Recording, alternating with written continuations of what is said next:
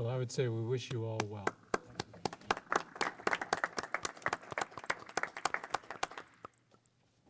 So, board members, we have about 5 minutes until our next topic, yeah, that's correct. So let's each of you take a moment and do your scoring, and I believe Rebecca will gather your ballots when you're ready. So let's hear from the Secretary. Just briefly, I know we'll be spending more time together in the next 12 hours or so, but I appreciate your interest in the data presentation. I think, as I mentioned, my logic on that was to at least start a conversation or prepare you to engage around the issue of how we define quality, how we measure quality. This topic sort of gets onto is related, not directly related to that, but it's one of important considerations in the agency is around capacity, and capacity isn't just about staffing our positions, though that's certainly a centralized strategy or an important strategy. It's also about getting coherence, and I would argue also simplicity about the work. So I would just comment on that to say, firstly, Vermont's data reporting requirements are the same as every other state. It's not dependent on the number of pupils we have. Vermont has to do the same compliance reporting as California has to do. But on the other end, on the front end of it, we only have 75,000 students, and California has millions.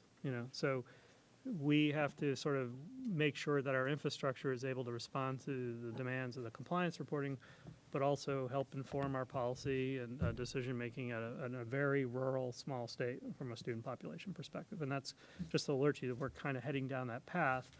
And what starts to happen is as we get more clarity about what the function of that back end operation starts to look like and why it needs to look like it does, and I would argue it is about modernization to a certain extent.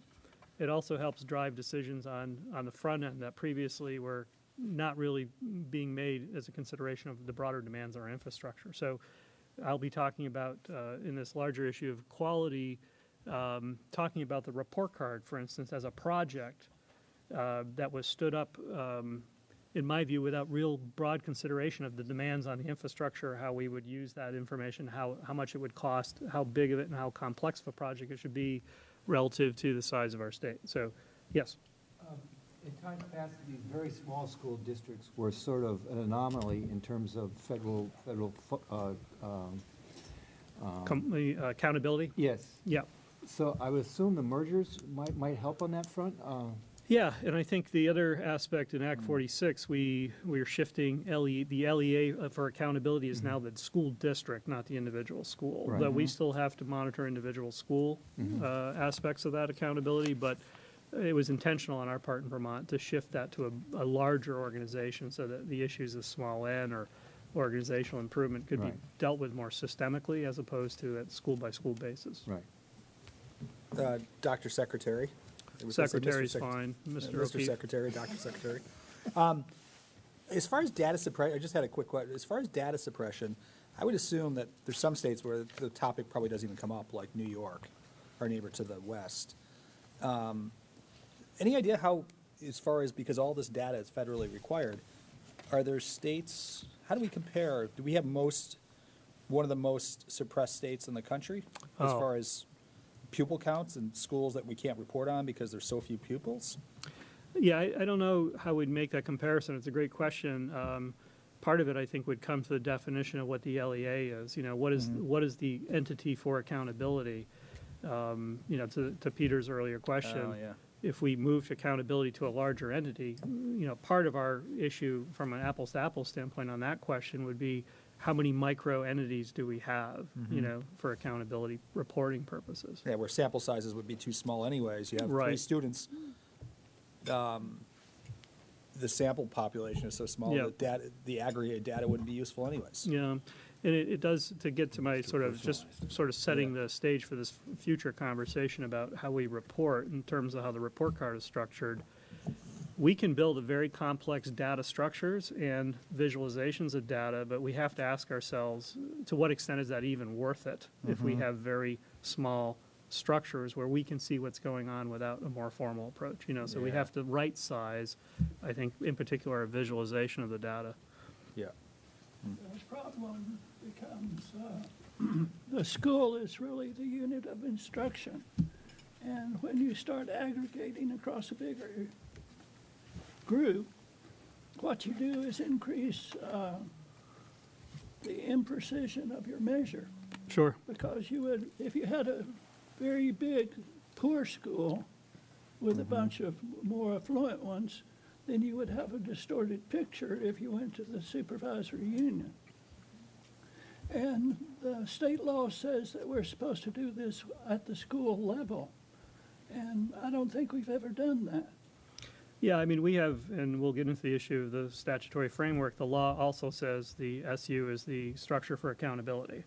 So we have conflicting areas in the statute. That was a modification made under Act 46, actually. Okay, that helps a lot. Yeah, but to your point, I think you're the issue is, what are we trying to do with the data? We have this issue of public assurance. When we start talking about another use of the data is actual school improvement, which is school-based, not school district improvement. Part of what we've been working on as an agency is to think about, well, what is our theory of action on improving schools, the individual schools, no matter what size they are. It increasingly, particularly in a post-Act 46 landscape, we talk a lot about putting that responsibility on the larger school system. So we've under Act 46, we've put a single board now over multiple schools, where in many cases, one board correlated to a single school.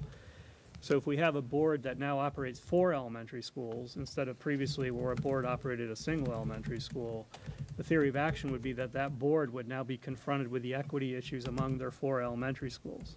And that's an important consideration when we think about the use of data to improve schools, not just to think about using the data to provide assurance to the broader public. So we'll unpack all these issues going forward. But to Bill's previous comment, I think what's emerging now is basically a plan anyway. I mean, your critique, I think, was right on. This is just a plan. Where's the substance? But we're heading down a path where the substance is going to be produced. But previously, we didn't have a plan, and we're starting to make some decisions around putting resources together into a single division. So patterns of organizational work can appear. It allows us to make better decisions about charting the future course and direction of the agency. Is that data gathering, or is that also in terms of guidance and actually personalized attention to schools that needs additional help? Well, I think it all feeds into sort of internal work of the agency that I would argue this board previously, before Act 98, which is our conversation, I think, largely later today, would have been more deeply involved in what are the operational aspects of the agency. What I'm trying to do is sort of walk both ends of this, to show you kind of what we're doing, even though you don't have a direct oversight role of that, but hopefully it will help inform what your conversation later on in terms of what you think your role should be relative to this work.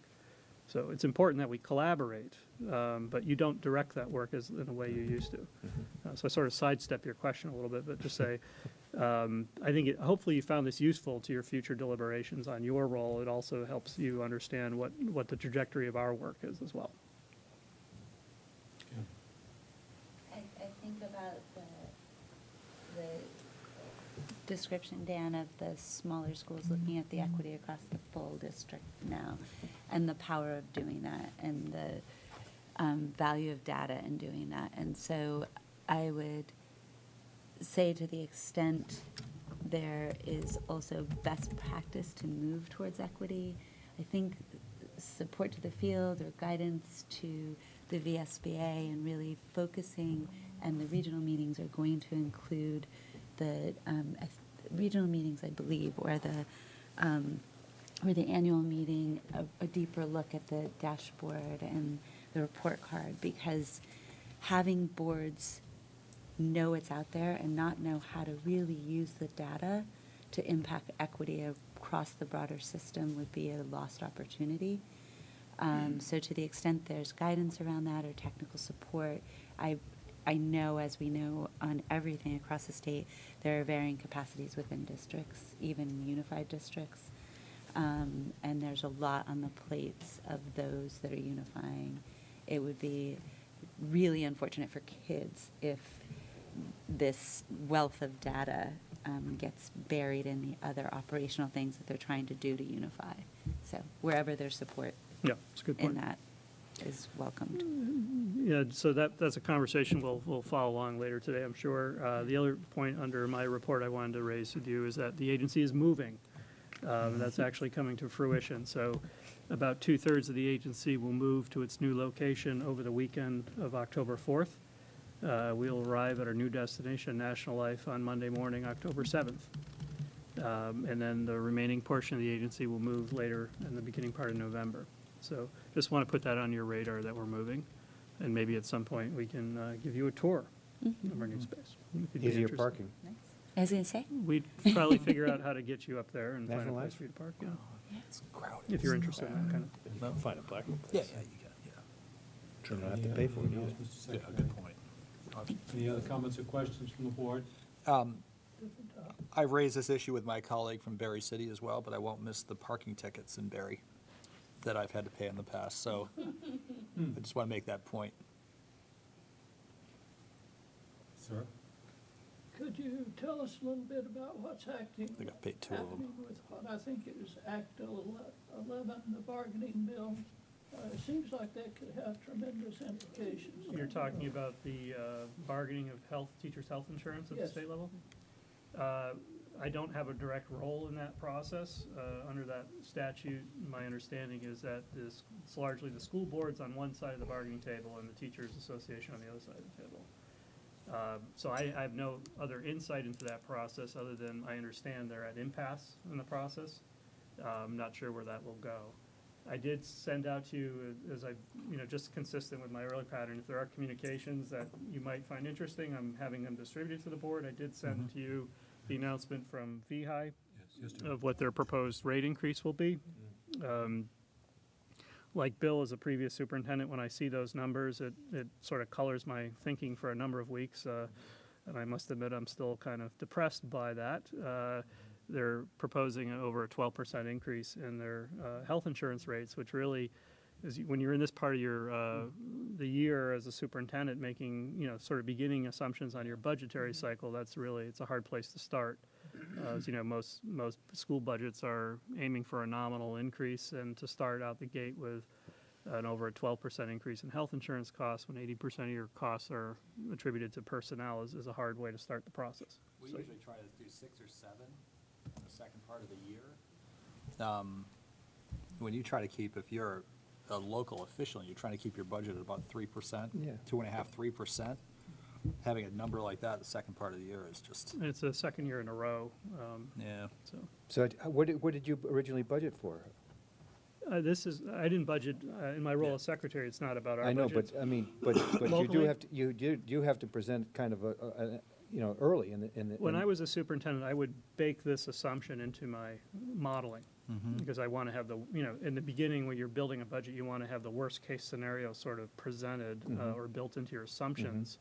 And then as you go forward, you can boards, I'd feed that into my board's deliberations. They could say, Yeah. well, let's guess 8% instead of 12, because it looks better. But you could, set yourself up for a problem on the other end. So, but I prefer to start with that assumption, whatever. The nice thing is VHI gives us that number earlier now, from a superintendent's perspective. It's nice to have that now, as opposed to later. I mean, I find myself getting excited about a 5 or 6 or 7% increase in healthcare. That's like something to really get excited about and cheer for. And if it was in any other, if it was an electric bill, I mean, imagine if Green Mountain Power increased the rate by 7 or 8%, let alone 12%. It's just interesting how we've assumed or just come to the point of acceptance that healthcare will go up double digits as a percentage. I think we need to end this discussion. We have our next visitors came all the way up from the far southern corner of the state. We don't want to keep them waiting. So I'd like to invite to the table Mark Anderson, who's chair of the board of Inspire School, Mr. Ray Stevens, who's the executive director, and Michael Bandler, who's, I don't know what your proper title is, Mr. Bandler? accountant. CFO. Thank you for visiting with us. Thank you for your time, Mr. Chair. I'd like to just begin this discussion. We have 45 minutes We've kind of been here before in some ways. I want to just read to you, the board, just to set context,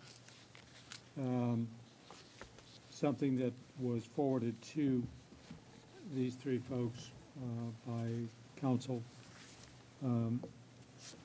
Let's just be clear that this is all because, I think 2 meetings ago, at least, the board made a finding that based on what information it had at that time, limited amount of information, that it was concerned that possibly the Inspire School might not have the, quote, financial capacity to meet its stated objectives. That's the term of art in statute, and it is a condition of continuing the operation of a school.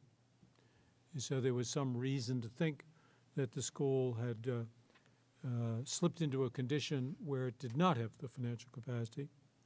The board understands, and I think this is important for all to understand, that the financial capacity goes far beyond balance sheets or cash on hand. Those may be indicators, but they're not usually the root cause of problems. And our experience has been that it often, an erosion of financial capacity or an incident is often a result of failures in governance or weaknesses in governance, financial oversight, and even leadership. Basically, the situation you and we are in is that until you convince this board that you fully understand how and why the triggering incidents happened, and more importantly, have put in place robust mechanisms, institutional mechanisms to correct them, as well as financial mechanisms, then the board will be hard put to find otherwise than it has so far. And your goal, of course, is to convince us that indeed you have restored, if it was ever missing, you have restored the school's financial capacity for the foreseeable future because of financial and institutional corrections that you have put in place. And when the board is satisfied on that point, which we would be very happy to be satisfied, then the board will essentially retreat from its earlier concern and say that it is satisfied with the financial capacity of the school, and you're out from underneath this kind of cloud that your situation has placed you in. So that's what we have to do, that's what they have to do, just so we all understand. How would you like to proceed? Mr. Chair, I'd like to begin with a statement. Please. And I understand it's the board's desire to speak with Dr. Stevens, so I'll try and make it short to allow for time for that. Sure, thank you.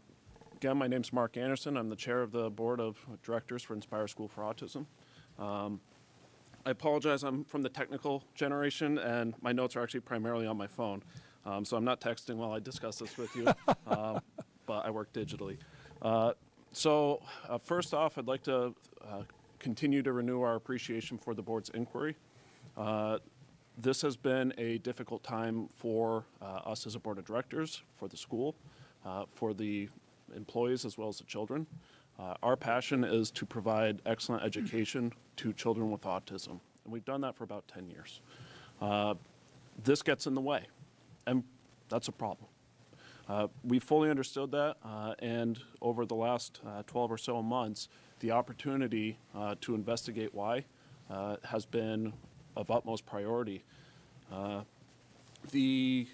It's the belief of the board of directors that the Inspire School for Autism is a victim of a crime. I'm a police officer by trade, so this is my bailiwick. And while education is not of my primary occupation, I've worked as a school resource officer. I've worked with this school for a couple of years. And even before I was formally involved with it, we were working with the Inspire School to understand from a law enforcement capacity how to work with children and adults with autism. We are all passionate people about delivering education and allowing children with autism to succeed later on in life in as far as gaining employment where they were otherwise believed not to get that.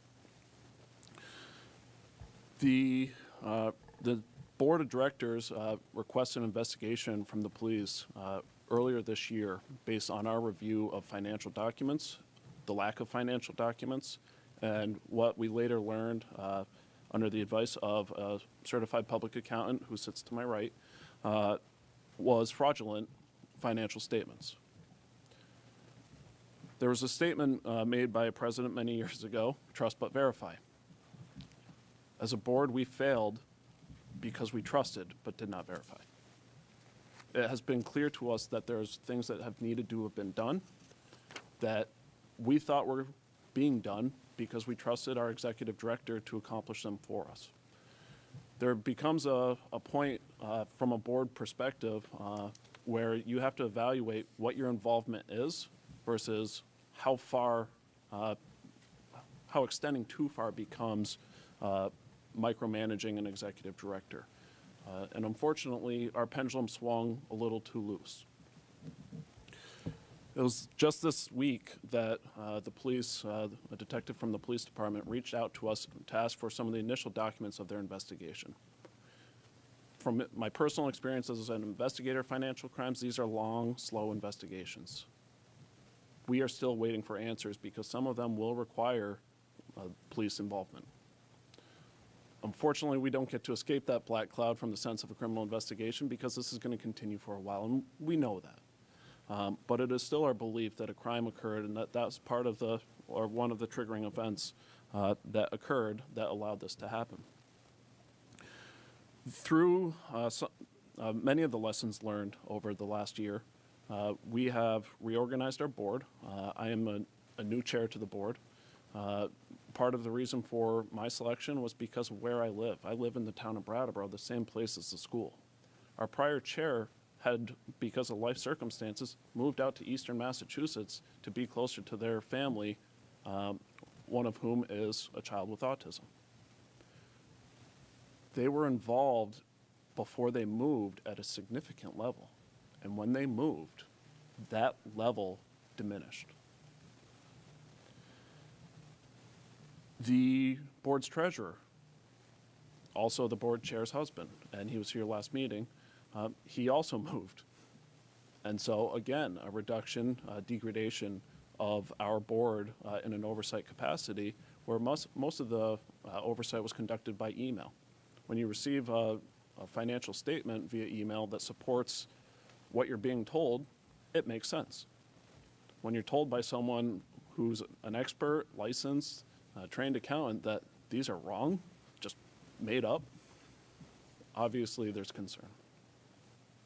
So I took over as the board chair about the beginning of July, and even through our conversations over the last two meetings, we are still working on what our next steps are. I think we've made a lot of progress, and I think we've done a really good job of reestablishing the financial aspects of the organization to ensure that we are able to operate. The board also chose to select a new treasurer who lives one town, I believe one town south of Brattleboro, correction, 2 towns south of Brattleboro. So he's also living significantly closer. He is also, he operates his own business. He's been doing that for many years. He has understanding of financial operations in a small business. He is also now more directly involved in the internal controls to prevent fraudulent or criminal spending of money. Is this Mr. Craig White? Yes, sir. Okay, thank you.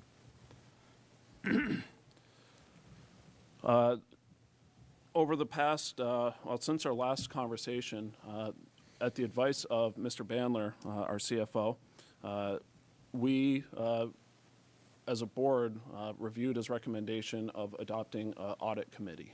The purpose of the audit committee is an independent committee, organization, so to speak, that is responsible for the oversight and as an entity within the organization for whistleblowers.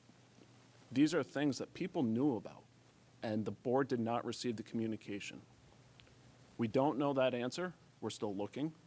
But unfortunately, people knew that something was awry, and we did not get the message. That was concerning. So part of our audit committee is not only to establish people with professional expertise in finance, as well as law if we can, but also to serve as a formal organization that's not under the direct control of the board of directors, to ensure that there is a fair, impartial, and independent review of the financial capacity of the school. The board started developing policies, of which we submitted 5 to you. These are still draft policies. They are currently under review of legal counsel. We are looking to ensure that not only do board members receive proper education on what their responsibilities as a board member are, but also that we ensure that as things change, we continue to educate. And we are also in the process of accessing consultants at the advice of our legal counsel on providing board orientation and education for what our responsibilities as board members are. We've disseminated, and I believe, I forget if I mentioned this in the last meeting, but we disseminated the Attorney General's guidance on the responsibilities of a board member for a nonprofit organization. We've also begun a search for appropriate consultant, one of which is in the Brattleboro area, who has over 20 years experience working with educating board of directors on their responsibilities, as well as renewing information as it changes in the legislature. We've also, though it's not, I think, remote or necessary to what happened, we did begin working on adopting a conflict of interest policy, because while we don't believe that that itself, a conflict of interest issue arose with the issues at hand, it seemed to be prudent, so we submitted that as well. And then there's 3 financial policies which have been supplied, and those are more directly dealing with internal controls and ensuring appropriate action is conducted by all officers and the administration of the school. In conclusion, it's with gratitude that the Board of Directors receives the questions of the Board of Education. It's challenged us to seek answers. Sometimes it's easy to say, here's the problem, but when you have another perspective, it's a light and a lens that you can look at a problem with that might not be our own. Thank you for your time. I'd be happy to answer any questions if you have any for me. I'd like to make time first to have Mr. Stevens speak with us. Dr. Stevens. Yes. Welcome here. We're happy to hear from you. Well, what do you want me to address specifically? I have a long history of working with schools, residential schools, special schools. I grew up in South Dakota in a Norwegian Lutheran home, and ended up in Washington, D.C. getting a master's degree. Arrived in Vermont in 1969 at the Austin School for the Deaf as a teacher. Next year became principal. Was principal for 4 years. Went back to school, PhD from Syracuse. Back to Austin in 77. And was again principal for 10 years and then 4 years as headmaster. Mr. Stevens, can I interrupt you? Yes. I think you asked what question to address. One of the questions that comes to mind is the role of the executive director in having fiduciary responsibility for everything that happens at the school. It's our impression that the previous executive director may not have been particularly engaged in overseeing the work of the financial work done by others. So what are your thoughts and experience doing so? Well, I've been executive director, I guess, 4 times of programs and institutions. And clearly, the finance person is the one that you depend on. I think having Michael Bandler as an independent CPA on board is a person who first wants to protect his own license. So I think you can rest assured that when he says we have the money, we don't have the money, we might have the money, he's doing that from his own self-preservation. Certainly he's working for the school. But as a CEO, I would not order a major expense without checking with the finance officer. I would want to know all the time where we stand. Frankly, numbers and budgets and balances interest me, but not the nitty-gritty part of of the finance operation. My interest is in providing support to staff and making a relationship with students, one that I can know them as people and can know if they are enjoying and learning from the school. The role itself as a overseer of finances, I certainly review the reports that he gives. I know the income of the school. I know how many students we have. Without student enrollment, we have no financial stability, obviously. We've gone from 16 kids to 20 kids since the school opened this fall. And one thing to be noted about those students, they were all under the age of 10. When I first was associated with the school 4 years ago, many of the students were over the age of 16. And it looked like kids were going to age out of special ed or be able to go back to their local school. And that presented a real enrollment challenge. Now with enrollment of kids tending to be younger, I think people are more willing to say they need a special program and get them into special programming earlier. So here, these 4 kids that entered this fall, all under 10 years of age, will they be there until they age out of special ed? 2 of them, I definitely think will not be. 2, I think, will be. Anyway, that's how I see my financial role. Thank you. We'll now open up for questions from the board. To Oliver. So question for you, Mr. Anderson. One thing you said piqued my curiosity, and I want to make sure I heard you correctly. The prior chair and treasurer, those 2 officers were related? Yes. That to me is a concerning practice in general with any board, and I guess my question is that something that you've identified as an issue and that you're looking to take action on? Not obviously you've taken action now, presumably, but going forward as part of your formal board processes and procedures. So I believe we already have resolved that issue in that both are no longer in capacities to have a concern of that nature.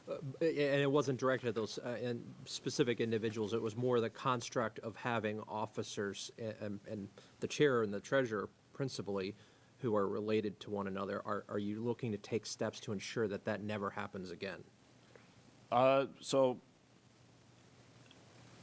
I don't believe that the board has addressed it as specifically as that. Do you see that as a bad practice? Yes. Okay. And just to shed some light on how that happened, they're the founders of the school.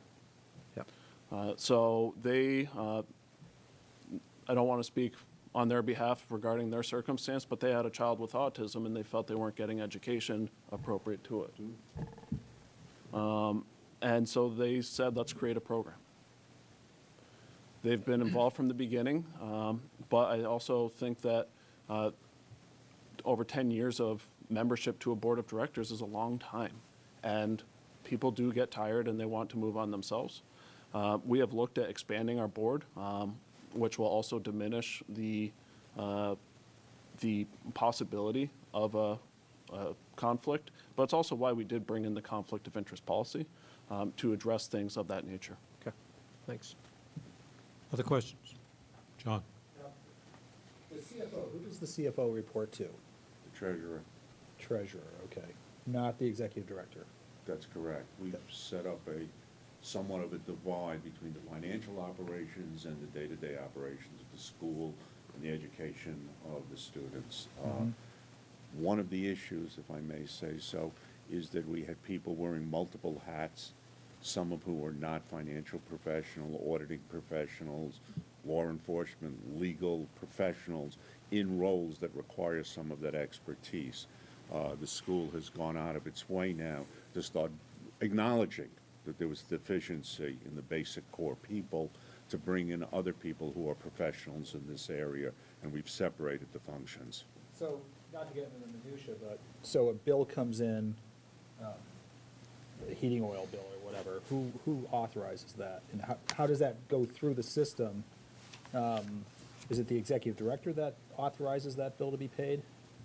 It depends on the nature of the bill, but the basic flow of things is I'm the one who is the original recipient. If it seems to be ordinary and something that I'm aware of, I will prepare a check for signature by the executive director or by the treasurer with appropriate documentation so they can just look at it and go, yeah, I see what the bill is and why we're paying them the money, or we have a check request form. If it's something that doesn't have a bill that supports it, it's signed at that level by one of the two of them, or both of them, depending on the circumstances. Do you have a threshold for double signatures? In theory, all disbursements are double signed. Okay. In theory. How about in practice? Less than all. What's the threshold? Certainly something that's irregular and significant, and by significant I mean, let's say, more than $1,000, that would certainly be reviewed by two people, in addition to myself, because I would never process the check unless I was satisfied that on its face it looked appropriate. Some disconnect between theory and practice concerns us. You have just shared with us rules, financial procedures, and others. Yes, Are you living by these procedures absolutely. scrupulously? Beyond. So maybe you need to have this procedure make it very clear what that threshold is. Yes. Other questions? I'd like to pose a question and an observation. And I should say, I do admire the individuals of your board.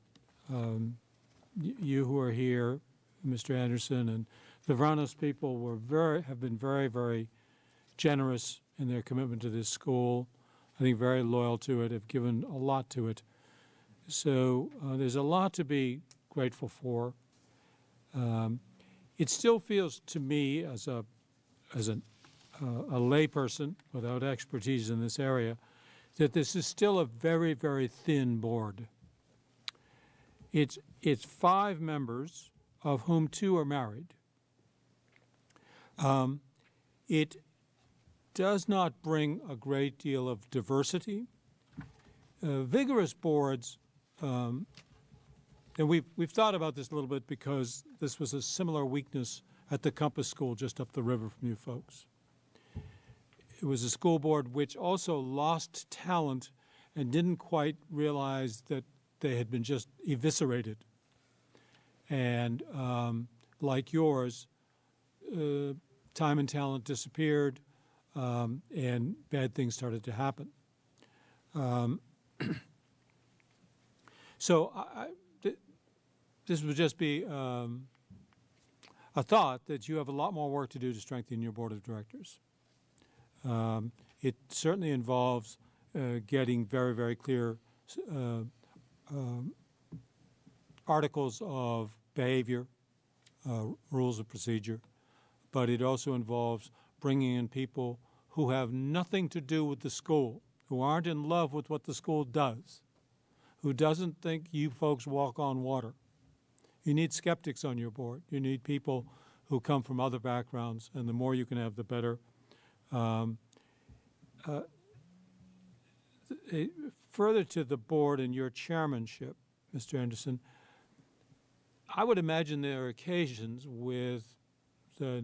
given the nature of the students and their ages, that there are occasional incidents of physical acting out or restraint or so forth. It seems to be kind of normal. There may be occasions that either do or should come to the attention of law enforcement.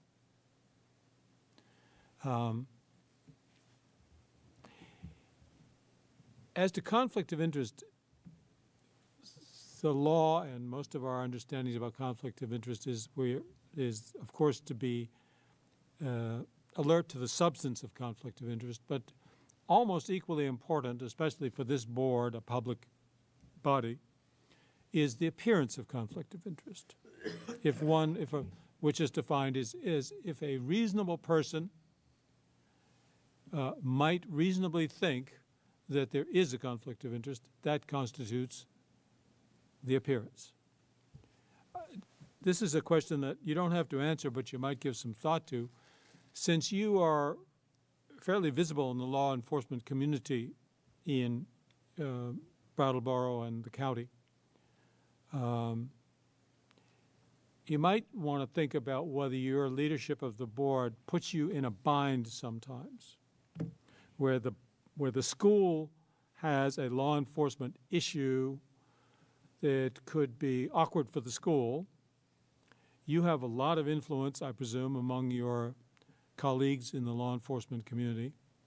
And so it would seem that you'll need to be particularly attentive.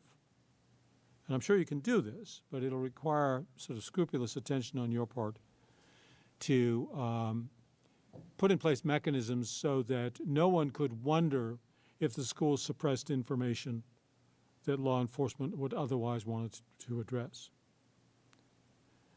I don't mean that as a lecture, it's a friendly reminder, and I can tell from the way you're responding that you've thought of this. Very, very much in depth. Yeah. Well, it's a good one to be concerned about. And if I may, for me, my role as a law enforcement officer extends past 9 to 5. And there's a difficult responsibility, as you've outlined as the chair, in defining the confidentiality rights of an employment conversation versus a law enforcement conversation. Right. I champion the law enforcement side 100% hands down. And so I'm also a person who believes that we need to follow the law and do the right thing. Not to say that the members of the board also don't agree, but I've been very clear in my commitment and my role as a law enforcement officer to uphold the law. And if I become aware of wrongdoing, I'm going to pursue it. I'm also held accountable by Vermont law for failing to make reports, specifically as a police officer. If I fail to make a report, I'm held at a higher standard than any other member of the board. While the mandated reporting statute does cover all of us, there's also specific restraints towards police officers. So just for my own self-preservation, I care very much about that issue. It's also one of the reasons I would like to increase the size of our board. We've identified difficulty in doing that, and I actually reached out to a consulting firm that the sheriff's office had worked with previously regarding how do we engage more members for our board. We've been struggling with personal cold calling, I'll say, and that's been difficult. We talk to someone and they say, "Oh, I'm busy right now, but ask me in 6 months." It's almost a joke to us now because everybody's going to be available 6 months from now. So we've struggled with that, and now we've begun engaging people that are experts in the field of nonprofits to increase our size. The Vrainoses have also identified this as a concern. I believe Dr. Vrainos in the last meeting said he's asked everybody in the hospital to be on the board, and well, 6 months later. Right. So those are both things that have been things that we've identified and have been working towards, and I apologize if we have not relayed it earlier. Great, thank you. Peter, you had a comment or question? Just a general observation. You know, when these situations come before us, and this isn't the first time, you wonder about, I wonder about, I mean, there's a fair amount of approved independents that deal with special needs children. And there's a lot of money involved in the extraordinary needs of these children. And I'm wondering if there's something endemic or that's happening that is a little loose and fast in terms of, I'm not disparaging, I'm just wondering in terms of how, when these kids are of special needs and they need to go someplace, you've got to find a place, and obviously in-state is easier and probably less costly and whatnot. But I don't know with 173 and whatnot, whether this is with a different funding approach, how this may be addressed, or, when it's not based on student needs, but based on a consensus model, whether this will come whether this whole process or these institutions will become under closer scrutiny. It's a general question. Yes, Alderman. Yeah, and I'll let Secretary French keep me honest here, but I think it's just, I want to respond to that particular question, and then get back to the board governance Right. issue. The 173, I don't see that as having a significant impact on these specialized schools, because they tend to serve students who are in excess of the threshold amount. I understand. And 173, the scope of 173 is really limited to the population below that threshold amount. Or in-house, yeah. Right, exactly. So I don't see that as 173 having a particularly significant issue on most of these schools. But keep me honest if you think I'm wrong on that point. But 173 touches all aspects. yeah, And we will, we've already identified a need Yep. to get into not only the rules around Yep. rate setting for specialized schools, but also the broader Yep. Rule 2200 series. So we're getting into all those Yep. areas. Yep. But there is some modifications to the thresholds Yep. around extraordinary costs that are Yep. also embedded in 173. But I think your characterization is fair. yeah, okay. You want to So- comment on governance? Yeah, so just back to board governance and just to, set expectations, because, for those of us who have served on nonprofit boards in the state, there's varying levels of ability to recruit members, and there are certainly organizations out there that people that are seen as, somewhat prestigious, et cetera, for a variety of reasons, and it's relatively easy to recruit board members. You typically have people sort of knocking on your door and looking for an opportunity to serve. But we need to be cognizant of the challenges of some of these schools. Not to be too blunt about it, but for many people, they're not particularly attractive boards to serve on, so I guess what I'm trying to say is I understand your predicament. My suggestion is I think that, there's an opportunity to look within the broader independent school community that you live within, and start a larger dialogue about the rotation of members, because this is another issue within all nonprofits, I think, in Vermont. We have challenges around turnover, and more specifically, lack thereof of board members. Good board practice says you really should be turning over members to ensure that, the institution is about the institution and not its board members. So, you might find a useful conversation with your peers, and it might provide an opportunity to have greater rotation of board members going from school to school, bringing that diversity and also enlarging the size of your board. Okay, Thank you. thank you. I want to try to get this back to some focus for the board. This is not intended to be just another conversation. If possible, it should be the foundation for a decision by the board. I think we have a choice between three possibilities. We continue this dialogue and inquiry to yet another month, or we conclude that the school does not have the financial capacity and shows little prospect of demonstrating it, and therefore the board could act to create a review team to visit the school. Or we conclude that the school does in fact have the financial capacity and has reasonably good prospects of sustaining that. And so I want you now, in what time we have left, which is about at most 10 minutes, to be thinking about what sort of motion you might want to make about this. Before you do that, I don't know how many of you took the time to go through the numbers presented to us. Frankly, they were not easy to follow, as the headers were missing and so on. But here's the basics of the numbers that I understand. And I'd like you to be telling me if I've misunderstood anything in any significant degree. You estimate fiscal 2020 revenues to be 1.7 million, which, by the way, is a good bit more than they've ever had, partly because their enrollment is larger. You estimate operating expenditures, just the day in, day out, salary, insurance, all the stuff, at about 1.459, call it 1.5 million.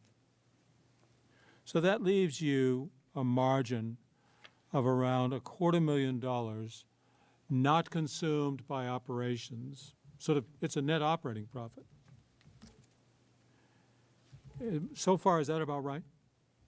Roughly, I Yeah. would not have used the words that you used, but I understand your words. Yeah, it's a net from revenue and sort of routine operations. Yes, Retained earnings, is that a better Yeah. way to look at it? excess of income over expenses, Okay. whatever. Yeah, okay, Yep. right. Removes all judgment, all values. However, you have a debt of $150,000 left over from 2019, right? We carry forward, if we're talking about what exists as we sit here now, not at all. Oh, but as of the 30th of June. That was correct. What we're interested in is 2019 is done, you're saddled with about $150,000 hole, if we understand correctly. You have negotiated payback agreements, some of which are 1 year, some are 2, some apparently might even be longer. And so you put yourself on a schedule for paying down this $150,000 arrearage. Is that fair to say? We were very cautious in our presentation. You're correct. What we have presented is a pay down. I think the reality is a payoff. All right? What you presented was a pay down. Yes, sir. And as I understand your numbers, I took the $25,000 in and out from the furnace as merely just a cash flow adjustment. It's been paid back. It's Yeah, as if it I'm never sure. happened. So that doesn't really count in the 151 as of 30 June, Yes. okay?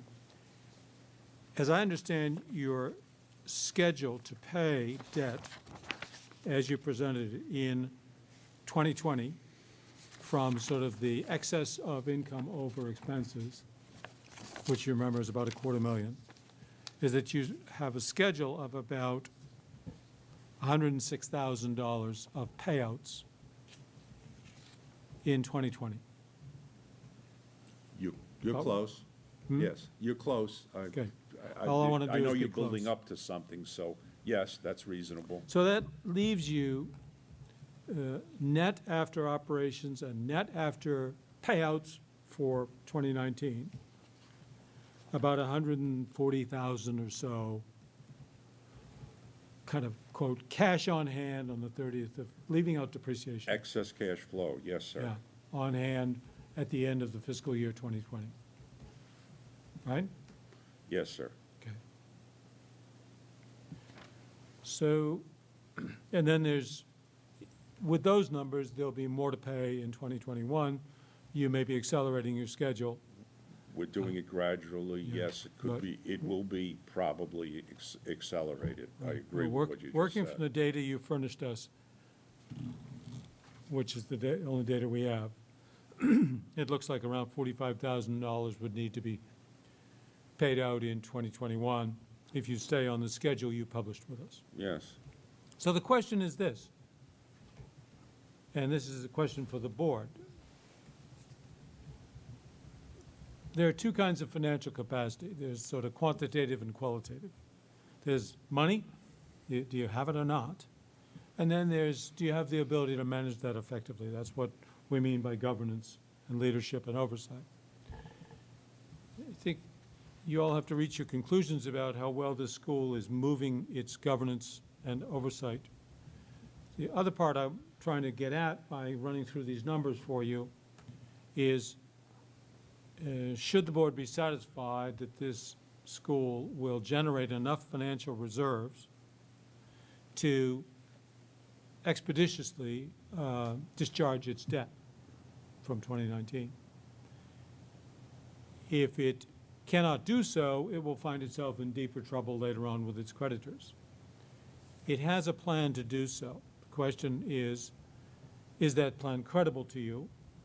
And I think the question for you to tell us is, if you're left at the end of 2020 with a net of all operating and debt service expenses of about $140,000, and maybe less if you're more aggressive, will that be sufficient for you to going into the then coming 2021 fiscal year? Let me first say, as we sit here and speak, we have over $100,000 in the bank. It's Cash. immaterial. I just trying to somewhat of a validation of what we did. These were numbers that are a projection on a piece of paper. We have had discussions. I'm not a board member, but I participate in meetings as to what we should do and how quickly we should pay down the debt and how cautious we should be in case there's some kind of unforeseen event or need in the future that we're sitting there. It's the reason, I mean, the question that would come to my mind if I was sitting in your chair is, why aren't you just finishing off the debt and be done with it and come out into the next year clean at zero? We're trying to build up a reserve so that we don't work on a hand-to-mouth type of situation. We want to have some money on hand that if one of our clients, one of the districts doesn't pay us, that there is enough money that we don't have to fret about the payroll and what's going to happen on next Tuesday. So we're trying to build up a reserve to some extent also to lead to a more normal operation, if that's the way to put it. You should always have cash going forward. Yes. Right. And the question is cash that amounts to about 5%, 6 or 7% of your gross revenues available at the end of this fiscal year sufficient? Because were you not paying off this debt, you'd have $250,000 in cash, right? We'd have quite a bit of money, yes. Some of it had to be paid, but sure, if we paid none of it, if that was a possibility. So, Peter. What intrigues me is that it's all based on student count. And Yes, that, it is. And that is very, uncertain. Yes. It's not like you've got a market share and that you can control it or whatever. This is, that's what I don't. Let me, so you bingo, I would say bingo, you're right, the profitability, and I know that's not a nonprofit term, but if we're permitted to use that word, or the excess of income over expense or positive cash flow is very much determined. At 15 or 16, you're at break even. At 20, it's very rich. Below 16, it's very bad. Just based on our numbers, even if we cut staff and do everything appropriate as that number would change. We've had, just independent colleges closed just because of student count. I mean, this is the current reality. Exactly right. Let me say this, when we have a count of 20, we have signed contracts for this school year.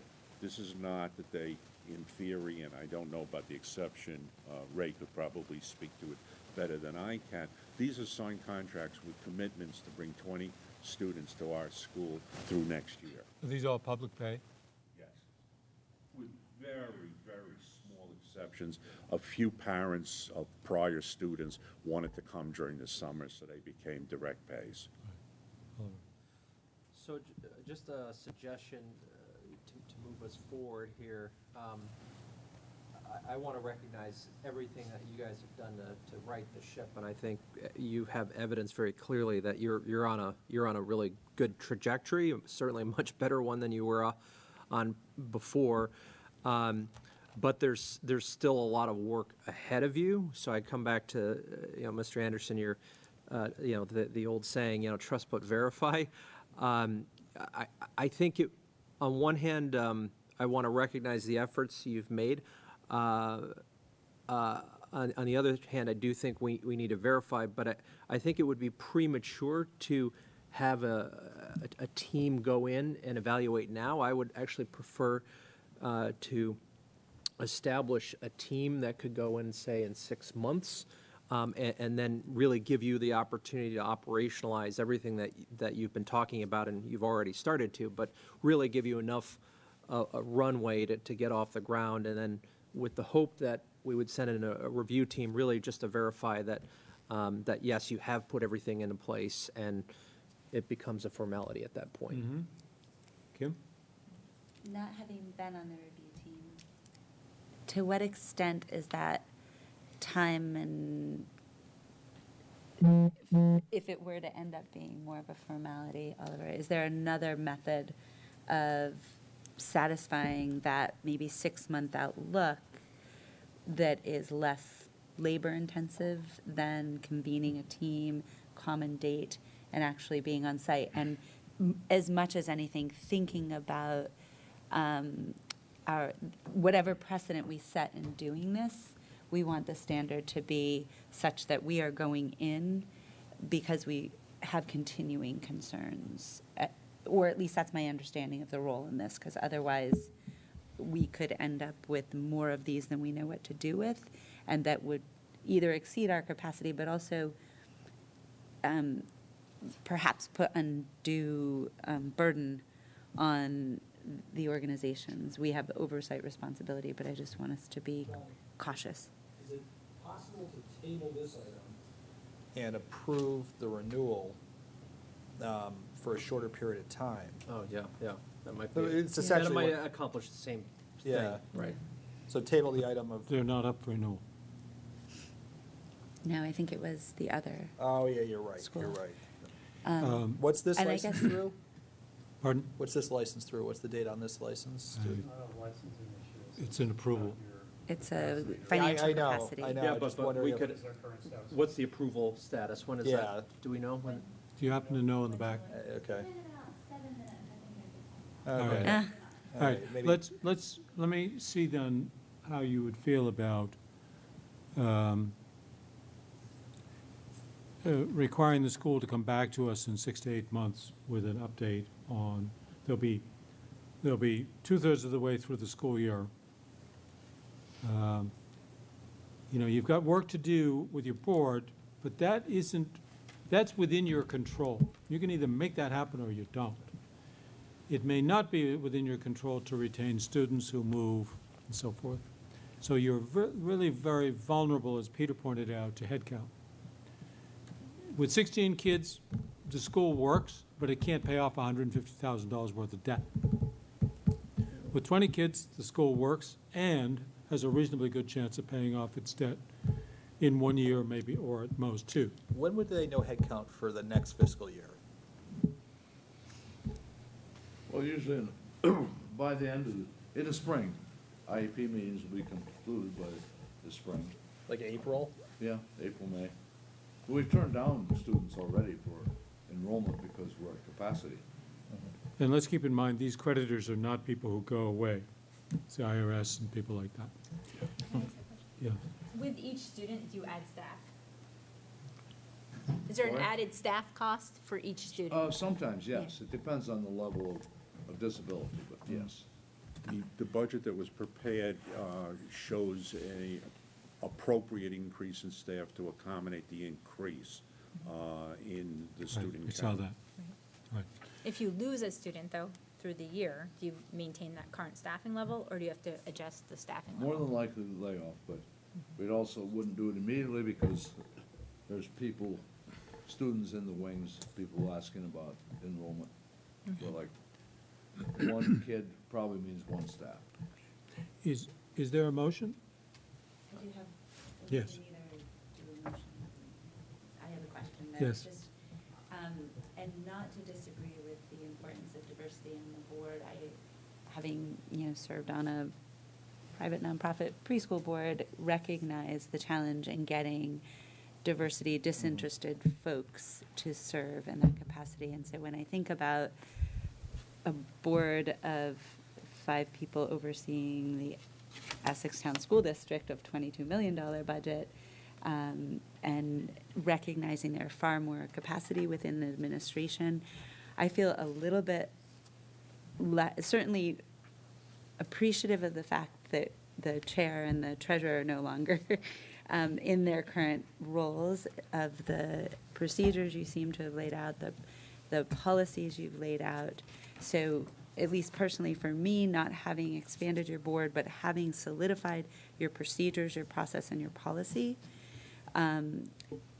with clarity around roles and responsibility, and arm's length transactions happening and regular reporting, for me, not expanding your board would not be a deal breaker, and I don't know the consensus of the board, just recognizing the limitations and the challenges in doing that in a small nonprofit. So that doesn't diminish the responsibility of oversight of the board, and the recognition where you don't have the expertise that you seek it, however you go about doing that. And I think you've done that in bringing in a new treasurer and in a CFO and in other ways. So I would just say, I think for me, the additional body or diversity disinterested party is an ideal, more so than the importance in seeing these policies adopted and the procedures that go with them and the benchmarks for two signatures and the things that we've spoken about that are practice that might diverge from ideal. So, Mr. Chairman? Thank you. Emily, have you found the renewal date?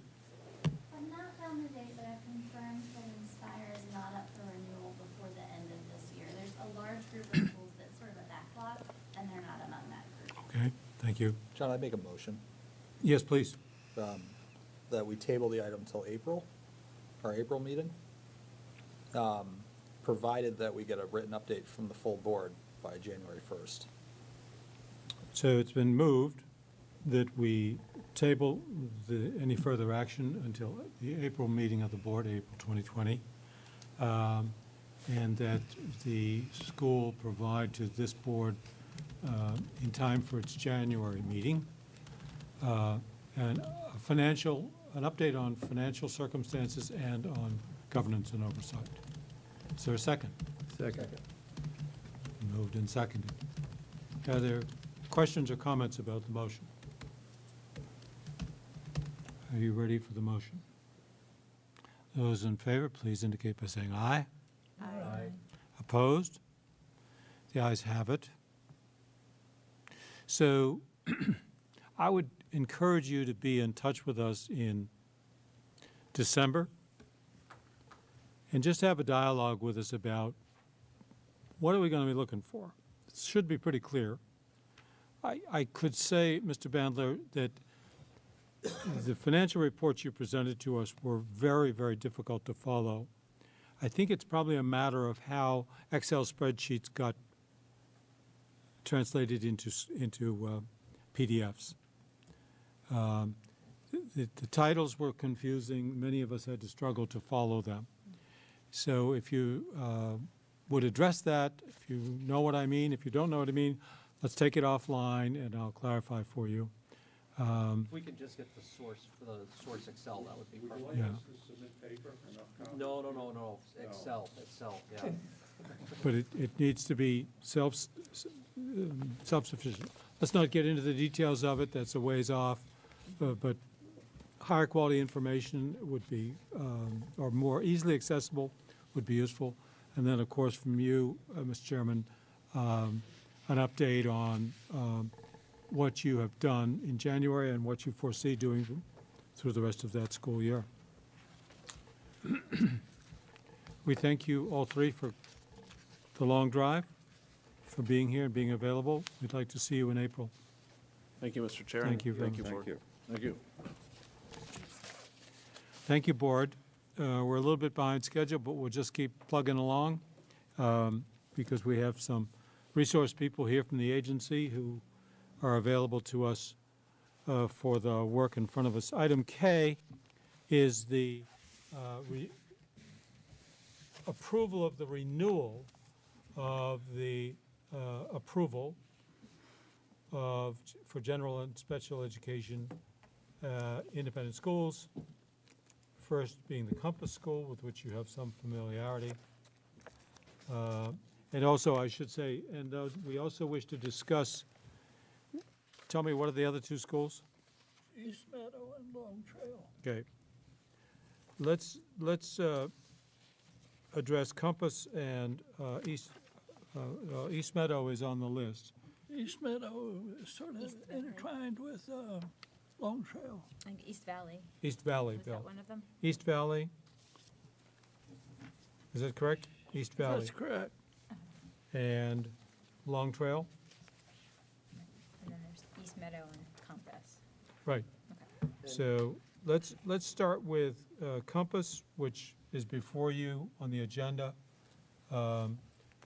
Emily, do you and your colleague, if that is a colleague, wish to come to the table to be available to provide information? I'd like to just quickly introduce you to Rachel Smith, who is our new Assistant Attorney General. It's her third day on the job, so we're not going to have her come up to the table. Rachel is filling a position, some of you knew me in that position. It's interesting, it's shared between the Agency of Education and the Attorney General's office. Well, that's But what, she is that what you sits- used to have? She sits at AOE with us each day. So I thought she'd like to see your meeting as part of her Well, orientation We week. welcome you here. We'll look forward to grilling you the next chance we get. I'm never going to bring her again. So,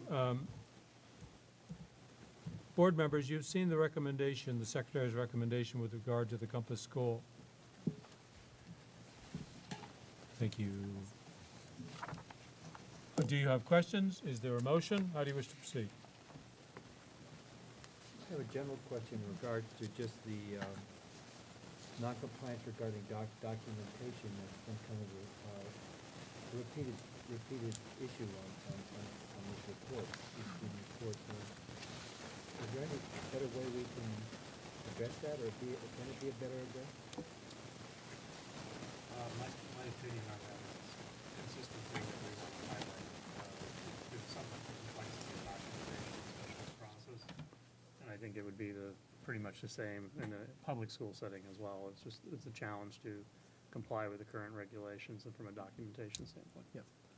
This is related to the broader issue Yes. that's been floating around, so it's not specific, that it's across the I board. am not surprised to see it routinely found as part of Yeah. this issue. And it may be mitigated some by Act 173. Perhaps, yeah, I think we're certainly trying to simplify that Right, process. right. And So, yes, Bill? A related question that enters into the Long Trail and East Meadow School thing is both of them had recommendations that it relieves a majority of concerns that are in the rules. Well, I didn't know we went by majority. You either had to do it or you didn't. And so some clarification on the interpretation of that would be good, because the problem here is that we have two schools that both alleviate the majority, but they're very different. Let us take those schools up. I'd like to take each school up separately, please. Sure. We're talking about Compass at the moment.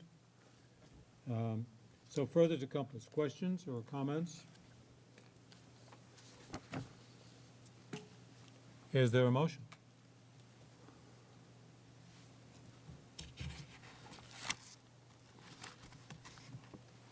I'll move approval of the Compass School, having been on the review team, I guess, as recommended by the secretary. It's been moved to approve the Secretary's recommended action. Is there a second? Been moved and seconded. Do note that the Secretary's recommended action does incorporate the language that you adopted at your last meeting, which was taken from the report of the review team. Further discussion? You ready for the vote? Those in favor of approving the Secretary's recommended action with regard to Compass School, please indicate by saying aye. Aye. Opposed? The ayes have it. The board has approved the Secretary's recommended action with regard to Compass. The other one is, East Meadow. That one. thank you.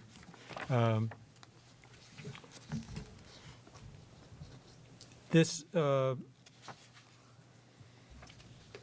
recommendation does not have any unusual conditions. It's just the usual paragraph about reporting promptly within 5 business days.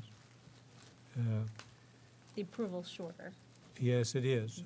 And is there a question or concern about that? I'd make a motion, then, if not. Please do. That we adopt the secretary's recommendation and approve the license. It's been moved that we adopt the Secretary's recommendation. Is there a second? Second. Could we just clarify for which school? This is for East Meadow.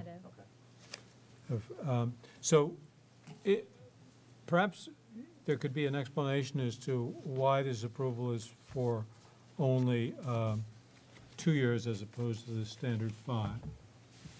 Emily, do you have an explanation for that? I'm making sure that I'm looking at the right East school, if Yeah. you'll pardon me for 1 minute. Hmm? I made a note inside of. Is there a note? Well, no, I made my own note. Oh, good. Primarily, it's the special ed again. It's, Yes. but there was services that clearly didn't match IEP.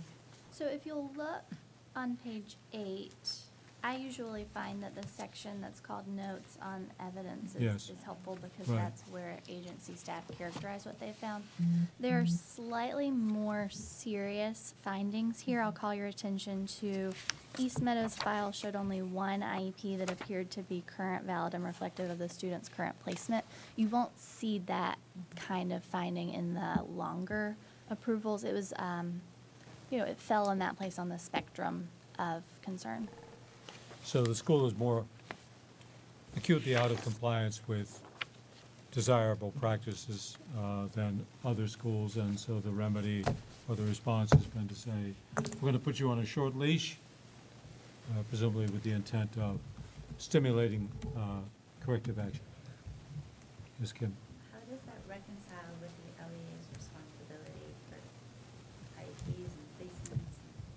So This review is almost duplicative of the monitoring that the agency does as the SEA of RSUs. They receive robust special education program monitoring that is on a separate track from the independent school approval process.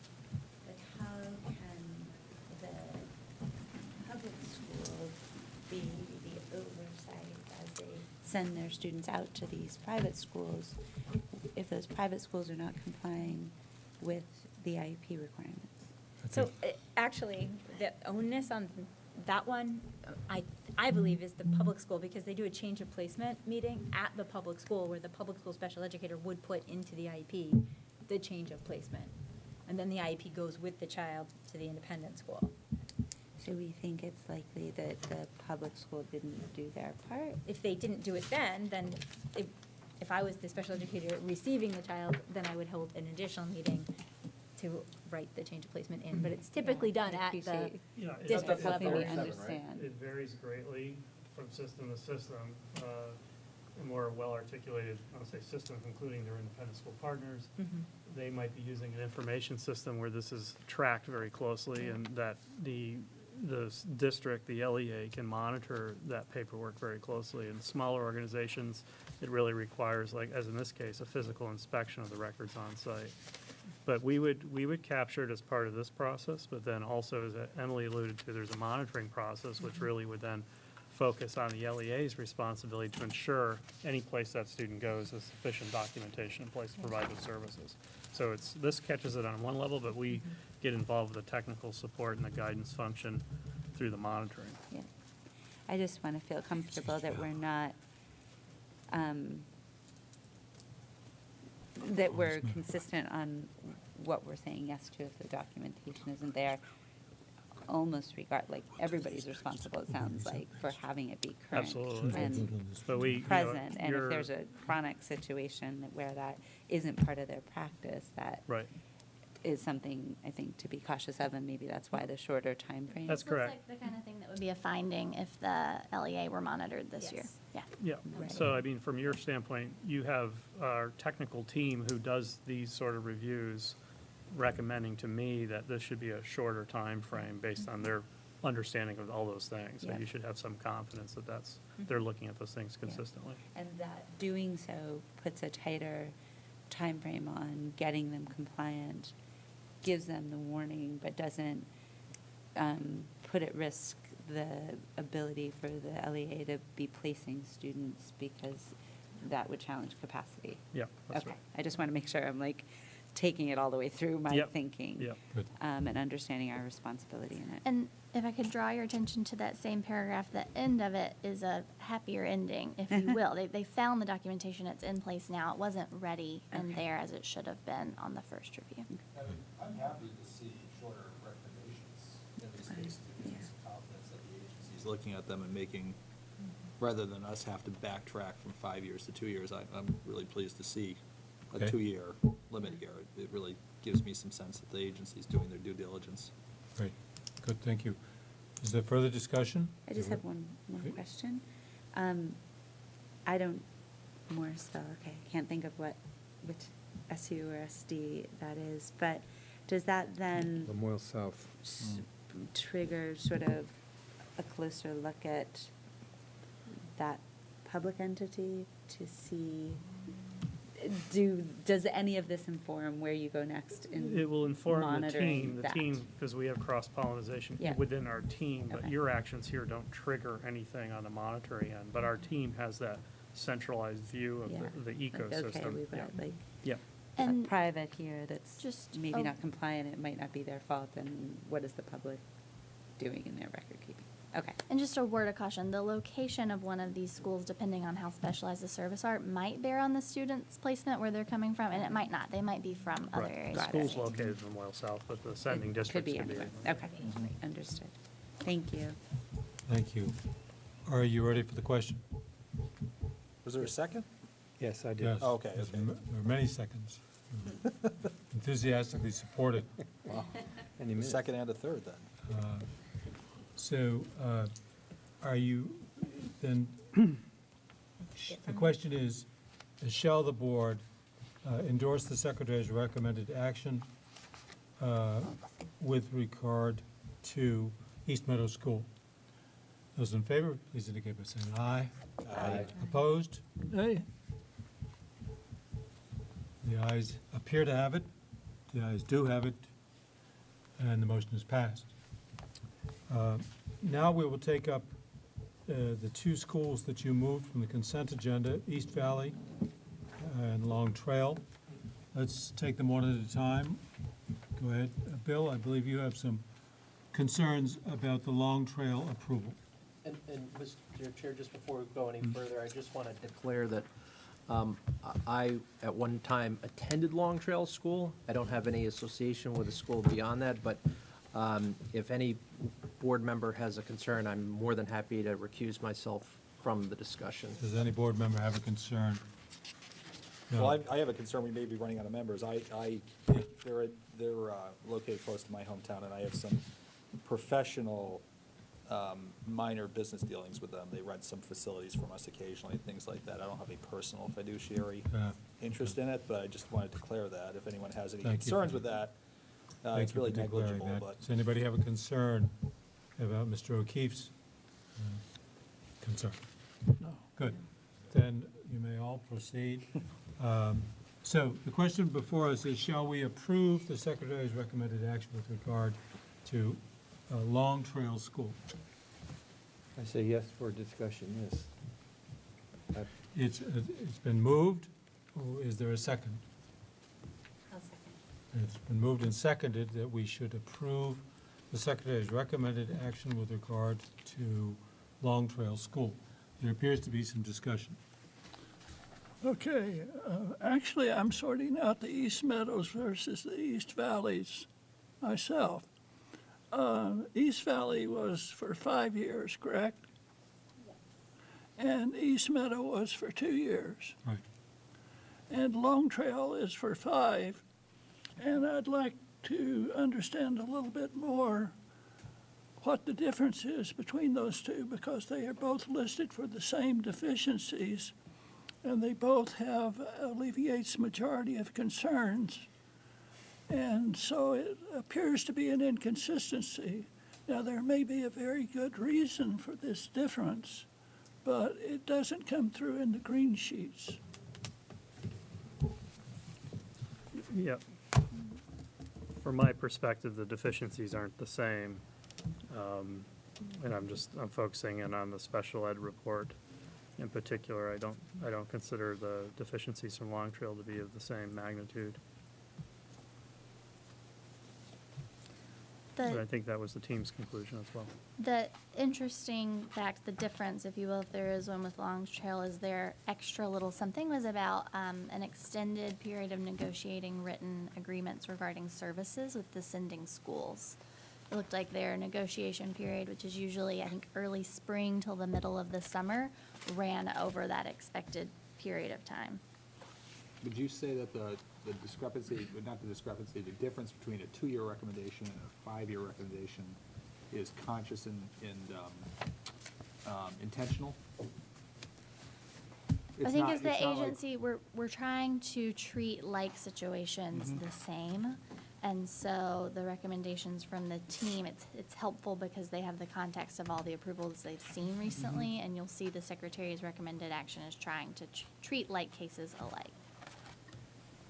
So it was, I don't want to sound like a lawyer, God forbid, but it was intentional, that one was a 2-year recommendation, one was a 5. It wasn't by accident that there's a discrepancy here. Mr. Secretary, did you make an accident? I did not, and I Okay. rely heavily on the team's report, Yeah. which is their recommendation, independent of my review. So that Okay. comes to me, I also make a judgment, but I try to also keep an eye on the consistency. But I think to Bill's observation, I would say there are some subtle, albeit there are differences between the team's review of the two schools. Are you ready for the question?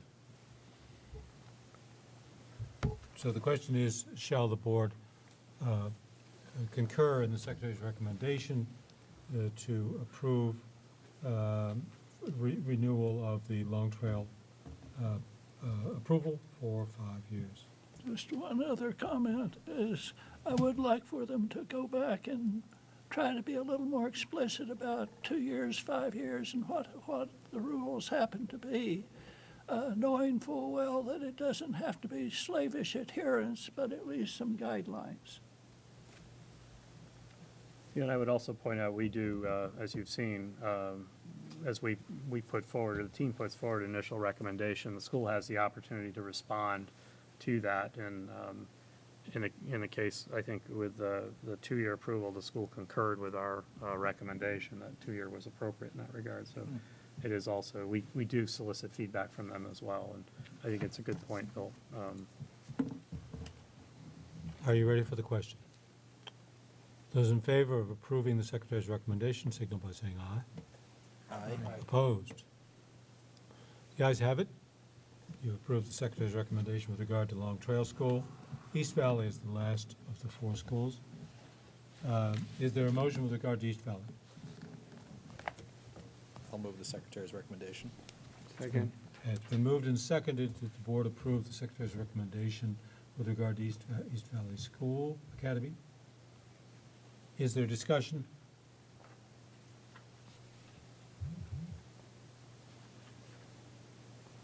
Hearing none, are you ready for the question? Those are in favor of of approving the Secretary's recommendation for East Valley Academy, please indicate by saying aye. Aye. Opposed? The ayes have it. You've approved the Secretary's recommendation. Thank you, board members. I think that concludes our work for this morning. We're not bad. Lunch is available to us at 12:30. So you can stand at ease until that time. Maureen, where is it that we're going for lunch? Should be on your itinerary.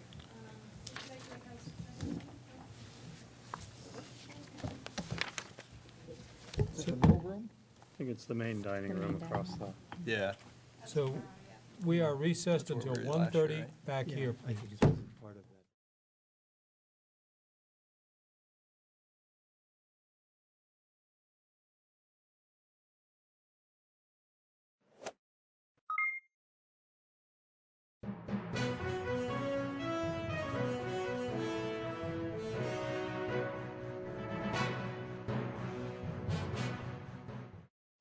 Good morning, everyone, and thanks for coming this morning.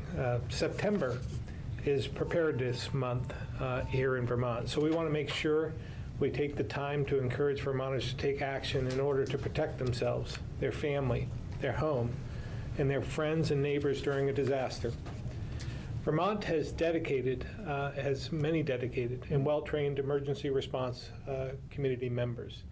But during a widespread event, it helps them when communities, businesses, and families are prepared. The first thing you should do is make a plan for you and your family. Figure out where you and your family will reunite if separated, and how your family will communicate during a disaster. And make sure everyone knows the plan, because you can help reduce anxiety if kids know where there is a plan to keep them safe.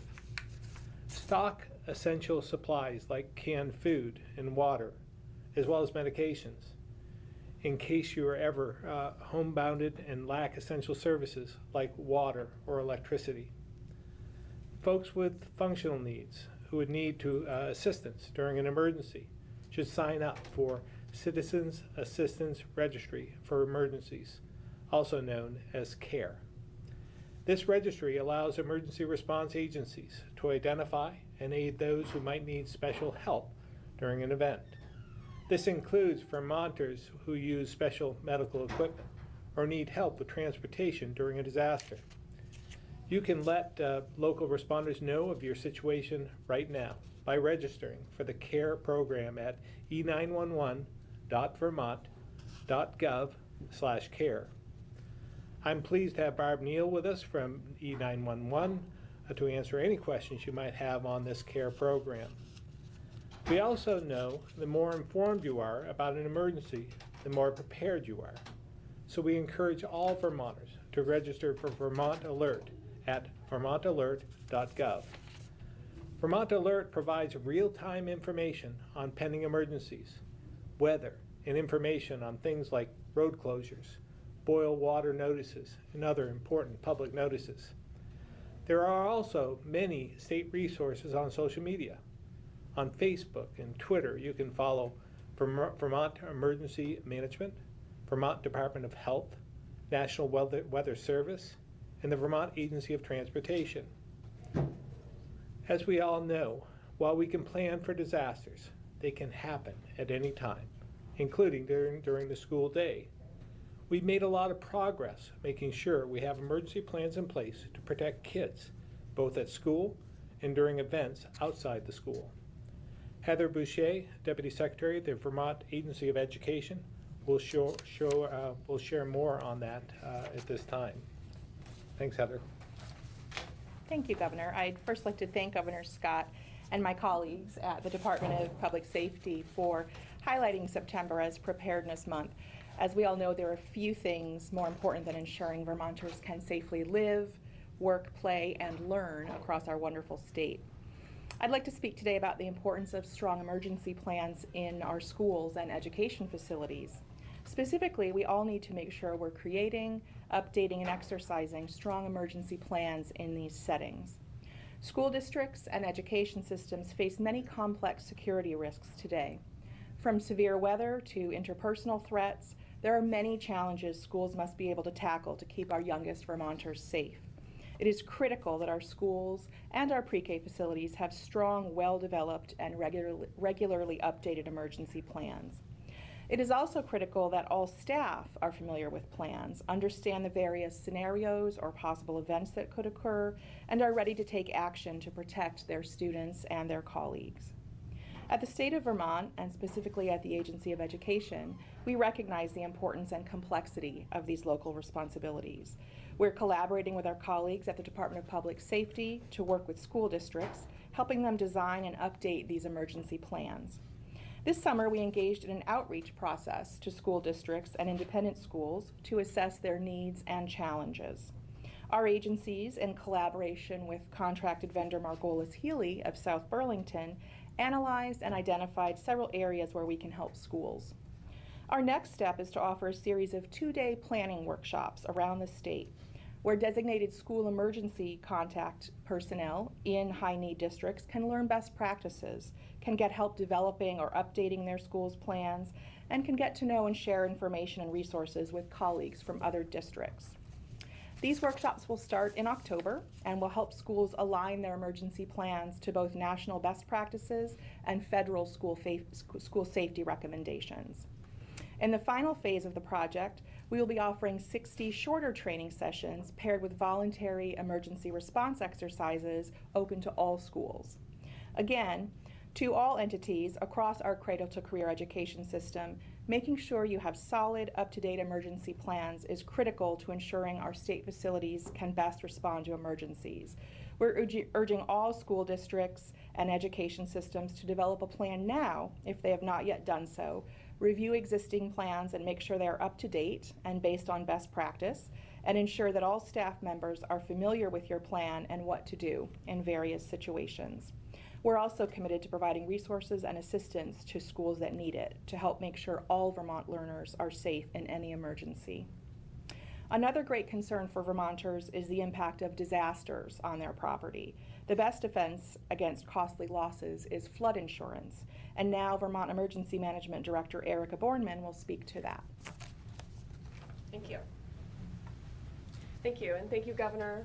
Thank you, Deputy Commissioner. Thank you to Commissioner Sherling.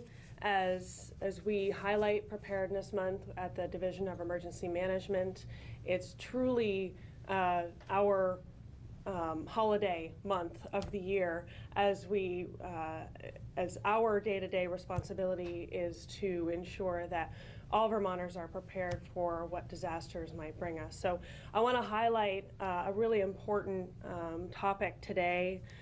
When we experienced a catastrophic disaster like we did in 2011 with Tropical Storm Irene, there are programs through FEMA that can aid homeowners in recovering from damage to their homes, but those programs are capped at $33,000 per home, and really the average program grant is about $8,000 per homeowner.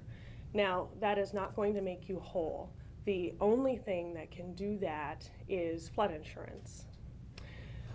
Bear in mind, 1 inch of water in your home can cause as much as $25,000 in damage. So again, flood insurance is really your best method for ensuring that you don't have to rely upon your own resources to recover from a disaster.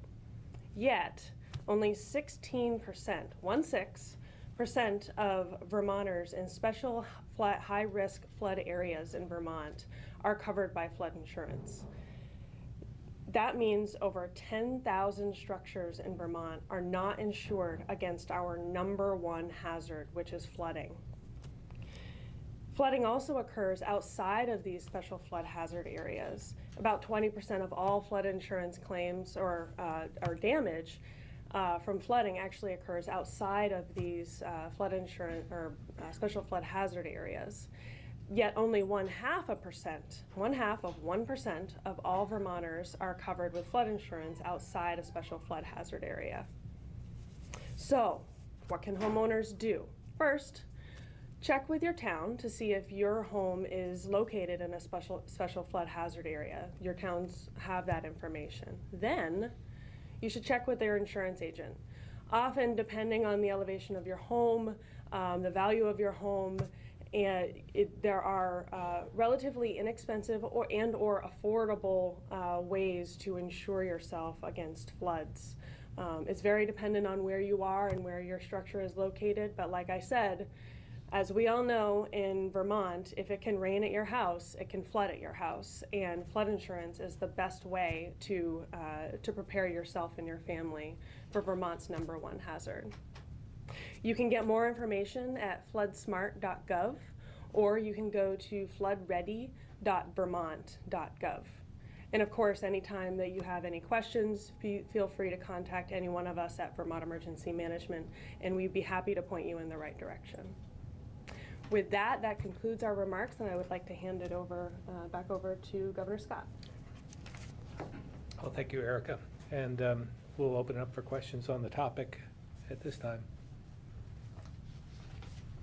Do you think this has become more important with climate change, that we're just getting more and more storms that are more violent, and this is going to be a continuing, if not growing, problem in the future? I do believe that's going to be the case. I mean, these weather patterns we're seeing throughout the winter as well. We see extreme temperature changes, shifts, and then we see snow, then we see rain, which can lead to ice jams and so forth, which can lead to flooding. So I think a lot of what we're seeing today in terms of weather is due to climate change. So we need to better prepare become more resilient in a lot of respects.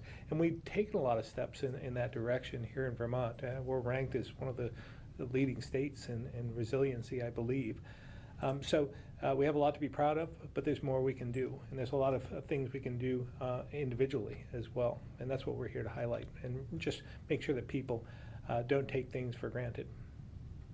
Since Irene, we obviously haven't seen anything as dramatic. Is like a singular instance, but is the state been tracking claims that have been made for damage, or has some way of tracking, I guess, the flooding damage that we've seen since then, and how it's changed over time? Or Yeah, Yeah, I'd be happy to sure. speak to that. So since Irene, or actually since 2011, the state of Vermont has experienced 11 declared major disasters. And that is over $250 million in public infrastructure damage, which includes the damage from Irene. Irene, we had about $23 to $24 million that was issued to homeowners. And since Irene, through the Hazard Mitigation Grant Program and various other mitigation grants, we've actually spent about $53 million in mitigating future disasters, which is a huge success for Vermont.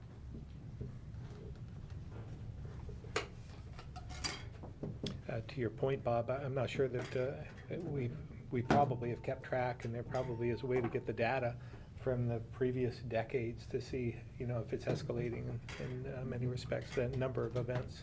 It'd be interesting to see.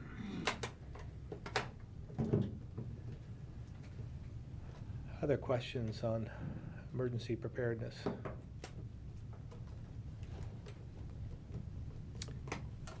Be happy to answer any other questions you might have. Governor Scott, initially you were supposed to head to the arrival of the F-35s. Why did that change? Well, I don't know if it's changed, and we weren't sure exactly when it was going to be. We put my schedule together long in advance of that, and when we can't get a specific date, then I'm not able to attend. I have to make choices. But there are more aircraft to arrive. This is only 2 of the number of F-35s that are coming. We'll have other events when all the aircraft arrive in Vermont. Looking forward to it. I've been a staunch supporter of the F-35 and continue to be. It's a big day for the Air National Guard. In light of the allegations that came forward last year with the misconduct and all that, I mean, sort of how far have we come in the dialogue and public discussion about, the Air National Guard and relating to the F-35 too? Well, I think in terms of transparency, we've come a long ways. We have a long ways to go, but I think the policies that have been put into place, the way we've tried to handle this and learning from mistakes of the past are something that we can always improve on. But I value the Vermont National Guard, the Green Mountain Boys, and the all that they offer and bring to Vermont has been something that's been essential to our economy, as well as the defense of our country. You said you were a big supporter of the F-35. Is that why? Is it an economic consideration? It's all the above from my standpoint. Again, I'm very proud of our history in terms of defense and what we can do as a state, and as we've evolved as a National Guard, we've taken steps in trying to protect our national security. So I'm proud from that standpoint, but also from an economic standpoint, it means a lot to Vermont. The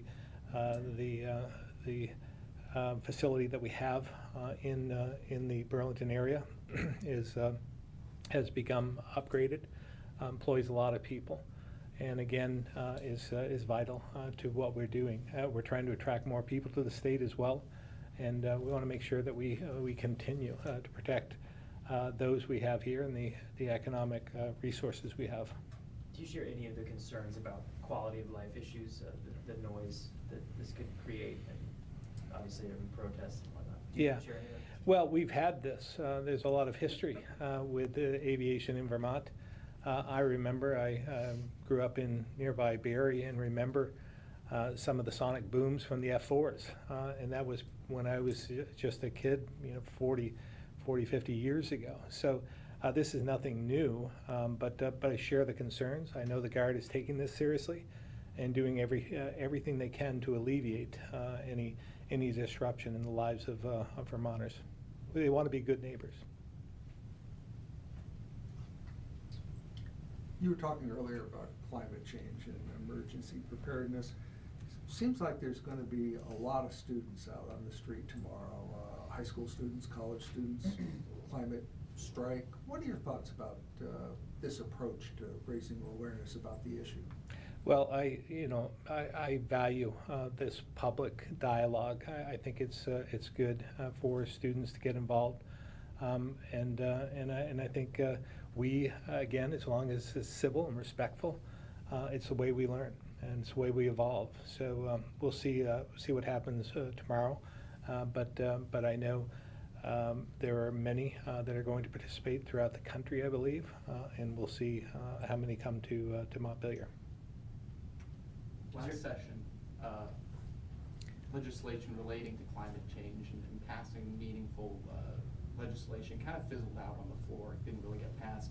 What can your office do, and are you looking at anything going into the upcoming session as well? Well, I think we've taken a lot of steps over the years. First of all, we have a goal in this state of 90% renewables by 2050. I believe that is doable, and we're taking steps in order to achieve that. We've also, as we migrate towards electric vehicles, I think that's part of the answer. I believe a large percentage of carbon emissions are transportation related. So the sooner we can get to electric vehicles, the better off we're going to be, and the better off we're going to be in terms of attaining our 90% renewable goal by 2050. And I believe we can do that. We've put together an infrastructure, a charging infrastructure that we're going to be able to put in place along our I-89 and I-91 corridors, and that's something that we passed last year, and utilizing some of the money from the Volkswagen settlement. So we're taking steps in this area, as well as trying to walk the talk, so to speak, and we're taking some steps to put some more electric vehicles in the state fleet as well. Do you think our statutory emissions reduction requirements are at all realistic? Do you think there's any way that we're going to be able to meet those? Well, again, I think what we're going to see, it's not linear. It's not going to be a steady transition from start to finish. I believe it's going to go because technology changes and advances, and the more we acclimate ourselves to electric vehicles, so to speak, we're going to see a ramp up at that point. So that's what I'm looking forward to. And it takes a while to change people's viewpoints. And again, we're seeing this right before our eyes, how quickly I believe that we'll get to electric vehicles very quick once we, better battery storage, and that's being engineered as we speak. All-wheel vehicles, and electric vehicles. And again, we're just seeing so much advancement and acceptance in that area. So I believe we'll see it, in the next decade, huge swing. Are there any climate change policies or proposals that you plan on pushing for in January? We haven't put our packages all together at this point, but we'll see where we can make some gains. Anywhere you think we should generally be going, whether it's more investments in EVs? Yeah, we have a long ways to go in terms of EVs. We have a long ways to go in terms of charging infrastructure. We've taken some steps, but we need to do more and get behind that and focus on areas. I don't want us to take off on another initiative where we haven't completed the one right before us. What are there, about 5,000 EVs now in the state, and the goal is to hit 50,000? Yeah, I'm not sure that, I don't even know if there's 5,000, there may be is that fewer. a realistic goal? I believe so. Again, if you look at the number maybe in the last year or two and start to see the uptick. And again, when you see, I've used this example before, when you see companies like Harley-Davidson, for instance, come out with a line of electric motorcycles, you know things are changing, right? You see Ford going to come forward with an F-150 that's going to be electric. And when you start to see pickups and other types of vehicles using electric propulsion, then you're going to see an acceptance and a ramp up. And so Lamborghini came out with one. Bugatti has one too. I mean, it's just amazing what's happening right now in the electric world. It really is exciting in a lot of respects. Is there a protocol for state employees when it comes to these protests tomorrow? Are they allowed to participate if they so choose? I haven't heard of anyone asking at this point in time. What they do on their personal time, if they want to take the time off to do so, it would be just like any other event. But I haven't heard of a widespread case where people want to, but maybe there is. Have you heard of anybody? No, I was just wondering if there's any policy for state employees. I think the governor nailed it. It's basically personal time. Individuals Yeah. want to take personal time to testify in their personal capacity at the legislature or take part in a demonstration. That's between them and their supervisors, but it's an available option. We don't discourage that at all. You know, with all the health concerns about vaping and e-cigarettes, I know the legislature addressed that by raising the age and taxing it, but do you think Vermont should follow the lead of some other cities and perhaps states and just ban these things? We'll see where the federal government goes. I mean, the president made some statements. We'll see if he follows through on those statements. And it would be better if we did it nationally rather than individually, but I believe in states' rights, and I think that if the feds don't take action, that you see more and more states, and Vermont might be one of them, that might take some steps in trying to curtail this, because it is, as I highlighted in my State of the State and budget address, we see the number of kids, and it's really something that we need to pay attention to, that are becoming more addicted to vaping. Would you like to see the federal government do it? Yes, yeah, I would like to see the federal government follow through on something that we know is going to be, is becoming an epidemic. Vermont State College's trustees announced yesterday that they want to keep the Linden campus open. Is that something that you're going to support? We'll see what they come forward with, the state colleges. I know that our colleges and universities are under enormous stress. Most of that due to enrollment, or the downturn in enrollment. Our state colleges suffer from the demographics that we have in the state. I've talked about this a lot. 30,000 fewer kids in our schools than 20 years ago.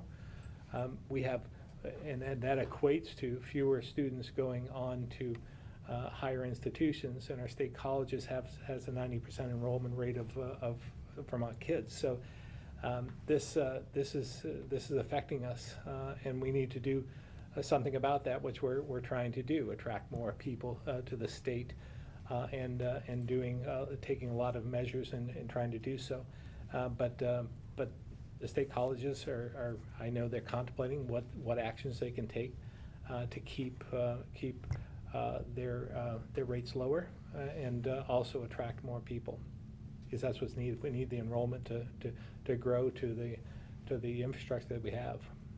Speaking of demographics as well, there's a group of senators that are traveling across the state right now, sort of hearing from people about affordable housing, looking into potentially another bond like we saw last session. I guess what are your thoughts in terms of growing affordable housing to accommodate for these demographics that we want? Well, first of all, I think it's really healthy that the legislators get out to this throughout the state to see in real time what's happening. We do this with our capital for a day, where we take the entire cabinet and go out and visit a different county. And we've heard a lot about this. In fact, when I did when I was Lieutenant Governor, I went out on a Vermont Everyday Jobs tour, and that's where I learned about the need for housing, safe, efficient, and affordable housing. And that's what we desperately need for the workforce and others. So that's why we passed the $37 million housing bond, worked with the legislature to do so. We know we have other steps to take, but we haven't seen all the effects of the $37 million at this point. There's still many that haven't broken ground, but we're working towards that. But we need to look further. We have a couple of things in mind in terms of renovating existing stock. I talked about this last year. I'm hopeful that we can do something. Many communities have dilapidated housing stock that need to be renovated, and there may need to be some tax credits or something to incentivize that. So we're looking at trying to. We have the same goal, and we'll do whatever we can. The problem is in just using another bond is that we can't. It's not an infinite amount of money that we can borrow. We have our rating was downgraded this past year. It's a concern, and we have limits. We have a debt affordability committee that takes a look at that to make sure that we don't borrow more than we should, and we're at the cap. So we have to consider a lot before we move forward with this. But the bottom line is we share the goal of more affordable housing for Vermonters. Thank you very much for coming in. Appreciate it. Thank you all. Thank you.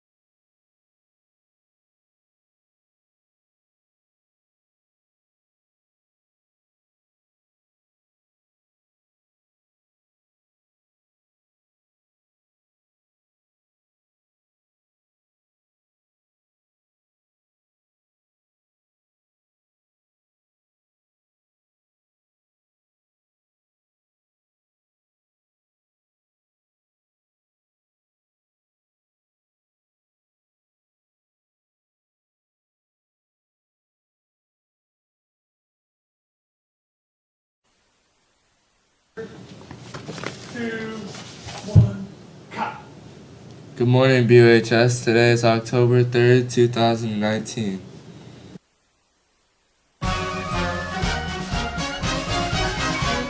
Good morning, USA. I got a feeling that it's gonna be a wonderful day. The sun in the sky has a smile on his face, and he's shining a salute to the American race. Oh boy, it's swell to say, good morning, USA.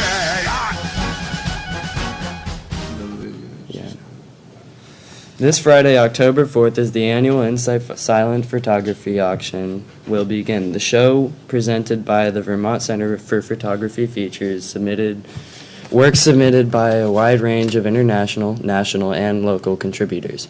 The subject matter, mediums, and sizes vary widely, as does the price range. Bidding does open until the 27th and now. Over to weather with Ernie. Tomorrow is Friday. and it will be rainy with a high of 53 and a low of 34. Saturday, it will be partially sunny with a high of 54 and a low of 32.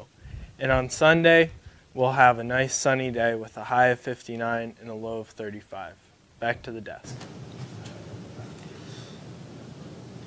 The Harvest Festival is The Harvest Festival is happening right now. It started on September 21st and is ending October 13th.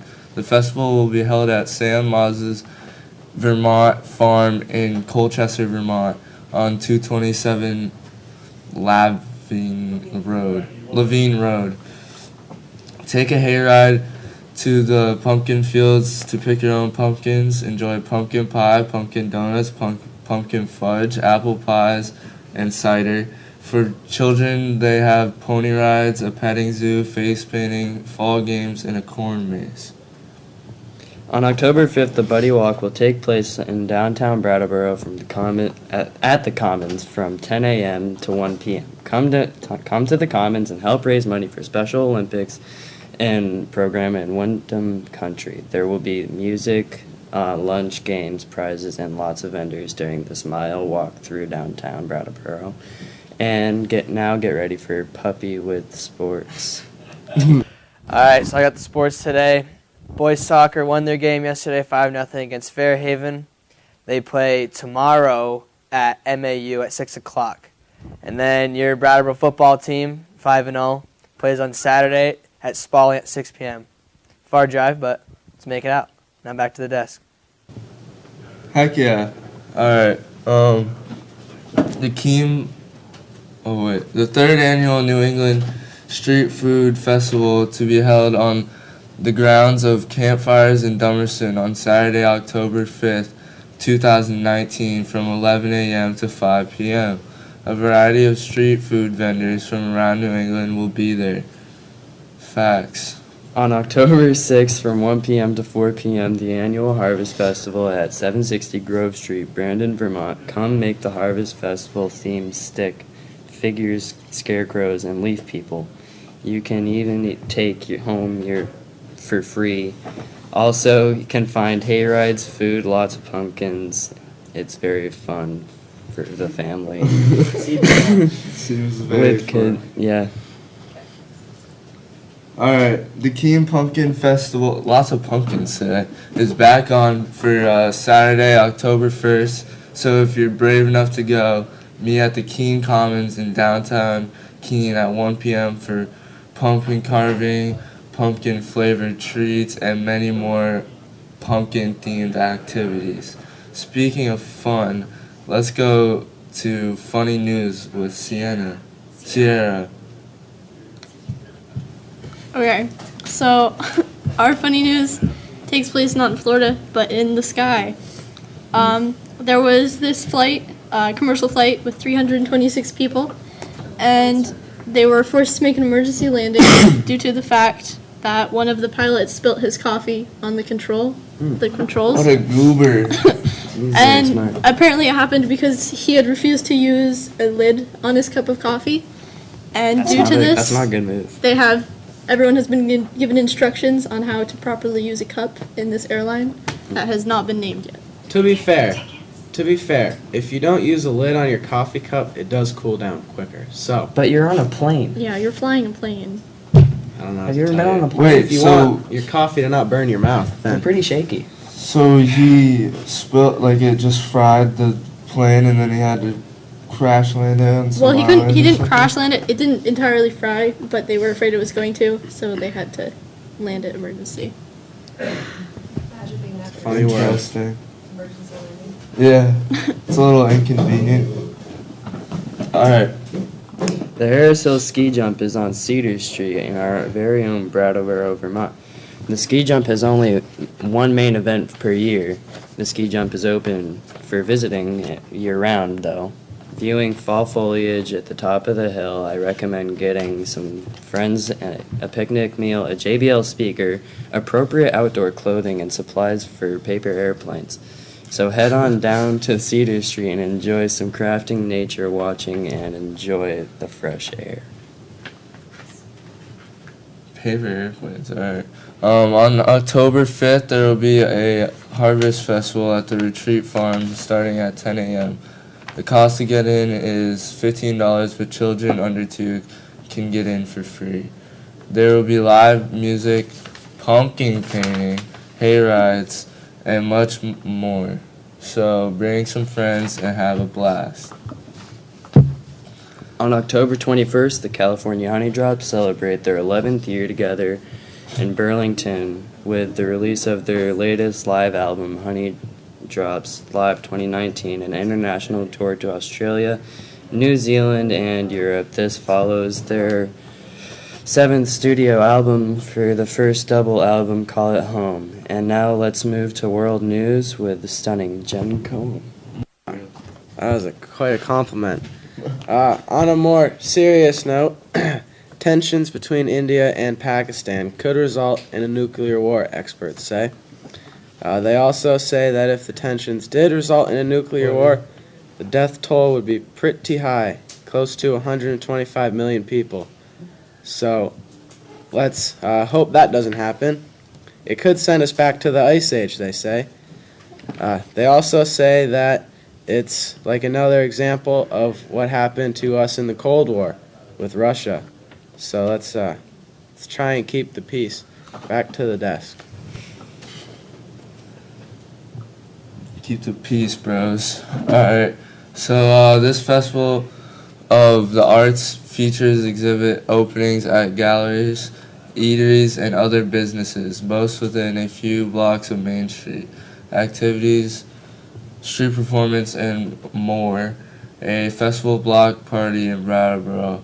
This will be starting at 5:30 on Friday, October 4th. 12 students from Leipzig, Germany will attend BUHS from October 7th to October 22nd, 2019 as a part of BUHS Broad Exchange program. The exchange students will live with BUHS area homestay families, attend classes, and participate in fall activities. Please join us in welcoming them to our school. And that's about all we have for today, folks. Now we're going to end it with a special painting video from the boys.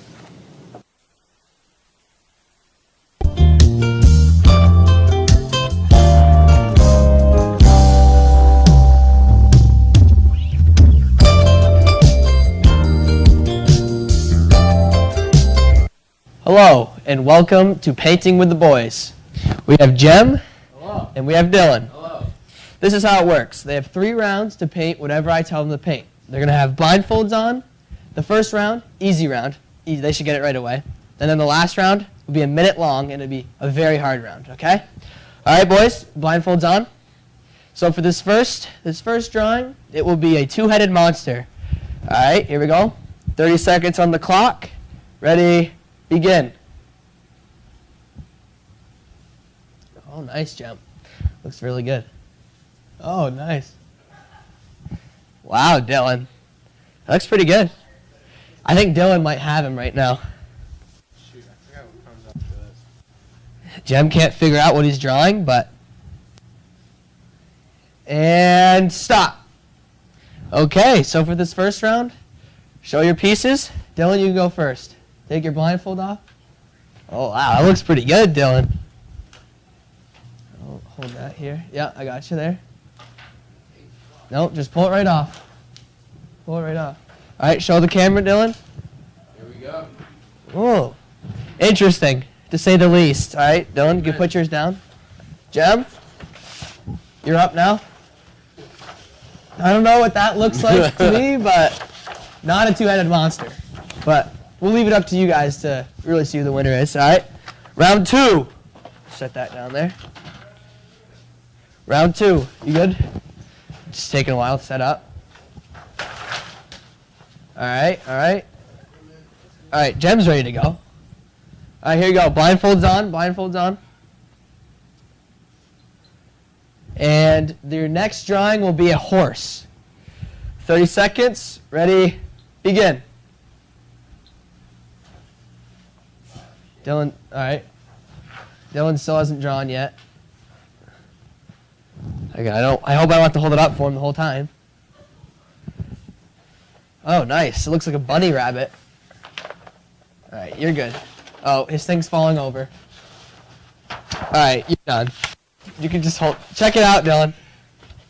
Oh, We'll do it. Oh, there you go. that's pretty good. That was pretty good. Wow, Gem. Holy cow. And stop. All right. This time, we're going to go Gem first. Gem, show us what you got. That looks like a horse to me, if I've ever seen one. All right. Dylan, you kind of drew yours, but your piece of paper was falling off the whole time. I'm not sure what that is, honestly. It could be any better, honestly. Sure, we'll go with that. All right? Okay. Third and final round, the hard round. Here we go. You're fine. All right, here we go. Blindfolds on. Now you have to draw self-portraits of each other. All right? Here, I'll take a piece of tape. Thank you. Tape that thing right on. Perfect. All right. Minute on the clock, and begin.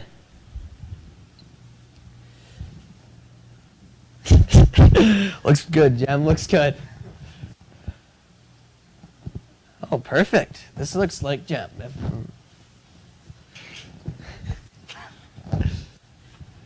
Wow.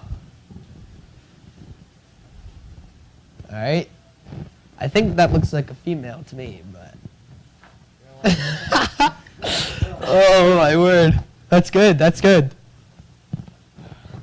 What are you drawing? I'm working on the hands right Oh, yeah. Those hands are in his head, but that's all right.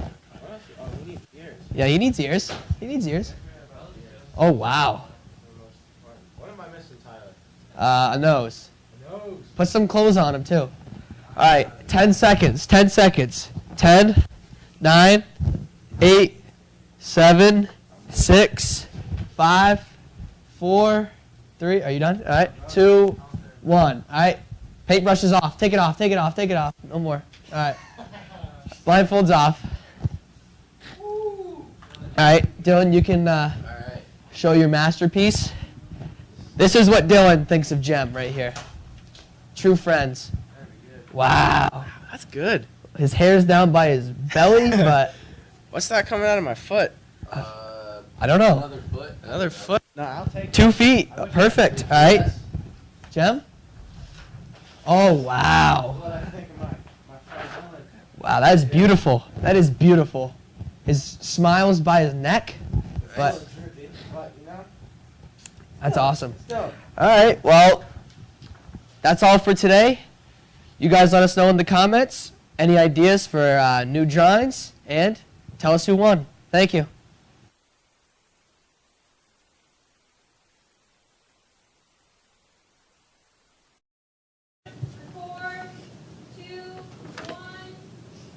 Good morning, BUHS. Today is September 30th.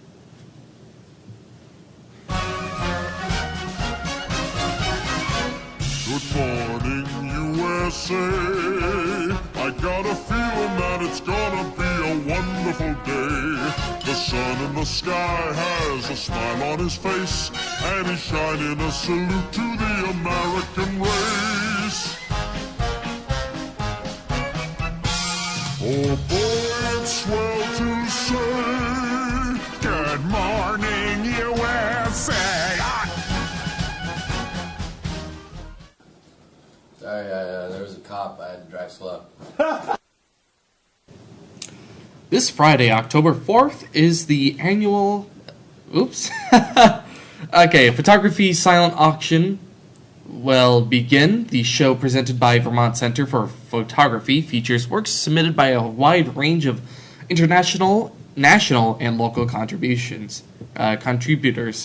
The subject matter, mediums, and sizes vary widely, so does the price range. Bidding is open until the 27th. The Harvest Festival is happening right now. It has started on September 21st and is ending on October 13th. The festival will be held at Sam Motz's Vermont Farm in Colchester, Vermont, on 277 Levine Road.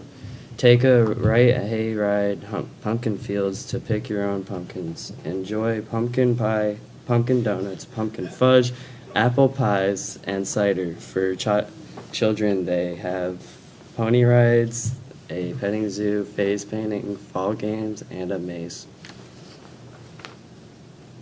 Let's take a look at what the climate will. Oh, let's take a look at weather with Ernie. All right, so today is Monday, and we have a high of 67 and a low of 50.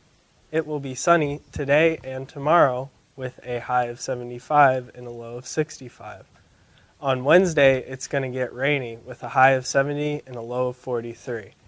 On Thursday, it will be raining as well with a high of 50 and a low of 47. And on Friday, it will be rainy with a high of 55 and a low of 35. Back to the desk. On to October 5th, the Buddy Walk will take place downtown at Brattleboro at the Commons from 10 a.m. to 1 p.m. Come to the Commons to help raise money for the Special Olympic program in Whitman County. There will be live music, lunch, games, prizes, and lots of vendors during the 1 mile walk through downtown Brattleboro. The third annual New England Street Food Festival to be held on grounds of Campfires in Dummerston on Saturday, October 5th, 2019, 11 a.m. through 5 p.m. A variety of street vendors from New England will be there. Now we're going to kick off our sports segment with Tyler. I'm Tyler with the sports today. There are lots of victories for the Colonels this weekend. The football team won 56-0 against Mount Abe, and we're now 5-0. Next week, we travel to Spalding for a Saturday game at 6 p.m. The boys soccer team and the field hockey team won their games on Saturday. The boys soccer team won 3-1 against Division III Green Mountain, and the field hockey team won 4-1 against Fairhaven. Games this week include the field hockey playing Woodstock at 6 p.m. on Wednesday on Tenney Field, and the boys soccer play also on Wednesday, but at Fairhaven, and they also play on Friday at MAU. The girls soccer team plays at MAU on Thursday. And now back to the desk. On October 6th from 1 p.m. to 4 p.m. is the annual Harvest Festival at 760 Grove Street in Brandon, Vermont. Come make harvest-themed stick figures, scarecrows, and leaf people. You can even take one home for free. Also, you can find hay rides, food, and lots of pumpkins. It is all family fun with kids and adult activities. Go for free, but other activities cost money. The Keene Pumpkin Festival is back on Saturday, October 1st, so if you're brave enough to go, meet the Keene Commons in downtown. Keene 1 p.m. for pumpkin carving, pumpkin-flavored treats, and many more fun activities. Time for a worldly man with our world news. Jen, go on. Hello, BUHS. A drought in Europe exposed a long-submerged Spanish Stonehenge recently. This circle of rocks can be dated back to around 7,000 years ago. The stones have been found in a man-made lake in Spain thanks to multiple droughts, and the water level has just gone way down. So that's pretty cool. There are more than 100 largest rocks. They're not as big as like the rocks in the Stonehenge in England, but they stand straight up like those ones. So how they got there, nobody knows. Back to the desk. 7,000 years ago. Quite a while. Yeah. The Harris Hill ski jump on Cedar Street is happening. The ski jump. The ski jump unfortunately only has one main event per year, and that's not until sometime in 2020. However, the ski jump is open for visiting year-round, and viewing fall foliage from the top of a hill is a wonderful way to kill some time on a weekend. I recommend getting some friends, a picnic, a GBL JBL speaker, and appropriate outdoor clothing and supplies for paper airplanes. You can experience the changing foliage from up above while seeing who can get their paper airplane to fly the farthest. So head down to Cedar Street to enjoy some time crafting, nature watching, and enjoying the fresh air and quiet. On October 5th, there will be a harvest festival at the Retreat Farm starting at 10 a.m. The cost to get in is $15, but children under 2 can get in for free. There will be live music, pumpkin planting, hay rides, and much, much more. So bring some friends and have a blast. Now for a special dude with an especially chosen special. Hello, it's Brandon. I'm here with a special. As Tyler said earlier, we had many great games this homecoming weekend, but I'm sure you guys who did not see would love to know who the royalty was. It was Ernie Brunton and our very own Tyler Milrick. That's right. Good job, buddy. Thank you. Thank All you. right. I don't Now know if for I'm the king or special. queen, though. You're probably queen. Okay. So, time for the special. We're going to do questions with the quarterback. All right, I'm going to ask you questions. You got to answer them very, very honestly. The honest will be true. All right. Who on the team is the strongest? This is an easy question to answer here. Elijah Isham. He absolutely can bench the most and squat the most. That's fair. You can bench a lot, but you can't squat to save your life. That's fair. Who would you say is the most handsome? Oh, this is also an easy one. You guys saw him earlier? Jem Cohen. He's just so gorgeous. He is cute. All right. Who do you think would most likely play in college? Probably myself. Attaboy. I could just agree with that one. I don't know. Not many people on the team are really trying to play football outside of high school, so. Yeah, you gotta want for that. All right.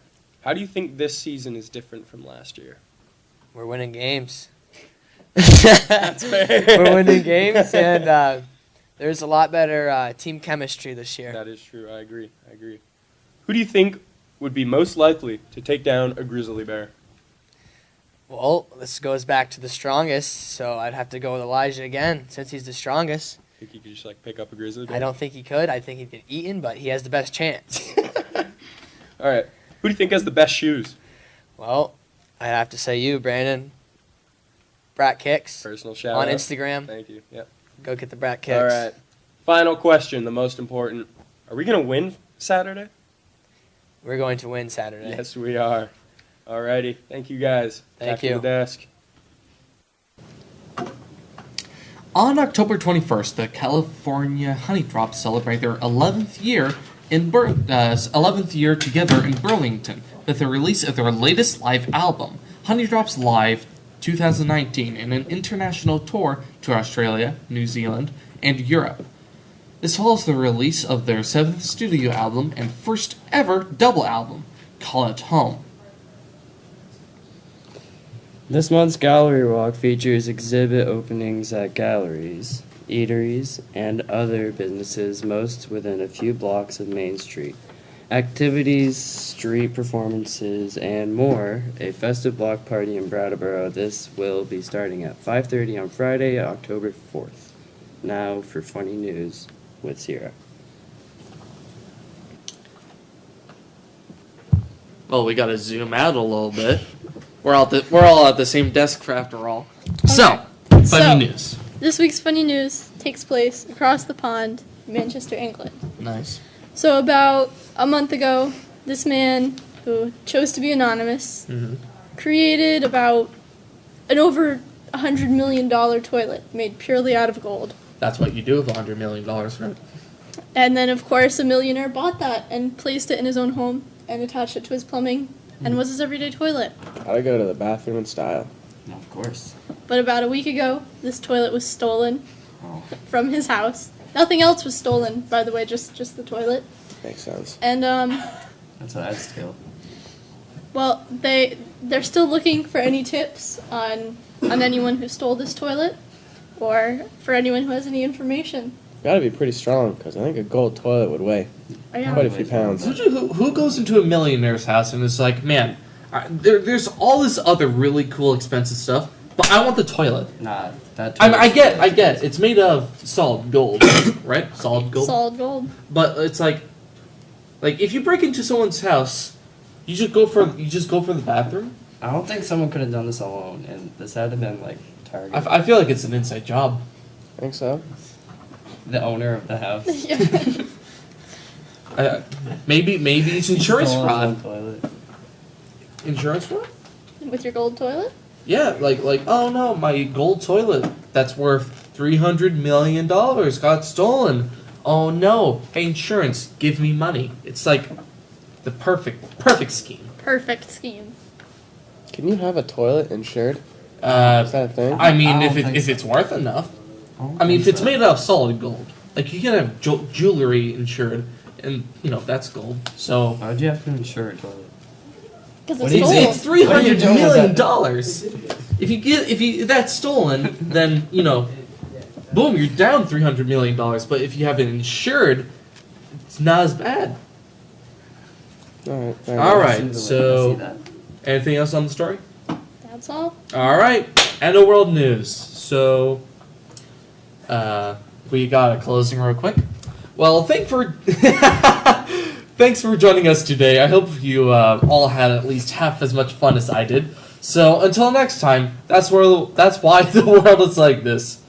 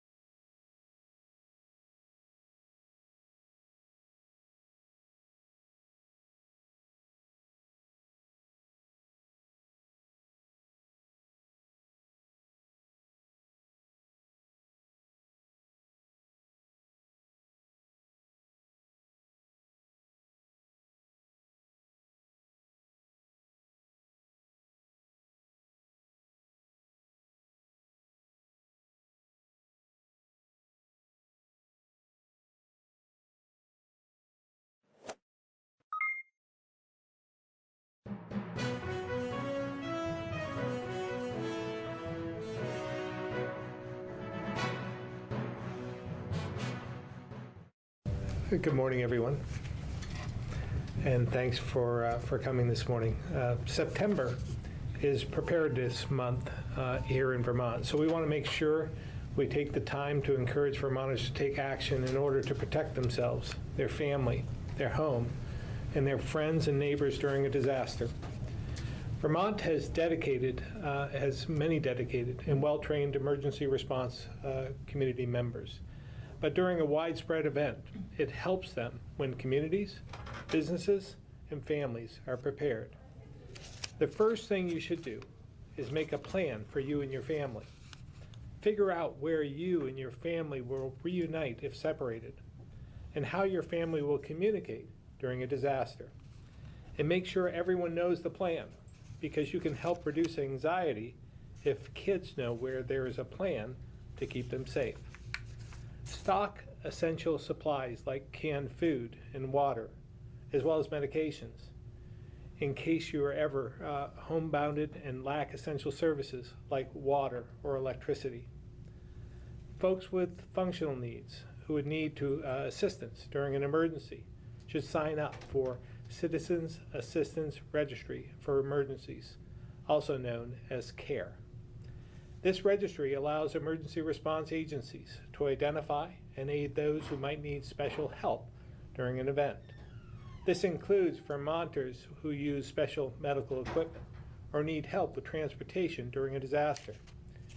You can let local responders know of your situation right now by registering for the CARE program at e911.vermont.gov/care.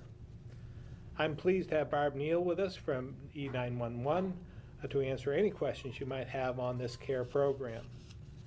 We also know the more informed you are about an emergency, the more prepared you are.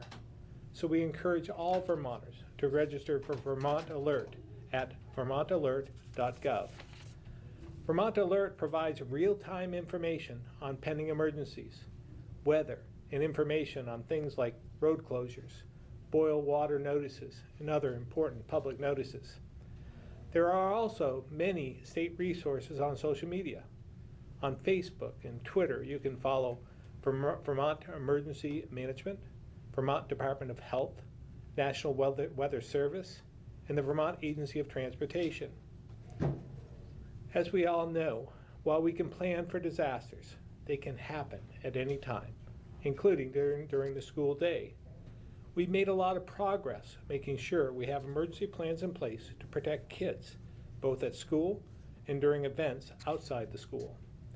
Heather Boucher, Deputy Secretary of the Vermont Agency of Education, will share more on that at this time. Thanks, Heather. Thank you, Governor. I'd first like to thank Governor Scott and my colleagues at the Department of Public Safety for highlighting September as Preparedness Month. As we all know, there are few things more important than ensuring Vermonters can safely live, work, play, and learn across our wonderful state. I'd like to speak today about the importance of strong emergency plans in our schools and education facilities. Specifically, we all need to make sure we're creating, updating, and exercising strong emergency plans in these settings. School districts and education systems face many complex security risks today. From severe weather to interpersonal threats, there are many challenges schools must be able to tackle to keep our youngest Vermonters safe. It is critical that our schools and our pre-K facilities have strong, well-developed, and regularly updated emergency plans. It is also critical that all staff are familiar with plans, understand the various scenarios or possible events that could occur, and are ready to take action to protect their students and their colleagues. At the state of Vermont, and specifically at the Agency of Education, we recognize the importance and complexity of these local responsibilities. We're collaborating with our colleagues at the Department of Public Safety to work with school districts, helping them design and update these emergency plans. This summer, we engaged in an outreach process to school districts and independent schools to assess their needs and challenges. Our agencies, in collaboration with contracted vendor Margolis Healy of South Burlington, analyzed and identified several areas where we can help schools. Our next step is to offer a series of 2-day planning workshops around the state, where designated school emergency contact personnel in high-need districts see plans to both national best practices and federal school safety recommendations. In the final phase of the project, we will be offering 60 shorter training sessions paired with voluntary emergency response exercises open to all schools. Again, to all entities across our cradle-to-career education system, making sure you have solid, up-to-date emergency plans is critical to ensuring our state facilities can best respond to emergencies. We're urging all school districts and education systems to develop a plan now, if they have not yet done so, review existing plans and make sure they are up-to-date and based on best practice, and ensure that all staff members are familiar with your plan and what to do in various situations. We're also committed to providing resources and assistance to schools that need it to help make sure all Vermont learners are safe in any emergency. Another great concern for Vermonters is the impact of disasters on their property. The best defense against costly losses is flood insurance, and now Vermont Emergency Management Director Erica Bornman will speak to that. Thank you. Thank you, and thank you, Governor. Thank you, Deputy Commissioner. Thank you to Commissioner Sherling. As we highlight Preparedness Month at the Division of Emergency Management, it's truly our holiday month of the year, as our day-to-day responsibility is to ensure that all Vermonters are prepared for what disasters might bring us. So I want to highlight a really important topic today. When we experienced a catastrophic disaster like we did in 2011 with Tropical Storm Irene, there are programs through FEMA that can aid homeowners in recovering from damage to their homes, but those programs are capped at $33,000 per home, and really the average program grant is about $8,000 per homeowner. Now, that is not going to make you whole. The only thing that can do that is flood insurance. Bear in mind, 1 inch of water in your home can cause as much as $25,000 in damage. So again, flood insurance is really your best method for ensuring that you don't have to rely upon your own resources to recover from a disaster. Yet, only 16%, 1/6% of Vermonters in special high-risk flood areas in Vermont are covered by flood insurance. That means over 10,000 structures in Vermont are not insured against our #1 hazard, which is flooding. Flooding also occurs outside of these special flood hazard areas. About 20% of all flood insurance claims or damage from flooding actually occurs outside of these flood insurance or special flood hazard areas. Yet only 1/2% of all Vermonters are covered with flood insurance outside a special flood hazard area. So, what can homeowners do? First, check with your town to see if your home is located in a special flood hazard area. Your towns have that information. Then, you should check with their insurance agent. Often, depending on the elevation of your home, the value of your home, and there are relatively inexpensive or affordable ways to insure yourself against floods. It's very dependent on where you are and where your structure is located, but like I said, as we all know in Vermont, if it can rain at your house, it can flood at your house, and flood insurance is the best way to prepare yourself and your family for Vermont's #1 hazard. You can get more information at floodsmart.gov, or you can go to floodready.vermont.gov. And of course, anytime that you have any questions, feel free to contact any one of us at Vermont Emergency Management, and we'd be happy to point you in the right direction. With that, that concludes our remarks, and I would like to hand it back over to Governor Scott. Well, thank you, Erica. And we'll open it up for questions on the topic at this time.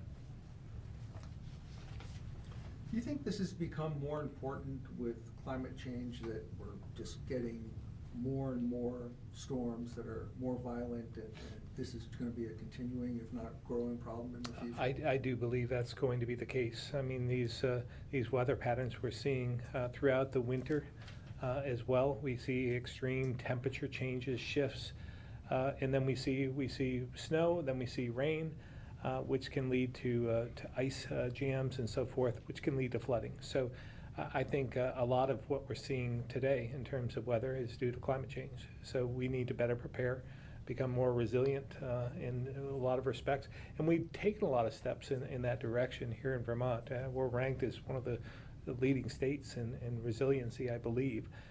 So we have a lot to be proud of, but there's more we can do. And there's a lot of things we can do individually as well. And that's what we're here to highlight, and just make sure that people don't take things for granted. Since Irene, we obviously haven't seen anything as dramatic. Is like a singular instance, but is the state been tracking claims that have been made for damage or has some way of tracking, I guess, the flooding damage that we've seen since then, how it's changed over time? Or Yeah, Yeah, I'd be happy to sure. speak to that. So since Irene, or actually since 2011, the state of Vermont has experienced 11 declared major disasters. And that is over $250 million in public infrastructure damage, which includes the damage from Irene. Irene, we had about $23 to $24 million that was issued to homeowners. And since Irene, through the Hazard Mitigation Grant Program and various other mitigation grants, we've actually spent about $53 million in mitigating future disasters, which is a huge success for Vermont.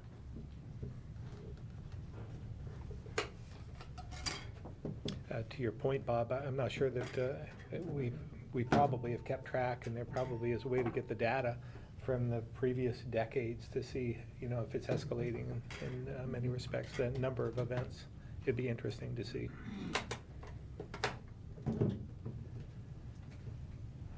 Other questions on emergency preparedness?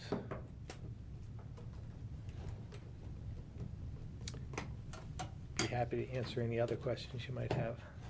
Governor Scott, initially you were supposed to head to the arrival of the F-35s. Why did that change?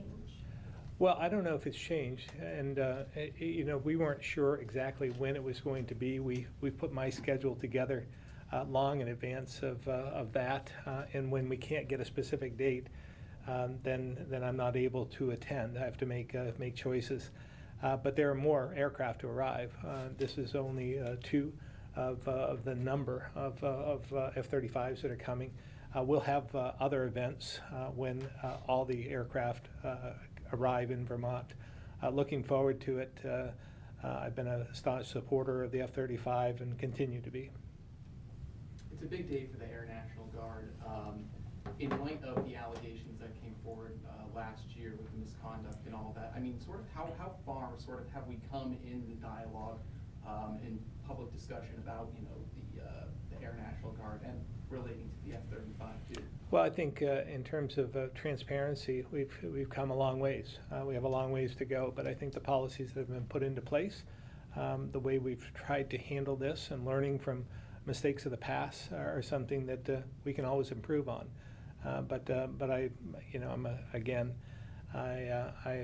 value the Vermont National Guard, the Green Mountain Boys, and the all that they offer and bring to Vermont has been something that's been essential to our economy as well as the defense of our country.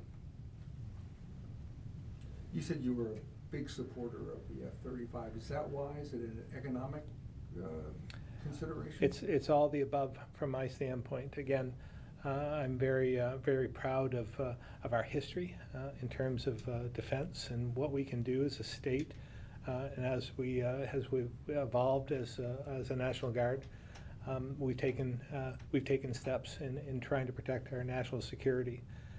So I'm proud from that standpoint, but also from an economic standpoint, it means a lot to Vermont. The facility that we have in the Burlington area has become upgraded, employs a lot of people, and again is vital to what we're doing. We're trying to attract more people to the state as well, and we want to make sure that we continue to protect those we have here and the economic resources we have. Do you share any of the concerns about quality of life issues, the noise that this could create, and obviously protests and whatnot? Do you Yeah. share any of that? Well, we've had this. There's a lot of history with aviation in Vermont.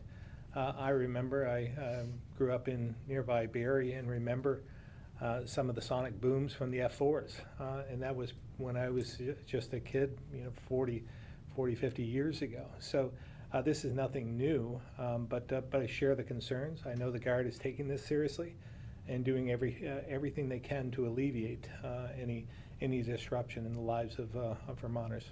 They want to be good neighbors. You were talking earlier about climate change and emergency preparedness.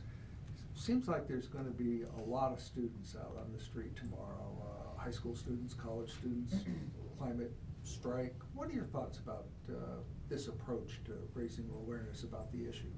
Well, I value this public dialogue. I think it's good for students to get involved, and I think we, again, as long as it's civil and respectful, it's the way we learn and it's the way we evolve. So we'll see what happens tomorrow, but I know there are many that are going to participate throughout the country, I believe, and we'll see how many come to Montpelier.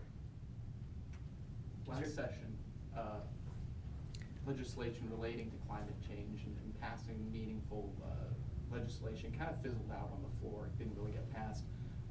What can your office do, and are you looking at anything going into the upcoming session as well? Well, I think we've taken a lot of steps over the years. First of all, we have a goal in the state of 90% renewables by 2050. I believe that is doable, and we're taking steps in order to achieve that. We've also, as we migrate towards electric vehicles, I think that's part of the answer. I believe a large percentage of carbon emissions are transportation related. So the sooner we can get to electric vehicles, the better off we're going to be, and the better off we're going to be in terms of attaining our 90% renewable goal by 2050. And I believe we can do that. We've put together an infrastructure, a charging infrastructure that we're going to be able to put in place along our I-89 and I-91 corridors, and that's something that we passed last year, and utilizing some of the money from the Volkswagen settlement. So we're taking steps in this area, as well as trying to walk the talk, so to speak, and we're taking some steps to put some more electric vehicles in the state fleet as well. Do you think our statutory emissions reduction requirements are at all realistic? Do you think there's any way that we're going to be able to meet those? Well, again, I think what we're going to see, it's not linear. It's not going to be a steady transition from start to finish. I believe it's going to go, because technology changes and advances, and the more we acclimate ourselves to electric vehicles, so to speak, we're going to see a ramp up at that point. So that's what I'm looking forward to. And it takes a while to change people's viewpoints. And again, we're seeing this right before our eyes, how quickly I believe that we'll get to electric vehicles very quick once we, better battery storage, and that's being engineered as we speak. All-wheel vehicles, and electric vehicles. And again, we're just seeing so much advancement and acceptance in that area. So I believe we'll see it, in the next decade, huge swing. Are there any climate change policies or proposals that you plan on pushing for in January?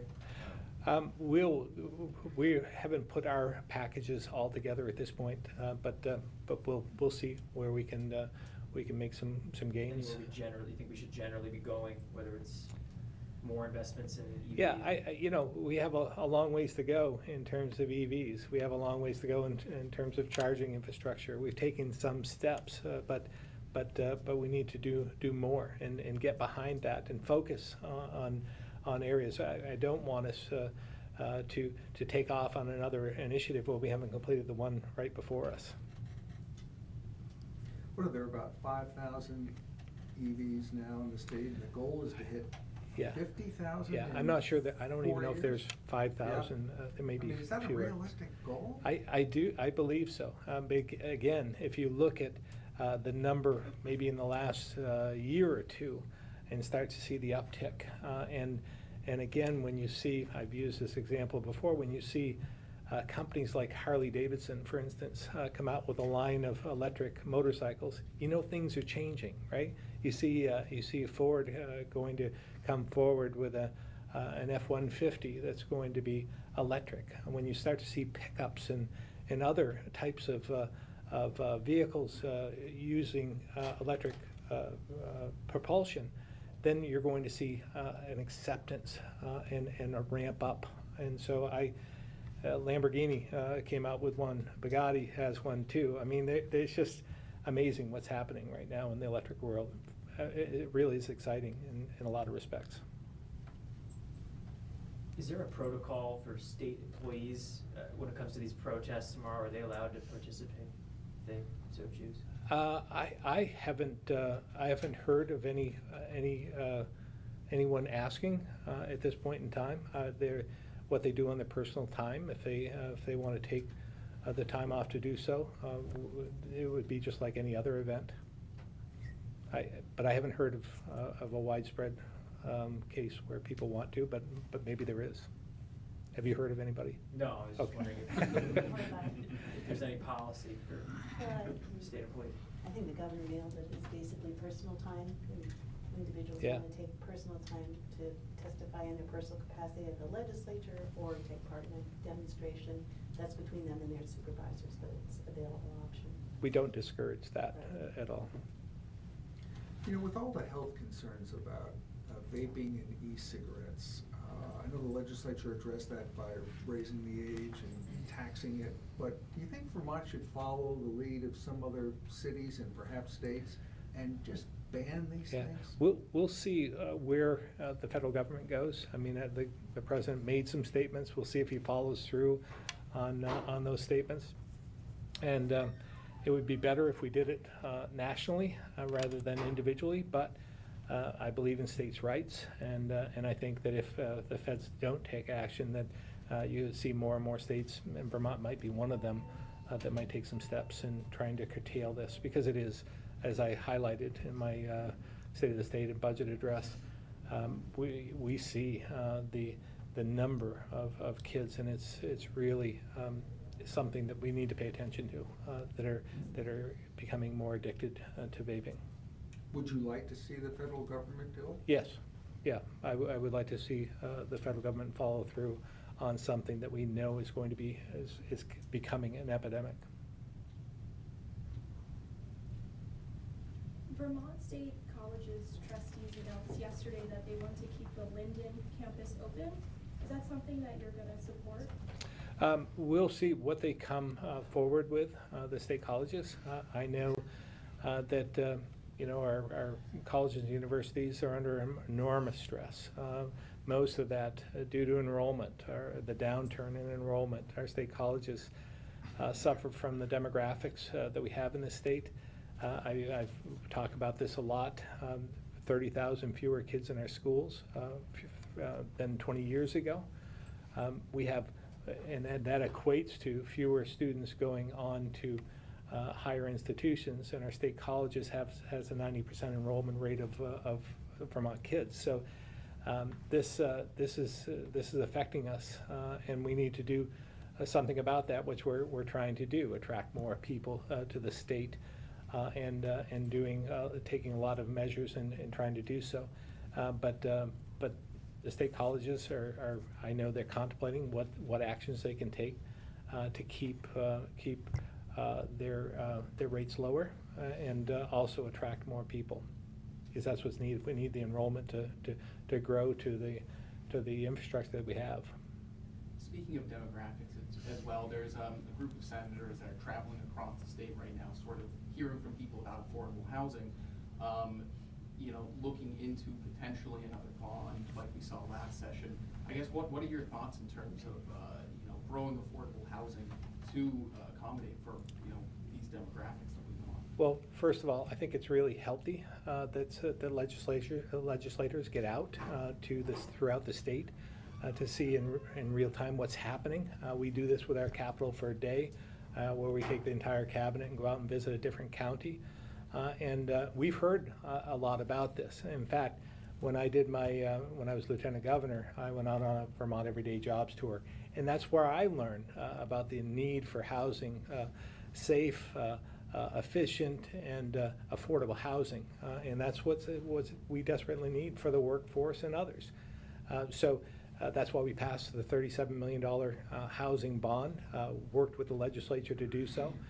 We know we have other steps to take. But we haven't seen all the effects of the 37 million at this point. There's still many that haven't broken ground, but we're working towards that. But we need to look further. We have a couple of things in mind in terms of renovating existing stock. I talked about this last year. I'm hopeful that we can do something. Many communities have dilapidated housing stock that need to be renovated, and there may need to be some tax credits or something to incentivize that. So we're looking at trying to. We have the same goal, and we'll do whatever we can. The problem is in just using another bond is that we can't. It's not an infinite amount of money that we can borrow. We have our rating was downgraded this past year. It's a concern. And we have limits. We have a debt affordability committee that takes a look at that to make sure that we don't borrow more than we should, and we're at the cap. So we have to consider a lot before we move forward with this. But the bottom line is we share the goal of more affordable housing for Vermonters. Thank you very much for coming in. Appreciate it. Thank you all. Thank you.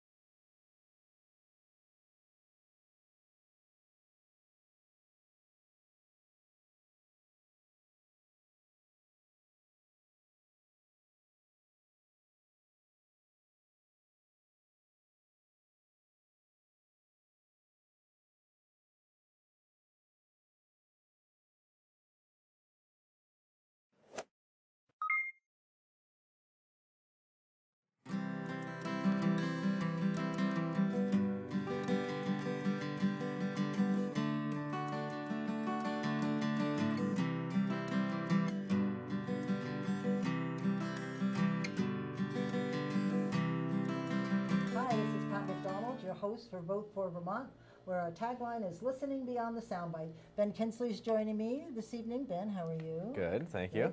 Can you give a little PR on, Ben is a sponsor of the show, and maybe give a little PR on your... Sure, yeah, I have I do advising work for public policy development, a little bit of lobbying in there as well, now and then.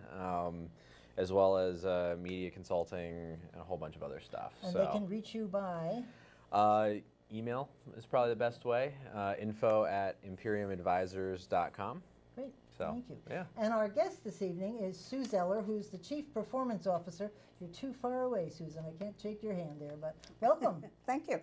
Susan's been on the show before. She, a big title, Chief Performance Officer. We had Jason Gibbs on a couple of weeks ago, and Jason's talked a lot about what you're doing, particularly about continuous improvement, and I thought we should have you back because you've been very busy. I have been, yeah. So I'll just jump right in. Jason was talking about continuous improvement, which sounds like a very good goal. Could you talk about what continuous improvement is? Continuous improvement is a sort of a catch-all phrase for a number of frameworks that have been developed over the years by many people smarter than me. They include lean, results-based accountability, Six Sigma, Baldrige. All of these processes share one thing. Their goal, regardless of which tool you use, is to improve performance, to make continuous improvement, to not just go, okay, 5 years, let's fix this thing that doesn't work, and then we go, okay, that's it. We don't have to look at that for another 10 years. There's always little things you can do, and hence the continuous improvement. Don't wait until it all piles up and it's really broken. Just continuously think how you can make things better. That's great. You mentioned Baldwin. Is that still around? Baldrige, yeah, Baldrige, it's all around, yeah. Really? Yeah, Interesting. everyth's still around. Because I think most of us have heard lean manufacturing. That was Six Sigma. Yeah, that was a lot of advertisements for companies and stuff that are into lean. It's gone through changes over the years. In the Wayback Machine, they used to call it quality circles. Sure. And Oh, my remember all God. that? So it's all basically the same thing. Its goal is to constantly improve things and to always be aware that there might be a better way to do something. I, for years, in my earlier years, would sit there and think, as I'm sure so many people do, why do we do it this way? Right. If I were the boss, I would change this. I would make it simpler. I would use different color paper. I mean, something as simple as that, so that the emergency work comes in on pink paper. Right, right. So it doesn't even have to be technology. It can be simple organizational Into the things. realms of common sense, perhaps? Oh, yeah. Well, hey, the heck. Well, what's interesting about all of these lean manufacturing and it's more about the process than it is about technology, right? And the technology is just fit the process. Yeah, one of the things that we preach constantly is don't hold a lean event. We call them events. They can be anything from a 2-hour brainstorming meeting to a 5-day, all-day event on process mapping. Don't come in with a preconceived notion that if you get a piece of software or a new computer system, it will fix everything. All it will do is you will just have a faster, inefficient process. Right. So, it's better to lean the process, as we say, so that it's an efficient process that you're automating. Right. And so things like, do you really need that extra step? Correct. Or if we did it this way, could we reduce redundancy? Or if we did this, could we reduce error, which also increases efficiency? So like the paper example, it's like, yeah, okay, it may say, this is a high importance. Someone could write an asterisk on the top or whatever. This is high importance. But to have the visual cue of, oh, that one is, a high priority one because it's on a different color paper, something that grabs your attention. And we do a lot with visual cues also. There's something called a Kanban board, which you put up literally a whiteboard or a bulletin board, and you post notes to it, things that every morning when someone comes in, they can look and know exactly what's high priority for the day. Right. Yeah, and that's especially important when you have multiple team members that need to touch a project or multiple teams that need to touch a project, because then you know exactly who was involved at what step. Most of these are digital now. It's not necessarily a physical whiteboard anymore, but it's some sort of digital representation of a whiteboard or a sticky note system of here's this person did this, and then moves on to the next Put piece the of dots the task. up on the floor. I Put always the like that. dots, yeah. Put the Yeah. dots. Here's Put the 5 Well, dots. you can kind of think about it like building a car, right? You start with a frame. Right. Someone's got to add the the body panels. Someone else is doing the engine. Someone else is doing the electrical work. Someone's got to put windows on it at some point. So the last person's putting the wheels on and rolling it off the assembly line. And you shouldn't be planning the who you're selling it to when it's first being assembled. Right. The goal should be to produce the car with as few errors as quality car, possible. right? Quality car, right? Right. Worry about that second half of the process after it's shipped. But one of the things we're doing here in Vermont that is fairly unique, lots of states, and we work with a lot of states in New England. We have a group of lean practitioners in the Northeast, and we're the only ones that are combining results-based accountability and lean within the same program. There are some states that are using RBA, results-based accountability, for certain things or a certain agency or division, and then they're also using lean, but they're not doing it together. And that's one of the key things that I think we've brought to this. And let me explain what the difference is. As Ben said, lean is about processes, okay? It's task-oriented. How can you reduce downtime, redundancies, duplication of effort? This is a good one for the state. 17 signatures on one thing, one request, things like that. You're shaking your head. At the most, any document should have 3 signatures on it. So those kinds of things.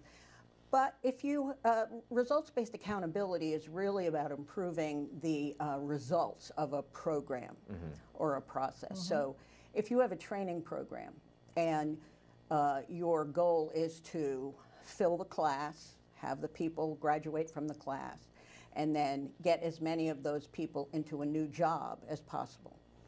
If you have a really bad registration system, you can fix that with lean. You can go through the registration system and figure out why you aren't filling your classes, and or if people are leaving before they finish, are you off the public transportation route? Is it somewhere people can't get to? So you can improve those things, but that will not improve the quality of the program. Right. The quality of the program has to be based on, do you have people that are certified to teach whatever you're teaching? And do you have a process in place to help these people get a job? And are you tracking that? So you can't lean your way to true better results, and you can't results-based accountability your way to an efficient process. So we've combined them both so that we touch both the outcome at the end. Are we graduating a sufficient percentage of people from our class? And of those people, how many are getting a job? That's the goal of the program. But you can still make process improvements within the program. And that's why lean is so perfect for manufacturing, because every step of the way you could analyze it and make improvements. Right. Well, and I think also when we're talking about services that are being provided, right? Because lean typically applies to manufacturing or something. But when we're talking about services, I think what's cool about this is the situation you're talking about is that, from a government standpoint, we want to make sure that our tax dollars are being spent well, right? And this hits both pieces of that, yes, right? It does. Because we want to make sure the program itself is actually doing what it's supposed to do, right? Which is the results-based accountability piece of it. Are we actually, for the X number of dollars we're spending on this training program, is it actually producing people that can take a job? Right. And is it actually giving them a better job than they would have had otherwise? That's correct. And that's the question that RBA answers, but the question that lean answers or addresses is that, are we doing this in an efficient way? Right. Is there are we using taxpayer dollars in an efficient way to deliver those services, even if the outcome of those services is still a net positive? Is there a way to increase that efficiency? And some people, when they hear results-based accountability or lean, they think that it's a code word for cut. And it's not. The first purpose of any of these, continuous improvement protocols is to improve the results, improve the outcome, build capacity in the program. You know, I can go ad nauseum about incidents in state government where, you know, historically we have had layoffs, or, you know, the legislature adds more responsibility to a particular department or program, and you get a backlog. And so the typical answer, the historic answer, was always, I need another person. Well, and more money. And more money, and another person. So, you know, the idea is, can you relieve the existing employees of the burden of inefficient processes? Right. You know, if they're doing duplicative work, or if, and it could be a system, it could be simply something as simple as creating a database in Excel to help them. Right. You know, or, I mean, we just had a very simple project where one of my folks went and worked with someone who has this massive Excel spreadsheet that they have to do every month. You know, took it from, you know, I don't know, you know, 12, 15 hours of work a month down to 2 hours, just by making the Excel spreadsheet, using some tools within Excel that the person who, the owner of the spreadsheet, didn't know how to do. So just helping maximize the effort. It doesn't necessarily, you know, mean cutting. It's not supposed to mean cutting. It's supposed to mean making things operate as best as you can. Susan, could we just, before we get into some of the other questions, could you talk about how this position, because it's a standalone position, how it came into existence, and what prompted it? How did it come to be? In 2014, the legislature, well, actually, back in the 90s, we'll go back there, Con Hogan brought RBA, results-based accountability, into the Agency of Human Services when he was secretary. RBA was developed by the Maryland chief budget officer for the state of Maryland, who just thought there has to be a better way to analyze what we do and how we spend our money, determine if we're spending taxpayers' money efficiently, but also are we getting the results that we want. So he came up with this methodology, and it was actually a lot of work on former Senator Snelling's part to sell this to the legislature, and the legislature adopted, they didn't name it RBA, but you know, you can read it. And so in answer to that, the Shumlin administration created this position of Chief Performance Officer. And I was, at the time, in my 8th year of being Deputy Commissioner of Finance, who was the one that always got these things to do. And so it's kind of natural that I would take that job. That almost could be the perfect job for this job, because in your work, you know everything about each agency. Right. So it was in direct response, or at least in preparation of the legislature passing this, and there were 2 reports a year required, and you know, trying to develop a system where we would report on programmatic performance measures. When the Scott administration was coming into, and when he'd won the election and was coming into transition, I let them know, because I knew many of them from the Douglas administration, and I let them know what I had been doing, and they were really excited about it. And if you go back and read the governor's economic proposal that he had done as part of the campaign, he highlights lean. And so I explained to them that it can't just be lean, it has to be RBA, because that's in statute. And so we need to construct something to do both, and not have 2 separate sets of, which that's typical too. You know, in state government, you have this set A, set B. And neither one talks to each other. Right, nobody talks to each other, and we use 427 different performance measures when you should be using the same measures. And so, you know, that's my mandate from the Scott administration, is to train the employees. I have some goals of getting 25% of all the employees trained by 2021, and to build a process by which lean projects can be vetted and help assist a department, and build a culture of continuous improvement. That's my biggest challenge. Right. That's always slow going. Cultural change is always the hardest. Cultural change is very hard. You must get resistance. You must get resistance. Oh, of course, of course.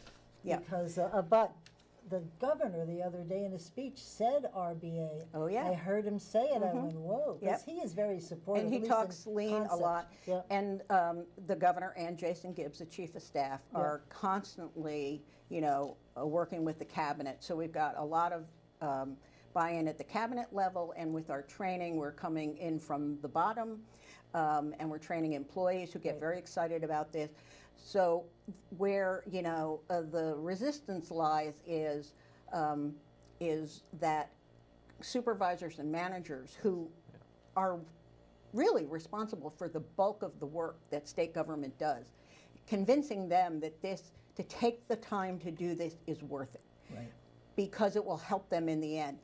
They're usually under-resourced, not enough money, not enough people, so the reaction is, I don't have time for this. And so, my job and my department's job is to convince them that you don't not have time for this. You have to make time for this, because the legislature no more, the appropriation committee, they don't want to hear I need more people and I need more money. They want to hear, well, if we give you more people and more money, what are you going to do with it?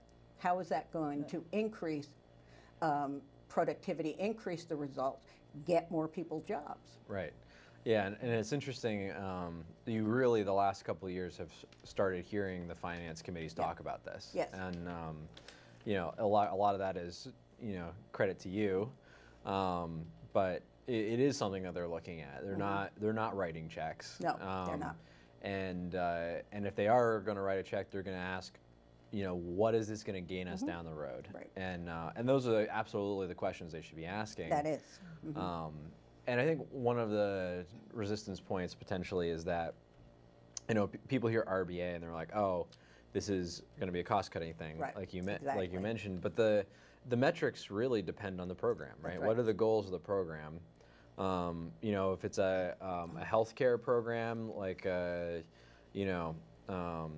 something where they're trying to increase primary care visits, or the goal may be saving money, right? Along both state money and taxpayer money when they're, when they're paying premiums, right? So that may be the goal of a program like that, but a program like food stamps, right? The goal is not about saving money. The goal is moving people out of food insecurity, right? So that's the measure you're measuring against is, how many people have we moved out of food insecurity, and what can we do to improve those outcomes, and what can we do to make that process more efficient? So one of the things that we're working on right now, we're working with one of the Agency of Human Services regional offices on how they do their intake process. And we're piloting it with them and if we can figure out how to make that whole intake process more efficient, the agency will start to roll it out in the different district offices. Also, some of the other things we do with folks is we help them do planning, whether it's strategic planning or simply like the new State Workforce Development Board. We've helped them build their charter. What are they trying to do? Nice. But getting back to continuous improvement, all of these methods, systems, tools, and technology, it's really the plan, do, study, adjust cycle. It's don't run to the conclusion, don't run to the solution before you've sat down and said, what is the problem? What are the root causes? What can we do? What would we like to do? Pie in the sky, but what can we reasonably do so that you have a path and benchmarks to measure yourself against that you're actually going to be able to accomplish. I always thought it would be good to, when somebody leaves a position, for management to sit and talk about that position. I mean, at what level, because the person in the job has now brought it up, hopefully, to a different level. Do you need it at that level or bring it in lower level and have that discussion? I doubt most people don't do that. No. And they should, but that's how low, that's where this should be, the details. And that's one of the challenges that we face is, management in particular wants a solution. And so when you bring a problem to management, they feel like they've got to give you a solution. No. Let's sit down and let's talk about what the background is. How do we get into the position we're in? One of the techniques we use is root cause analysis, and there are several tools for that. We look at organizational structure. You know, give you an May I just- example I don't of mean to interrupt, but when you say we, Yeah. are you bringing in employees or management? employees That's mostly, great. but we Good for also you. have a separate course structure for supervisors and managers. Because Yeah. employees, Mhm. once they eat- buy into love it, this man, stuff. they Yep. just do. love it. They'll just Yep. pour out their hearts to get something But done. to give you an idea about root cause analysis, there's something called, you know, the 5 whys. You just ask why. Ideally, it can be 5, or it could be 3, or it could be 10. But there's an example we use of the Washington Monument was having a lot of trouble. The exterior was beginning to break down because of, you know, pigeon poop, right? So Which is acidic. acidic, right? Guano, right? Yeah. Right. So the end result was, well, why? Well, because we have all these, you know, birds come. Why are they coming? Well, they're coming because of the moths. Well, why are the moths coming? Well, the moths are coming because the Washington Monument turns its light on before all the other monuments. Oh. So the moths are all coming for the light, and then all the birds are coming for the light, right? Or yeah, To eat the moths and the right, cycle eat the moths and begins. poop. Yeah. So answer is the Washington Monument does not turn its light on before everyone else. That They is all so- turn it on that's a together. great But I mean, example. it's a simple. My car died. Why did my car die? You know, my car won't start. Why did my car not start? Because of the battery. Okay. Why did the battery go out? Because I should have replaced it a year ago and I didn't. You know, how can I prevent that from happening again? Well, I can get a new battery right now, but I can also make a notation in my, Get you know, another one. book on my calendar that I go and check that with the service department in a year or two, rather than just waiting for the thing to die on the side of the road.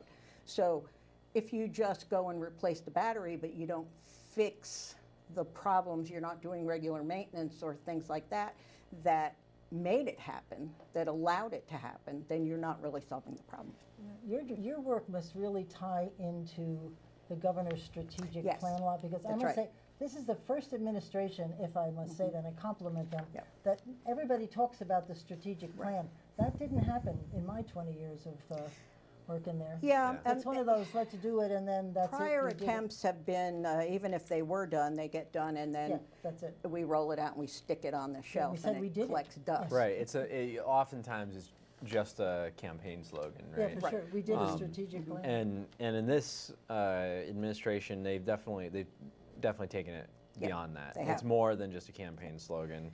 Yeah. So how does what you do fit support that? So primarily, you know, the governor he started with 3, and then he added a 4th. I was going to say there's a new one yeah, now. yeah. What's the new one? Well, The new what's one the is focus? efficiency and effectiveness in government, which was in everything he did, but he hadn't stated it as an official goal. But when we were doing the strategic plan, so many of the, you know, the overall strategic objectives, which is grow the economy, help, you know, make Vermont more affordable, and help the most vulnerable, or protect the most vulnerable. So many of the ideas we had really were about making government more efficient and effective. And so we decided we had to have a 4th strategic goal. So when a department decides they're going to do something, they want to do something, if they have a choice between doing something that will ultimately help turn the needle on the growing the economy, that's the one you want to spend your time on first. We don't have enough resources in state government. We don't have enough money or people. We never will. That's just, you know, fact of life. Right. It's the way it is. So when you spend resources on trying to do an improvement project, you want it to be something that has a long-lasting effect that will really help move the needle on unemployment, or, you know, affordable housing, or something like that. Now, in addition, because we have our 4th one, which is many departments, finance and management, the tax department, you don't actually have client-based programs. It's not like human services or education or natural resources that have actual customers, if you will, or beneficiaries. Right. So you're doing more administrative stuff, bureaucratic stuff. I don't want to use that word, but so it's true. It's the things that you have to do to make government work well. So what you're looking to do is to spend that taxpayer money for those tasks as efficiently and effectively as you can. You could even say something like the CAFR, you know what that is, Yes, we the do. Comprehensive Annual Financial Statements for the state, which is required federally. And so we actually get an award for the last, I don't know, 8 or 10 years. We've been getting an award for how well we produce that, how well Really? we do That's it from the GFOA, the Governmental Financial Officers Association. So, you know, there's a measure you can look at for how the non-service departments and work. one of the cool things, because it's the auditor's office that produces that report, but they've now increased the efficiency of producing that report enough that they can do other audits That's on right. other things, and they've really focused on performance audits. Yes, they are. Right. So they've taken the efficiency they've gained, you know, the capacity they've gained from the efficiency of doing this one report, and now they're using it to apply, you know, to create more efficiency, ideally, by doing these other reports. So we talk about that. We say it creates capacity Right. within the existing people. One of the things, like I remember years ago when we went with the current online timesheet and payroll system, there was a projection that we would save 48 FTEs worth of time. And so, you know, we were challenged, the legislature, well, you know, how are you going to get rid of those 48 people? No, That's not how it works. You know, it's not how it works. Is it's 2 hours over here and 6 hours over there and 14 hours in that department. So what you did, though, is you gained capacity so where employees were not doing things like, oh, driving timesheets from Bennington to Montpelier every other week. I mean, they physically had to drive these things, pieces of paper that they made 4 copies of and literally drove them to Montpelier every 2 weeks. Talk about, And then you know, create another Right. expense report for that. Yeah. So, you know, there's a perfect example. You know, yes, we put in a major system. We needed to do that, but the data we get is much better. It's accurate. You know, we never miss a payroll. We don't miss getting anybody a check. But really, what we're doing is we've made the system online so that we don't have all these people from every department driving to Montpelier. Those are 4 hours they're never going to get back. Right. You know, what's your Gone. job? I drive pieces of paper to Montpelier. When we were first doing that system, when we were talking about it, we, I guess it was when we rolled it out, but we had figured out that we were saving something like, you know, 47 trees every other week by not having all these pieces of, you know, 10,000 pieces of paper plus the expense reports, another 4,000 pieces of paper for expense reports every 2 weeks. So. That's crazy. Yeah. But it's just a good example of like that's 2 hours that this person gets back. It's 4 hours that person gets back, and it's not. You can't you can't equivalate that to positions, right? But you can say this is the efficiency we've gained. That's right. It's like we added 48 more people to the workforce That's overnight. right. For no more money. For no more money. Right. Yeah. And that's what capacity building does. So- It gives you the ability to do a lot more higher value tasks. You Right. know. Is the legislature buying into this? Yes, the appropriation favorite group. committees, as Ben said, the money committees for sure, and the GovOps committees, the government operation committees, both the House and the Senate are very into this. And you know, we're still pushing ahead with a lot of other larger developments like real programmatic budgeting. Do you train them? Because I remember you I taking have. a presentation up to, Yep. what group was that? The Government accountability. Government accountability, Mhm. right? Yep. And because I remember one year they picked certain departments and said, you should send us a report on performance evaluation. So foolish that I was. yeah. I spent weeks doing this thing, and they got my budget, and the performance things were up front, and they went like this. Right. And they went to the numbers. They didn't even ask me about them. I thought my staff was going They to do kill now. me. The Do they? House appropriations in particular, it's part of the required submissions for their budget, and they will get asked questions about Great. this particular That was program very or that. disheartening. Yeah, it is disheartening. I've been there, so Yes. I know what you're talking about. You're watching them. Wait, whoa, stop.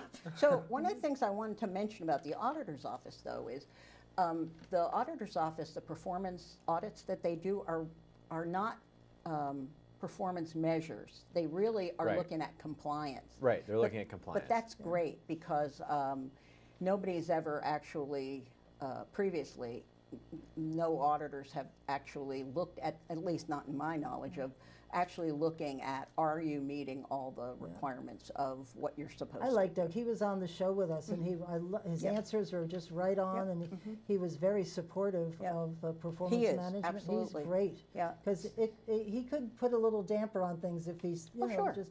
Yeah, no, he he's loves very it. supportive Yeah. of it.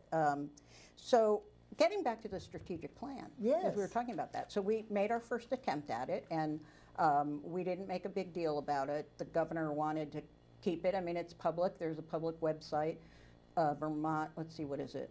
strategicplan.vermont.gov. Is that through the governor's portal or joint fiscal? No, it's not. Yours. It's on the state web portal. State web, So oh, okay. if you just Google Google it. strategic plan, state strategic plan, you'll find it. And you know, it's very nice. It was our first attempt, and if you look at it with a super critical eye, you're gonna think some of it's kind of hokey, and you know, maybe they aren't as tight measures as they should be. But this was a first attempt at Real really strategic a real strategic plan. It took us a long time, and we kept reinforcing the fact that everything you're doing should be connected to the economy, affordability, the vulnerable, or efficiency. Right. To be able to answer the governor's. That's right. For Four, I have to remember that now. strategic goals, Yes. yes. 4 3 plus, you know. 3 plus. Well, because that's a buzzword for every state employee. When you do efficient and effective, they translate that to less jobs. Right. Right. That's exactly like right. alarm, alarm. Yep. Yeah. Yeah. So the other interesting thing about lean and not being do you know what lean means?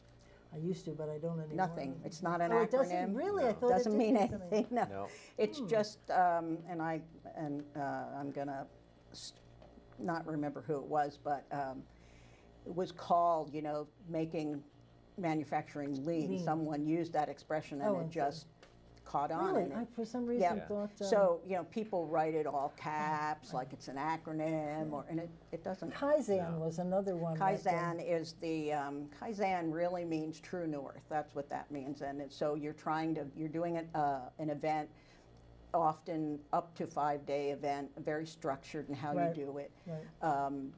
Meaning you're trying to find the true north of the process that you're looking at. So all of those Japanese words, because Right. this comes from the Toyota manufacturing process.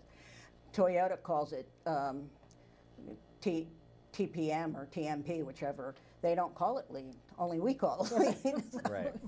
Yeah, and the idea is that, you know, it's as streamlined as possible. Right. Right. That's right. That's Yep. that's the Yep. idea. So when we do a Kaizen event, which, you know, do a big 5-day process mapping, you know, how does this piece of paper go through all the steps? And we use colors. Green is a process that, or a task in the process that is efficient and you have to do it, and red is unnecessary, and you see all these loop backs, and the paper moves there and then it goes back, and so your job is to try to figure out how you can eliminate those loop backs, and also to see, not just eliminate them, but to see why it has to loop back.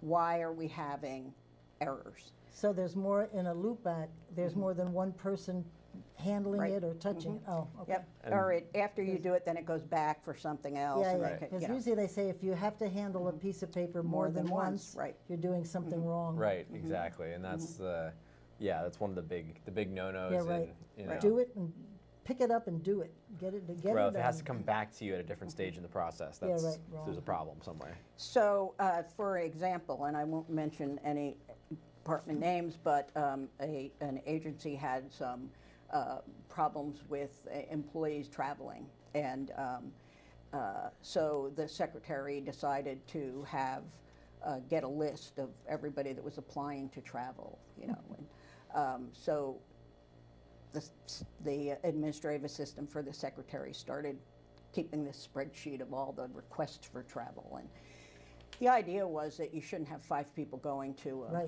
convention or, you know, a conference. You should go around and ideally, the managers should talk to each other and say, hey, Ben, my guy wants to go to the conference. Do you have anybody going? How about you go next year and I'll go this year? So because the secretary was doing this, each of the division directors started to keep their own list because they wanted to know what the secretary was looking at. Right. Of course. Right. So ultimately, if they had actually done this through the system, it's all there for you to print a report out every week. Oh, gotcha. Yep. Never mind the fact that we have 5 people looking at the same information. Recreating the same information. One of them could actually take notes and share them when they get back, just thinking. What the heck, yeah. Yeah. But that's a funny example of a process where you're trying to be more efficient, but you're actually creating inefficiencies by doing that. Yeah. Well, and it's, you're checking. You want to check. You want to be so sure that your department doesn't get caught, doing something. Your department doesn't wind up on the list of inefficiencies. So it's very personal to people too. It's very personal. As you said, Pat, the employees just eat this stuff up. They love it. Once they get it. Once they get it, and they really get it. That you're listening, and we'll take them at their word.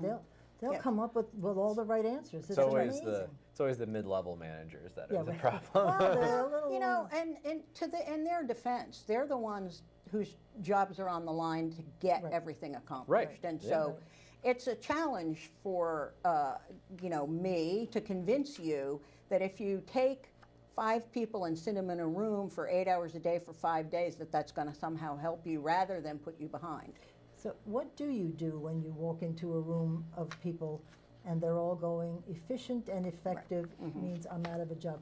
I'm serious about this. How do you get them to buy into what you're doing? Part of it is certainly the training, because this is one of the first things. Slide number 1 in the No, we're not 101 gonna is fire you. lean. What is lean? Lean is not a way to cut people and money. It's a way to improve efficiency. It's not a workforce reduction tool.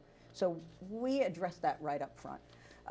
And if we have enough penetration of people, it begins to go around. And the best advertisement is we'll do a project, a small project or a big project, and you have success. And that's really what sells it to people. They see that a process was improved or something actually happened. Yeah, and it's like, and usually where technology can help with some of those efficiency gains is those repetitive tasks that no one really wants to do anyway. No one wants to take a stack of papers and stamp every single one of them, right? No one wants to do that. And those are the places where automation can help. So in some ways you can even say this is going to help make your job easier, as well as be more productive. And who doesn't want to be more productive? And I think part of the challenge is the state has to its benefit a lot of long-term employees. What happens, though, I think, is that people are in the same job for a really long time and they are used to doing it that way.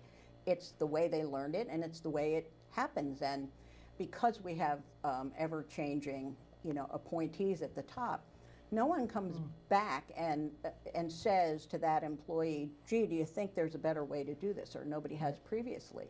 Because the work gets done. Yeah. It gets done. The secretary commissioner gets the information they want, gets done, so no one, in their 2 years or 4 year stint is getting down to that level to say, gosh, don't you think there's a better way to do that? So that's what we try to have that come from the employees.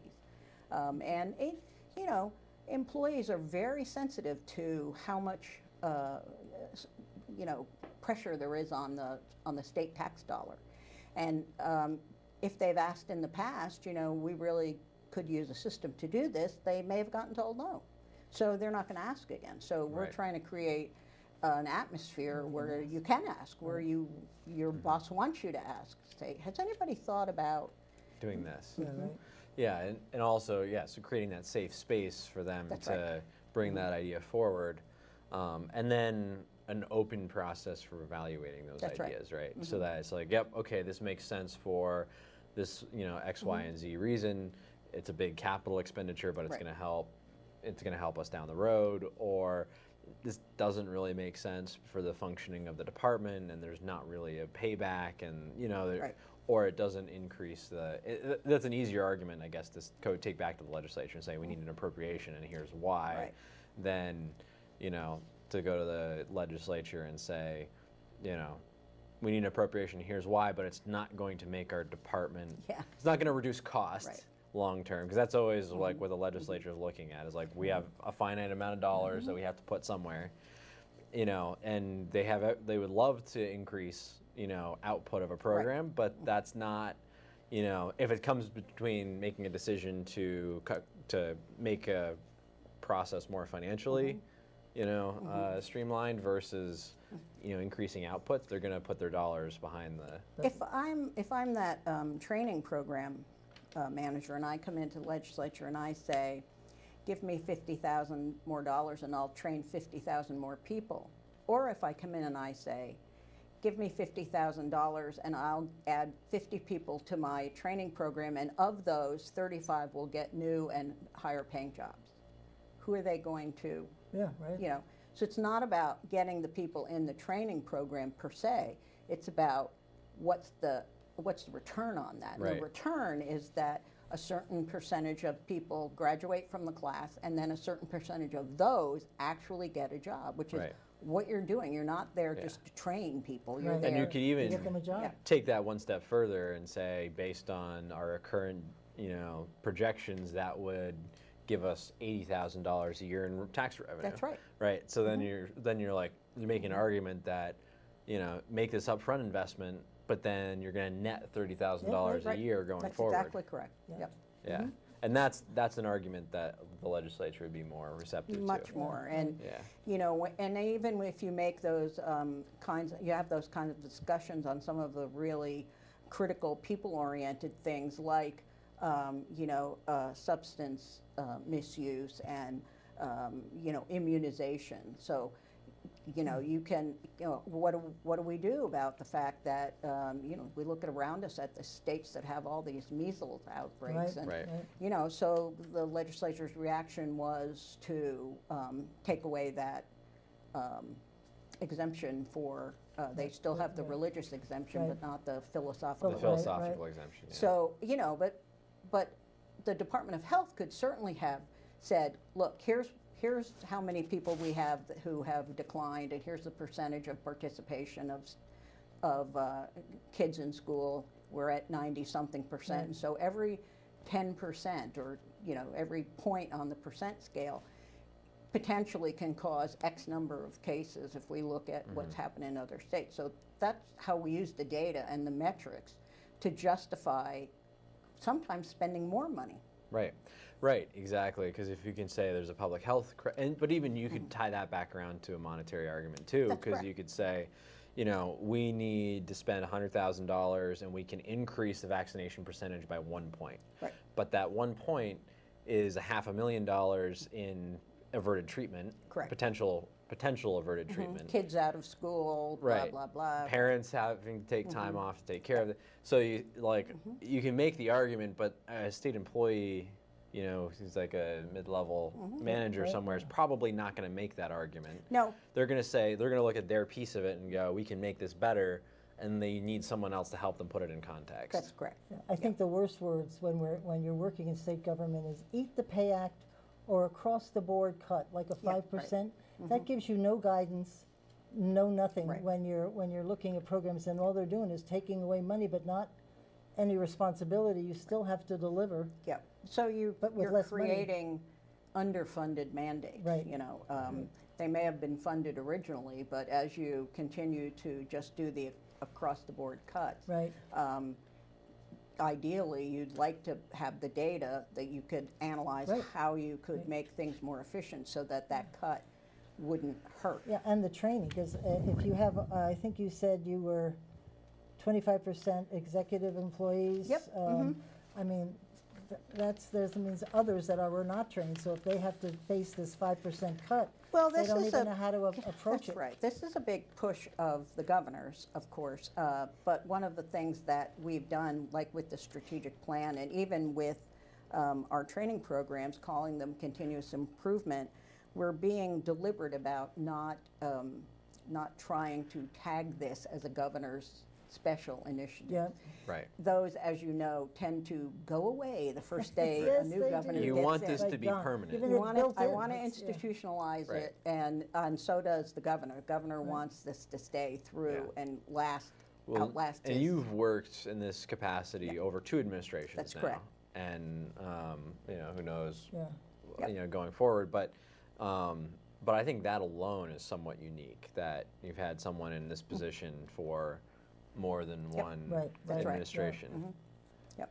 So I'm hopeful that if we get this institutionalized sufficiently, that it will become just part of how state government runs.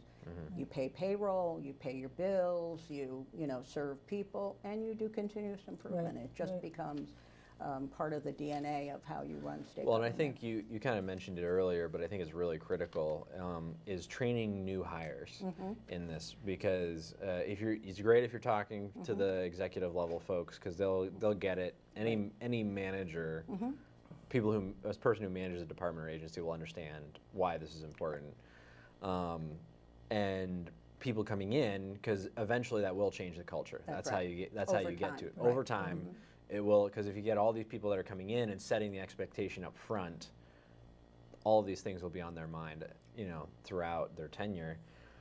What I'm curious about with RBA is, how do you have a conversation with a program that is not meeting its goals? So let's say, like, you've got, you know, the legislature has put this program in place several years ago. You've got goals, very clear goals that were set out by the legislature, but the program is not meeting its goals through the RBA process. So that's when you sit down and you look for the root causes of why it's not meeting its goal.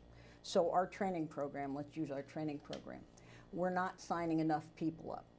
So even though they get through the program, we're not filling our class. So there's no way, even if we got every single one of them a new job, that we can meet the criteria of how many new jobs.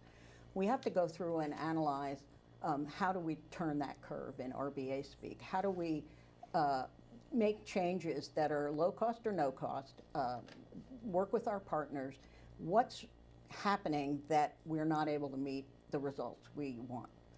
Once you analyze that, it could well be something as simple as you need a better reservation system, or you need to advertise more, or you need to build specific partnerships with other nonprofit organizations that help the unemployed people.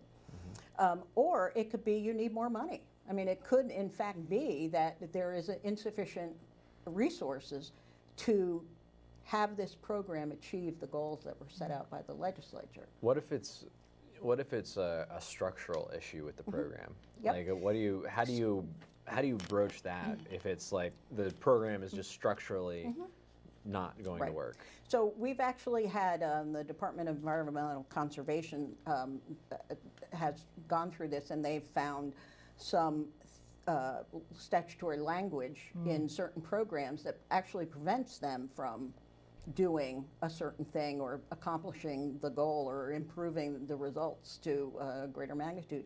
So they've actually gone to the legislature with the data and said, you know, this particular requirement that we advertise, we have statutes that actually say things like you advertise in the Times Argus, you know, this and that. You know. The Times Argus must have been sitting in the room that day. Exactly. So we have statutes that are so prescriptive that they actually become an impediment. Right. And so DEC went to the legislature and said, if you let us change this language, we will be able to do X, Y, and Z more. And so that's part of it, because what happens is those statutory requirements become one of the root causes of why you're not performing as well. You know, what the legislature, I think, wants to be able to do is to say that to programs and say, what's preventing you from doing better? Right. And is there something we can do to help with that? It's not just, you know, toss out the baby with the bathwater, because clearly this thing isn't working. But it also could be something like, perhaps if we merge these two programs together, we could take the, you know, the capacity we'd increase by not having two sets of rules and two Right. sets of management and two sets of all these things. Maybe that would fill in the missing pieces on these programs and be able to operate much more efficiently as one program. So have you seen a situation where you've actually had to shut down a program because there was an alternative that looked like it would perform better or was performing better?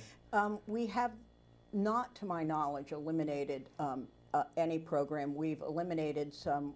We eliminated Vermont Interactive Television, which was probably the only program we which actually was did. part of it was a training program as well as a collaboration with state colleges, That's right? right. Yeah. And so, there was, as is always the case with any program, there were a very vocal community of supporters for that. Right. But the amount that it cost the state, and the legislature determined that the amount that it cost the state for the use of technology that was not digital, was not current, would in the long run be better if people used WebEx or, Because there was a better alternative. Because one of the big things was, like a DMV, I couldn't get all of the stations to run what we're trying to do to reach all of our employees. So you could never get them all reserved at the right time. Right. And so you'd have to do this chunk here and this chunk there, and that was. And then if it rains, forget it. Yeah, you're, right, exactly. you're at.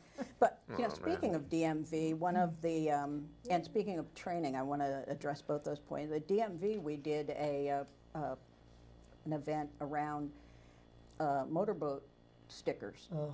And they were always a problem, and they always ran out of them, and they never had enough, and it's like, well, what the heck is going on? This is silly. We should be able to do it. Well, turns out one of the key issues was the special reflective paper. Yes.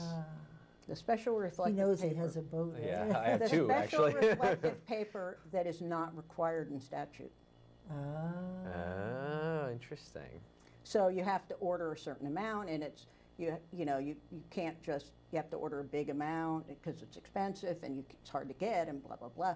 So the question, going through all the reasons about why this is always a problem, having enough in stock and not being able to order them quickly when you run out, you come to, well, why is this required? Well, it's not required federally, it's not required state. Somebody somewhere along the line Have to have reflective. have right? to have reflective paper. Well, it's nice, but it's not required. So if we just order regular waterproof paper and not this reflective Gotta be business. cheaper, too. Cheaper, quicker, you can order you go. fewer, you don't have to have as big a stock, you don't run out as much. Right. We had in motor vehicles, when we did our thing, we made so many changes to the legislature. The one I loved the best was that everything we did had to be sent by registered mail. Yeah, right. See, You want to there's talk cost? There's Oh, a yeah. perfect example. So we stopped that, and people Right. were expecting it, so if they didn't get it, something happened, they'd call us and we'd fix it. So, But those are the Big kind of bucks. things now, at the time the legislature did that, it was probably, something had happened and Yeah, we're somebody didn't fixing get a problem, something, we're right? fixing a Yeah. problem. And at the time, that probably worked well. But, now you're 20 years later, and registered mail is actually more difficult to do than Right. it used to be because nobody does it. Right. And you have digital alternatives. You can email people things. You can have other ways of making sure they get it. You can use the, send, read, receipt on Right. email, things like that. That's one of the things that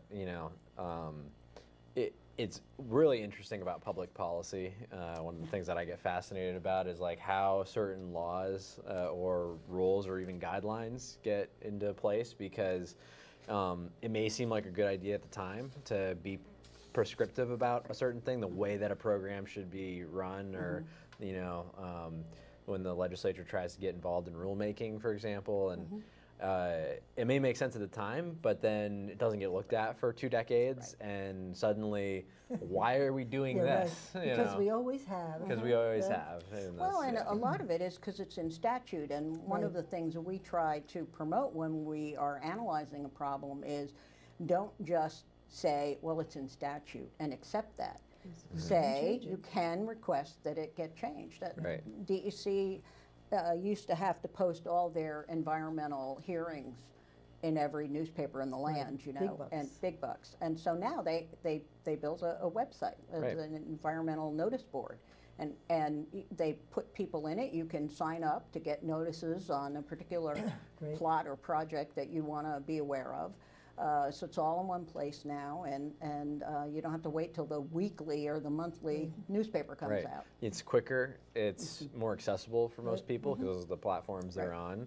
It's cheaper because you Mhm. know they send this to every paper. Right. You know, it's Mhm. stuff like that that you know is just kind of funny when you run across it. And Well, you just know. need people, when you make them aware of that, Yep. probably the lights Right. go on and go, Right. well, of course, you know. Yeah. Susan, we have about 2.5 minutes left, and I don't know if you wanted to speak about anything specific. I would love you to talk a little bit about Spotlight on Financial sure. Transparency, which you developed. Yep, And I did. I think people need to give you big kudos for that. That's really easy to understand. It's the KISS theory. I love it. It was, you know, an attempt to help the state be more transparent, especially on financial issues. And we created a website, spotlight.vermont.gov, that gives you all the elements that you need to understand about the budget, the revenues and the monthly revenue reports and the emergency board meetings, all of our expenditures, whether they be state employee salaries, all the vendor payments we make, Right. contracts and grants. And also it has a section about financial reports, the CAFR and the auditors' reports that they do. So it's really a one-stop shop. And one of the things that I remember before we created this was how many phone calls we would get all the time about how much was in the rainy day fund, you know, the budget right. stabilization. Right. Everybody wants to know that. Nobody calls about that anymore. No. They can just go look it up, you know. Right.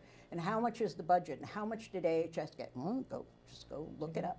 So that was the purpose was really an outgrowth of the fact that we got an F from Remember that. from U.S. PIRG, which is let's see, so what is that? PIRG is Public interest research. Yeah, thank you. yeah. Yeah, so the U.S. version of VPIRG, and we had all of this information. It was just all on separate websites. So the Right. tax and the revenue information was over here, and then the budget information was over here, and contracts were over here. So all I did really was just consolidate it into one place. Right. Yeah. One go-to spot. Mm-hmm. Yep. And that was one of their main criteria was to have one site to go to, a particular site, and Right. so we did that. And they push every year to have more and more. One of the things that we can't do is other states are required to do county and local spending. We don't really have that. We don't have the ability to do Yeah. that. We don't really have We don't county have government counties, like right. other states. No. Yeah. We don't have county government. Well, Susan, I want to thank you for being Thank on. you. We've learned some things, and check out the Spotlight. It's right on the main website. It's on the main website. If you go down to the bottom, you'll see financial transparency, Spotlight, or you can just Google spotlight.vermont.gov. Great. Thanks for tuning in. I hope you've learned some stuff. We have. We'll see you next week, and in the meantime, keep listening beyond the soundbites.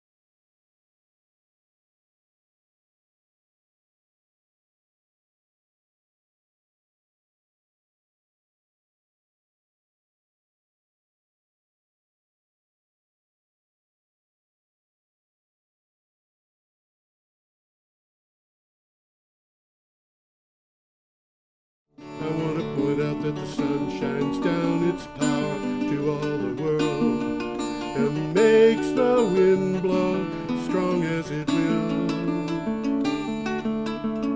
I want to hope gentle rains can fall upon the land so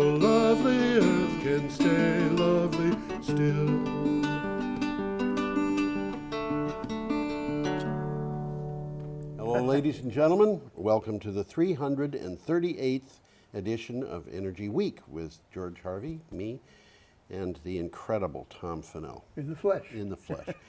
I'm going to start out every one of our editions with an appeal for funds. BCTV needs funding because the Trump administration has decided that it's changing the way that it interprets how the relationship works between public access television and the various media. Well, he's got to justify his tax cuts. Somehow, you know, he's getting. But anyway, BCTV needs money as a result of that, and it's asked each of the programs to raise its own a small portion, and I don't know what the portion is, but my sense is it's about 5% of the amount of money that is needed to record and edit that show. Well, it ain't free. It ain't free. And so we're appealing to people to go to brattleboro.tv.org, donate massive amounts of money, and leave a comment saying it's for that's important. Energy Week. It's important. It is important. And if you can't donate a massive amount of money, a small amount of money is a very nice thing to get also. So we'll take a massive amount. We'll take a massive amount, absolutely. This is not something that Tom and I are going to benefit from. It just means that Energy Week can keep going. Oh, shucks. We're not going to take it and go out and buy pizza. And so there we have it.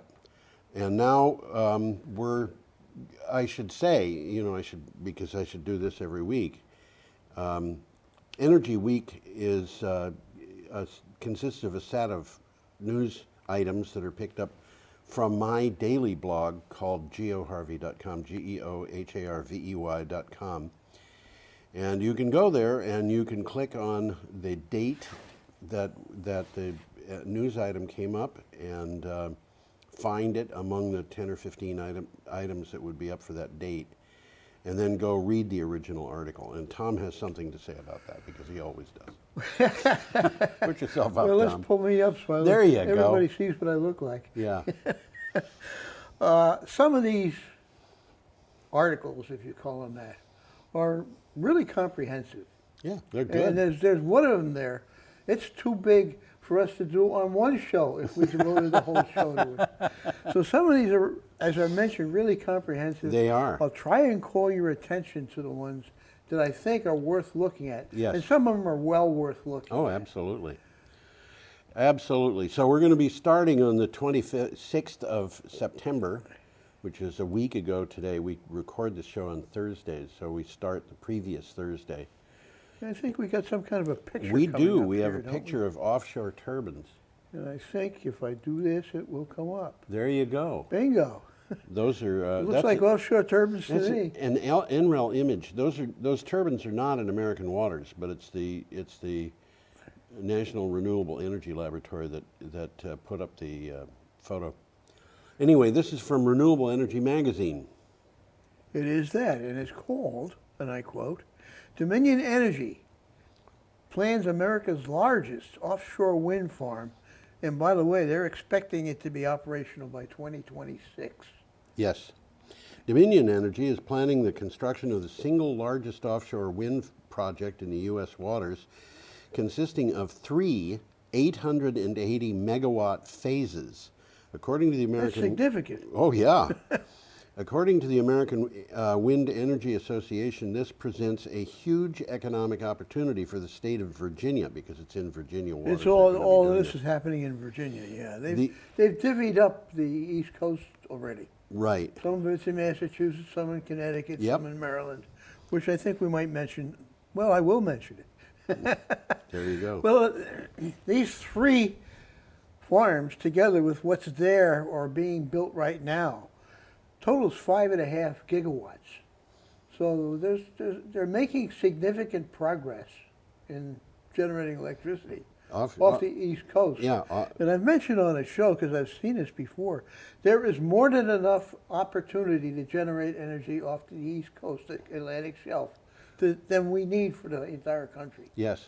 I mean, And what we're talking about is only a drop in the bucket here Yes. compared to what's potential. the United States could be powered by those offshore wind projects. As you said, there's more than enough power there to power the United States. It's But- likely that it will happen just for economic reasons. Absolutely. You know, because the cost of fossil fuels is going higher. It's only going to go higher, and the cost of renewables is going lower, You know, and it's only going to go lower. there was an article that appeared in the news today where they were talking about the problems that. How'd that happen? Well, I bumped a key here. The problems that will develop in Australia because the amount of energy on the grid, which was a lot of the energy in this particular instance, was from coal burning power plants, but they couldn't Yeah. they couldn't reduce the amount that they were putting on. So the spot price of energy on I think it was the Queensland grid went to negative $1,000 per megawatt hour, which So is they were paying you a lot of this money is to negative, take the energy. negative $1 per kilowatt hour. And, you know, it's an Australian dollar, so it's 75 US cents. Yeah. But nevertheless, The more power you use, the bigger the check you get. yeah, and what was happening was the Guardian was saying this is not the disaster that it sounds like. It's something else. Uh-huh. But, you know, that's going to be something we may talk about next week. Well, I'll mention a couple of things here. I'm going Good to put me idea. up so they see what I look like. You want me to America's put that first, back up? Huh? You want me to put that old photograph back up? This is not responding. Yeah, Oh. go ahead and say what you were going to say. Yeah, Tom. America's first offshore wind farm, the 30 megawatt Block Island wind farm. 30 megawatts is nothing. Well, compared to We're talking these things, gigawatts it's, now. yeah. Off the coast of Rhode Island, came online in 2016. Now, Dominion Energy, these guys, recently began construction on a 12 megawatt coastal Virginia offshore wind project off of Virginia Beach. Yeah. This is really a pilot project, but Yes. it's small. Yes. Okay, but they're getting in there big. Now, Ørsted, that we talked about, has been awarded the rights to build offshore wind farms to serve the markets of Maryland, New Jersey, Rhode Island, New York, and Connecticut. And these wind farms will have a total capacity of nearly 3 gigawatts.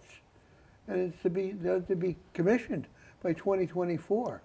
So they started late developing this, but they're moving In the quick to United catch States, up. yeah. In the United States, right, The exactly. technology has already been developed in Europe. And Well, the Brits have been doing it for years, and Yes. they're doing it very well, Yes. as you know, as you watch this show. And I should mention, by the way, that a gigawatt of offshore wind power is not the same as a gigawatt of nuclear power because nuclear plants tend to run about 90% of the time or 92% of the time or something like that in the United States. Offshore wind power has a capacity factor that may be above 50%, but probably Depends on is where not. you are Yeah. and what time of year it is. And So offshore wind power, you know, that you the have wind a- doesn't always blow. Yeah, and then for offshore wind, it's about a gigawatt is about half, perhaps, of what a gigawatt of nuclear capacity is. Just so people understand why there's that difference. But Well, we this got is another one coming up here, and it's on the same subject, but at a different location. and it doesn't have a photo. Well, we This can live is- with that. that one that we just talked about was Renewable Energy Magazine. This one is from CNN. CNN usually has a good website, by the way. If we say it's CNN, usually you can find it's pretty good. In this particular case, there's a very interesting 4.5-minute video. Yep. Okay, and it's how to build offshore wind. Yeah. And it shows you the training these guys go through and all that. A very interesting video. Yep. This you have a title for this. World's largest offshore wind farm is nearly complete. It can power 1 million homes. Now that'll tell you something about how small the 32 megawatts that we have in the United States is, because that is not going to power. No, this is a significant this farm. is huge. The world's largest offshore wind farm is taking shape 120 kilometers, or 75 miles, off England's Yorkshire coast. Hornsea 1 will produce enough energy to supply 1 million UK homes with clean energy when it is completed in 2020. Well, Yorkshire, for what it's worth, is northeastern England. It's Yeah. almost in Scotland. Almost. Okay, and this is off that coast. And it's pretty far out to sea. Yeah. And they have a Yorkshire dialect, by the way, which is absolutely incomprehensible to people. Is it really? Oh, yeah. In fact, it's more like Norwegian than it is like Is English. that so? Yeah. Well, they're saying here Hornsea 2. They're talking about Hornsea 1 Yes. in this article. Hornsea 2 is already under construction. Yes. Okay, it has the potential to meet the electricity needs of up to 1.6 million homes. So we're it's gonna be talking about bigger a than lot of, well, these two projects. Well, they're that's talking about Hornsea 3. Yeah, I know. These two projects would power Scotland, I think. It probably would. So, there's not that the Scots need But between power the three from, of these Hornseas, they're talking 5 million homes. Yes. That's a lot. That's a lot. And in the meantime, Scotland is also producing power, which is shipping Which to they England. are, right. Yeah. Well, let's read what I got to take away here. Okay. The 1.2 gigawatt project spans an area of 10 square miles. Right. This is pretty big. It consists of 174 wind turbines, which are each 7 megawatts. These So are they're- big wind turbines. They're significant. They're not Yeah. the biggest, but they're they're not up the there. biggest, but they're up there. They're Yeah. each 300 feet tall, so these are the big guys. Yes. Okay. Hornsea 1, the blades will have a circumference of 250 feet. Okay. Just a single rotation of one of the turbines can power an average home for a day. Yes. Okay. There you go. And Hornsea 1 will generate nearly twice the power of Ørsted's Watney extension, which we've talked about on the show. Currently the largest offshore farm in the world. Right. Which is located in the Irish Well, Sea. this is a gigantic project. This is big. Yeah. And we got a picture coming up here. Let's We get do. that picture up. There it is. No, that's not it. That's it. There it is. There it is. You got any idea what kind of fish they are? You know what they look like? They look like very young tuna to me. But I don't think they are, though. They're pretty young because there's a hand in that picture. Yeah, there sure is. But, you know, I'm not an expert on fish. No, they're definitely saltwater I fish, can but I don't know what tell they you are. that they're not brook trout. No, definitely not. And this is from CNN. It is that. It's from CNN, and it says, landmark UN report warns sea levels will rise faster than projected by 2100. This is a good article, by the way. Yeah. Very Cities good from New article. York to Shanghai could see regular flooding as sea levels rise faster than previously expected. Glaciers and ice sheets from the Himalayas to the Antarctic are rapidly melting, and the fisheries that feed millions of people are shrinking. This is not good news. In fact, I would have to say that it's really bad news. Climate change is happening much, much faster than the scientists expected it would. It looks to me like it might be pretty close to their worst case scenarios. Well, this is a good article, and it starts with an angry Greta, which I think we've already Angry seen. Greta. Yeah. Well, I'm laughing at the idea of an angry Greta, but the reason I'm laughing is because Greta's angry a lot. Well, she's got a right to be, really. She does. So does any other person who's under 50. Interesting thing about Greta, they're starting now to try to dishonor her, I say, try to bring her down. Yeah, that's an indication that she's effective. Yeah, I If she guess. wasn't doing Well, anything, they wouldn't bother. I called a person I went to college with my freshman year. Yeah. And I hadn't talked with her for 53 years or something like that. And we chatted a little bit. And I mentioned Greta Thunberg. She had never heard of Greta Thunberg. No kidding. And a lot of people haven't. And I said, here is a girl who has been an activist for a year and a half, maybe 2 years. She is 16 years old. She's been nominated for the Nobel Peace Prize. The odds makers are making her a really heavy favorite to get that prize. And when she called for a worldwide strike, school strike, 4.5 million people were involved. This is a woman a young woman. She looks like she's 11. And, she is a young woman, and she may be one of the most powerful women on the planet in terms of what she In can get terms of people. what she's accomplishing, there's an article Unbelievable. that I read, I think we're going to talk about it, where Yeah. she's the leader of the United States, not Trump. I don't think we are quite going to say I read but that one. I don't know if we're going to talk about it. I or have not. got to tell you, I think I've mentioned it a bunch of times. I feel like writing an article for Green Energy Times or something that has two photographs, one of which is Greta Thunberg with a caption, Greta Thunberg, world leader, and the other is Donald Trump with a thing that Somebody says, wrote that article already. Donald Trump, not world leader. And yeah, somebody beat me to it. But Well, I did could I do it read again. the article, the name of the article already? I don't think I did. I don't think so. Landmark UN report warns sea levels will rise Actually, faster than projected by 2100. You did read it, and I Yeah, read the and you read little the article. blurb afterwards. I think Well, we should go on our. Well, there's an interesting thing. There's last week. Yeah. We were. This is what, Thursday. Yes. Monday's weather report in Montana, Idaho, Oregon, and Washington, up to 2 feet of snow. Wow. And in the southeast, Florida, Alabama, landmark highs. Yeah. Okay. I so think it was yesterday that I saw that the temperature in Chattanooga hit 100 degrees. Chattanooga. Yeah. 100 degrees. Wow. 100 degrees. Wow. I might be wrong about that, but anyway, we're up to Friday, September 27th, with a piece from NBCNews.com. Yes, we do. This is good. Latin America pledges 70% renewable energy, surpassing the European Union. At the United Nations Climate Action Summit, Latin American countries have set a collective target of 70% renewable energy by 2030, more than double what the EU plans. Colombia's energy minister was the person who pointed this out. Her country has a renewable tender scheduled for October. Now, this is big, but you know, looking at the action on renewable energy, there has been incredible activity in Chile. There is All through South America. all through South America, and Brazil is powered. Their vehicles are powered mostly By alcohol. By alcohol, ethanol that they get from various sources. I think it's is it Paraguay where they get I think it's Paraguay. They generate 1,000% of the the electrical power they need from all hydro. from renewables. Yeah, it's hydro, and it's been there Been for a long time.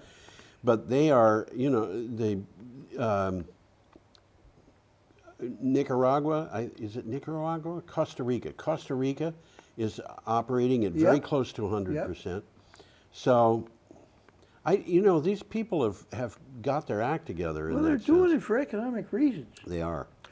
Well, the plan, by the way, is to put Latin America in leadership roles ahead of the UN Climate Change Summit, which is going to take place in South America, in Chile, in December. Yes. So they're getting ready. They are. Okay, and good for them. Good for them. Okay, now we we got have a a picture picture of coming up here. a western meadowlark. Oh. And you can blame that picture on Matthew Pendleton of of Cornell University. I love birds. I mean, my mother loves birds, and I was growing up loving birds. I can actually remember, I couldn't read, Yeah. but I had a bird book. Yes. And I could identify every bird in that bird book. Yeah. Well, Okay. birds are dying. I'll put the bird up again. Birds are dying off at an alarming rate, which is very scary. Yes. Here's how you can help from your own backyard. And alarming studies. It gives you a number of reasons which we don't have time to really talk about. here. Alarming study says that since 1970, the U.S. and Canada have lost almost a third of their bird population. Habitat loss, collisions with glass, hunting by cats, and pesticides. Which is scary. Yeah, are the Cats, biggest even threats. well-fed cats, will kill birds. Yeah, absolutely. Well, we know cats kill just for the fun of it a lot of the time. Well, it's instinctive. It's an instinctive thing. That's what they do. And then they take whatever they've killed and put it someplace a lot of the time. We had a cat. Sometimes it's a strange place, like one of your shoes. I lived in Massachusetts in a place where I was 100 yards from a wildlife refuge, and the wildlife refuge, by its nature, there was no hunting in there, and it was overrun by rabbits. And I had a cat that would go to the wildlife refuge, kill a rabbit, bring it back, home. and put it under my son's window. Okay. Hunting by cats, pesticides are big threats, and this is according to the American Birding Conservatory. Well, as I was saying, it really bothers me because I love birds. Well, I read this same article before I read this under a different name. It was called 3 Billion Canaries in the Coal Mine. Oh, wow. And it's virtually the same article. Yeah. Okay, and it's very scary. Well, this is a problem that we've actually talked about before. Well, let me talk about a few ways you can help. Yes, okay, do it. that's what the article said. Yeah, that's what people need to know. Prevent birds from ramming into your windows using decals and screens. Okay? Yes. Simple. Keep Or lower cats the indoors. shade. Yeah, keep cats indoors. It's better for the cat, but it's much better for the birds. Absolutely. Make birds more welcome in your yard, and there's several ways to do that. Plant native shrubs. Native shrubs. Native okay? shrubs. Avoid pesticides. Duh. Take down dead trees and limbs. Don't take down dead, because that's where the birds A lot of birds nest in them. They nest in those and things. put up bird feeders. Yeah. Okay. We have an article coming up from Renew Economy. Yes, we do. What am I going to do here? I'm going to put us both up, I There guess. you go. Macquarie reveals 5-year plan for massive involvement in 20 gigawatt renewables. Australian-based Macquarie Group has announced plans to develop a massive portfolio of clean energy projects with a goal of investing in 20 gigawatts of new projects across the globe. This is worldwide, and it will be channeled through a subsidiary called Green Investment Group. Now, this 20 gigawatts is probably the equivalent of about, I'm going to say probably about 5 nuclear power plants the size of Vermont Yankee, maybe more. That's about right. This is a lot of power. This is enough to power a couple of U.S. states. Well, what's going on here? New England. Macquarie is an investment firm. Right. You invest in Macquarie, Macquarie takes your money and invests in other stuff. Yep. And in this particular case, they're investing in the Green Investment Group, Right. which was started by the UK government, but which these guys have bought. Yes. Okay, so if you're investing, you've got money to invest, this is a good outfit to do This it is in. a place you could do it, although there are plenty of investments that you can make that are in the United States or local to Vermont or New Hampshire or wherever it is that you live. Okay, we are up We to got a picture Saturday, up. You got a picture coming up. September 28th. We have a picture which is called Barrier Island Creation.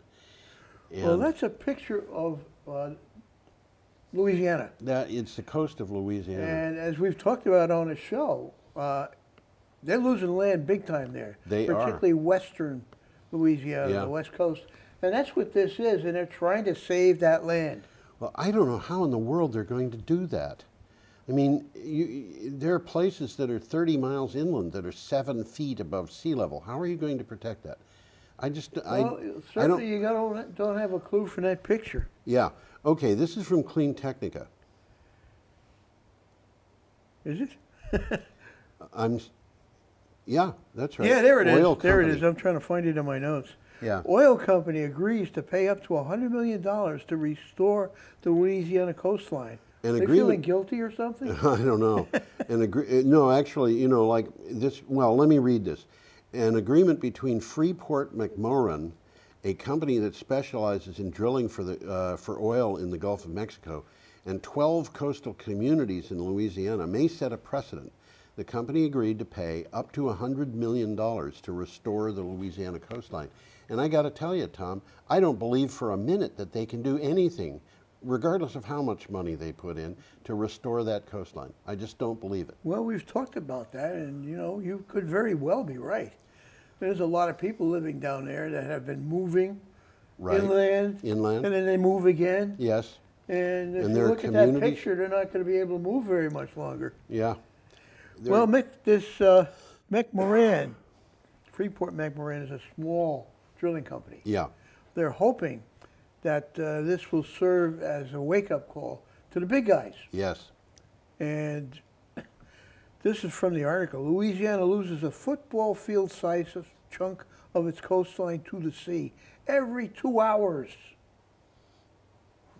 Okay. So the sea is encroaching. Yeah. Since 1930, more than 2,000 square miles of the state has been claimed by the Gulf of Mexico. That's about twice the size of Rhode Island. So what are they going to do? What they have to Mine. do is They're gonna move. They're going to move. And I just don't see what the choice is. Throwing $100 million into trying to restore that coastline is like throwing money into It's a drop in the bucket. Yeah, It's it nowhere really near is. enough money. No, and I don't think there is enough money to restore that coastline. It probably isn't. If they want to have a good coastline for Louisiana, the thing to do is to move about 20 miles inland and start building sandbars there. Because I don't think they can do it. I don't think you can do that in most of that land. Okay, we have an item here from the BBC, and I want to say this didn't. There was no search that I did for renewable energy or climate change or anything like that that led me to this particular story. This was one of the things that came up. It's a good article. Because It's a I was long just, article. Yeah, Very long article. I was just looking through the regular news, which is something I do every day, and this came up there. So what do you got for a title? Well, this is interesting. The 3.5% rule. Yeah. How a small minority can change the world. Yes, and Very this was, I interesting read this concept. and I thought to myself, wow. Okay, Erica Chenoweth, a political scientist at Harvard University, has shown that it takes around 3.5% of the population to be participating actively in protests to ensure serious political change. She showed civil disobedience is the most powerful way to shape world politics. And what she did here was she looked at a whole bunch of protest movements. Yep. And she found that in every single case, if 3.5% of the population was engaged, It won. It won. Yeah. In every single And that's case. not a big percent. Well, In that case, maybe it is, but I mean, it sounds small. I mean, if you think about it, that would mean for the United States, it would be upwards of 10 million people. Well, the quick takeaway from here is just duplicates what you said. Yeah. Nonviolent protests are twice as likely to succeed as armed conflicts. Yes. They led to political change 53% of the time compared to 26% for violent protests. Wow. And those engaging this is the important one. Those engaging a threshold of 3.5% of the population have never failed to bring about change. What's that all about? Really? Okay. Now that is nonviolent, and it makes me wonder what would have happened in 1917 if the Russians had a nonviolent revolution and it stayed nonviolent. I wonder. Good question. Good question. Okay, we have an item coming up from CNN. And we got a picture, don't we? We have a picture. This is a picture of what's called sunny day flooding. And this is a site that in some parts of the United States comes along every 2 weeks. Comes along. Yeah, we've talked about that on the show, especially in Miami, which was where this picture was taken. Okay. Climate change is raising quite the stink in Florida. They mean that literally. They mean it literally. In addition to other problems, sunny day flooding that comes with rising sea levels threatens to overwhelm septic systems, leading to health issues. Dade County is where Miami is. A Dade County report estimates that it will take more than $3.3 billion to build water treatment facilities that to provide sewer hookups for the people who have septic systems in that county. And the reason is because of climate change induced I'll mention that. rising seas. This is from CNN, and like CNN, it's usually a pretty good site to visit. Yeah. There's a 4-minute video there. Yes. Okay, and this is from the article. You flush your toilet. The waste fills a tank. Bacteria breaks it down. The effluent goes underground and gets released into the soil. The higher water table is eating away at that soil.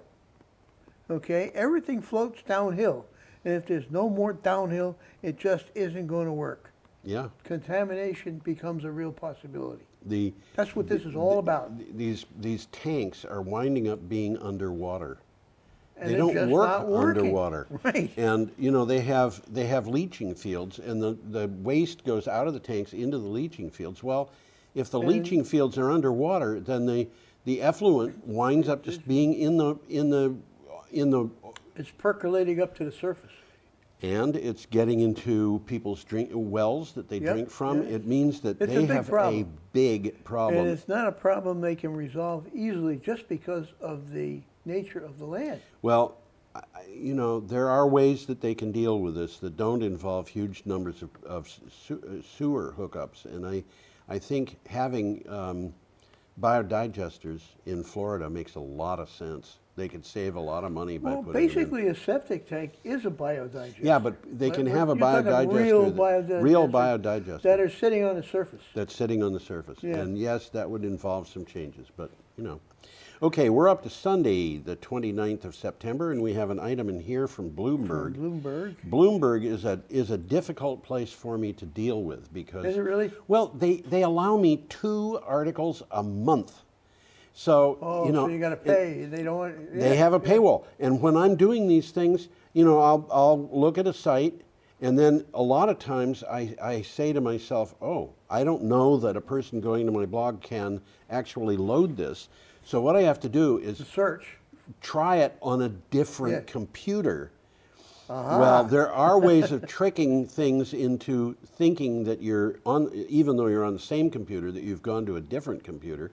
But they know that you've done this. Or sometimes you can search for the same item under a different. Well, Yeah, just but do a search for you the same can do item, that, but and it comes up. you know, Well, what I do is I do my stuff at home on a Raspberry Pi, and then what I do is I put the thing at the blog, but I have an edit window open. Then what happens is I go use this computer and I go onto the blog, and from that computer, and then I am physically at a different computer. But that only gets 2 views a month. And then I can go to this computer, because these 2 computers are mine. And, you know, if I run out there, well, I do have another Raspberry Pi I can use. But it's not easy to get, and sometimes I put things up that don't work, as you know. Anyway, why Vladimir Putin believes in global warming? Well, I'm supposed to say that. I think you already did, didn't you? I don't think so. Well, you can say it again if you want. Well, no sense in repeating you. Now, Okay. you got something else to say about I that. do. Some Russians have been seeing climate change as a good thing, with new opportunities for commerce, shipping, exploration for petroleum sources. But the melting of permafrost poses a huge threat to Russia's heartlands, and the thawing ground cannot bear the weight of the infrastructure. That's interesting. We've talked about that. We have talked about it before. The In infrastructure. Canada, I think, northern Canada, buildings are collapsing. Well, the Russians What are was it? worrying. Spitsbergen. Spitsbergen. Yeah, we did something on that. And we've actually talked about a huge sinkhole in Siberia that just, you know, it's like 300 yards across or something. And what happens if those appear in cities? Well, I got news for you. They're going to. Yeah. Because the melting permafrost is going to Won't happen support the city. and it won't, because the foundations are sitting on the ice and the permafrost. Yeah. Now, in this article, they're talking almost entirely about oil infrastructure. They are. And, But it covers much more than that. Yeah. And this is what they're saying about it. Some of Russia's largest oil and gas fields are at risk, and it may be too late to avoid much of the permafrost I loss. got news for you. It is too late. Doing nothing would see even more problems for Russia's oil and gas producers. Well, the Russians have started building oil drilling rigs and production rigs that take melting permafrost into account. So they sort of float, huh? They kind of float. And, you know, I mean, this is insanity. You have climate change going on because of the oil that you're using. The climate change is making it impossible for you to use existing infrastructure to go after your oil. So what do? Instead of saying, hey, we should stop using oil, they say, oh, we're going to build oil rigs that can do this even if the permafrost melts. Sounds like the wrong solution to a problem. Boy, does it ever. Okay. Okay, we've got an item now from the New Hampshire Public Radio. Yeah, coming back home, and we And, got a nice picture here. We have an interesting picture. I looked at that picture and I said, Why don't I get is the that picture up?" really New Hampshire or is that Glastonbury, England with a bunch of Druids? Well, what the article says is dozens arrested at a protest outside New England's largest coal power plant in Bow, New Hampshire. Nearly 70 people were arrested during a protest at a coal-fired power plant in Bow on Saturday. The activists had marched onto the grounds of the Merrimack Station, the largest coal-burning facility left in New England, and that is not set to retire. Well, they're getting scared because what the article says is state police wearing riot gear, which they didn't need, began to detain the protesters, binding their hands with zip ties before transporting them off-site to face Class B misdemeanor charges for criminal trespassing on posted property. We're going to have another story about that in this. It's not about Bow, it's about a different operation, but it's police arresting that girl at the end of this thing. We have a picture for her, Yeah, we too. got that, yep. And it is disturbing what's going on here. Well, they don't like protesters. And they're trying to let them know that protesting is not a good thing. Yeah. And they're really infringing on people's constitutional rights. Yes, they are. If money is speech, certainly walking like you see in that picture, I'm going to bring it up again, is speech. Oh, yeah, absolutely. Absolutely. Okay, should we go on? Yeah, let's move on to the next one. Okay, our next item is from Truth Out. We're still on Sunday, September 29th. Big banks are shifting mortgages made riskier by climate change onto taxpayers. Oh, they wouldn't do a thing like that. New research first reported in the New York Times suggests banks are shifting mortgages made riskier by the climate emergency over to financial institutions backed by U.S. taxpayers, a finding that echoes the subprime lending crisis of 2008. I told you, Tom, about the research that I did on flood insurance premiums. Yeah, we talked about that. Between 1977 and 2015, because of inflation, increased population, increased value of property relative to the dollar, I calculated that the cost of flood insurance premiums should have gone up by a factor of 5.5, but it didn't. It went up by a factor of 47. Yes, and which is quite scary. Right, the last time I looked, the flood insurance program was $22 billion in arrears. Now, what's supposed to happen is flood insurance premiums are supposed to go up to cover those costs, but they aren't doing it as fast as they need to. And what this tells me, and also, by the way, flood insurance is guaranteed by the federal government, but the Flood Insurance Reform Act of 2003 says if you have flood insurance and you make 2 claims in excess of $1,000 you don't have over flood a insurance 10-year period, the government no longer backs it. And if you have filed flood insurance claim and you've got a property with a mortgage, and the mortgage requires flood insurance, you lose the property. You've got a situation where if you have a disaster, you've got a choice of filing the claim and getting the money to cover the costs, and or losing your bearing insurance. it yourself. And if you file the claim, you lose it. You will very likely lose your ability to insure the property, and the bank will come to you and say, we're foreclosing on this property. Well, the backstory here is a lot of the mortgages that these banks are shifting are in risky areas, particularly likely to lose because of the rising ocean. Yes. They're shorefront properties and stuff like that. By the way, the poor people don't live in shorefront properties. Well, they're going to. We're going to have poor people from Little Haiti in Miami moving into Mar-a-Lago because people in the shorefront properties are moving into Little Haiti, which is 7 feet higher. This is we're in crazy times. Well, here. what the mechanism here is that the lenders are increasing their share of mortgages that they sell to Fannie Mae and Freddie Mac, right? Which are also mortgaging companies designed basically to help low-income homeowners. Right. Okay, and Fannie and Freddie don't add the added risk from natural disasters into their pricing. So if you've got a risky shorefront property or something like that, the bank is going to offer it to Fannie and Freddie. Yes. And Fannie and Freddie have government subsidies. Yes. Okay. Let's move up to September 30th, which Yes, is Monday. indeed. It's coming We have up. about We got 20 minutes for 9 items, so we have to expedite we're doing this. okay. Lobster fishing, We got you a want to picture see. coming There up you go. here. This is from Clean Technica. And those they look like lobster fishermen to me. Yep.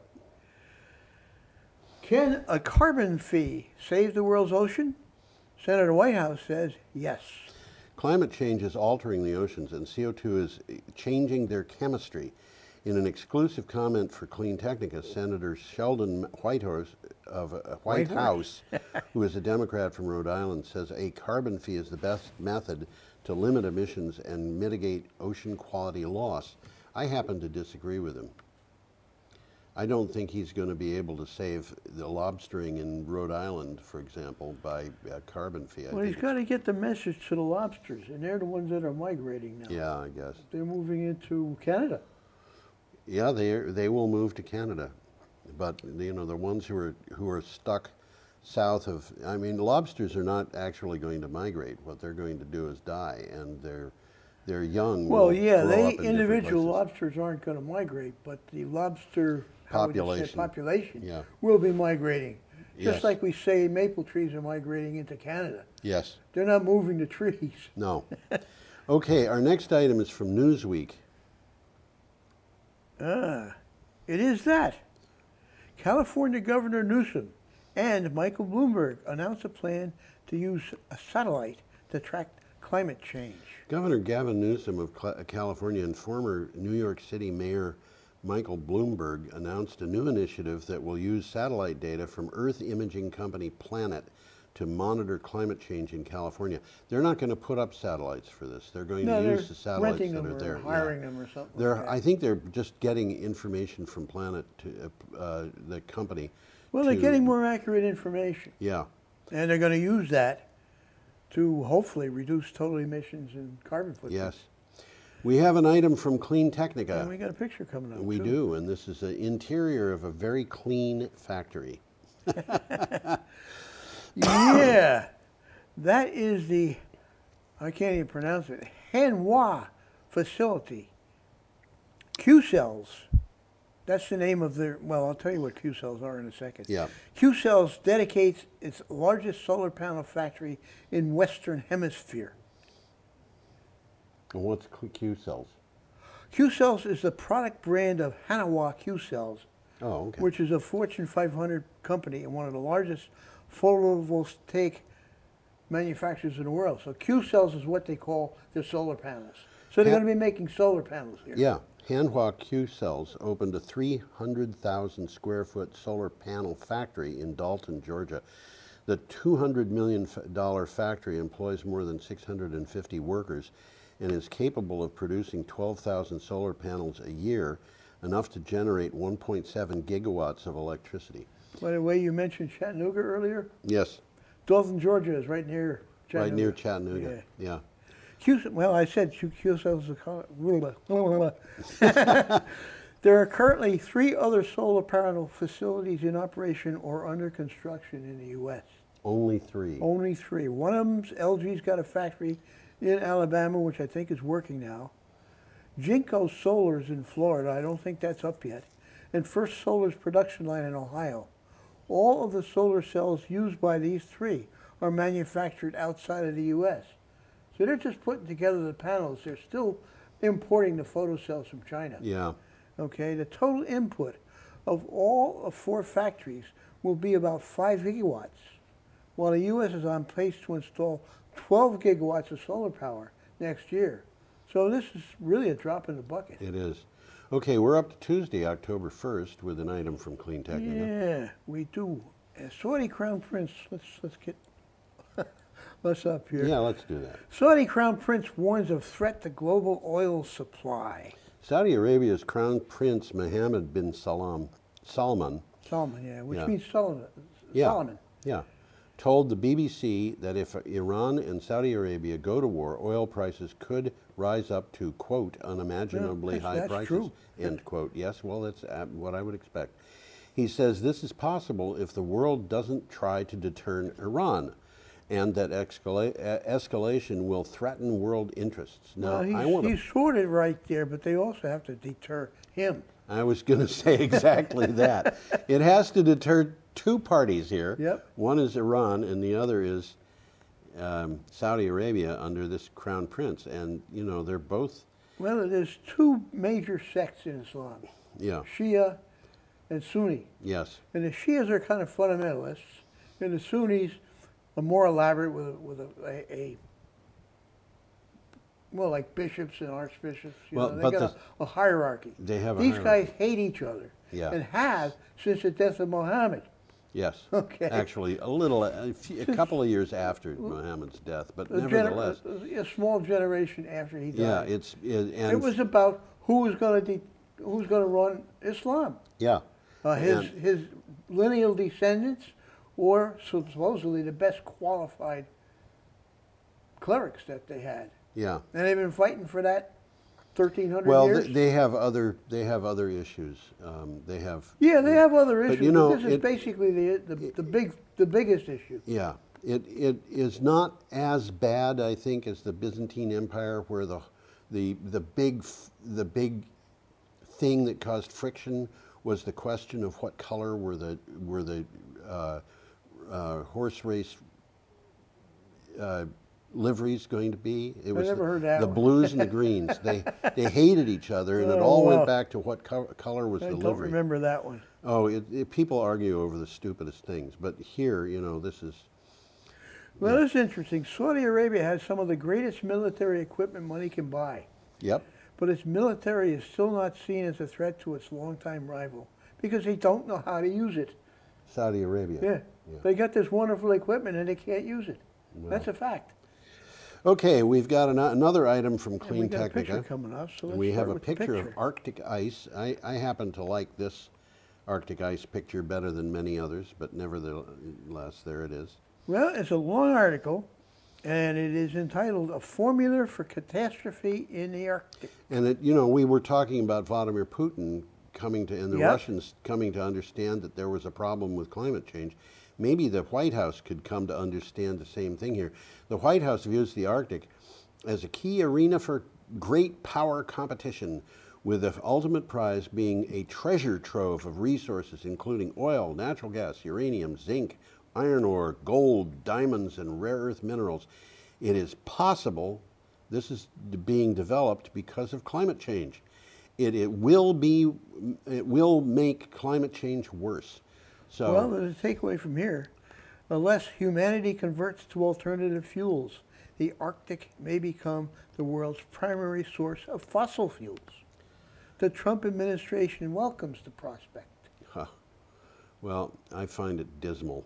Okay, It's a heads I lose, tails you win situation. Yeah, it is for everybody except. Actually, it's heads I lose, tails you win, for everybody, including Donald Trump. For everybody. For everybody. Okay, we've got an item from NBC Palm Springs. This is an interesting article. Yes. Renewable energy will provide discount to thousands.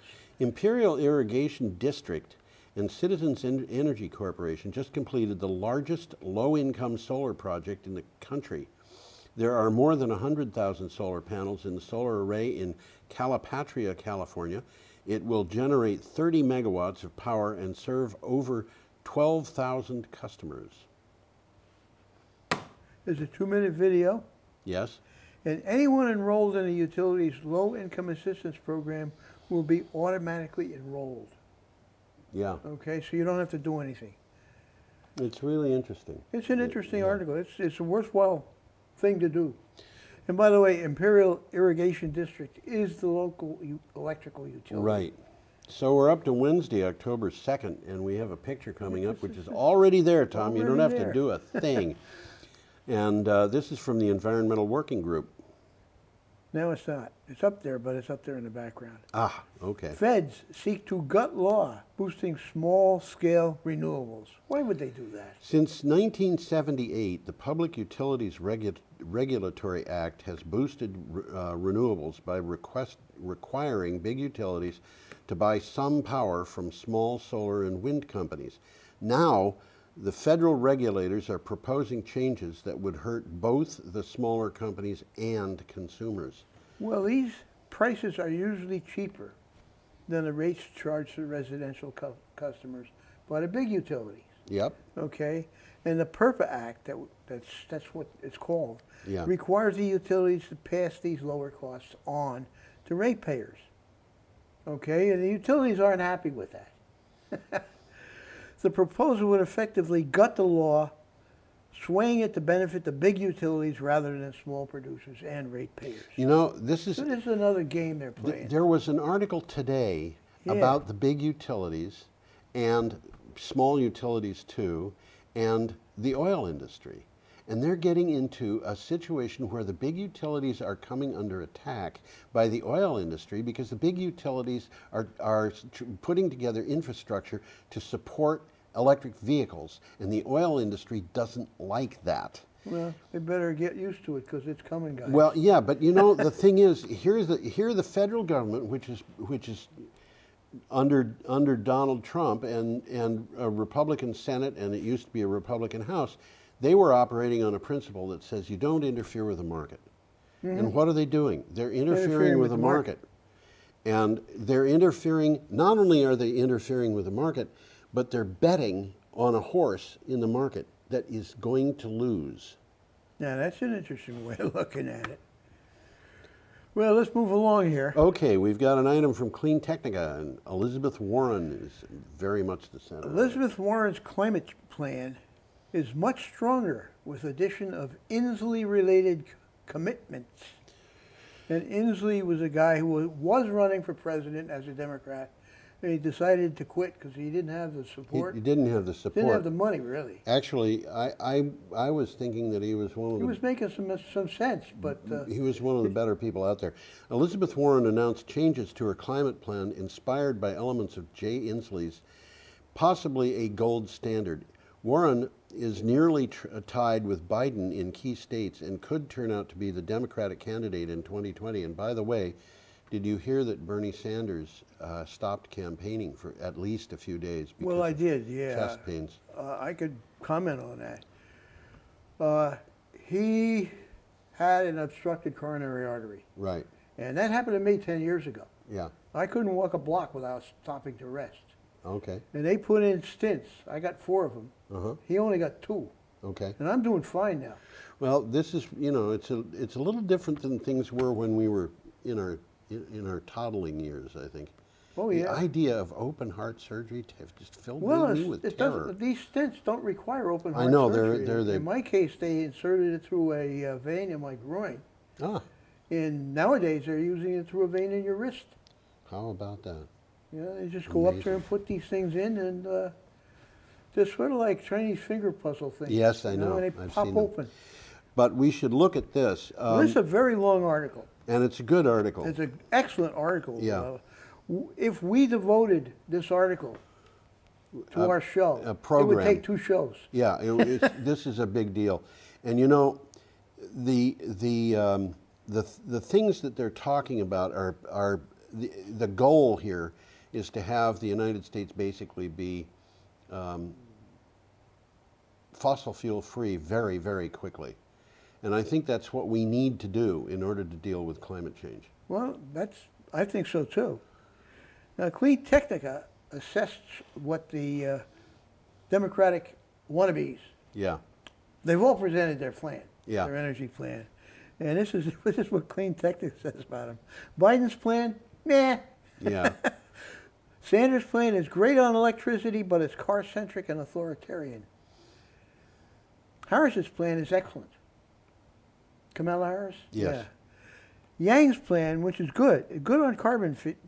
He's the one promoting the carbon fee. Yeah. It's bad on energy. And Warren's plan spreads addressing climate change across different planks of her platform. And it's wonky, somewhat hard to sell, but solid. So- It's a pretty good plan, I think. and they at this spend point. a lot of time talking about this Right. plan. Right. And they go into it in detail. It's worth looking It's worth looking up, but you know, it's going to take you all day if you read the whole damn thing. Yeah. Okay, we've got an item Yeah, we here. got to move Whoops. along here. We got a picture coming We have up. a picture Let's of get her Dea up first. Schlossberg. And this is interesting because Dea is a Spanish name, and Schlossberg is not a Spanish name. How do you do that? Only in America. It can happen elsewhere, but it happens most often in America. This is from Clean Technica. The Koch brothers and protests in America. Documentary filmmaker and journalist Dea Schlossberg was arrested and charged with felonies for carrying that carry a maximum sentence of up to 45 years in prison That's scary. for reporting on indigenous protests against fossil fuel infrastructure.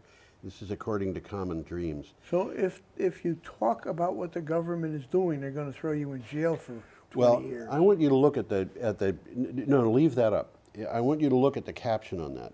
Dea Schlossberg, image from Edward Snowden via Twitter. Oh.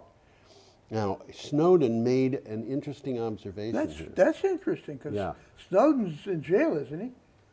Well, I honestly, I don't know where Snowden is, but the point what he said was, here is Dea Schlossberg, who is charged with 45 years worth of felonies because she reported on a protest. Can't do that. And he is only subject to 30 years. Okay, yep. He's not in prison yet. He's not in prison yet, but they're looking at him. They want to put him. They want him, and the last time I heard, was he in Sweden? I don't know. This is not He something. was. I think they've kicked him out. I'm not sure because they want to get him back in the U.S. so they can prosecute. They want to go after him. He's doing his best to stay out because he knows what's going to happen. But here is this. Snowden, I think, could be charged with legitimate offenses that he may have violated. I don't know, but here, this girl, she was doing something that she had a constitutional right to do, that the United States has a constitutional guarantee that people in this country. She was just doing her job. She was reporting. She was reporting, but she was reporting on something they didn't want to report it. Yeah, and the question is, how does this happen? Well, the way that it happens is that a bunch of states have been passing laws saying that you can't do this and you can't do that, and you can't do the other thing either. And if you're going to get involved in these protests, you're going to have to pay the price.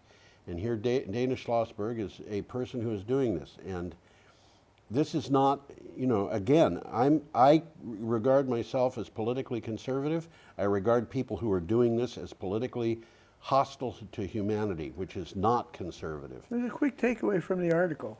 Well, it's from the article that links to another article. Yes. And it says, during the extraordinary Dakota Access Pipeline protest in 2016, the state of North Dakota spent $38 million policing the demonstrators. Alarmed by the activists in North Dakota, other states quickly passed legislation designed to severely punish anyone who dared speak out against the pipelines. That's what's happening here. Yeah. A group known as American Legislative Exchange Council, created and funded largely by the Koch brothers, was only too happy to help by drawing up model legislation designed to protect the interests Now, I want of to point pipeline out operators. the American Legislative Exchange Council, which is also called ALEC, That's the Koch brothers, yes. is funded by the Koch brothers through their various funding sources. And they have presence in every state of the United States, and they got operatives. They have operatives in every state, and they work behind the scenes. In some states they have more than one group, and this is it's kind of like the committees that the Soviet Union had in the 1923-27 era, that kind of thing. I really think that the Heritage Foundation and that Freedom Partners have learned quite a lot from the Soviet Union about how to mess with people's freedom. Well, didn't their father make his fortune in Russia? Yeah, he hated the Russians and he copied what they were doing. That's my opinion. That's pretty Sorry. close to reality. Okay, we have to say goodbye. I guess we do. So have a perfectly lovely week. It says so right there.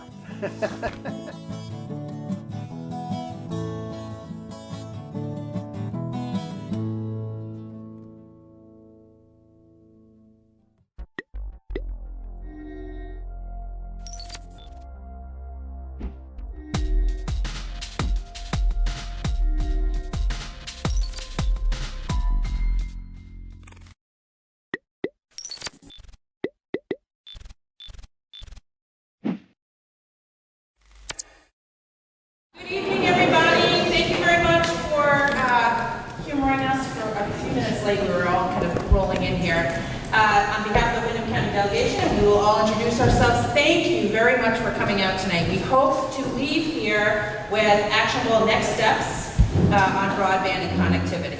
So we thought it was important to gather all of you, bring down the department to talk about the bill that was passed and how that can be leveraged this year, and then see what next steps are. So Laura Sabellian, for those of you that don't know me, want to start down here? So hi, I'm Sarah Coffey, I'm the rep for Guilford and Vernon. I just want to welcome you all and thank you all for making the time to be here tonight.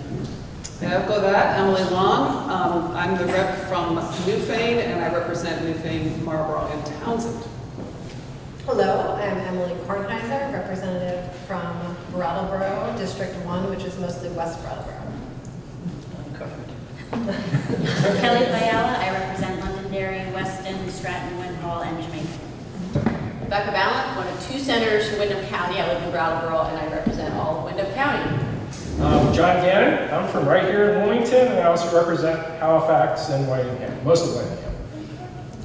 So Laura asked me if I wanted to say a few words. The only words that I want to say are words that will embarrass her, but I want you all to know that this woman was like a dog on a bone in this session.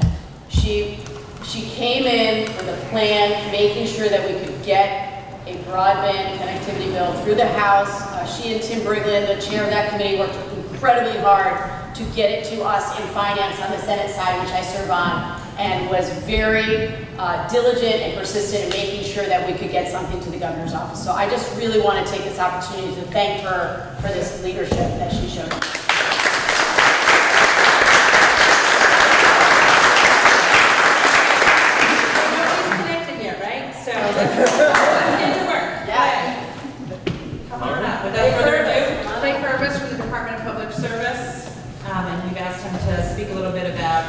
How we can leverage some new tools. Great. Thank you for making it Thank you. All right. Thank you. It was a nice introduction, and happy to be here. I am Clay Purvis. I am the Director for Telecommunications at the Department of Public Service. My department, by and large, utility regulator. We are the ratepayer advocate in proceedings before the Public Utility Commission. So in cases like electric power rate cases, we represent the public interest. In gas cases, water cases, and the telephone service cases. So right now, we're litigating with the telephone company, your telephone company, over their service quality. But when it comes to broadband, we don't do anything at the Public Utility Commission because we can't regulate it. Federal law prohibits us from doing that. We wouldn't be here if we could, because we would just make them sell everyone broadband service, and that would be the end of it. But we're not allowed to do that, so we are left with kind of economic development tools, throwing money at the problem, finding new ways to leverage new technologies to get broadband capable networks deeper into rural areas. The connectivity issue is a rural issue and an urban issue, but very different in that in urban areas they have the services there. It's a matter of affordability. Out here, it's a matter of being able to finance the construction of capital investment to build those facilities and bring them to people. And that's the problem we're trying to resolve here today. So just a quick overview. I think if you're in the room, you probably know that you don't have broadband, and you probably know why. I touched on this already. Light touch regulation, we can't regulate them. Competition is a competitive market, unlike electricity or gas or water. There are telecom companies out there fighting for business in the urban markets where there's revenue and profit to be had, and private investment is geared towards building networks where they think they can make money. And then geography, our geography is really challenging in Vermont. We're dispersed, we have small towns, We have farming communities, so the distance between service locations is far, and so the cost of deploying broadband is more expensive per location. And you've heard this before. The same goes for wireless for hilly areas, for hilly states. So hills are the enemy of wireless technology. And it requires a lot more towers, for instance, to bring cell coverage to the same number of people.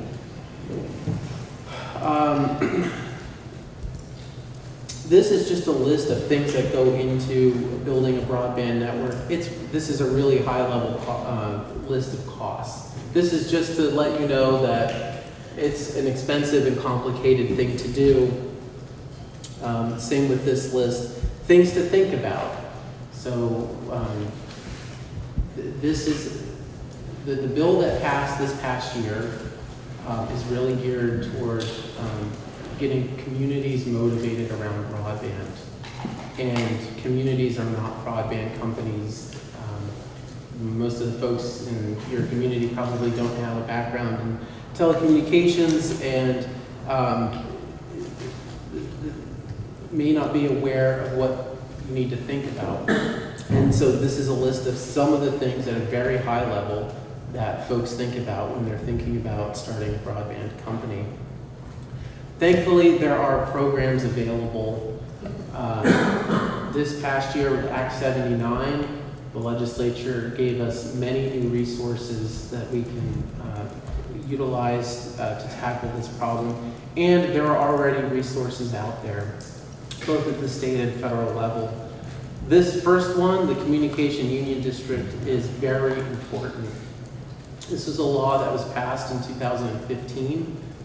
It allows towns to band together to create a regional organization that can do telecommunication services. It works a lot like trash districts. So like the town I lived in, Randolph, Brookfield, and Braintree shared trash services, about water districts, things like that. This is the same thing. Towns can come together for a common cause, that being broadband. And we have one of these in Vermont already. It's EC Fiber, the East Vermont Telecommunications Communication Union District. And that is an organization of 26 towns that have come together. They have built a network together. They started with private donations, private investments from residents, and they slowly built a network. They started in Barnard, Royalton, and they have over 3,000 customers now. They're building out entire towns in the Upper Valley, towns like Granville and Hancock and Tunbridge, Brookfield, places that private investment has never gone before. And they've been successful over the past 10 years, but they had a slow start. It took them 10 years to get where they are today. And so this law, the Communication Union District, and all of the other tools that are provided in Act 79 are intended to speed up that process. So rather than taking 10 years, can you do it in 3 years? And that's what we're looking at. So communication union districts provide a legal entity for municipalities to start doing a telecom project. It provides structure and governance. So you have a board, you have members from each town. You're putting the beginning or the formation of that organization to town vote. So it's something that would go on your ballot, say a town meeting day, and you would vote to join.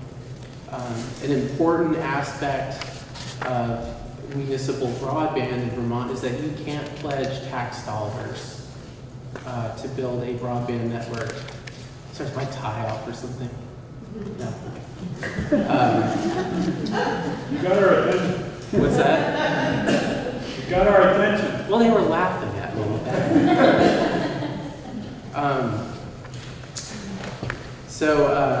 where was I? So you can't use your tax dollars. So you can't pledge, the grand list to build a telecom network. There are good things about that. You don't want to bankrupt a town trying to build a telecom network. So that's actually helpful to communication union districts because it allows towns to join them free of the risk of floating tax bonds and losing that revenue. However, it does make it more difficult because it makes it more difficult to finance the construction of the network. So, Communication Union District is a very important first step. We have 2 in the state. We have EC Fiber. They're started. They're on their way. And then we have the Central Vermont Fiber, which is a group of towns around the Montpelier area that have come together. They came together 2 years ago, and they are slowly making their way towards building a starting project. So a very important and powerful tool gives you legal, it makes you a legal thing that other financing groups like banks and other private investment can recognize. We have the Connectivity Initiative. This was a grant program that began in 2014. It is funded through the Universal Service Fund. We have funded over 1,000 broadband connections with this program. It's run out of my shop at the Department of Public Service. And it funds the last mile. So this is money for actual construction of broadband facilities that are aimed at serving actual customers. This isn't trickle-down broadband. We're not building middle-mile fiber. We're not putting conduit in the ground. So maybe broadband will come someday. Stuff has to go up on the poles. Connections have to be made to people's homes and businesses. We utilize broadband mapping data, so we collect broadband mapping data from the providers and from what we know based on maps we have at the cable plant, for instance, that allow us to target this funding where there's no broadband today. So we're not funding places, we're not overbuilding Comcast with fiber, we're not overbuilding good DSL with Comcast. Cable, we are building broadband networks to places that have nothing today. We're technology agnostic, so if it's wireless, doesn't matter. If it's fiber, if it's cable, as long as it meets a certain threshold for bandwidth, and that's 25 megabits per second down, free up, we'll fund it. And it's scalable. If the legislature gives us money, we'll spend it, and we'll serve people with broadband. Anyone can, anyone that runs a broadband company, any ISP can apply for it, so it's there. And this past year, the legislature approved a 0.4% increase to the Universal Service Fund charge, which will go to fund this program. So we're expecting to have between $600,000 and $700,000 a year to give out in broadband money. And so we just need folks to take it. And right now, EC Fiber is a big taker, Comcast is a big taker, Consolidated Communications is a big taker, but some of the communities around Vermont, especially down here, we don't get applications for money because there's no one that wants to serve those towns. So another important program that would provide funding for actual construction, but we need people to take it. The Vermont High Cost Fund, I'm going to skip that actually. That's probably not that helpful here. Broadband is getting lots of attention and lots of money. There's money everywhere. So money's not really an issue. The issue is getting the money. This past month, or last month rather, the FCC announced the Rural Digital Opportunity Fund. We've been calling it RDOF in my office, which I wish they would change the name of it, but they're going to give away $20 billion over the next 10 years. So that's a lot of money. This replaces the Connect America Fund program, which you may have heard about. The Connect America Fund gave incumbent telephone companies money to build broadband networks. In Vermont, Consolidated Communications got $50 million to build out to 24,000 locations. They've completed that project, so that money has come and gone. So this is round 2, or I should say round 3. It's really the third broadband program that the FCC's funded. This is going to be different, and so it's very important to think about this one. They're going to give away the money in a reverse auction. So rather than giving the money to the incumbent telephone company in a lump sum, they're going to auction off money in census blocks.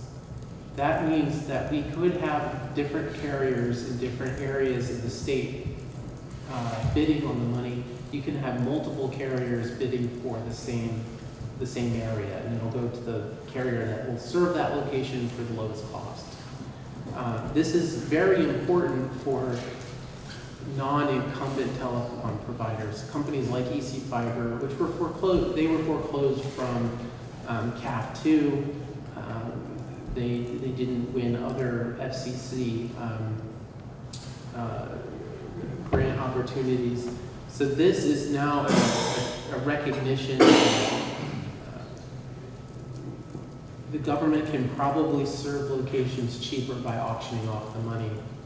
They know this works because CAF2, our telephone company took CAF2. In other states, the telephone company refused the money. So when they had a company refuse the money, they would auction off that money. So in Massachusetts, for instance, Verizon said, we don't want the money, we're not taking it. So in Massachusetts, they auctioned the money off. In Iowa, they auctioned the money off. Electric co-ops took the money, wireless companies took the money, satellite companies took the money. You had all kinds of different companies taking the money and doing different kinds of projects. So they thought that that was very successful, and that is driving their decision to do a reverse auction in RDOF. It's not set in stone yet. RDOF, the rules haven't been written, they're writing the rules now. And the devil's always in the details at the FCC.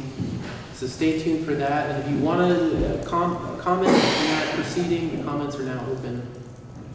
Mobility Fund Phase 2, this is at a standstill. This is $4.5 billion for wireless. To the extent that there's a company out there in Vermont that wants to do wireless, that might be an opportunity. The USDA right now has the most broadband money ready to give away. They have a few programs. The Reconnect program, they have $600 million to give away. This is a great opportunity, but for the fact that there are very few areas in Vermont that are eligible for Reconnect funding. And that's because there's another grantee who has a project in repayment. So they have loans and repayments for the same census blocks that they haven't really served yet. So we are we're stuck in that program until I think next year, at which point the USDA is going to reevaluate those census blocks and determine whether they should be reopened. We're hopeful that that will happen. My sense is in this program across the nation, no one's really taking the money, so the money's still there. The National Broadband Map, I'll skip, that's not helpful. E-Rate is a very helpful program, one you should consider. E-Rate provides, is a federal program that provides money to schools and libraries. And most schools and libraries already participate in E-Rate. The Agency of Education has staff that help communities apply for E-rate. E-rate can be used for lots of things. A lot of schools are doing Wi-Fi networks in their schools. They're buying equipment, but you can build fiber with E-rate, and that's a very important thing to keep in mind. Fiber can be built with E-rate. And lastly, you have the Economic Development Administration. Well, we have a group of different federal agencies that can do stuff here. The EDA has money available. They'll do telecom. Northern Borders Regional Commission has given away a lot of money for broadband in Vermont.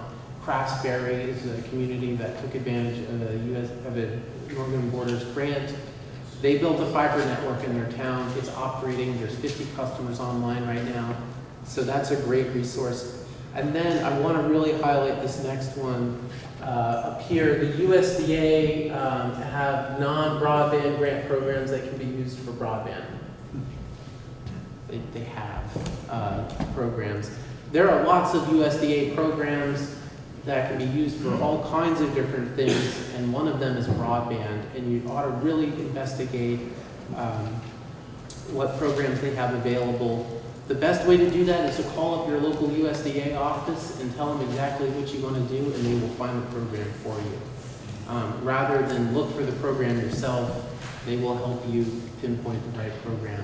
They have lots of different things that they can make something work. So now we get to H513. This passed last year. It's now law, and we're implementing that law as fast as we can. We had $205,000 for the Connectivity Initiative. We're going to get ongoing support of about $600,000 to $700,000. That's great.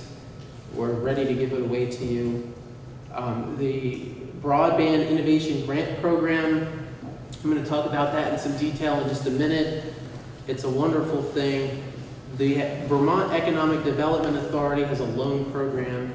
This is also very important. It's open to CUDs. It's open to nonprofit organizations. It's also open to for-profit companies that want to build broadband networks. They will loan up to $4 million per project, which seems like a lot. It's not, but it can get a project started, and it's going to launch this year. So this fiscal year, we're going to see that launch. We're going to have technical assistance at the Department of Public Service. So we are hiring for that position right now. That means in a month or two, you won't have to look at me anymore. You'll have hopefully a more knowledgeable person who can come down and really spend good quality time with your town working through the options. That means not just this kind of presentation on an introduction, but the whole process will be there for us. Will you please make sure and let the communities know when that position is filled? Absolutely. We'll work with the League of Cities and Towns and the Regional Planning Commissions to make sure word is out. We have several meetings already scheduled with towns, so if you're interested in having us come down to your planning commission or your select board, we're happy to meet with you. So give us a call. But that person is going to be a resource. They will know inside and out the federal grant programs, our state grant programs. They will be able to give you advice on who to talk to and reading your grant applications. And they'll be able to give you this kind of overview as well. So not just in the beginning, but the whole process. Lastly, we have $100,000 for municipal technical assistance with wireless coverage. This is an artifact of the Coverage Co project, but we have $100,000 that we can spend on a consultant that will come talk to your town about wireless coverage and what your town can do to improve wireless coverage. We have an RFP out right now for that consultant, so we will hopefully have that person ready to go in the next couple of months. grid. So this is, so I talked about the Rural Broadband Technical Assistance Specialist. We do broadband mapping. So the first step, when you sit down and say, let's do something about broadband, you want to know what you already have and where you have it. We can help you with that. We do a lot with broadband mapping, both wireless and wireline. So happy to provide maps of your town, where you have service. We own a middle mile fiber network. We don't have much middle mile fiber down here. We have some in Putney. So if you're in Putney, we can help you. But if you're not in Putney, I'm sorry. Lastly, we do work with wireless licensing of state-owned properties. This is not something we've been talking about that much, but we actually work with other state agencies to get them to lease or license land and buildings to wireless companies. So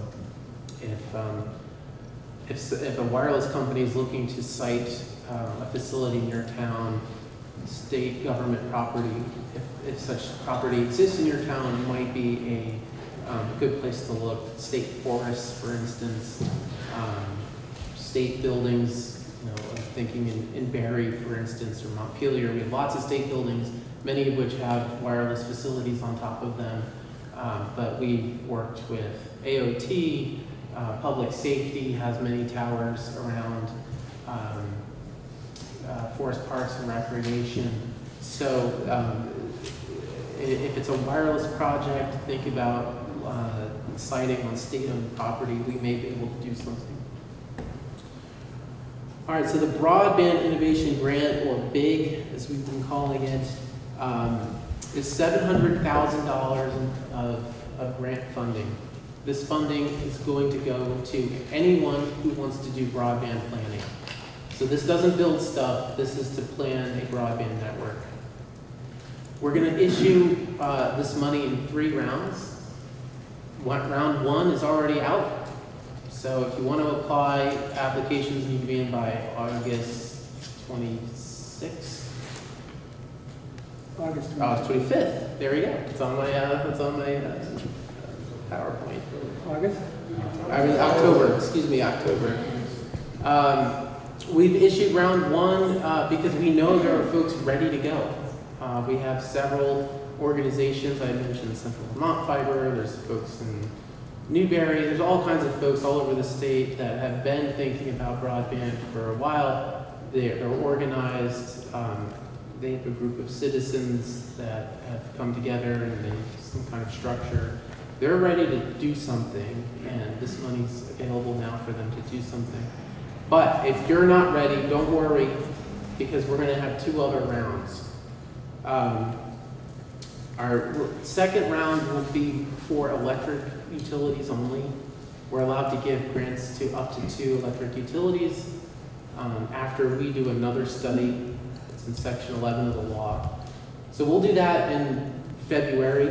After the studies come out, we'll issue that. We're going to wait until after town hall meeting day to give out the majority of the money. So that is the perfect opportunity to organize, get a communication union district on your town meeting ballots, and organize something, have your first meeting. Then we'll issue the planning grant, and you can apply for it. We're going to give at least 2 months to get applications in. We understand select boards meetings or planning commission meetings. You got to get someone to write the application. That takes time, and we understand. We work in government, so we know how slow government can be. So we'll give you plenty of time to get that together. The grants are for up to $60,000 per grantee.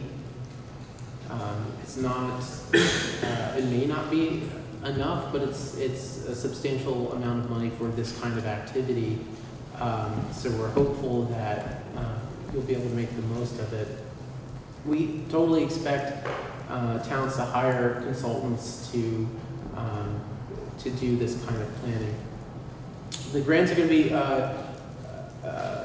given out in two parts. We want you to first do a feasibility study.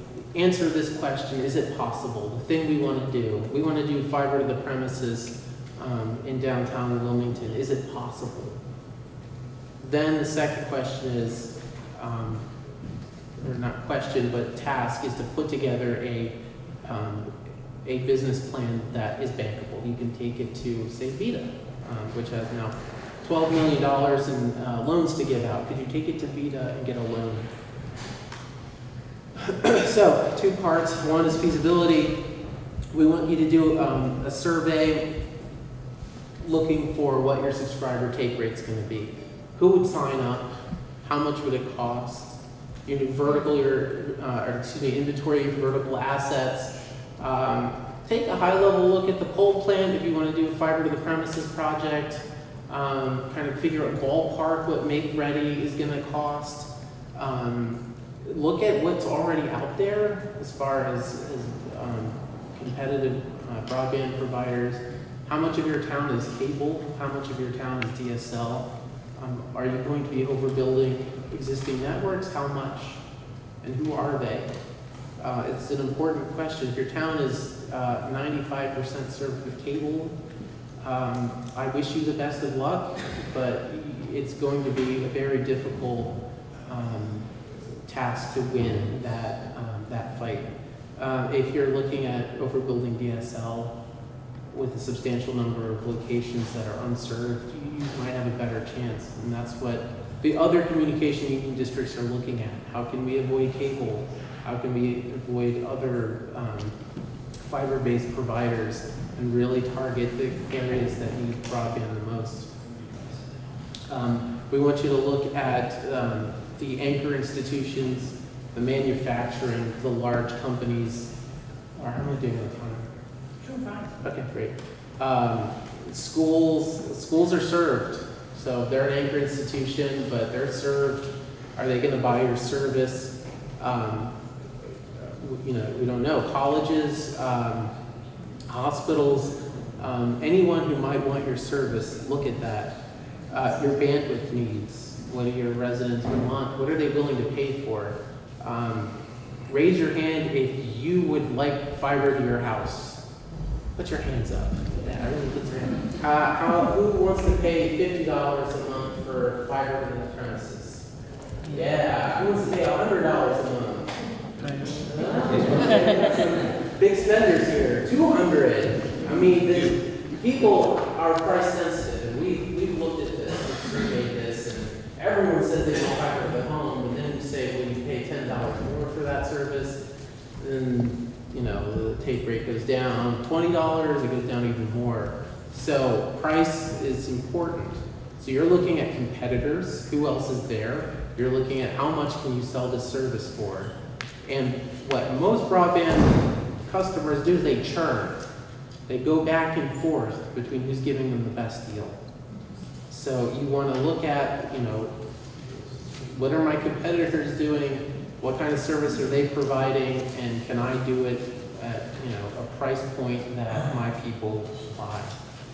Hey, yeah. Chris Cave with them Regional Commission. Back in 2011, we along with the other RDCs developed a broadband adoption plan because under the American Reinvestment and Recovery Act, there's fiber coming to Vermont, right, and other telecom coming through that process. And so Clay's point is really important because the big question was, okay, so if we have fiber coming into towns, will people actually use it? And how will they use it? Now this is kind of before high definition television, so now kind of demand has become a bit more ubiquitous in ways that used to be. Then the conversation was people might maybe Skyping with grandchildren. Now it's streaming Netflix as fast as you can and make it uninterrupted. But that's important. It may sound silly that question is asking about what you're willing to pay, because there was an assumption like, yes, I want fiber to my home. Oh, I have to pay for it. And you wouldn't ask that same question about telephone or cable, but that's kind of one of the issues that kept coming up. So as we have these conversations, that survey, the development of a business plan, is going to be critical. Because like I have Southern Vermont cable now, my phone and cable monthly bill is $123. I would expect fiber to my house would cost at least that much, right? And so, but of course, other people don't have access, but they may not understand exactly how much this is going to cost. So that may sound silly because most everybody in this room wants fiber to their home, but the big question is, will people pay for it? And so it's not. So that's one of them. As towns, if you have conversations with your community, that's an important piece that you need to ask: what will you pay for it? Thank you. Yeah, it's what the other companies are thinking about, and it's why they're not going to the end of your town. You know, they're not going to the end of that dirt road because they don't think they can sell it to the folks down there, or they can't make money selling it to the folks down there. So that's what we want you to do. Is this possible? Is this even possible? It's okay. It's okay if the answer is no. We have to spend a little bit of money to look at this, and it has to be okay if the answer is no. You don't want to start with your conclusion, yeah, wait, this absolutely can work, and then force fit the facts to meet that conclusion. That's not being honest. And it's certainly valuable even if the answer is no, because it can tell you have to look somewhere else. You have to look at some other model for bringing broadband service. Maybe it will work. It works in a lot of places where people thought it wouldn't work. You know, the Upper Valley, Craftsbury. You know, it would be crazy to do fiber to the premises in Craftsbury because it's so out there. But the people organized around it. They wanted it. So far, it's working, and let's hope that it keeps working.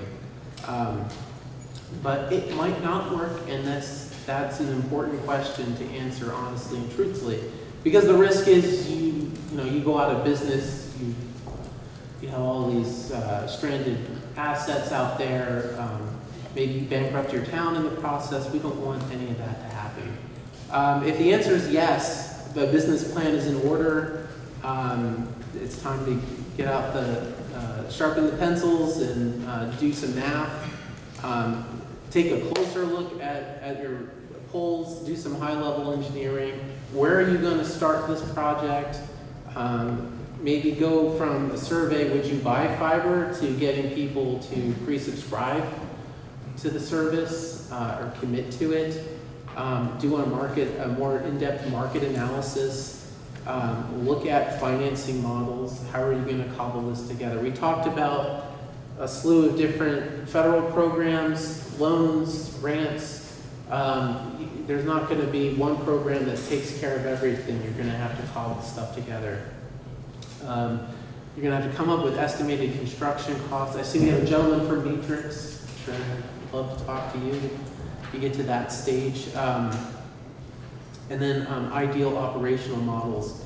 Is your town going to run an ISP? Are you going to have employees doing billing and marketing and operations and management? Are you going to farm that out to a contractor? Are you just going to build an open access fiber ring around your town and hope that someone leases it and starts providing service?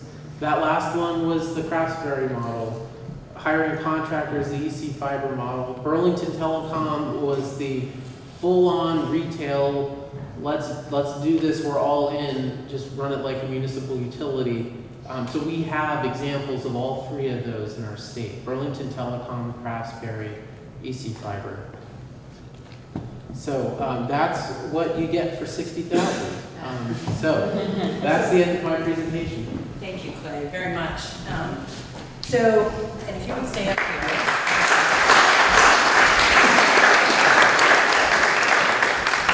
Yes, yeah. What we would like to do is maybe, and if any of the other members of the delegation want to come up, what we want to do is maybe talk a little bit about why we thought it was important to gather all of you and what the possible next steps are, as well as give you time for some questions. So first of all, can everybody raise their hand if you are employed in a town to connect fiber throughout your town? Is there anybody here that will be paid to build fiber or build out connectivity in your town? I know there's a door. Yes. Okay. So this is kind of the premise that we're operating, that we have volunteers out here looking to build out a really critical infrastructure in terms of connectivity. And so this program, with the staff that Clay has coming in, with these grants, they're supposed to help our volunteer communities get their arms around it. I know this feels a little bit like going through a fire hose.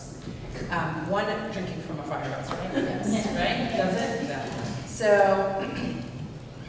one of the first things that I think would be really important for all of you in the district, and actually Representative Kornheiser was just suggesting this, is to make sure we leave room for individual towns to talk that may want to work together. That's number one. The formation of a communications union district, figuring out how to do that, is probably the first thing that we should do. I think it's going to be difficult. I know in Vermont we love to work by ourselves, but these are big, hard projects. And so working together, I think, is going to be really important. So figuring out if we can put together a communications union district. I shared with Clay, I shared with Senator Ballant. On the way down here, I actually heard from EC Fiber. They've recently received significant federal grant, which provides them with the ability to offer technical assistance. And so they're hoping to provide technical assistance in southern Vermont for the formation of a CUD. And they're actually thinking that they're in line for the October grant round, which I was surprised to hear. So were you. So, lots of surprises. In order to work with them, we would need 2 towns. That's all we would need. We need 2 towns to say, yes, I want to work with this other town to look at this. That is how a communications union district forms. Other towns are added by a vote of the town. So you heard Clay say they're looking at this 3rd round of grants after town meeting and have votes at town meeting, right? If we're able to move that quickly and have towns say they want to come on board. So what else am I missing besides we want these grants to come in to the district so we can understand the plans that are needed, you know, what it's going to take, what the technology is, what the dollars are, what the obstacles are, so that we can help with those. And I think the important thing too is to remember we do have models for success, and we need to use those as resources for our potential CUDs. And so I think, and I appreciate Clay coming and being very clear-eyed and sober in his assessment that it isn't necessarily a guarantee that it's going to work, and I appreciate that. But I also don't want us to remain paralyzed. Because that's where we've been. Because no one's coming. We have remained paralyzed and we need to do something different. And so I know Laura and I feel very strongly about this. We have to start communicating better across town lines and come together as these larger union districts to make this happen. Absolutely. Absolutely. So with that, any other points, delegation, that you think we should bring up before we take questions from folks? Representative Coffey. So, I mean, I think getting this presentation into the hands of people will be important. Chris, are you willing to? Yeah, we'll link those to our website. And also, I'm just imagining, I know there's some folks from smaller municipalities who are here from select boards. You know, it's almost like we need to walk away or follow up on this meeting with kind of a little FAQ sheet about what it means. Because I can imagine there are all sorts of questions that are going to come up from our select boards and our towns about, you know, how do we get started? You know, like how do we do this? And so that we can, you know, learn from the great lessons that we have, you know, the models that are working. I know that those folks probably have some things that would be helpful to all of us. Questions? Peter? Yeah. And if you could announce for the rest of the room what town you're from, I think that would be helpful for all of our neighbors. It's Peter Sebastian, I'm on the Wardsboro Select Board. I think the point that you make about among the first things that towns should do is get together with other towns. Is there a way that this grant money can be used, say, for Wyndham Regional Commission as a central sort of hub that things spread out to here? Just going town by town seems awful difficult in that, imagine what the electric grid would look like if each town kind of put it together back in the 30s. and I kind of feel that we're sort of doing the same thing. We need some type of organization that will bring us together to form that union. So question being, can the regional commission be a convener? Yeah, we can absolutely be a convener, but I think the piece that you just mentioned about EC Fiber, having resources to provide technical assistance, like actually knowing the technical side of this, the accounting side of it, the whole thing, that's a big deal, because that would make our job a lot easier. Because then we can play more of a supporting role of like helping with the convenings and that kind of thing, but you actually have somebody, an entity in the room who knows what they're talking about, actually frankly knows what questions need to be asked of everyone. So, so we can figure out whether or not we need to apply for grant. I'm not right now, but right now I think the main thing is we can certainly help communicate, get word out to the towns. We can certainly help with the convenings. I think the bigger question is seeing what happens with this EC Fiber bid and kind of getting more of an idea about what their capacity is to do, what their intent is to do. Because then we could actually convene a meeting like of all towns with them, for them to explain like what scale union district are we talking about? Are we talking within the Wyndham region? Is it 27 towns? Is it 2 districts of 1 of 14, 1 of 13? Is it 3 or 8? I mean, because those are the kinds of questions I don't think anybody in the room knows yet.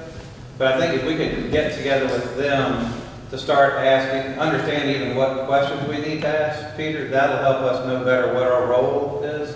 Because our biggest barrier has just been, we're really good at convening towns, we're good at facilitating conversations, but when it gets to the economics of broadband, the technical aspects, we're at a bit of a loss. And so the other thing that we'd like to potentially do is provide office space, and that can even help contribute to a local match. Hopefully, I would imagine they too are really good at figuring out how do you leverage like $60,000 of state money against federal money, which typically is going to require a 50% match, right? So how do you take this state money and leverage that into like the 60? How do you leverage that into 120,000 or more? So we can definitely play a role. I would say collaboration with BDCC. We'll figure it out, but I don't know that we know what the structure looks like right this minute. Does that make sense? And so Sarah is here from BDCC, and in the past she has helped to convene a number of towns around broadband. I think really what we're looking at is first getting organized, and then a plan, and then financing. So the organized, we can have some assistance from EC Fiber and the department when we bring on that person. The planning, again, some assistance from the department, and then financing will come from that. Yes, sir. My name is Munson Hicks. I'm the former chairman of the Fiber Optics Subcommittee of the Vernon Planning Commission. One thing that we did, and it took us 2 years to get through, was to get the Planning Commission to include fiber optics or broadband internet as an essential service, recognized as an essential service, at the same level as roads and electricity and so forth. It took a long time just to get that. We are in Vernon. We did have a number of talks individually and then specifically with Guilford, as it seemed like a perfect match.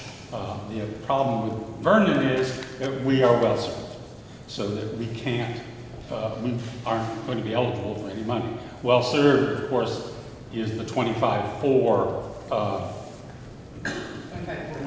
requirement, which is not in any way prepared for the future.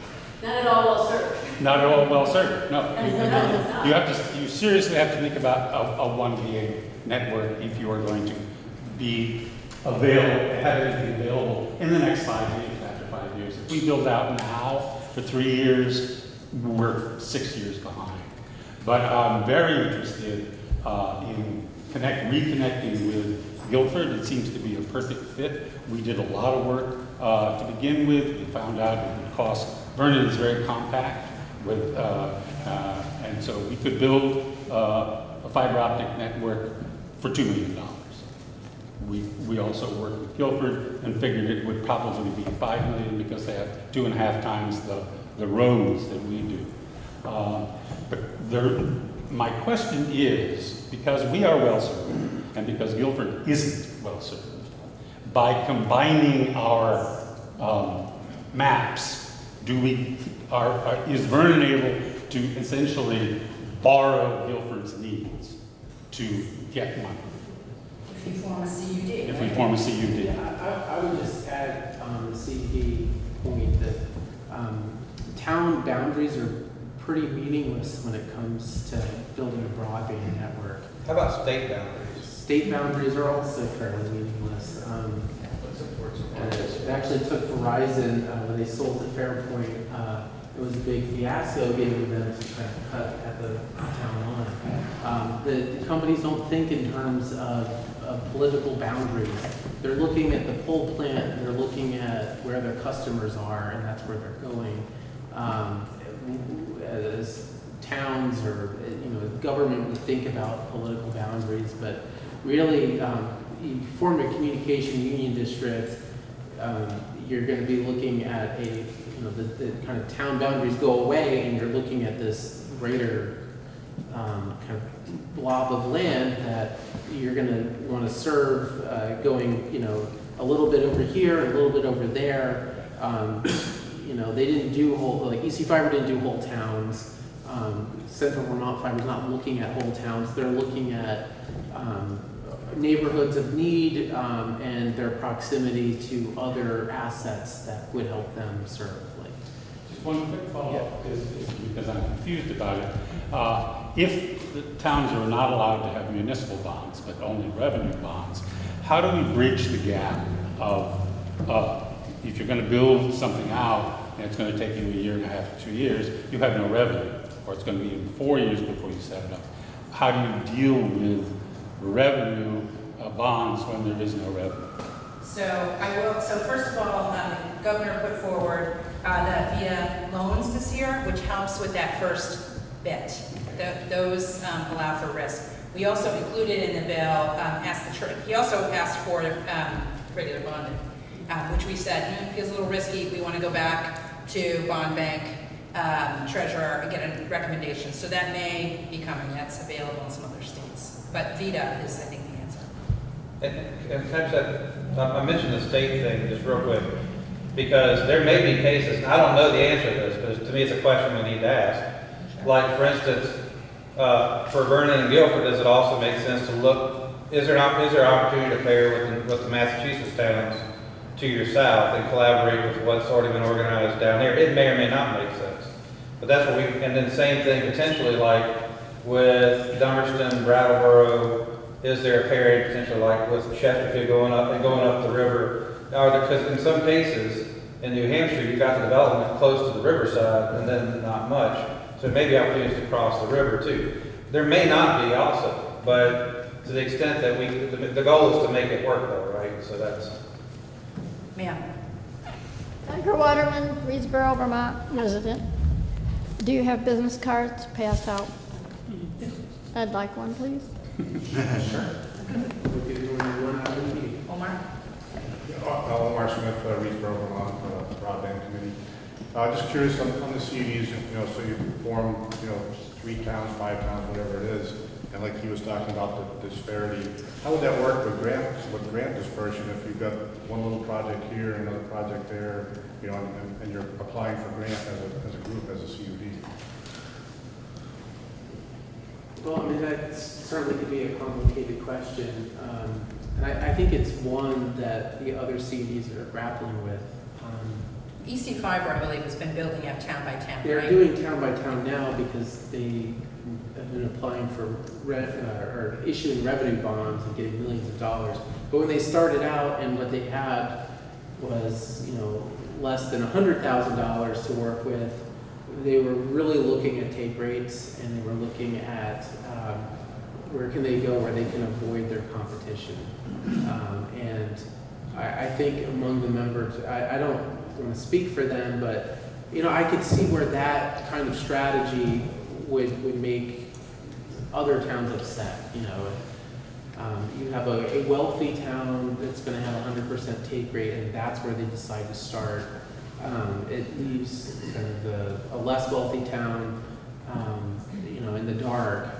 That would be an issue. I think that the the communication union districts would have to think about amongst themselves, amongst the members, how are we going to deal with questions of equity and fairness.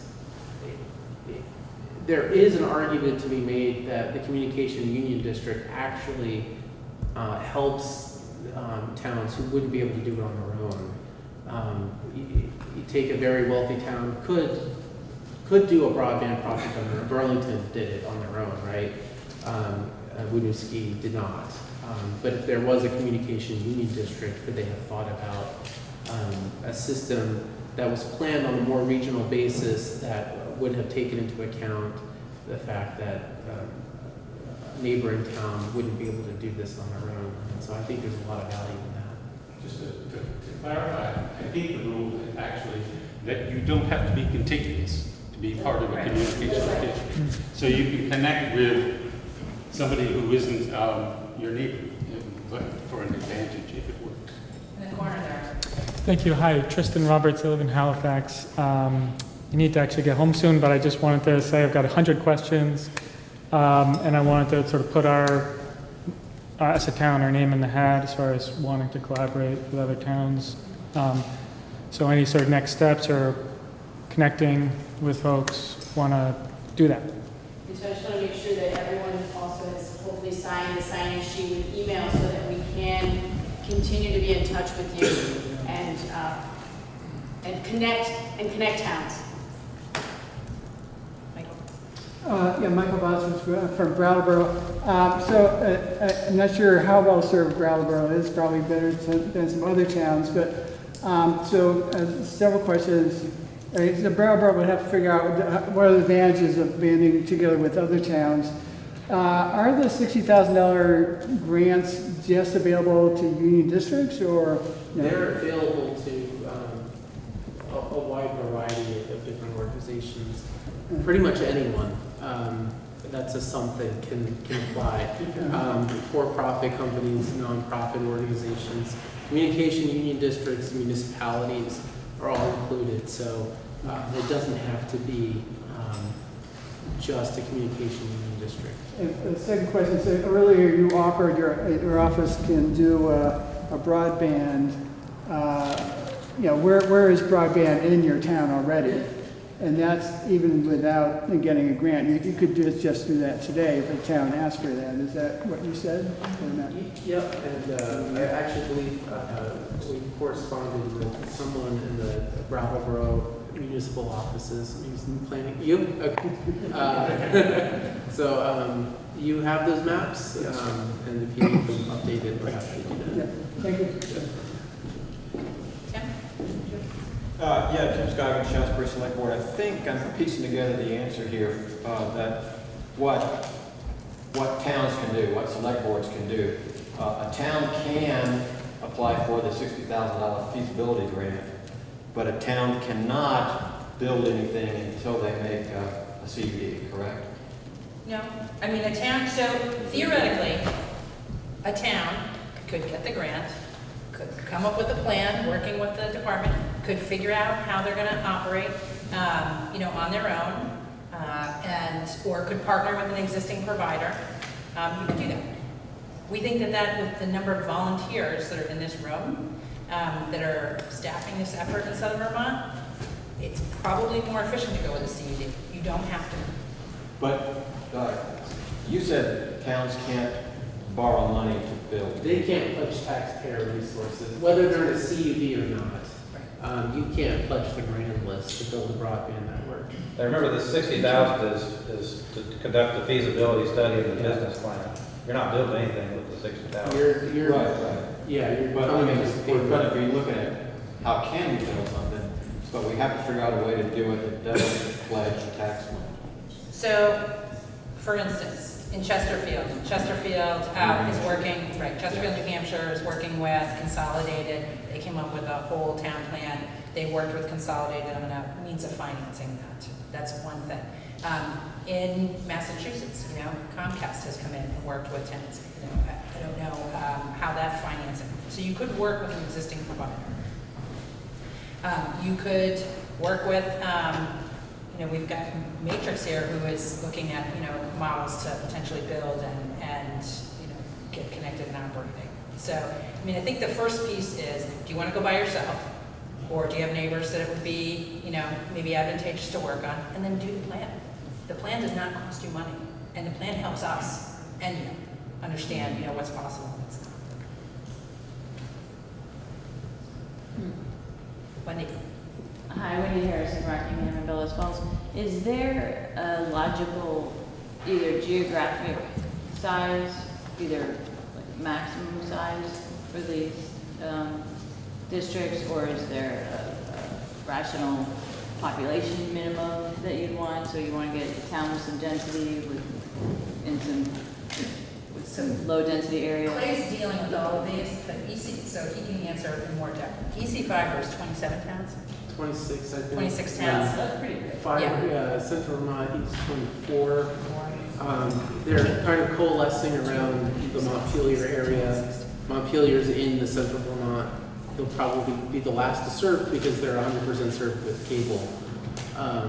But you know, towns like Plainfield and Worcester, we call it the donut problem because you have a town center that's well served. I bet Wilmington's probably fairly well served. But the towns around it or the areas around it are not. That's the donut ring, and that's the problem you're solving for. Right. And so a lot of these communication union districts kind of form around, or they're thinking about forming around kind of a municipal center, but they're really looking at the ring. Brattleboro, I would think, would be your hole in the donut, and you'd be looking at the towns around it. Or Bennington, you know, if it's so the space between Brattleboro and Bennington would probably be a natural fit. But you know, down here, there are some towns where you can't get there from here, and maybe it doesn't make sense because there aren't roads that go to that town, or the pole plant doesn't go that way. So, you know, it's something to think about, but I think for some towns, it's just a natural fit. Like, this is our community. We're the Upper Valley. We're doing it in the Upper Valley.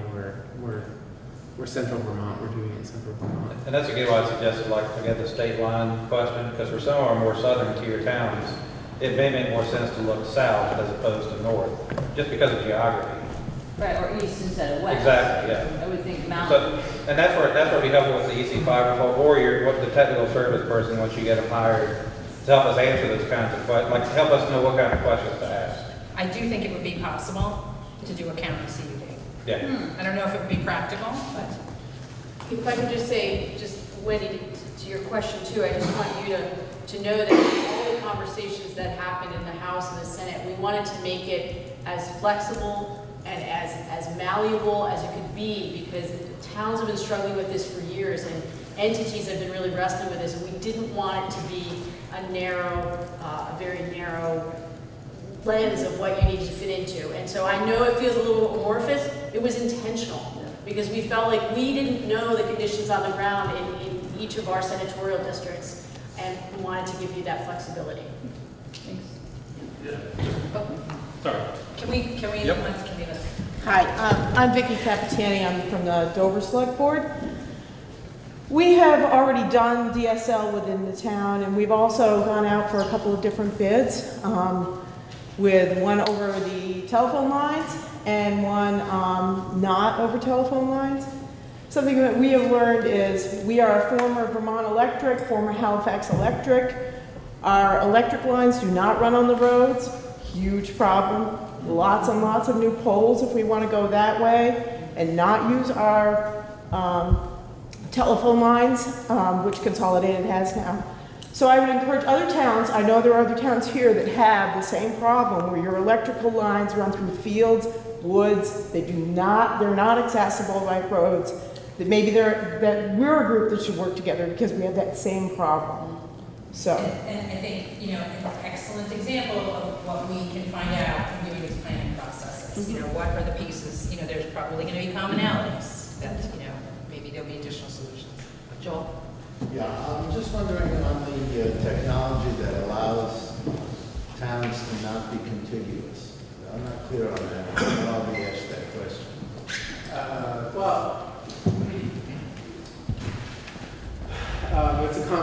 answer, I guess. I could see two towns that are apart.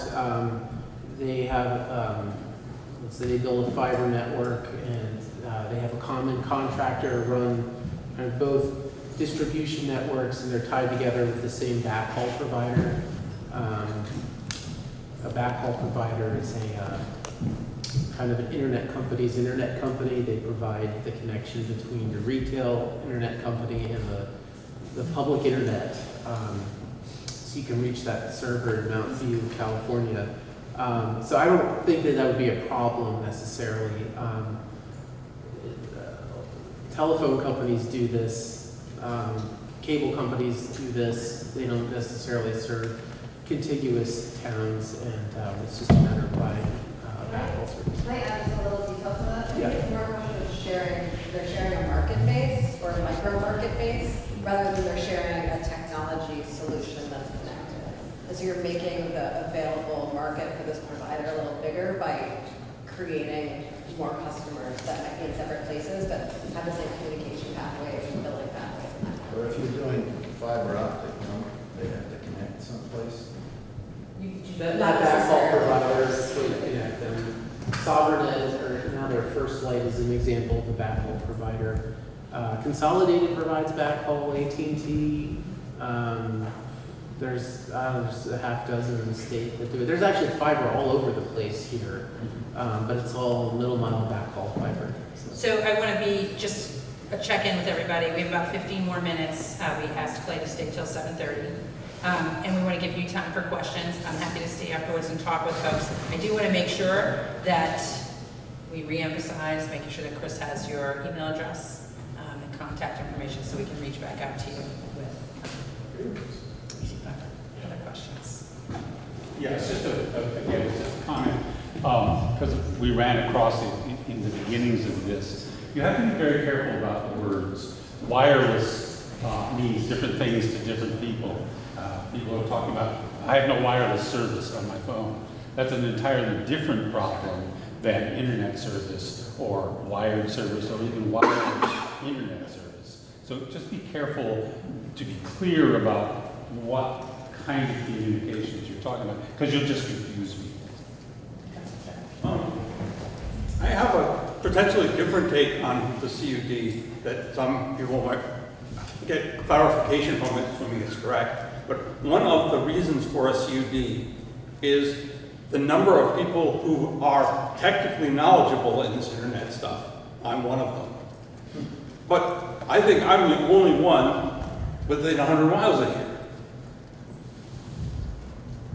If you can't, one person can't serve many different towns, but if many different towns have formed a CUD, then those particular people can provide information and cooperate with the CUD, even though, to find out what you can build and how it works, even though the two towns are not directly connected, because I knew immediately when we were asked that question the answer about the backhaul providers, because that's the kind of thing I do all the time, every day. But, you know, if Whitingham, Halifax, and Reedsboro all needed to have somebody advising their own thing, that would be more than I could help.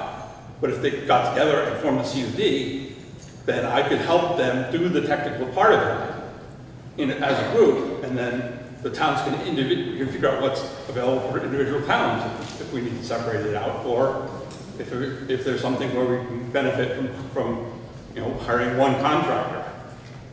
So it's a slightly different way to look at the way the CUD is. It's a way to group together so that you can use the more scarce resources. And I'm sorry, what was the town? My name is Michael Patton, and I'm from Whitingham. Jen? To that point, I just wanted to, forgive me if I'm wrong, I think one of the advantages of the CUD is the ability to sort of aggregate the volunteer capacity, talent, so it's less about the on the ground, but it's also to provide service, and that it's good to share that service area, even if it's scattered. But also, especially back to that list of the resources, to your question, Tim, about like how do you get the money to build it, it takes some capacity, and those are all wonderful but difficult funders to work with, and so it requires a certain amount of expertise. True. But then when you get to, right, but as soon as you get to the next thing, you know, the USDA, it takes some capacity, some skill, some compliance ability, and so being able to share that to go after those, because you don't have the bonding as an option to finance this, you're gonna have to use these more complex tools. Like the CUD, it makes a much more realistic organizational structure for towns to sort of get it financed, so. Yeah, David Jones, Halifax. So I have a similar question to this other gentleman who is from Halifax and who I just met today.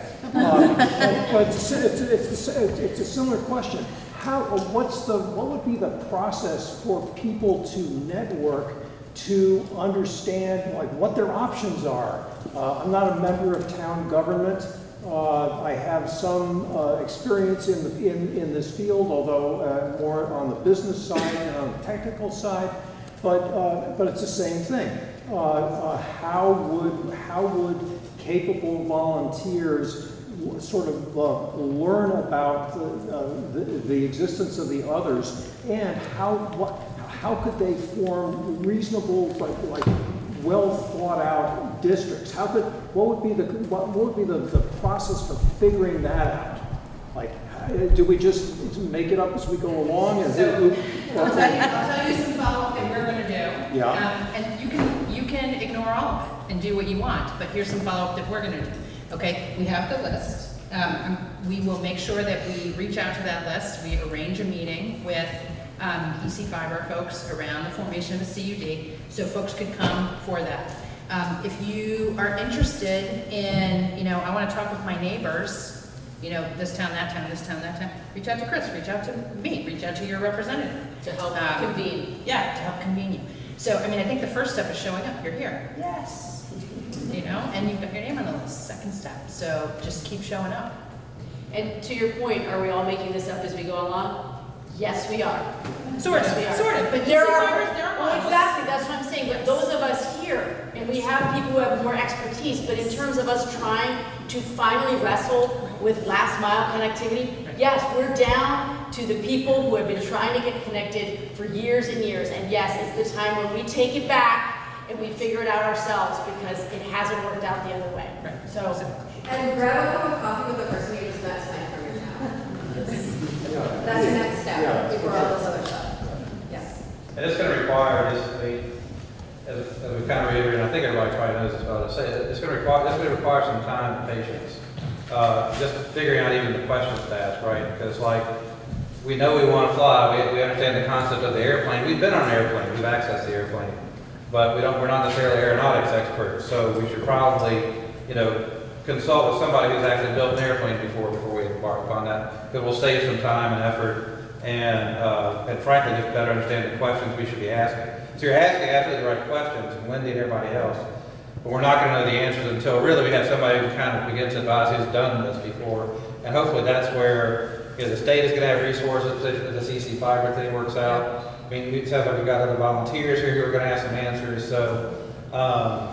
But yeah, the key is you're here tonight and we get this process started. And the story of EC Fiber, I think that's going to be part of it too, is again telling that story in Central Vermont, just about how it is somewhat incremental. Can I ask let's go out on a limb here. Would people be willing to stand up if they are interested in meeting with other folks that are interested in the CUD? Would you be willing to stand up?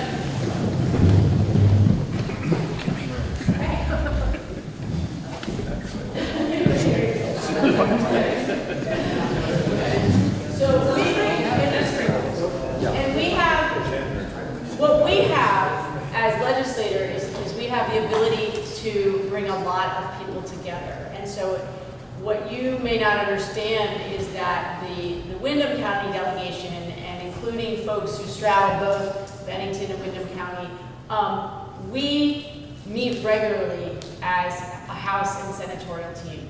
And we can help convene, and we are in constant communication with each other about how to get information to all of you. So that's a resource. We will help. We will help. I'm Zahn Eastis from Guilford. It seems to me as we go forward, one of the issues would need to be to start divvying people up, as it were, into those who have technical expertise and those who have policy decision-making capacity and those who are just interested in moving this process forward from a funding point of view, the different aspects of really making it happen. The quicker it could be, that kind of thing can be delineated, I think the more efficient it would be rather than us all just continually meeting about issues that we don't know the answers So to. we'll put together a quick survey and send it out to the list. And so it'll be real basic, right? But we'll ask you to share, you know, even, it's not just fill in the blank, it's not going to be a doodle poll. But we'll ask you to kind of tell us a little bit more about what you think you can bring to it. And we will put together a meeting with EC Fiber. It's probably going to be quick. It's probably going to be in the next month or so. So, sorry. No, it's good. It's good. It's good. Other questions? Yeah, Ann. I'm Ann Ryan, I'm on the Women's Select Board. And I would just like to tell anybody here who lives in the Deerfield Valley area, we have our kind of an economic arena here that is a little different than the valley towns down along the Connecticut River. And personally, in my opinion, we would be a really great group of towns to get together. And so if there's anybody here who would like to be part of a conversation that you guys can lead, Dover, Whitingham, Halifax, Wardsboro, would all be, Marlboro even, Searsburg, that would be a great collection of towns, and I'm here to tell you that I, as one member anyway of the Wilmington Select Board, would be very interested in seeing that happen. Don't forget Reedsboro. Yes. All right. Okay, any other questions? Thank you all for coming out. We will be back in touch. We can do this. We can do this. So, thank you.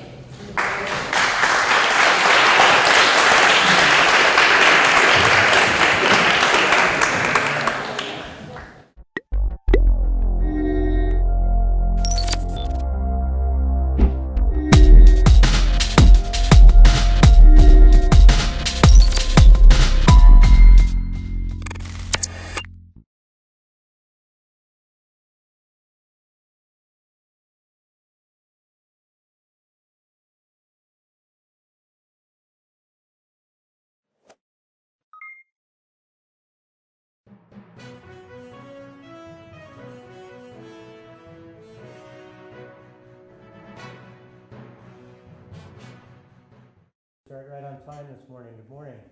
I'm Jerry Manick, Interim Chair of the Vermont Committee for the Employer Support of Guard and Reserve.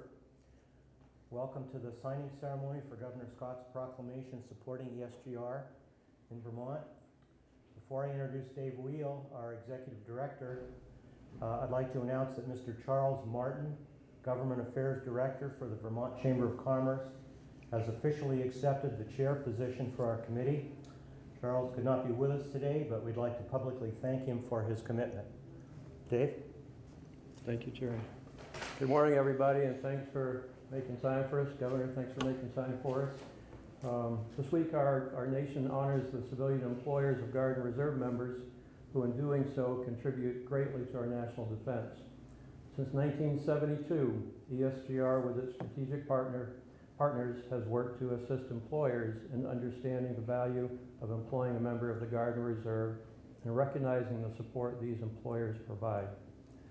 In Vermont, we are very fortunate that we have so many employers of our citizen warriors who not only do what's required, but also provide extraordinary support above and beyond what is required by law. National Life Group, represented by Director of Benefits Michelle Granitz, such an organization and has done so over many years. And it's also very appropriate to recognize that National Life Group was one of the earliest recipients of the Freedom Award, the Secretary of Defense Freedom Award, the highest award that a civilian employer can receive. This year, Dr. Pepper was our nominee for the Freedom Award, and unfortunately no one from that organization could join us. I do want to recognize, though, Jason Patnode from Alliance Group Incorporated, who is president and owner, and is representing the company today. And thank you, Jason, for making the trip down. I'd like to recognize a few other folks who are here today with us. Mr. Dan Pipes, who is representing Adjutant General Greg Knight, and Dan is the Executive Director for the Vermont Military Department. He'll speak briefly in a few minutes. Senior Chief Petty Officer Richard Baumert, Senior Enlisted Advisor from the Naval Operations Support Center in White River Junction. We're also very fortunate to have several of our strategic members here today. From the U.S. Small Business Administration, Chris Harriman, who's the Veterans Business Development Officer, who we work very closely with, and Brian DeClue, Loan Relations Specialist, and also Vermont Department of Labor, Commissioner Lindsay Curley. Thank you for joining us today, Commissioner. And Veteran Services Coordinator Larry Forsyth. Also present are a number of our Vermont ESGR volunteers. Unfortunately, my colleague Linda Fowler, who works full-time, is under the weather and couldn't make it today. This week, the President signed the National Employer Support of the Guard and Reserve Week proclamation. On Friday, the top 15 employers nationwide will be recognized as the national finalists for the prestigious Secretary of Defense Freedom Award. So today we have asked Governor Scott to sign a similar document proclaiming this to be Vermont Employer Support of the Guard and Reserve Week, and thanking and reaffirming how critical our supportive employers are to our citizen soldiers, airmen, sailors, and Marines. Before he signs that, Dan Pipes, I'd invite you to say a few words. Thanks, Dave. I appreciate it, Governor. Good morning. Thanks for taking the time to be here and for your support. On behalf of General Knight, who just returned from the Republic of Northern Macedonia, I want to just emphasize and reiterate that we could not do this without you. At the end of the day, the employers that support our guardsmen and everything that we understand it's a big ask, but we ask of you. And we do appreciate your ongoing support. It comes down to communication. So if you have questions or concerns, and these things do arise, please let us know early and often, and we'll address them head on. So that's pretty much all I have for you. Thanks again for your time. Sir? All yours, sir. All right. So I'm going to ask everyone to come up because you deserve a lot of credit for everything you've done, and everyone who's here. If you could come up and be a part of this as well. If you'd like to come up as Representative Claire. So thank you all for being here today, and thank you, David and Jerry, for the introduction. We all owe so much to those who serve our state as well as our country. Those who put themselves on the line so we can live safely here at home deserve nothing but our respect and our gratitude. I believe it's our responsibility as civilians, government, and businesses to do whatever we can to ensure our service members can thrive in the workforce. And the fact is, we benefit tremendously by employing these men and women. I talk a lot about workforce issues. It's one of the greatest challenges we face here in the state because there are still about 13,000 fewer people working today than we had in 2009. It's the #1 concern I hear from employers across the state. What I also hear is veterans and members of the Guard and Reserves are some of the most reliable and most productive employees in the workforce. That's why my administration has worked with the Guard, the legislature, and others on initiatives like licensing, reciprocity. So when members of the military and veterans apply for civilian licenses, they're recognized for the experience and skills gained while serving. Vermont is a leader on that front, so it can be used as a recruiting tool for our Guard and for vets looking toward a second career. I've also proposed eliminating the tax on military retirement pay, another critical recruitment tool. Although the legislature hasn't gone along with this as of yet, we'll continue to work on this in the next legislative session. But probably the most important thing for our reserve component service members is knowing they have an employer who is understanding, eager to accommodate their needs, and get the most of their experience. That's why I can't thank the ESRG committee members, the employers and others enough for being here and supporting the fine men and women who serve our nation. And with that, I'd like to read today's proclamation before signing it. Whereas National Guard and Reserve forces comprise nearly half of our nation's military strength and are essential to America's national security. And whereas Reserve component forces stand ready to answer the call to serve, whether serving alongside active duty counterparts all across the globe or responding to humanitarian crises at home and abroad. Whereas employers provide critical support to members of the National Guard and Reserve forces, allowing our citizen warriors to serve whenever the nation calls, often foregoing financial gain, being separated from loved ones, and making other personal sacrifices in the process. And whereas employer support is stronger than ever, more than 47 years after President Nixon authorized the Secretary of Defense to establish the National Committee for Employer Support of the Guard and Reserve, and whereas our nation is in debt to the citizen warriors departing the comforts of home to ensure our freedoms remain intact. And whereas America pays special tribute to the commitment of dedicated and supportive employers who continue to make service in the reserve component possible. Now therefore, I, Philip E. Scott, Governor, hereby proclaim August 19th to 23rd, 2019 as Vermont Employer Support of the Guard and Reserve Week. And with that, I'll sign the proclamation and the support of the Guard. We're also asking the governor to sign the employee statement of support. Absolutely. So, if you want to come around this part, makes for a great picture. Shoes on today, so. Come on in. Come right on in. Yeah, Squeeze come on it in. As we say, make everybody smile. Right? It's a big family. Jerry, you should be right back here. Oh, we're good. Come on over. I need a stool.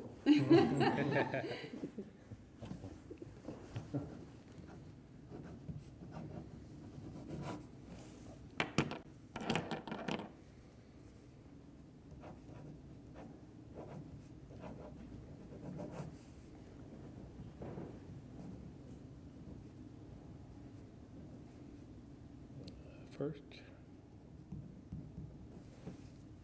There you go. Thank you very much.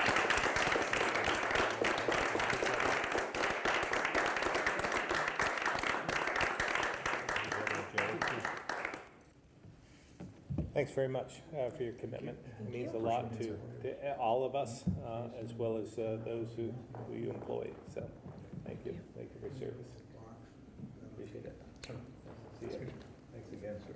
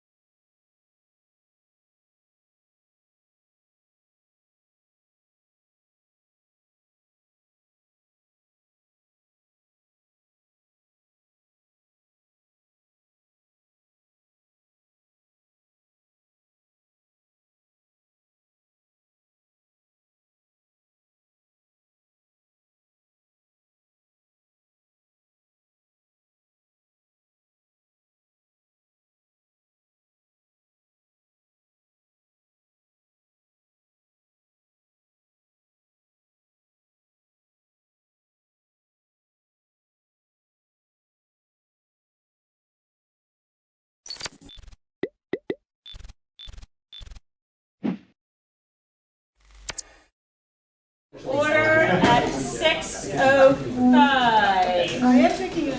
I have a few adds to the agenda. Under the administrative report, we will be adding an acceptance of employee resignation. We will have 2 executive sessions to finish out our evening. We are going to add a vote on inclusion of pride flags, and I think I'll stick that under the Diversity and Equity Committee report. And we are moving up so that Robert Clark can leave a little bit earlier. We're going to move up discussion. Item 9F. We'll be moving that up to right after recognition of visitors, because he's going to go home and read all about the bids and dream about maintenance garages. So I want to give him that opportunity to use all of his evening time to do that. Are there any other additions to the agenda? I don't know if it's an addition, but when we talked about the next agenda and the meeting on the 16th, to talk about at least maybe a timeline for press releases and informing the public and getting the word out about the meeting. Excellent. I think it would fit under the topic, but I just want to make sure that it's, to think about it. Okay. I would accept a motion. Thank you. Any others? I would accept a motion to approve the minutes of September 18th. So moved. Second. Thank you, Sean. Thank you, Anne, for your second. Any discussion of the minutes? I did have one correction, an embarrassing mistake on my part. I wrote Lyle Rucker. Congratulations. I can't believe I missed that. Oh, that's a good one. I can't believe they didn't invite us. Any other comments, additions? All those in favor of approving the minutes with the changes noted by the clerk? Please signify by saying aye. Aye. Nays, abstentions? The ayes appear to have it. The ayes do have it. The motion carries. We have approved minutes. Hello, visitors. I am recognizing you. I would like to point to the ground rules. If you're commenting on an agenda item, please wait until that agenda item happens. Generally, we like to let the board, if you have a point of clarification or point of order, Robert's Rules always allows for that. But please wait until the board has had their initial conversation before there's a vote on anything we're voting on. I will ask the audience for questions. Raise your hand if you have a question. Wait till I recognize you. Please state your name. And also, there should be a form going around to sign in. Please sign in if you have not, because we are required by open meeting law to record who is at the meeting. So please sign in with that. And when you speak, please state your name so our fabulous new board recorder can record.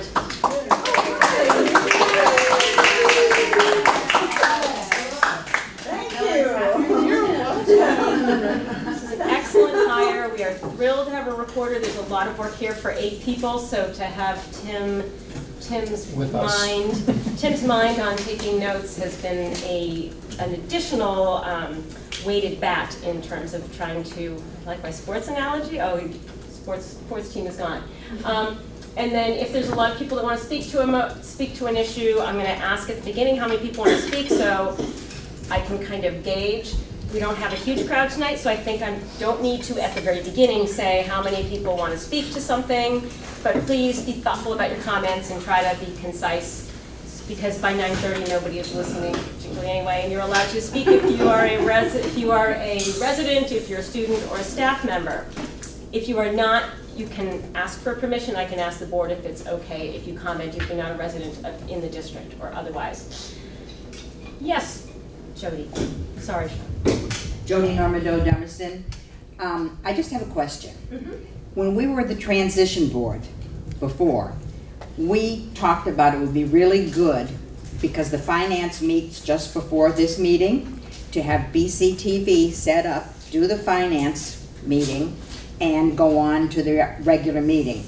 I think because the finance tends to take on things that need to be public, I think it would be an excellent idea to add, I don't know how much extra it would cost, I'll pay for a month, to add this to the BCTV, the Finance Committee. So I could take that up maybe at the end under other business, under unfinished business, and we could have a little board discussion about that. And I could see if the board will authorize me to contact BCTV and find out how much that would be. We'll see how it goes up until then, otherwise I'll put it on a future agenda. And when you got that she's willing to pay for one, you got that? I wrote that down verbatim. Excellent. I will, for the extra, not the whole thing. Okay, Sean, did you have something? Well, yeah, it's on Jody's comment, and that is, it's the first meeting, we will have the finance meeting prior to the regular board meeting, but that's the only, we won't do that on the second meeting. And then we will have a finance meeting once budget development starts, but that will be in the morning, and it will probably be in central office, so. Okay, thanks. Thank you, Sean, for the clarification on that. Communications, I sent around, I believe, 11 communications, surprise, surprise, all in the field on 2 different emails. Anybody have any other communications? I'm not sure this really falls under communications exactly, but you had asked about whether there's any word about leadership councils, and I noticed that our Palantir, the PCS principal, had posted something about it yesterday. I took screenshots, but haven't sent it out yet. Okay, so that's gone out now. Excellent. I realize I did not forward it to the board, and I will, because it came under Vermont Business Agricultural Center. It didn't come under Famulari, so then I couldn't find it. And now I know I couldn't find it. I have contacted Hillary Famulari, as the board directed me to do, and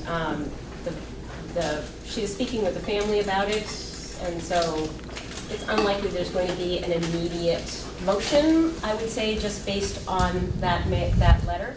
But I thanked her and asked her if she would let us know as soon as possible, and she's mentioned that she's also in contact with Mr. Steve Perrin, principal of the UHS. So, but you know, maybe we're the squeaky wheels. So I will forward that to the board after this meeting. My apologies that I did not do that. Moving on to committee. So everybody else is good with communications, yes? I didn't miss anybody?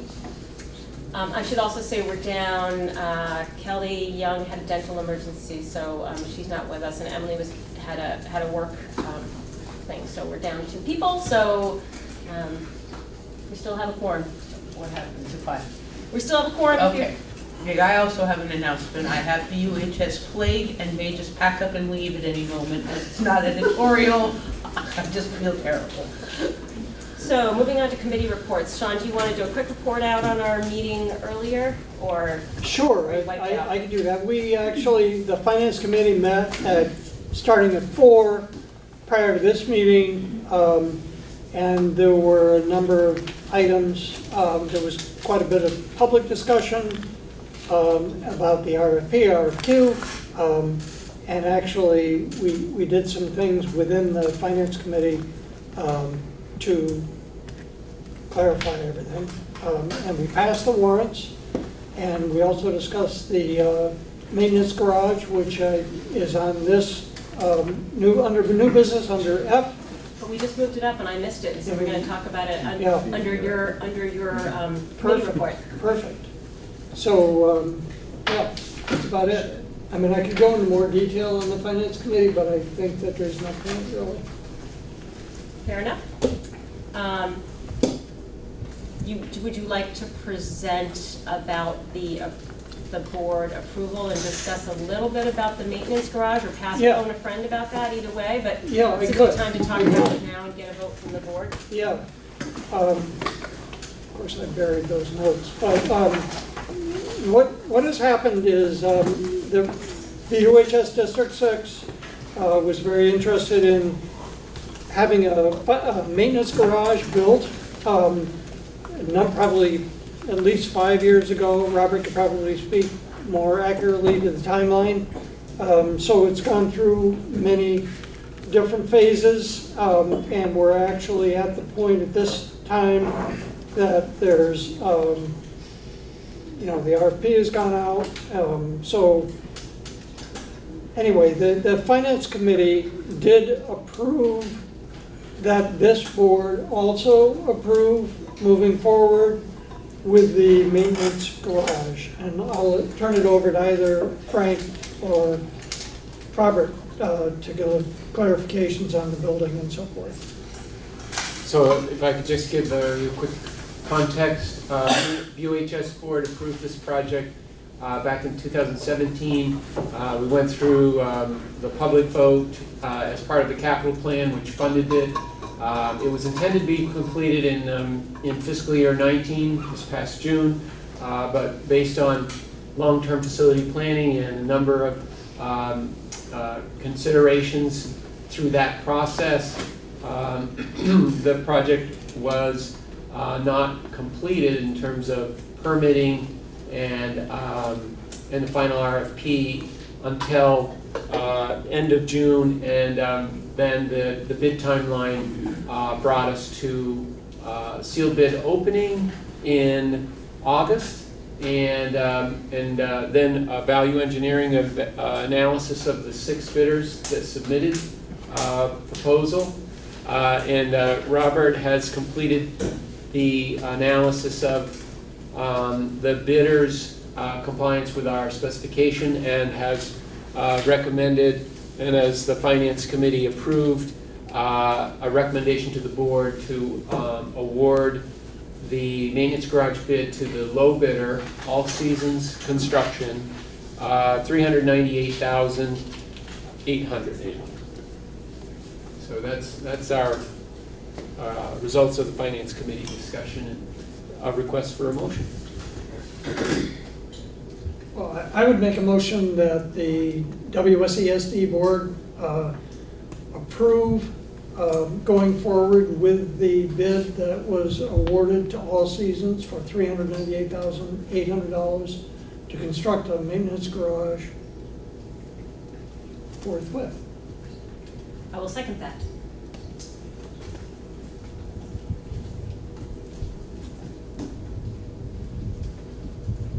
Any questions, any discussion?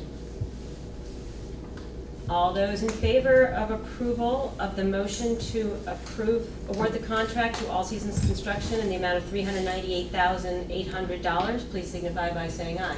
Aye. Nays, abstentions? The ayes appear to have it, the ayes do have it, the motion passes. If I could just,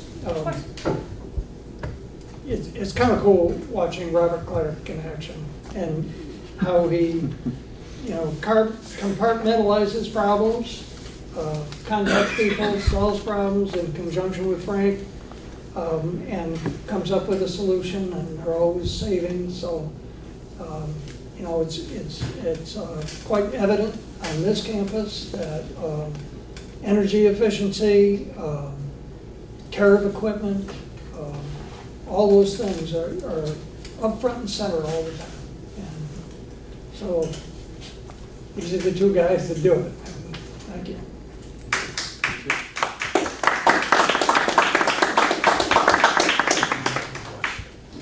Thank you, Mr. Clark, and the fact that I approved anything for $400,000. $398,800. Very important. Moving, so that pretty much takes care of the high points. Thank you, Mr. Clark. That pretty much takes care of the high points for Finance Committee, the meeting, the minutes. Thank you, Frank, for recording the Finance Committee meeting. Will be posted on the website. Christina, I have a question. Yes. About finance. Is this the time for that? Now would be a great time to go Finance Committee. Perfection. I can't attend 4 o'clock meetings, and so I was really curious. I'm Jamie Comtois from Putney, and I was really curious about the resolution because I was really alarmed that I saw some information on the agenda that looked like RFP and RFQ stuff was going to be discussed, and so I wondered, I didn't hear any update on that discussion, and because I don't think those meetings are documented via BCTV, I just wonder if there's an overview of why that happened and maybe what the implications are. I would be happy to do that. Or I could Or you could do that?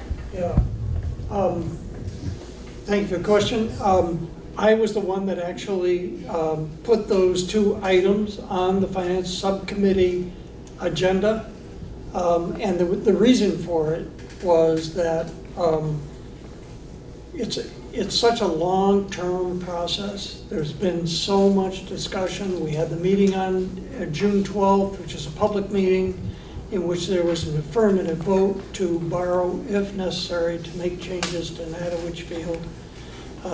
Our administrators have been working long and hard on developing how we go forward. So it was on the agenda of the Finance Committee, and I think it's very important to realize that what is discussed at the Finance Committee is, it stays on the Finance Committee, it's within the Finance Committee purview. It doesn't really have anything to do with this full board, and then the Finance Committee would bring a recommendation to the full board of what they think should happen.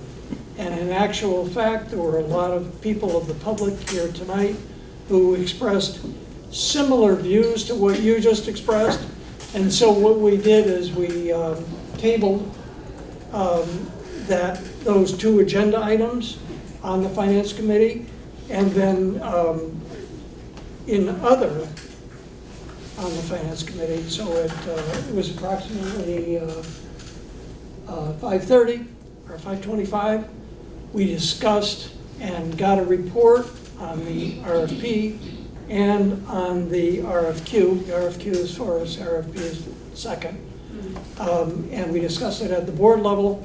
There was no motion made, so, but we do have more information, and the administrators spoke to the public's concern and the board questions. So it was expressed by some members of the public that it was an obfuscation of the democratic process on my part. So I take that with a grain of salt, but I hear what was said, and you just reiterated that.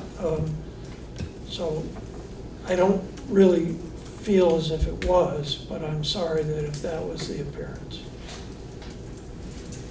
Thank you, Sean. I'll also add that I think we as a board talked about, we're all getting used to each other's styles, and that's, we're a whole new thrown together thing, and so we just, language and sort of being a little more crisp on how things appear on agendas is going to be very helpful in the future. And I was sick as a dog. I'm like, what's this? And I could have maybe been more on top of it and said, wait a minute, people are concerned, and worked a little bit more to say this was a discussion. We tabled those motions. We talked about the process so that because finance is responsible for buildings and grounds, so we talked about the process. They brought a document that was an RFP that they were considering, but it's just like an example. It's not the test. It's like your SAT problem, a practice problem. And so there is a document that we looked at that is just an example of what an RFP could look like, and that RFP could end up being for natural grass, for synthetic turf, for cork. This was just an initial look so that the board could, so that the Buildings and Grounds Committee could get a first view of what this process is going to look like down in the dirt, trying to get through a whole, because a bid process for an over $500,000 project, if it ends up being an over $500,000 project, is a completely different thing than what most of us have ever done. So that's how we used that time, and there was no recommendation or approval made at the committee level. Yes? Just a thought, it would probably be a good idea to put those documents up on the finance committees, with the minutes, just attach the documents so everybody can see them, because they're public. They just, we don't have enough, didn't make stacks for everybody. With just example written across it or something? Example. Well, draft. And actually, the RFQ does have draft right at the top in bold. The RFP does not, so maybe the addition of the word draft to that document would be good. Yeah. I would just, draft is going to get people then saying this is your first draft, and you're getting, I think draft is going to continue to concerned people who are interested in speaking for turf, if it goes up with draft. I think example or some other, I'm interested in some other language, but if I pulled it up, this is the draft of the document that's going out, I think that's different. This is a practice problem. This is not the first draft of my PhD. This is an example of what a thesis paper would look like. Not the. I just think I just want to keep the public clear on what, and save myself a lot of phone calls. And we are being transparent. We are being accountable, and I want to make sure that once people have that impression we're not, it's very hard to say no. We meant we were going to talk about grass next week. Thank you. Let me just go to, is this a follow-up on yours? This was just following up. Okay, if it's a quick. Yeah. So one question that I'm having is, did the example or draft include a request for natural grass, cork, and crumb rubber as 3 potential side-by-side examples? No, and part of that was a misunderstanding about the motion for natural grass being withdrawn. And part of that was because if this was now just an example, so this could end up being a total natural grass. This is not a draft. It's an example of what an RFP would look like for a big project. So I just want to acknowledge that I see frustration in Sean that he feels like it's a draft, and you're recognizing that something happened in that finance meeting that you're requesting that it's an example. So I just want to make sure that what my follow-up question is I really need to see a transparent process documented, because I don't understand what process we're in right now. And so I just wanted to request that we have a clarity between the subcommittees or the committees, the board of directors or the board, and the administration about what the process is, so that it isn't confusing and leaves space for these kinds of problems. And so I would just like to please ask that a process that's agreed upon by the 3 bodies is created. Thank you, Jamie. I think we're there now. 2 weeks, we're going to have a public meeting and move forward with a decision in some directions, and then we will go through an RFP process in whatever direction we are moving in. Okay. Natural infill, synthetic, natural grass. Or, who knows, maybe there'll be something else that comes up between now and then. I don't want to limit possibilities for our next meeting. Thank you. Yes, Jody. Jody Armadillo Dummerston. I just wanted to say to the Finance Committee that I think Sean is lending us to lead us to the fact that this was voted on at the June, July meeting, whatever it was. But it was brought up at the Finance Committee. Annie read the warning.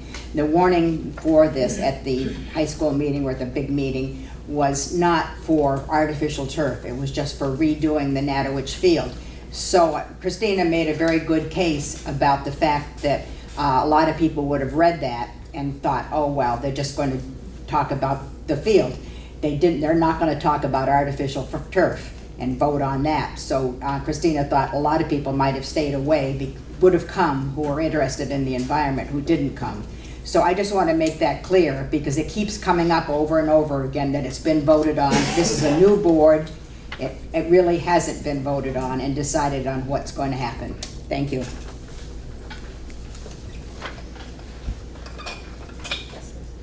Sean, maybe you could, instead of... No, don't talk to me. Oh, Christina, maybe Sean could put example on them instead of draft. That was my request to okay. Frank. Yeah. And I got head nods. So okay, I didn't catch the head nod. Okay, moving on. Any other comments on Finance Committee? Moving on to personnel, which hasn't met, so that should be a nice quick topic. I don't believe they've met. I don't see minutes. Personnel has not met. There has been some communication about meeting, but we're sort of waiting for the central office to trigger when the best time for personnel to meet would be, and then we will go forward. So there definitely has been communication among the members. For some reason, I'm kind of the point person. I didn't realize that. So anyway, I've written emails to everybody. Thank you, Sean, for starting that. Yes. So we will need a meeting soon. The second round of what had in the past been the Broadville Town, 1% is due in the beginning of October, and then we bring those to be approved. So that will, I believe that was part of personnel, was 1% negotiations. So there will be a need for. So that will have to happen sometime in October? October for sure. Yeah, what I said in email is we probably do it in the first couple of weeks of October. Okay. So I'll get going back on that. I'll get, Lyle can give me direction and I'll follow it. Excellent. Okay, the Policy and Amendment Committee. We met last Friday. We have had some forward motion on our amendments. The attorney has contacted us since we met. It was Friday night. We got language that the attorney had passed through Donna Russo-Savage and Will Senning, who is the Director of Elections for the state of Vermont in the Jim Condos's office, the Secretary of State's. Thank you. Secretary of State's office. So the committee needs to meet again to kind of go through yet a couple different suggestions for language, and I have already heard from a committee member about some tweaks and thinking about that, so we need to meet sometime this week to go over that. But it's looking like we might be on target, possibly. I don't want to jinx it, to act on that at the next meeting as another small item that isn't controversial at all. The four amendments that we've been working on: school closure, grade operation change, leadership council, and the representation. We also had the fabulous Barb Nowakowski came down because suddenly we didn't have anything on fire in Policy and Amendment Committee. And I said, what are we supposed to do if nothing is on fire? And then I said, oh yes, we're supposed to review policies and see what needs to be done. So Barb reviewed the ongoing policy updating process, and where it was kind of left off in Lionel Holiday has done a great job in moving these policies forward. Some policies haven't been touched for many, many years. And so now we're putting them on a better rotation, so between Barb and Lyle, and now a policy committee that isn't dealing with fires every day. We have a plan to start looking at 3 to 5 mandatory policies each month, and one of them will be a policy that we can't change very much. 1 or 2 of them will be a policy we can't change very much. It's a state mandated policy, so those will go through very quickly. One will have a little bit of updating to do, and one will be very meaty, something like probably, I don't know, a dress code or something that will take a lot of public input.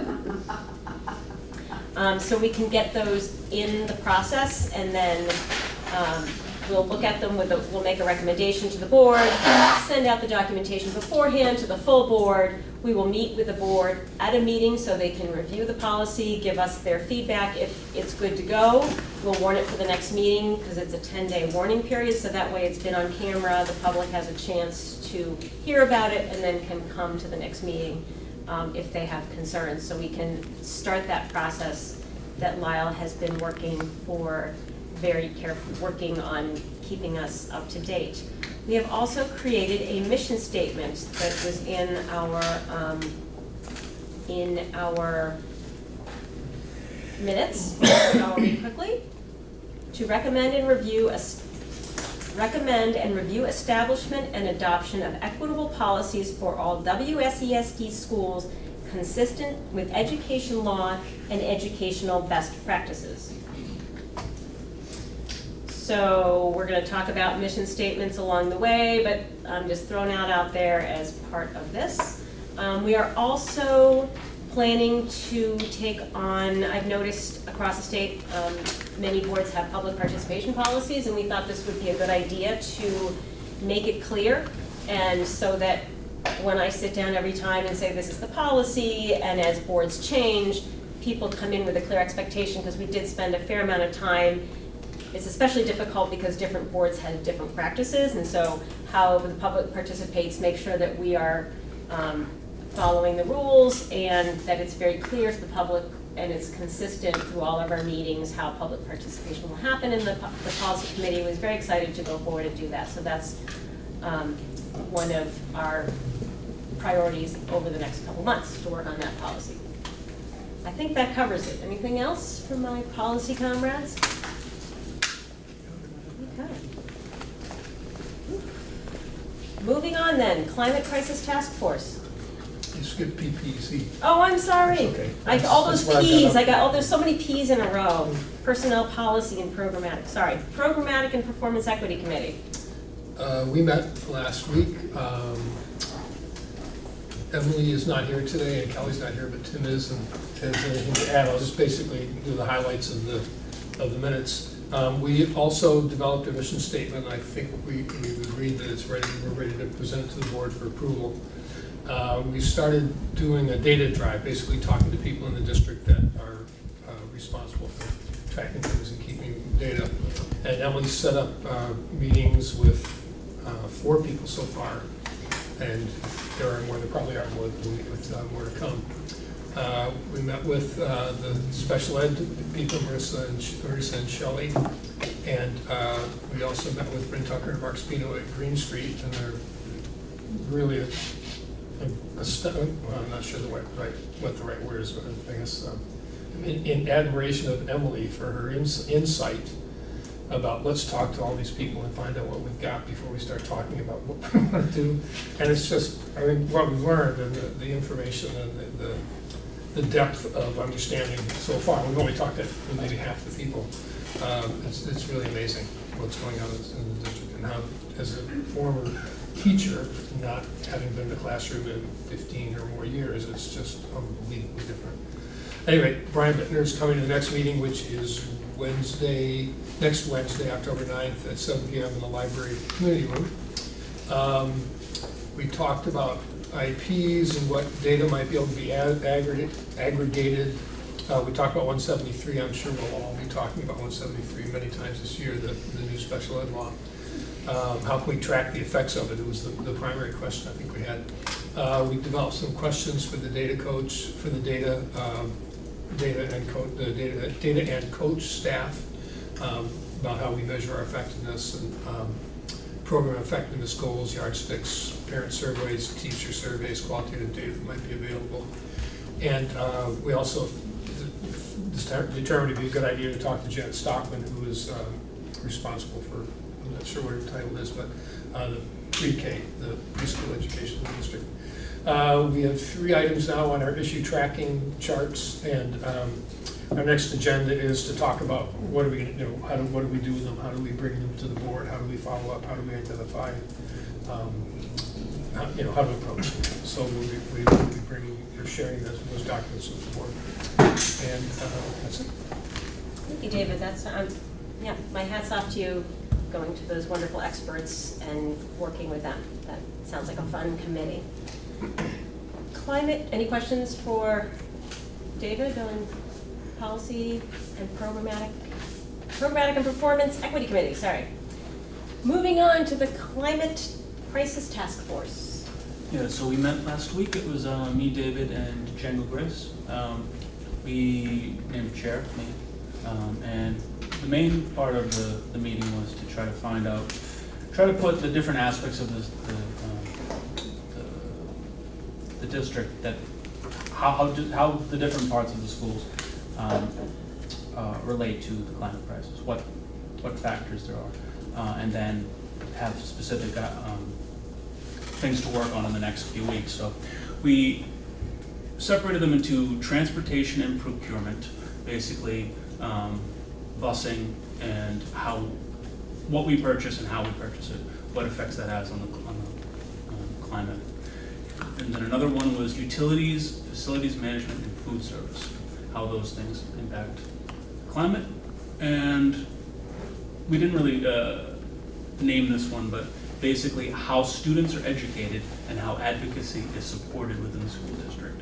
And then Django was going to take that on, looking into how the school district, what the curriculum is, how it relates to climate, and how student advocacy or student speech on the climate crisis is supported. And then the last one was financial, what the school district does that in any way is related to the climate. And David was going to look into that. So over the next 3 weeks, before we meet again on the 23rd, we have a little bit of homework to do in these departments to see what specific steps we can take to have a positive impact on these parts of the school district. So it's a lot, but we're going to meet in 3 weeks and see what we found. I just had two other things. We talked about resources, and I wasn't sure if it was your sister-in-law. Yes, my Who sister-in-law. is our resource, and I wasn't sure what exactly, you told me, but. So she is the energy coordinator for the Acton Public Schools. And so, yeah, her first year, she reduced their energy costs by like $500,000, which, as she said, that's 5 teaching positions I saved. So that's how she viewed it. And she has been really instrumental in having it be student-driven. She has students deployed with kilowatt meters. One of the major projects she did, which I told her she'd never do this, being a recovering teacher myself, she said, I'm going to get rid of all the coffee pots and small refrigerators in all the teachers' rooms in the town of Acton. And I said, it will never happen. And she did, and the students made it happen. So I did say, if you want to make this happen, don't you do it. You will have a target on your back. Get the kids to do it, get some middle schoolers to do it, and sure enough, and they, when presented at the LEAD conference in Washington, D.C. a couple of years ago, she was nationally recognized for this very student-driven. So it's a nice model that I know she was happy to spread the word of joy of things that can be done in school systems. So I will give you her contact information, and I've already warned her. So The other thing is that Django Grace had mentioned something I'd never heard of, a search engine called Ecosia, E-C-O-S-I-A. And they use their profits to support the planting of trees around the world. And he claims it's an excellent search engine. It gets just as good as any other. So I'm in the process of transitioning to it. And I just want to let other people know that it's out there. And there are alternatives to Google that actually may be adequate. So that's our first recommendation. So there's a lot of interfacing, I would imagine, with as with many of our committees. Like I think Buildings and Grounds could think, Finance and Buildings and Grounds could think about sometimes having joint meetings, and as well as personnel. Curriculum generally falls under personnel and curriculum, so it'd be interesting as this moves forward to think about ways that we can kind of work together on projects, because the climate crisis interfaces with many different things that we're working. Policy, we talked about. I asked a question in finance: is there a policy about teachers and how transportation? Are they encouraged to ride share? And Frank shared with us, actually, that they're asked if this is the most economical. And so that's something that we're doing, but it's just there's so many ways to think about this if you really insert it. I also think there's a lot of work for 3 people. Have you guys thought about looking for some other? Oh, I've got Emily Murphy-Core comes sometimes, and Paul Smith comes sometimes when they can. And we have another student who says she would like to join us once soccer season is over. Okay. So we'll be hopefully expanding our resources. Great. Jamie, did you have a? I'm proud of us. I'm proud of you all for listening to the public at the June 25th meeting. I'm proud of the work you're doing. I'm excited to see what comes of it. And I just wanted to thank you publicly, because not everybody rises to this, and you have. Thank you, Jamie. Any other thoughts, comments? Thank you, Thomas, for taking that on, and David as well. Communications Council, because we have something to communicate. Yes, got a couple things.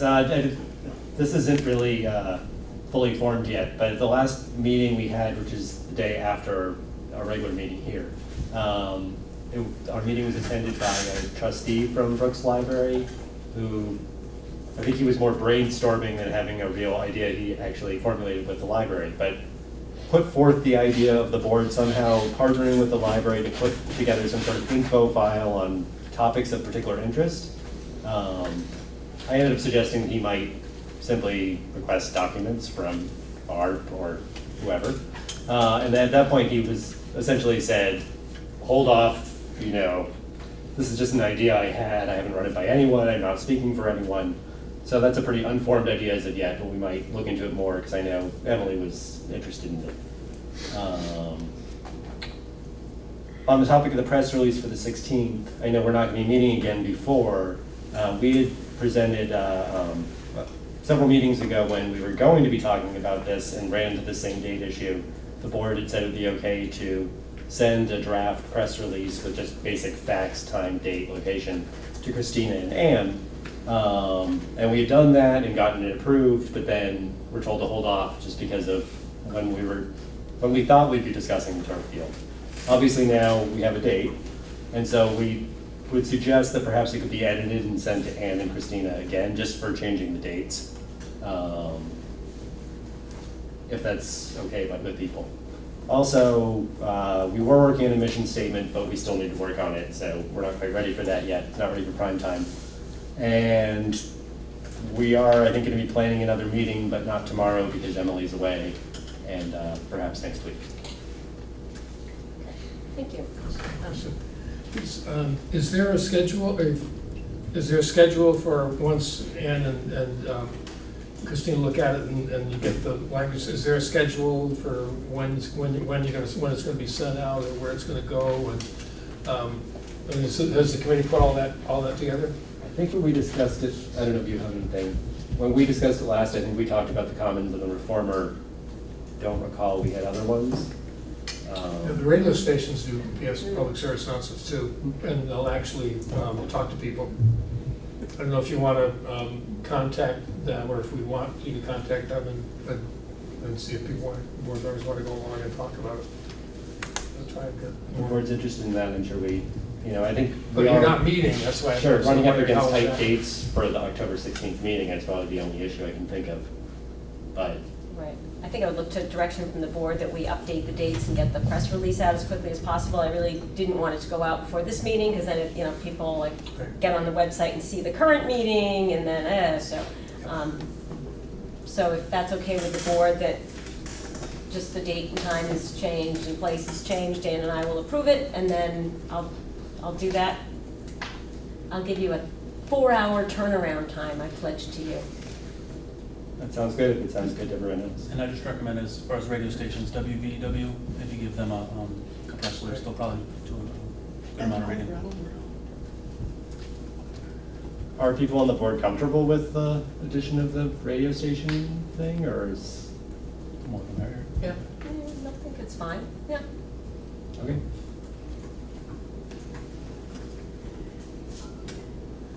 I'll go with Jody first. Jody Normandeau. I may have missed it because I can't hear you all back here, a lot of you. When is it's October 16th? At the Dummerston School. What time? 6 o'clock. 6 o'clock. Thank you.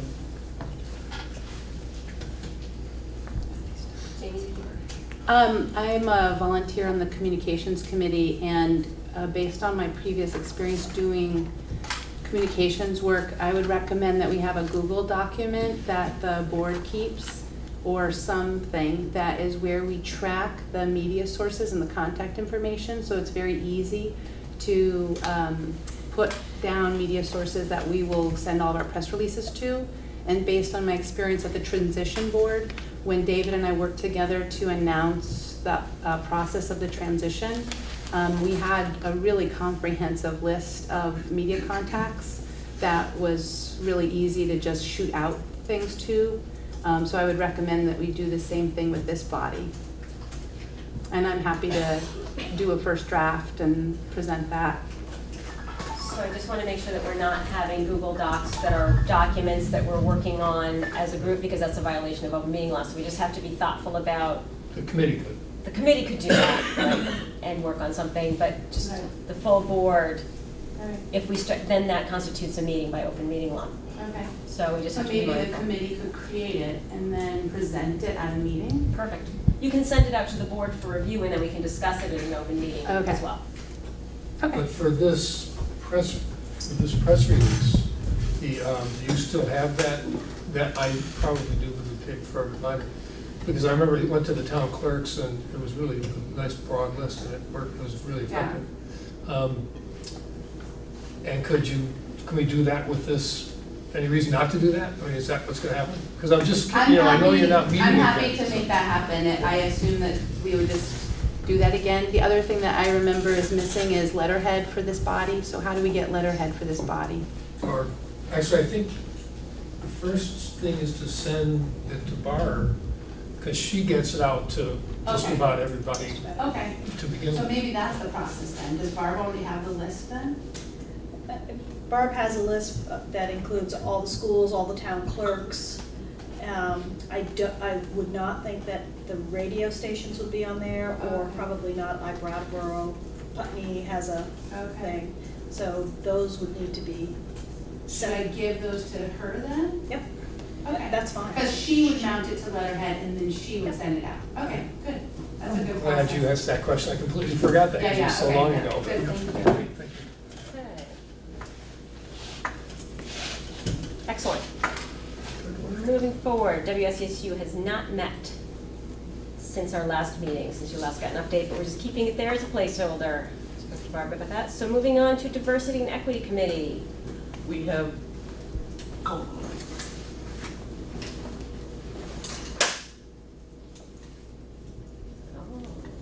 The recruiter is ready to pair. okay, better. We have not met since our last board meeting. We're meeting on Thursday, October 17th at 3:45 at, is it Oak Grove? Oak Grove. Yeah. Just ahead of Attorney General, I need to go home. TJ Donovan's forum of hate-free Vermont. That is going on, and please feel free to spread the word about that forum to anyone you wish to. However, at our last meeting, we discussed placing flags in individual schools, and we couldn't move on it because we had nothing to offer. I have a motion that I'm pulling out of my head because I can't find the document. I'd like to move that this board direct the principals of each school in our district to obtain and display a flag commonly known as the Philadelphia Pride flag. They may display it on walls or on a flagpole, but it must be displayed in a place most likely for many people who come into the school to see the flag. It may not be removed except for cleaning or maintenance. Without direct permission of this board, it may not be visually obscured.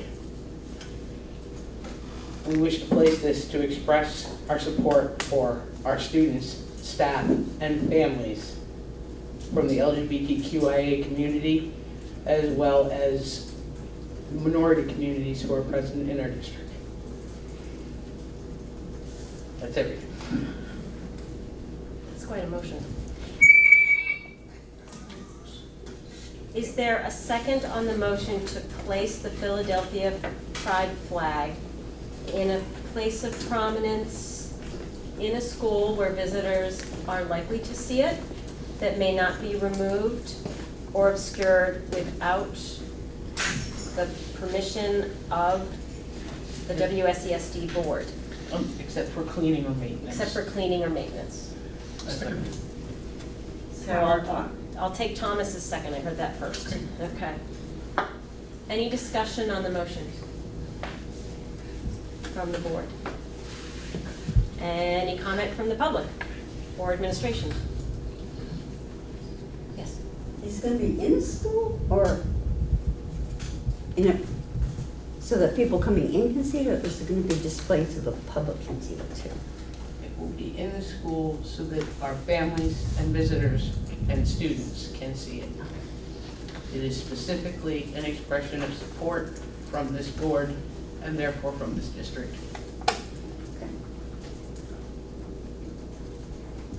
Ready for the question? All those in favor of the motion, please signify by saying aye. Aye. Aye. Nays or abstentions? The ayes appear to have it, the ayes do have it, the motion passes. Thank you, Anne. While I do not wish to plug for any service, Amazon sells a 3x5 with grommets for $8.50. So, this is not I an onerous wonder if expense. Sam's carries them, they carry flags. We do not use Amazon. That's fine, we don't have to use Amazon, but I figured it would be a similar price elsewhere. Anything else from diversity and equity? Not this time. Okay. Christina, I think I'm done. Yes. Thank you for making us do that. I just told you. Question in the back. Oh, sorry, I'm sorry. That's okay. I'm excited to hear about the flags. That's really great. So thank you. Sorry, could you just- Krista Yagdin, and I'm from Guilford, Vermont.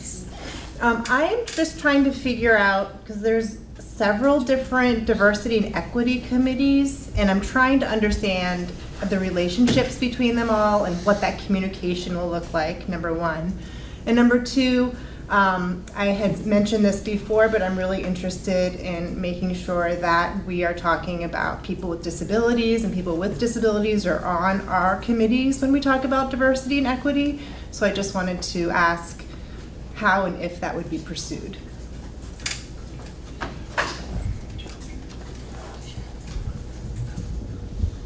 The Bluetooth device is ready to pair.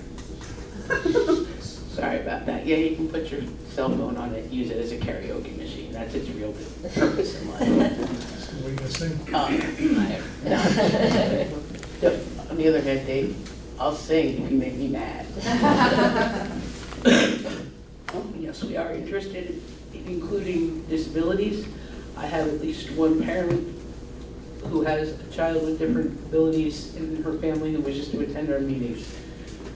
The different diversity and equity committees are, there's one that is primarily for the teachers, which is in which they discuss ways to bring the message and implement it in their schools. There is an official committee of the board, that is the one that's meeting on the 17th. And there will be a study group. I'm not sure how many people are participating or in what way she's opening it, but I think Michaela is leading a study committee, a study group, just to go over readings and try to teach ourselves the things that we don't know. But yes, different abilities are part of our diversity mission. Yes, and I guess I would suggest even reaching out to individuals. We have some great self-advocates in our community, and in thinking about, sometimes I think that the best people to talk about issues related to equity are those who are experiencing the issues related to equity. So I would encourage you to consider reaching out to self-advocates or people with disabilities to participate with you as well. Thank you for the suggestion. My email is on the website. Okay. If you could communicate any more information to me and send it to me, that would be great. I will, thank you. Thank you. And if our committees, the committees are open to public participation, and we really welcome it. So if you or any of those advocates or anybody else that you know might want to participate in the committee and help us with this work, they are welcome. Awesome, Thank you. Just as a small point of clarification though, if it's called a committee, it's a subcommittee of the board, so in order to have recommending power, people would be there on an informative basis, Right. like we would be taking information here. So just, that's a legal requirement of us. If you're a committee of the board, the voting members of a committee have to have been empowered by the voters of the WSESD district. So I just want to make it clear that maybe. That's why we all voted on the, sorry. No, go ahead, yes. That's why we all voted on the flag instead of having the committee just do it. And I just will also, just as one point, the Programmatic and Performance Equity Committee is really looking at the different schools and the programming throughout the district in terms of, oh, this school has pre-K. That's really a committee that's been created because of the merger, and different schools have done things different ways. So it's really not, I think, in the diversity equity, but just, it's using the same word, but it's a different committee that's not really based. We have an equity committee that's looking at marginalized communities, and then a committee that's looking at equity between the schools. If a school has 15 sports and a school has 2 and they have served the same grades, looking at those things. Well, I guess my clarification would be that we have segregated programs for students with disabilities and programs. So students who have significant disabilities, like my own child, couldn't attend his home school because of being told that there weren't resources there. So to me, that falls under both committees. It's a little bit problematic because special education is under the purview of the Wyndham Southeast Supervisory Union, And so those programs are managed through the WSESU. So our mission is to look at the programmatic equity and performance equity of the schools and programs of which we have fiscal responsibility for. We do not have fiscal responsibility for special education programs, so we can, it would really be with the WSESU. I didn't get your name. Did you say? Krista, yeah. We've had you share emails, yeah, great, thanks. Okay, we gotta find a different word than equity, because it's used too much and very used for different Get things. rid of inequity, and we have to worry about it. That's a good idea.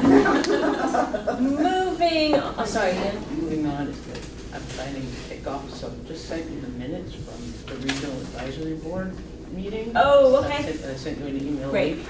I will. And on my way out, I'd like to compliment Nancy Neese for her performance at that meeting and for the way she seems to be formulating a vision for the Career Center that could keep it viable and meeting the needs of our students and our communities.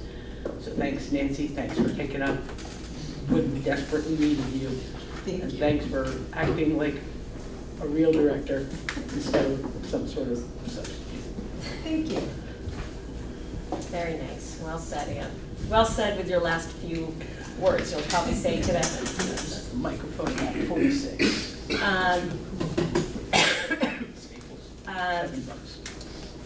So shall I move on to finances then? Okay, so where I do my auctioneer practice. I would entertain a motion. Wendy, you can get these off. Do not try to record what I say now. I would recommend a motion to approve the warrants of September 3rd, numbers 1058, 1060, 1062, 1064, in the total amount of $819,633.76. The warrants of September 9th, numbers 1065, 1066, 1068, 1069, 1070, in the amount of $193,937.11. The warrants of September 11th, 2019, warrants 1067, 1072, 1074, in the amount of $134,335.16. The warrants of September 17th, numbers 1071, 1073, 1077, 1078, 1079, 1082, 1083, in the amount of $813,545.75. And the warrants of September 23rd, 2019, numbers 1084, 1086, 1087, 1089, 1090, 1091, 1092, in the amount of $113,587.80, and the payroll authorizations for August 30th in the amount of $1,016,615.86, and the payroll warrants of September 13th, 2019 in the amount of $1,257,472.22. Is there a motion? So moved. Is there a second? Second. Thank you, Sean. Thank you, David, for the motion. Thank you for the second, Sean. Any discussion? The Finance Committee reviewed these in the previous meeting and had any questions, large and small, answered by our administrative team. Any further discussions? All those in favor of the warrants, please signify by saying aye. Aye. Aye. Nays and abstentions? The ayes appear to have it. The ayes have it. Wow, I've never approved that much money in that small amount of time. Woo! The motion carries. Moving on to the administrative update, where I believe we will be accepting a resignation, and then we will have a tour of the BAM's facility, I believe. Yes. Is correct. Great. So a couple of things. A group of administrators have met with local first responders just to ensure that our school safety plans are updated and in line. And the outlying town principals will be doing that as well soon. A group of students has met with Steve Perrin, talking about moving to silverware and away from plastic. So that is underway. The student group will be probably at some point coming to you with some sort of proposals, but that's down the road a bit. Before our next meeting on October 15th, we're having our grade level meetings. We used to do them each grade a separate day. In order to cut down on the amount of subs needed in the school, we are doing all grade level meetings, all content level meetings, 7-12, on October 15th. And so that will all be happening. Pre-K 6 at Academy School and 7-12 at BAMS. And newsletters, you had requested access to newsletters. You should all have that. If you still don't, I sent your email to all principals, so I believe you were given access or told how to get that. So, Everybody getting that? Getting those? Great. The policy committee was all had it. I'm not sure if I'm getting all of them. I've gotten quite a few. I'll keep an eye, I'll watch to make sure. Sounds good. Leadership councils, a number of principals have either posted in many different places, Facebook, school websites, paper and backpacks or paper open houses, school messenger, did I say that? And there are still a couple still to be. When I checked in with outlying town principals today, we've had a couple of people show an interest but not actually write letters yet. So we're still working on that. As Christina said, we do have a letter of resignation. It's from Staff Sergeant Leon Laster, who teaches at the Wyndham Regional Career Center, and he does the criminal justice program. He says he is deeply appreciative of the numerous opportunities he's had to build strong ties with the staff and criminal justice students. He will be resigning at the end of the first semester. I'm sorry, January 1st, not the first semester. And I know that Nancy has put in for a substitute for the second half of the year. So I would ask that you accept that resignation. I would entertain a motion that we accept with regret the resignation. I'm sorry, what was the name? Leon Laster. Leon Laster. So moved. Thank you, Sean. Is there a second? Second. Thank you, David, for the second. Any discussion? All those in favor of the motion, please signify by saying aye. Aye. Any abstentions? The ayes have it. The resignation is accepted. He will be missed. He's a good teacher. I would like to introduce Keith Lyman, principal of Brattleboro Area Middle School, otherwise known as BAMS, and I'll turn it over to you. All right. Hi, everyone. I want to start by introducing a couple of our teachers, Jessica Montanieri and Matt Betts, who are going to join us this evening and show you a little bit of BAMS. I wanted to, it's the first time I haven't had a chance to, I guess, briefly meet most of the board members, and I just wanted to share a little bit of my background, since none of you were probably around on the board. Actually, Sean, you probably were when I was hired, but I'm kind of a local person. I grew up in Townsend, went to Leland and Gray, and as a student, went to Springfield College as my undergrad down in Springfield, Mass, and came back to Leland and Gray back in the early 2000s, became a teacher there, athletic director, baseball coach, varsity baseball coach. Really made a lot of, just loved education, and that really kind of got me to where I am here. Started a master's program at UVM while I was there. Spent 8 years there, and then got hired at Whitingham Elementary, Twin Valley Middle School over in Whitingham before they consolidated. I was part of the big construction project over there. So I was there for 4 years and left to come to BAMS back in 2014 now. So I'm in my 18th year in education, 10th year as principal, and love it. I live in Vernon, have married to my wife Jessica. We have an 8-year-old son, a 12-year-old daughter, go to Vernon School, and that's a quick thing about myself. BAMS, I could talk all night about BAMS, and so I'll try not to, but we're gonna, in a few minutes, we'll get up and we'll head over there. I'll just say a couple quick things about our school. We have about 315 students this year in grades 7 and 8, and the 7th grade class is very large. We work basically with 4 teams. There's named after constellations.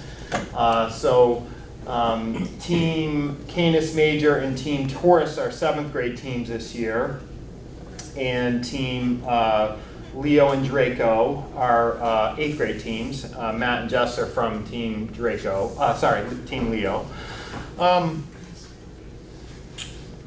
And within those teams, there's tons of teams built off those core teams. You have special ed teams, we have academic support, and various kind of subgroups that other teams as part of the staff. We have an exploratory team, which I'm going to share with you in a little bit. Health, art, PE, all of those areas. So really proud of what we're doing. We'll share a little more as we get over there around some of the programs. The year started really well. We start with an extensive transition from in 6th grade with families coming in and kids, and they tour. We go over to the schools. We talk to them about the school. We meet with parents. We start with welcome back dinner potlucks. We just did those in August and September, where the teams do fun games and show off the programs with each of those 4 teams. Just had a kind of a parent night / open house type evening, which was really well attended. The place was lively, and our teaching staff is incredible. They're really organized and make those transitions for the kids and the families really successful. So very proud, but I know everybody's been sitting, so we'll get up, move around.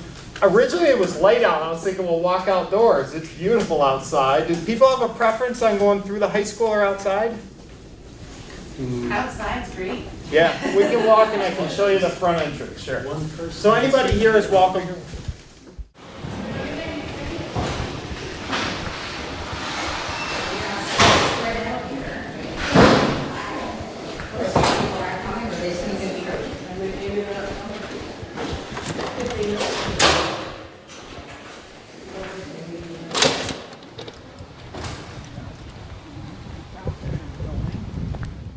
So, thanks everyone for coming along. I'll be brief out here because it's definitely chilly. You're looking at the BAM's cafeteria, and we'll get in there, and I'll show you that. 2 buses over there. Those are both BAM's buses. They're critical to what we do. One of them is getting pretty old, and we're doing a lot of maintenance on the buses, but they're really great assets to our programming. What do you do with the buses? Well, the question was, what do we do with the buses? We use them for a lot for our Beams after school program. We use them for a lot of curricular activities, so small field trips, our peak program. Some teams once in a while use the buses. Field trips, we'll sometimes transport smaller groups over to various things in town. We use them a fair amount. What am I missing? Am I missing anything obvious? No, Beams. Yeah. That's the big one. Beams Yeah. and Peak, they use them. Yep. Our buses for Brattleboro the high school and the middle school drop off right in this loop here. It's a one-way loop. If you come out here at 3:30, this whole area is packed with kids. Thank you. And this is a drop-off loop for parents. That gets busy in the mornings and the afternoons as well.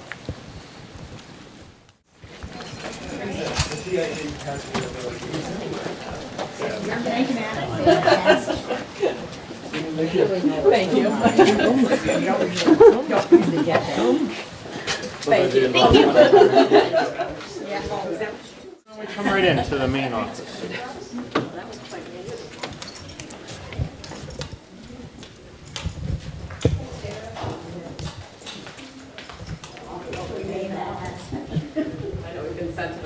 That's what everybody thinks. Sounds like you recognize being sent to the principal's office, Amanda. You've been there before.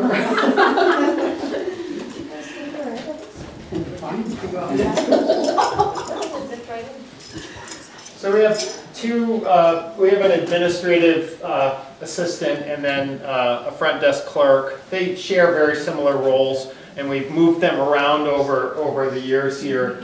Jen Miner is primarily, she's our administrative assistant for Tom Dotton, who's the assistant principal, myself.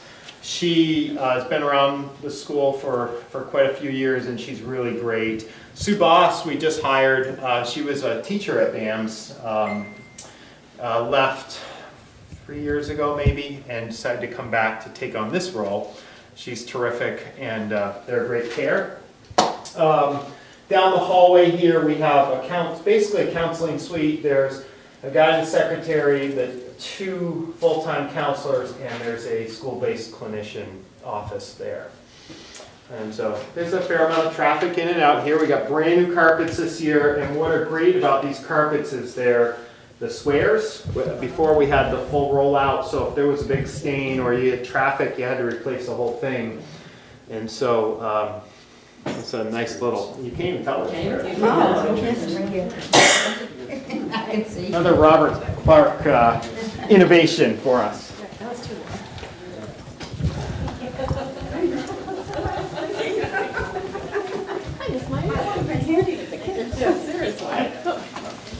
How's the game? This is the tour.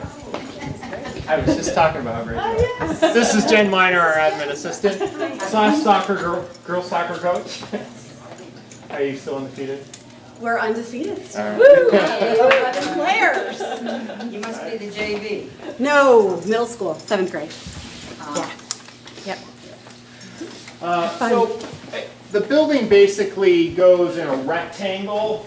The downstairs is primarily exploratories, main office, multi-purpose room, gym, and upstairs are all our core classroom programs. So I'm going to show you the downstairs here, and then Matt and Jess are going to kind of take over and share a little more about the core programming. Do you know how to flip on the lights in there? We'll start this way.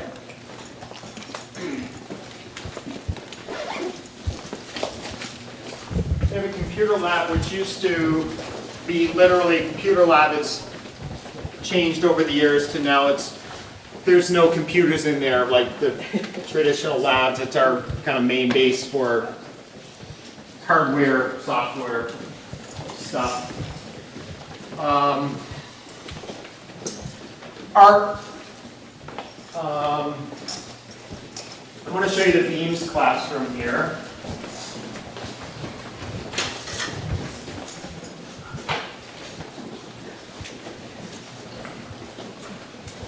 Come on in if you come all the way in if you like.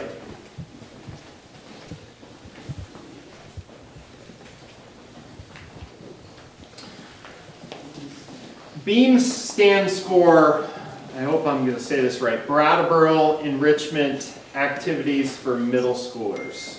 And it's a 21C grant. Primarily it's funded partially through our regular budget and then partially through the federal grant. And we've been pretty fortunate to we just got renewed for a second 5-year grant about a year ago. And that was a big deal because it's a pretty competitive grant.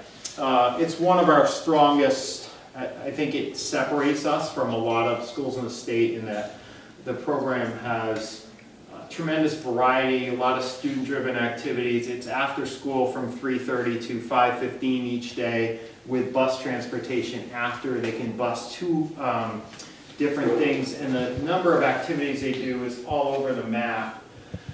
I mean, they do jewelry making, they've made things for the CHAD program up at Dartmouth, up in Lebanon, robotics, I mean, they're all woodworking, all kinds of different programs.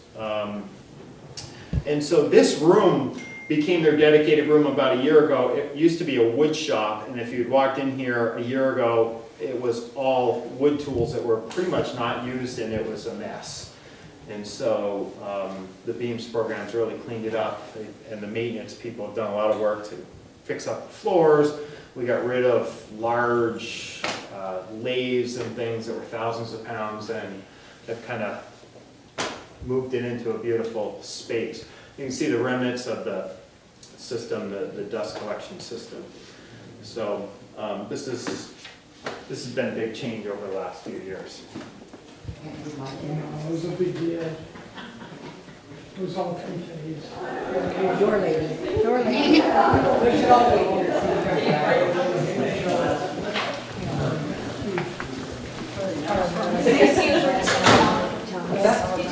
I know, right? Oh, okay, someone has to get you. We have Actually, not ones that have to be converted. we offer Chinese. She's part-time. She also works in the elementary schools. That's through, how is that funded, Frank? That's primarily through the Freeman Foundation? Freeman Foundation is still. We have a transition room. I wanted to show you this room here because it's makerspace. Most of you, if not all of you, have heard about makerspace. So come on in.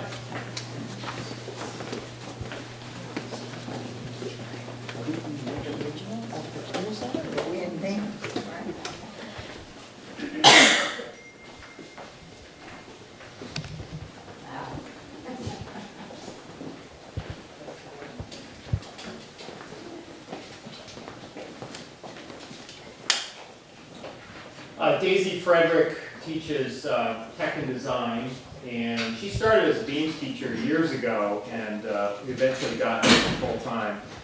And these are just some examples so you can see all the hands-on things that they do here. And the next room over is essentially an extension. This room is open to any teacher who wants to work with kids on hands-on things. She was telling me today that Matt is working with one of his skills blocks on some... A couple years ago we built this. And yeah. You can get on the bike and you can generate some electricity and see what kind of forces are. Yeah, you can see the difference between an incandescent compact fluorescent and an LED. So they're working really hard on the incandescent one. You need a TV here so they can watch TV while they're Bike. They do a lot of design in this room. These are, they've been making pencil holders and designing creative things. And you can see some of the materials they're using and they have available to them in the room. Daisy's incredibly passionate about this work. She does great stuff. The kids are really engaged in this class. We can continue through here. I'll put the lights.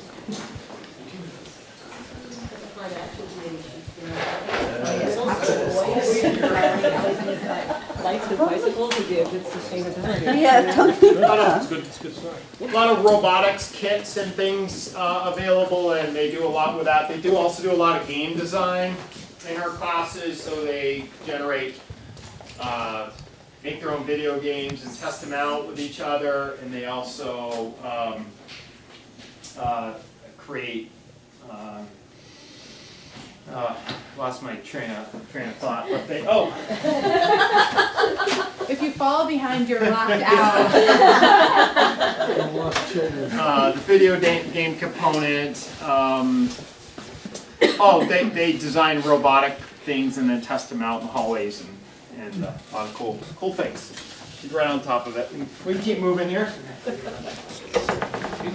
Yeah. You're going to stay closer now, aren't you? I came back innocently and that was the end of it. The gym.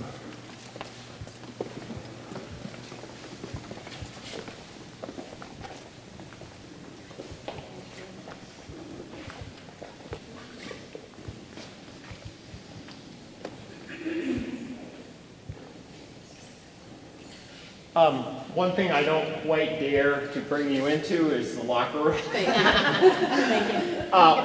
What you will find if you went in there, though, is a really old and outdated locker room that doesn't really doesn't really have privacy for kids. It has old showers that are obsolete. showers? Yeah, and they're horrible. Yeah, I remember those. Yeah. Yeah, and so, it's something we're going to want to look at long-term, updating locker rooms. But this is our middle school gym. Another thing that you'll see in the long-term plans are this floor is a problem. If you were to dribble a ball on this floor, you'll hit dead spots where the ball like just dies because the floor is actually kind of coming up, especially out in the middle. So it's something we're looking at. I think middle schoolers are just as important as high schoolers or elementary as far as the quality of what we're giving them. And this floor is pretty rough. But a lot of activity in here throughout the day. Yes?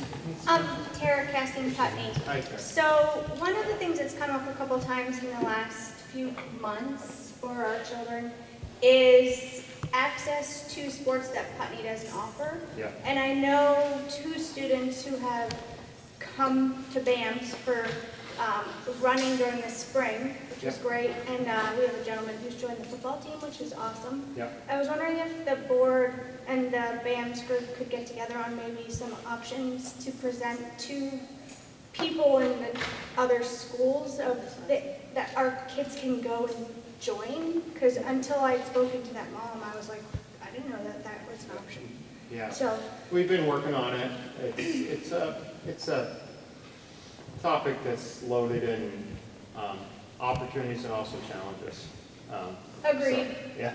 But if you have students that really want to do like a specific sport and our school isn't offering it because there's not enough resources for it, and your school is, then since we're a merged district, it would be really nice to have an equality of offerings for our students. Yeah. And, without spending too much time on that, it kind of depends on the sport and the situation.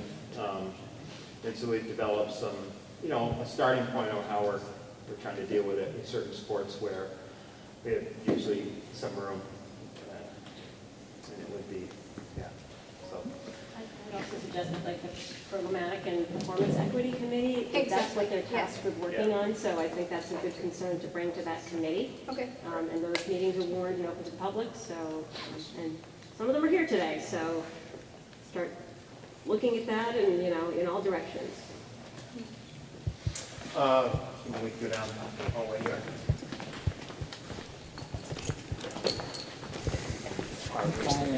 So you can.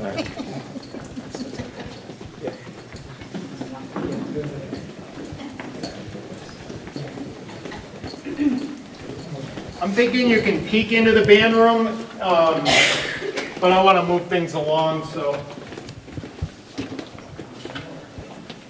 If the last person who comes by could flick the lights, that would be great.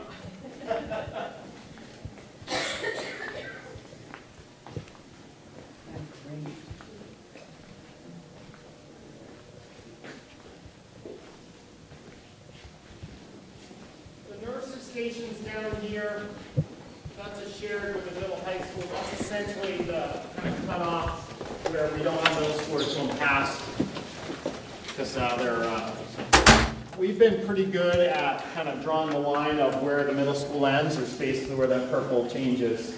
Well, a little beyond that, but we really are pretty good at separating the middle schoolers from the high schoolers. There's limited interactions. We're going to cut across here. Oh, yeah, that's right.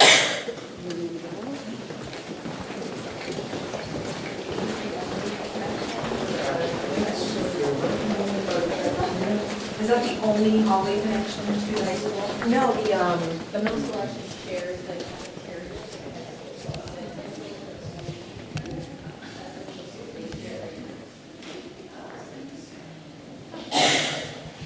This is one of our most widely used spaces. It's called the MPR multipurpose room. I believe prior to the big construction project, this may have been grass. Is that right, Mr. Perrin? That is, yep. Yeah. Yep. So it turned into one of our nicest spaces. We have faculty meetings in here. We have classes in here. We have assemblies in here. We have parent evening, parent nights, and all kinds of events. There's a big screen that comes down, nice stage for performances.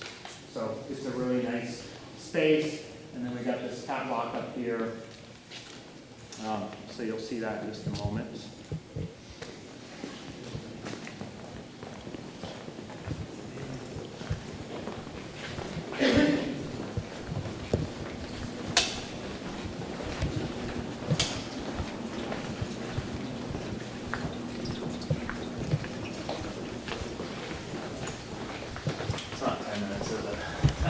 It's very hard to show off. What are you gonna do? So show off.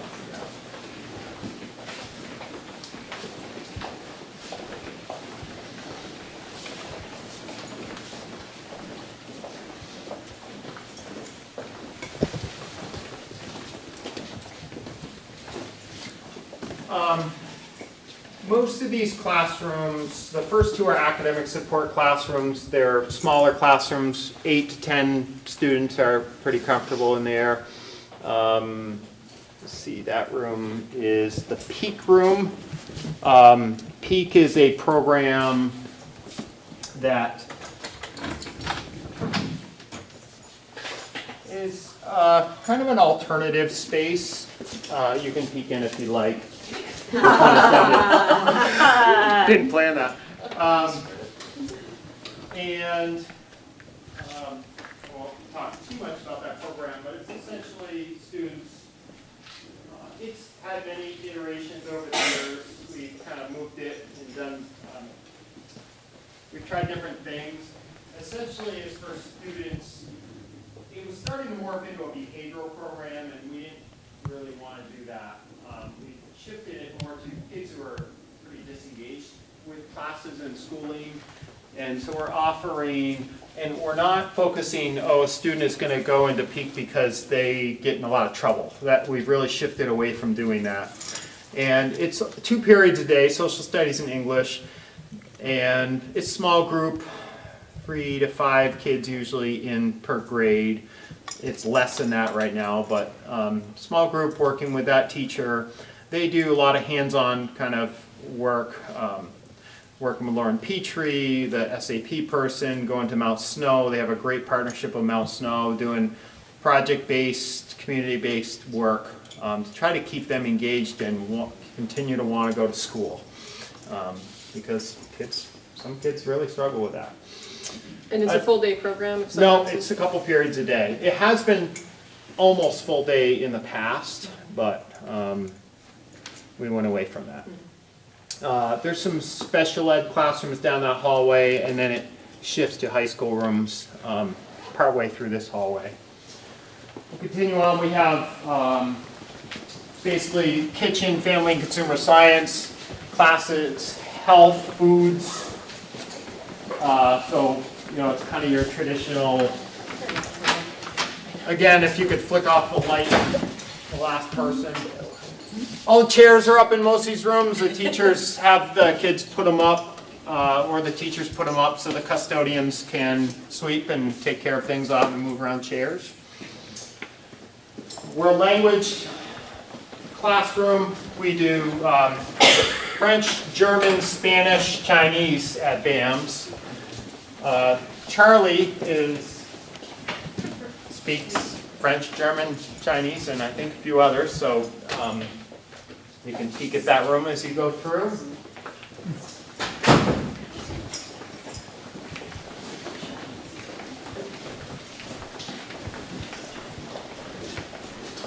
Chorus room, teacher's lounge in there, cafeteria. I'll just briefly, there's a really nice courtyard out those windows. It's enclosed, grass, trees, beautiful space. Those windows are where we were looking in earlier. Students get served in one common area between the high school and the middle school. We try to separate serving times so middle schoolers and high schools aren't meeting up. Can just create some issues. And then they eat in here. And In shifts? yeah, in shifts. How many shifts? They have a separate eating area on that. Yeah, they have It's technically 2, but we really do it 4. Yeah, when you cram 170 students in there, middle schoolers, if you spend any time with middle schoolers, you know what happens. I'm going to turn things over to Matt and Jessica, who are going to talk about... just a few things, because we want to respect the clock. We do, but they're going to show you the upstairs. Yeah, come on up.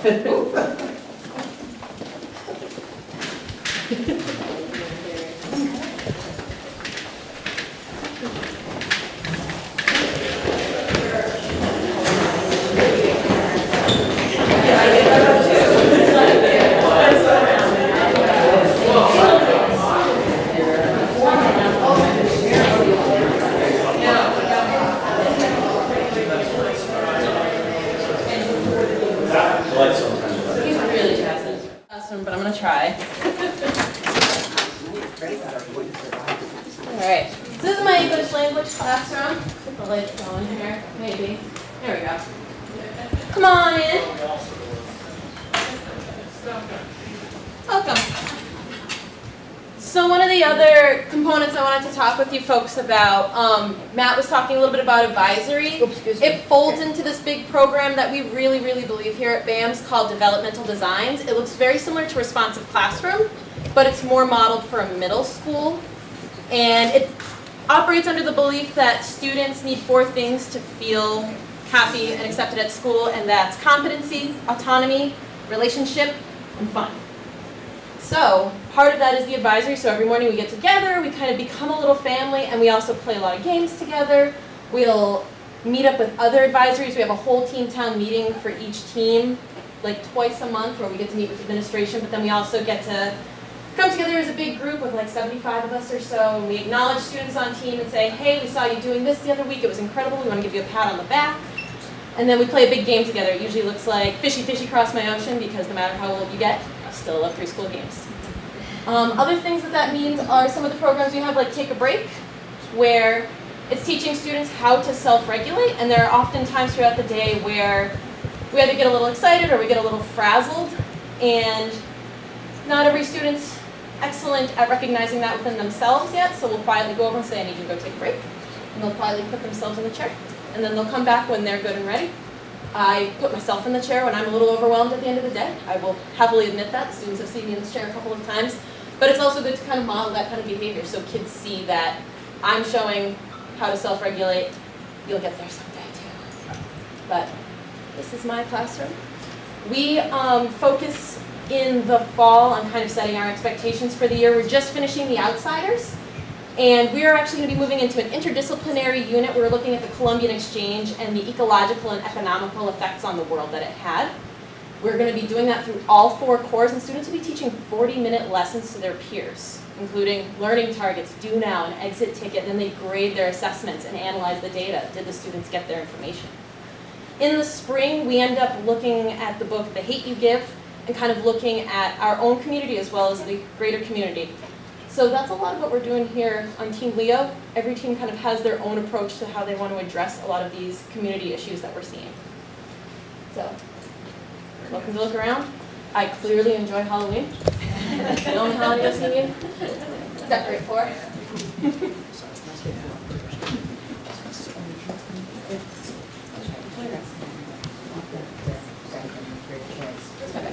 You're welcome. That's why you knew about the plan. I've seen it. I'm gonna follow you.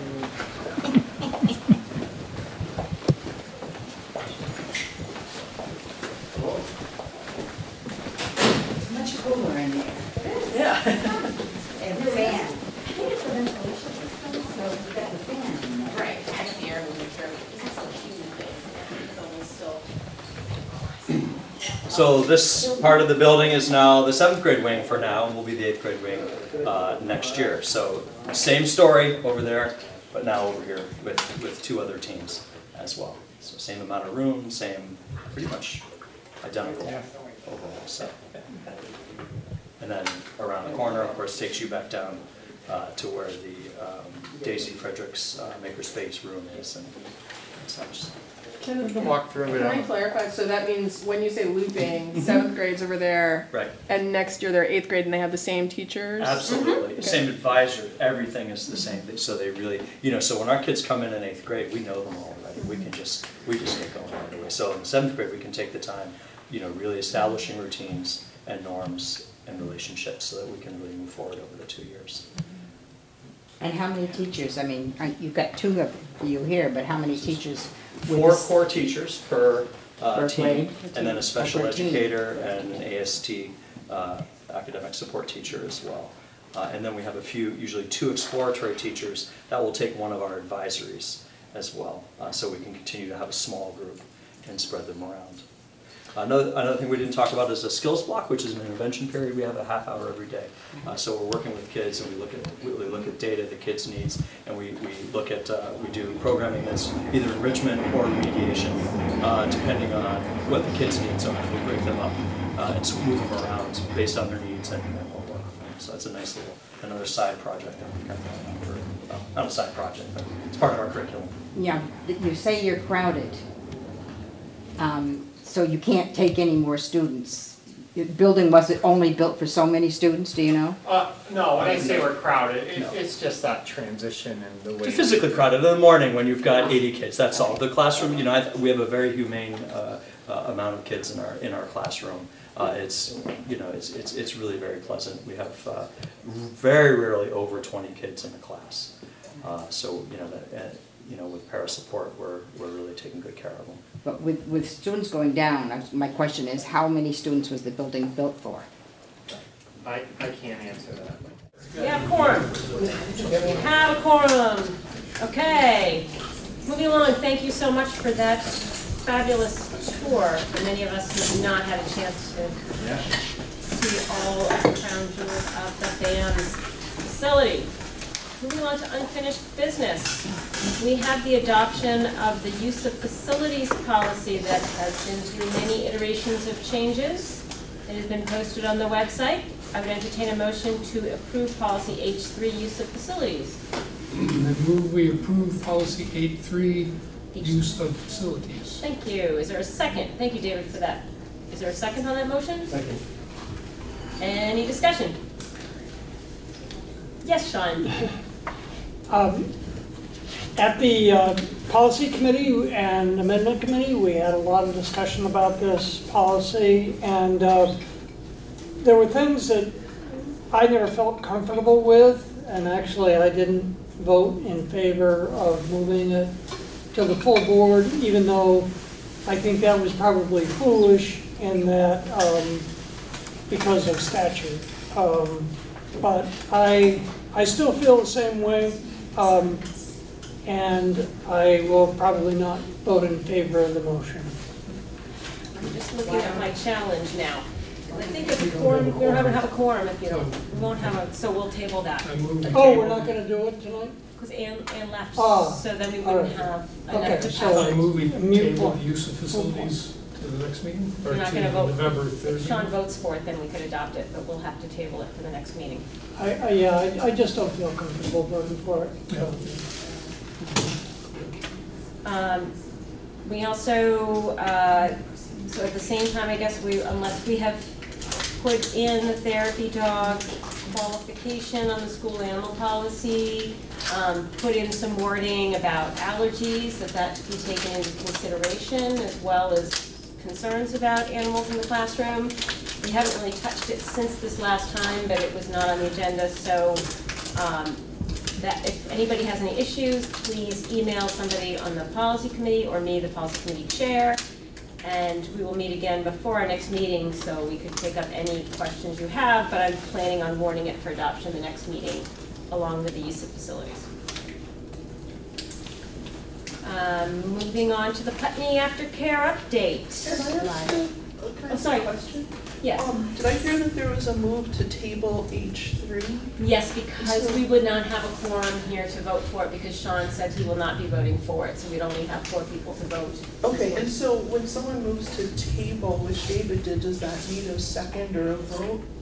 We probably should, that's a good point. Well, as I'm operating under the Robert's rules for small boards, we don't have to.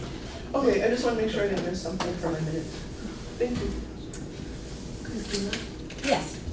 Ruby, Bratt from Putney. So where are these drafts online anywhere? Or are they Yes, not? if you go to the WSESU website, and then you go to boards, and then you go to the first link under the school boards is the Wyndham Southeast School District, which then explains, which is lovely, and you open that. On the top right-hand corner, it says policies.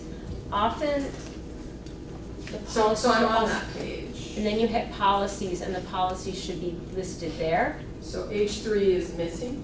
So that, it's not there because it hasn't been adopted. Right. So, Will it be under your agendas? I'm looking on the agenda for finance. Yes, F35 is the animal policy. It is under the agendas, it's linked on the agendas. So the school animal policy in the draft. form, it's linked into that agenda, it's discussed on. Yes. So September 18th is the school animal policy, and September 4th is the community use of school facilities. So that was an early, so it has not changed since that time? I don't think it has changed since that time. Would it not be repeated under the, if it was on the agenda tonight, wouldn't it be wise to put it? We missed the 10-day warning for the last meeting. Got it. That was why it didn't get done last, so. Okay. You're good at math. Yes? While we're on describing where things are, where do I go for all of the information on leadership councils and everything that has been documented up to this point, giving direction on that? I think you'd find that in the minutes when we have talked at the board level about leadership councils, and I believe Lyle drafted a letter that went out to principals about leadership councils. We did speak at the board level, and there's a draft policy on leadership councils. Is there a possibility, because leadership councils are now going to get created, so that those things are all put in one place, titled leadership councils on the website? It will be once the policy is approved. And, that is one I believe is still going to be on the ballot. So That's the amendment, but we were gonna have a policy as Right. well. So that So- policy, I think, is ready to go, and I think we just kind of, we lost track of it with everything, because, yeah. So we should probably bring that, we should probably unearth that, note to self. Thank you. Just as a clarification, we wanted the leadership policies to be in effect at the beginning of the school year. So rather than do it with an amendment, we did it with a policy so that the schools could establish the leadership councils, but it will be codified by an amendment once that gets passed. But the policy is yet to be adopted? Right. We wrote the policy so that the principals would have it for the beginning of the year, but then we just somehow, with everything on fire, we lost track of that. So if it becomes a thing after the policy is adopted, then could it be, all that information be put in one place, that anything that references leadership councils, just so we can easily use it as a resource for all of the leadership councils for me? I'm not sure what anything is because I think it would just be the policy that, because the amendment just is a top-level document that says thou shalt have leadership councils, and it's a little less particular, and the policy is a little meatier, because maybe think meteor, not meteor. So the policy is what people would operate under. The amendment is more a statement of intent and a general guideline. The policy, because that may change over time. So is the policy what you modeled your email to principals off of? Yeah, I just pulled bullets from. So that's kind of the most substantive thing. And the minutes probably wouldn't have, so the policy. would be where you get. Okay, good, thank you. Yes, John, sorry. And I presume once the amendments pass, that then they will be added to the Articles of Agreement. So they'll be in the Articles of Agreement, which, you know, they're not now. I mean, they are, but it's not in the form of once they're passed. Thank you. Putney update. Okay, so the Putney Aftercare is up and running as of Monday, not Thanksgiving, Monday. So just want to make sure that that is clear. It's interesting because we have to have a license for that. We are right now operating under the pre-K license, which means that we can only have 16 spots for 2 people. After a couple of weeks, as you know, of advertising to try to find people, we found one person that works for us, so has gone through the background check. We have another person who is in process, but until that background check goes through, that person cannot be alone with students. We are working on making sure that those after-school providers do first aid and CPR. There's a course coming up, I don't know if it's this week or next weekend, and they also have to take an early childhood course. Fortunately, there is an early childhood 8-hour course offered next weekend, which they have registered for. So it is working. First day there were 25, actually I have the numbers here of how many students were at each so far. Monday there were 16, Tuesday there were 4, today there were 8. So numbers are not consistent at all at this point. And there still is an issue with what we want to do with snacks or food. Some after-school programs have after-school meals. But you have to hit 50% free and reduced lunch to qualify for free meals. So there's a group, some of them are right here in this room, that are willing to work together to see what we can do for some after school, either if not meals, at least snacks for students. So that's what I think. Thank you, that's wonderful news. Christina? Yeah, sorry, Ruby. Hi, so Ruby McAdoo from Putney. I'm one of the parents who's benefiting from this, and we really appreciate that things have moved quickly, and I appreciate Lyle's summary. I definitely do want to just let the board know that there is a group of parents that's working with Herb and trying to address some of the inconsistencies and things that have happened this week. And he was very transparent that there would be bumps in the road, and there have been some bumps. And we're going to continue to try to work with him, and but he's got a lot going on, and so that's been challenging. And so it's been a challenge as parents to know that there's many things that need to be done for a program that's up and running, and that's a frustration. And all we can do is present that frustration. And I also just one small thing about the inconsistency with the numbers of kids, just so that you completely understand. Many of us, and I'm one of the parents, we've already committed to aftercare activities that we've paid for, and on Tuesday, that's when gymnastics and circus are. So there's about 7 or 8 kids who have pulled out on Tuesdays. And that will change. And I'm not sure, one of the things that I think that we'd like to work with Herb on is understanding how he's choosing to fill the days, because there are other, as I've presented in the past, we've tried to track it, but there are other families that did not get into this program and would potentially appreciate a few days. And for whatever reason, I think that Herb wants to kind of get his feet on the ground, and then hopefully then there'll be discussion about that, or whatever this, if we can expand above 16, great. But so I think that families are very happy, but there's still work to be done in terms of making sure that communication is very clear, and that any of the blips in this whole process are really smoothed out. So that's all, just a parent update. Thank you, Ruby. I think that it's a perfect example of where a leadership council would have been really helpful for us, because to have 1 or 2 board members that are a liaison and community members that are on the ground dealing with this, and the principal and some staff all in the same room saying, okay, what's the best way to do this? I mean, we're managing 10 schools, so this has been a crisis for you all, and we're trying to support you and keep it on our docket. But to get the real work done in the trenches and work with Herb, and he has a whole other school to run, and we've never had an in-house aftercare program in the Putney Central School before. So it's a big lift, and I'm so grateful that they've got it up and running so quickly, and of course in getting something up and running quickly, as you may observe by some of our fits and starts here, it doesn't always go smoothly. So I think that is why, with all due haste, I'd love to see leadership councils get up and running so it can happen as a regular business, and it can happen at the school where it, I think, is best handled, and community solutions can be used to address problems.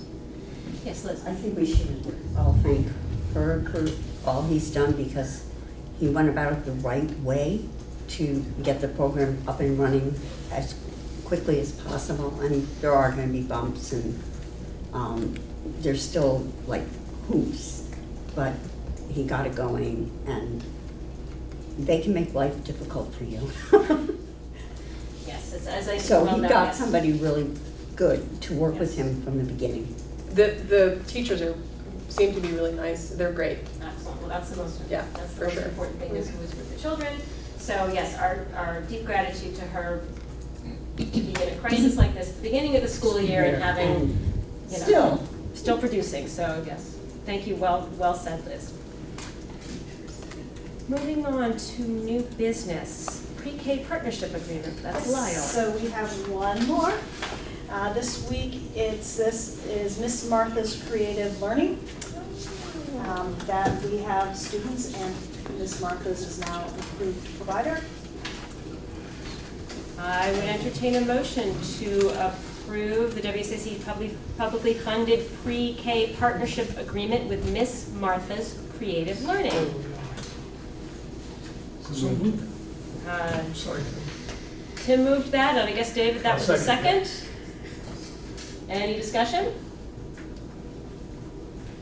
All those in favor of approving the motion, please signify by saying aye. Aye. Any abstentions? The ayes appear to have it. The ayes have it. I am signing it. And might I say that my oldest daughter was the first partaker that was not her actual child of Miss Martha's daycare. She hasn't been kicked out of BUHS yet. Although she's reported absent from class for a clarinet lesson today, but people.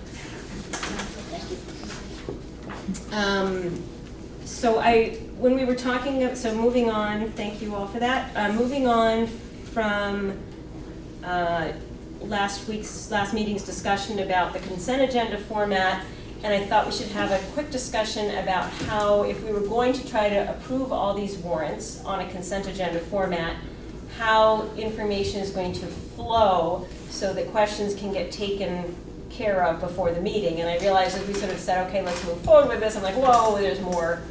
It was late last meeting. The nuts and bolts of how, so we could discuss as a group and come up with a plan as to how information would flow so questions would get answered. And then if there was a question that's not resolved before the meeting, that we would take it out, but that we would try to do everything before the meeting so we aren't here until 9 o'clock every time. But I'm kind of wondering, we're dwindling. We have 3 people missing now. So I'm wondering if I should table this discussion so that, especially because it's 2 people on finance committee on top of it. So if the board is all head nodding about that, we will table that motion until probably not next meeting, probably the meeting after, which means we can't move forward with consent agenda, but oh well. Okay. Just on that, though, it might be good to have a definition of consent agenda. Fair enough. I'll try to send out something ahead of time as to us. I mean, we've used the terminology forever on VHS, but you know, it doesn't mean that I understood exactly what it means. I mean, I presume that the key word is consent. It means you can deal with a whole bunch of stuff beforehand that nobody has complained about or had issue with. So yes, from my Wikipedia understanding of it. And Anne, so moving on to item C, Anne has left me with her WRCC update from the regional meeting. I feel a little funny having not attended the meeting, reporting from Nancy and I. But yes, Nancy and Lyle are here, so maybe they could update us. So put you on the spot. I'll start, and then I want to echo Anne's comments that Nancy did a great job running her first regional advisory board. One of the things that Nancy and I had talked about, actually may have been last year, is really ensuring that we have a real regional advisory board. And the purpose is for us to get feedback from people working out in the field about what's happening in the field, what they foresee coming down for needed sort of jobs that are coming up, the types of curriculum that we should be providing for our students. And so that has been one of the things that that Nancy has been working on this year. So I'll let her fill you in on that. Nancy gave a really good overview of where we are with our different programs. You can let us know. I think you already did tell us how many people, students, but that was another thing. We have about 392 students in seats. We believe that's going to translate to about 130, between 130 and 135 full-time equivalent students for the year, because our students spend some of their time at BUHS or at their home schools. Most of our students are considered to be part-time, the vast majority. And so anyway, one of the things we've been doing is, by statute, we are required to have every program or pathway is expected to have an advisory board. And those advisory boards had shrunk over time, and we were really concerned about that shrinking. And so Paul Cohen, who's a consultant for us, and I spent some time this summer. Paul did a huge amount of legwork for us. He has managed to attract a number of new advisory board members, and we will have a rollout of those advisory board members on the 16th of October.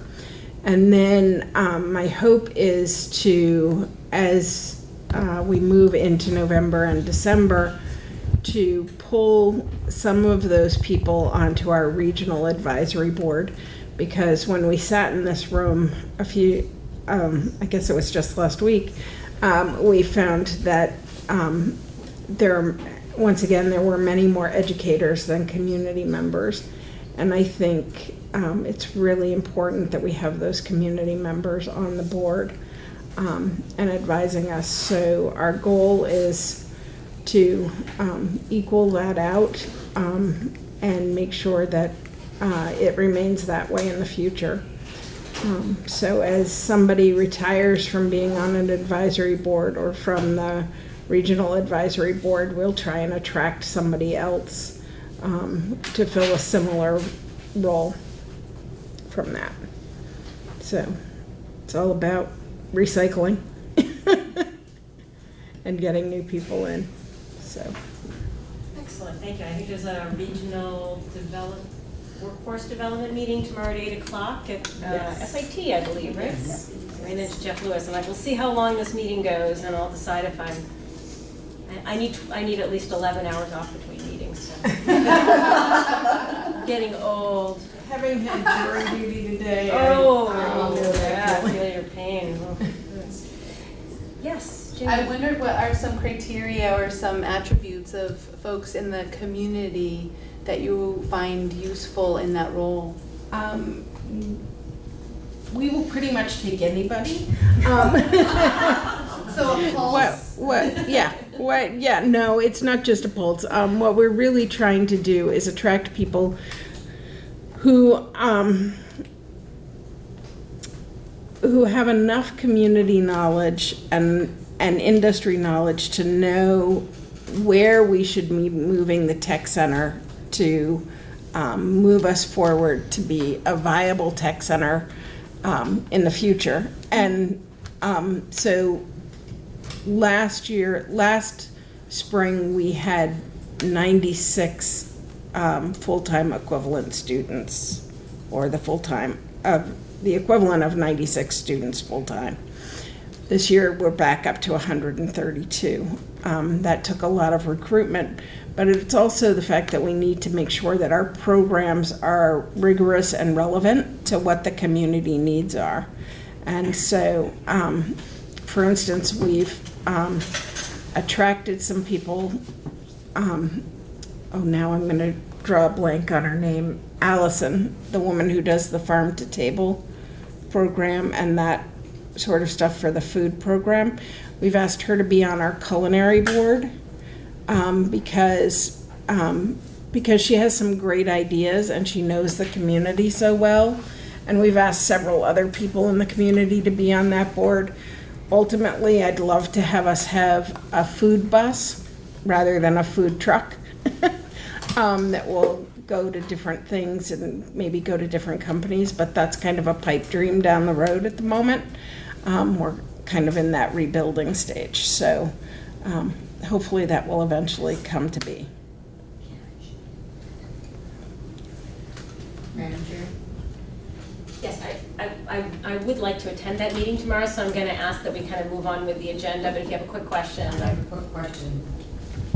Do you work really well, do you work with BDCC, that group that's out there working for, with Absolutely. the kids? Good. Absolutely. Thank you. And Alex Beck, who Yeah. is on that, in that group, is on our advisory board. Thank you for stepping in there, Nancy. Appreciate that. Thank you. Moving on to item D, the VSBA resolutions. As you know, the VSBA annual meeting is at Lake Maury. There's any school board member is welcome to attend.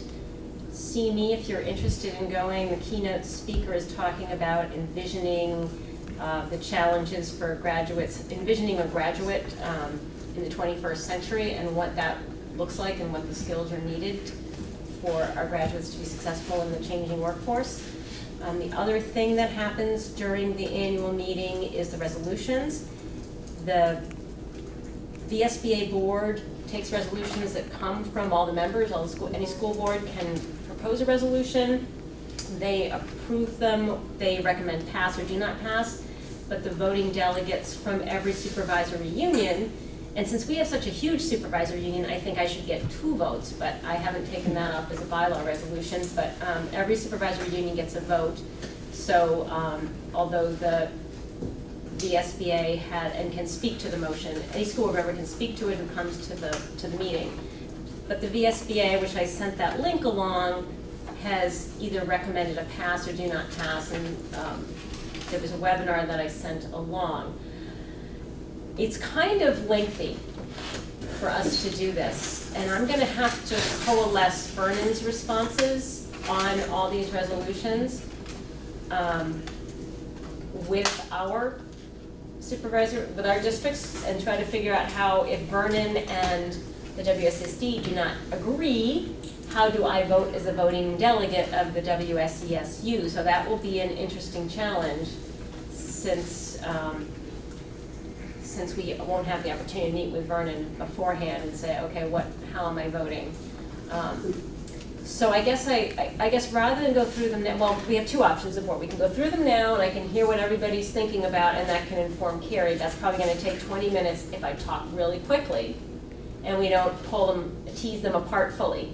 Or I can ask board members to read through the resolutions, and if they disagree with any of the resolutions from the Vermont School Board Association, to send me an email where you disagree. And if I hear from enough people, and I hear from enough people in Vernon's, maybe I'll take every seat counts or something in my formula. But if everybody's comfortable, we're just one SU out of all of them, so. But I think if you're asking the voting delegate, which is me, to vote against a resolution, let me know. So there's 2 ways we can do it. I think that's a better plan. Okay. Fair enough. So Anybody else? I know I saw a lot of people that thought that was brilliant.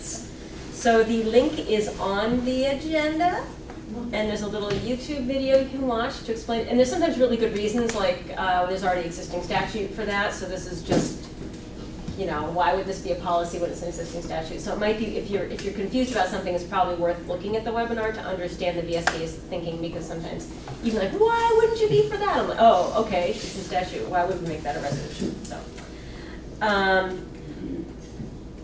I am also going to ask that we table the VSBA dues discussion, given that we're missing 3 of our members now, if that seems reasonable to the rest of the board. Which I wanted to take care of it, but I just feel like it's not good to have a discussion, to have an important discussion with barely a quorum, and if we have a disagreement, it won't pass anyway. Madam Chair? Yes? Does that mean that it won't get paid until you make the decision? Right. Good, thank you. So moving on from that, the next regular meeting will have some policy adoptions on it. We'll have whatever comes up in the needing attention, a pre-K partnership agreement. I don't think we have any other huge items, am I correct? You did talk earlier about finance committee filming. I don't know if you want it on the next agenda. Yeah. That was going to be my question. Where was that going to be? We won't have another finance committee meeting before Right. So we could have a few things that we. I'll put it in the probably gonna happen, but depending on what comes down from on high, I may not include that on the agenda if that seems reasonable to everybody. That if we're gonna have a large public forum, that's gonna be 2.5 hours, you know, and so there's a limited number of things I think we want to tackle. Madam Chair? Were you commenting on this? On the next agenda. Okay, are you on this agenda item? On filming, which Okay. Brian brought up. I mean, if you put it off, I just assume, is there any way you can vote on it before the next finance committee meeting? So if we talk about it the next meeting, we would be able to film before the next finance committee meeting. If we have a chock-a-block full agenda and it looks like that's gonna make it go into the wee hours, then we probably won't. It shouldn't be a very long agenda. Yeah, Right. that's true of all of our items. But, Yes, David. One thing I think which would be very brief, and that's just to do the first reading of the Leadership Council policy. Yes. Well, I And have then the we can policy have to it- put leadership on here too. Okay. And so that'll be for October 16th, and then we can do the adoption on November 6th. Right. That would be excellent. Any other items? Although I'm trying to make it go smoothly next time. Not next time, but we've got to, I'm getting pressure from on high about property transfers. Yes, and we have to go back and talk about that, about how that really is gonna happen, because my recollection is it was the legacy districts that still exist, is who has to do it, from what Ottinger said. I went through my notes, because I'm like that, he said since the legacy districts still exist for 6 months, I'm actually still here. We can look at that, but, yeah. So we're at some around for point. 6 months, so with that, his recommendation was you go back to the legacy districts, because they're still around, so then I was a little bit like, well, okay, but there's not, that's a legacy district, so. I thought that somewhere along the line we were told that it just happens. And that was the other thing he said. He said, actually, it just happens, but in the event, if you have to go back and get a loan or something, it's nice to have an instrument. I mean, there's things they can do if people won't sign it. It's not a clear title. It's just to have a clear title in case, And that was the concern. in case we're gonna mortgage the Brattleboro Union High School so that we can put a pool. Or build a pool and then mortgage the pool. A pool, tennis courts, and golf course someplace, then we need to have that title. So I know more about that than I ever wanted to know, amongst other things, but I think that was the recollection, was because the statute says that the statutes are not clear. And so one is that it just happens, but it might be nice to have paper. And the paper should be signed by a legacy district. I went through my notes pretty carefully this past week, so I will send them along, and maybe we can send them back to Mark and double check. That's always an cost-effective way to double check ourselves, I find.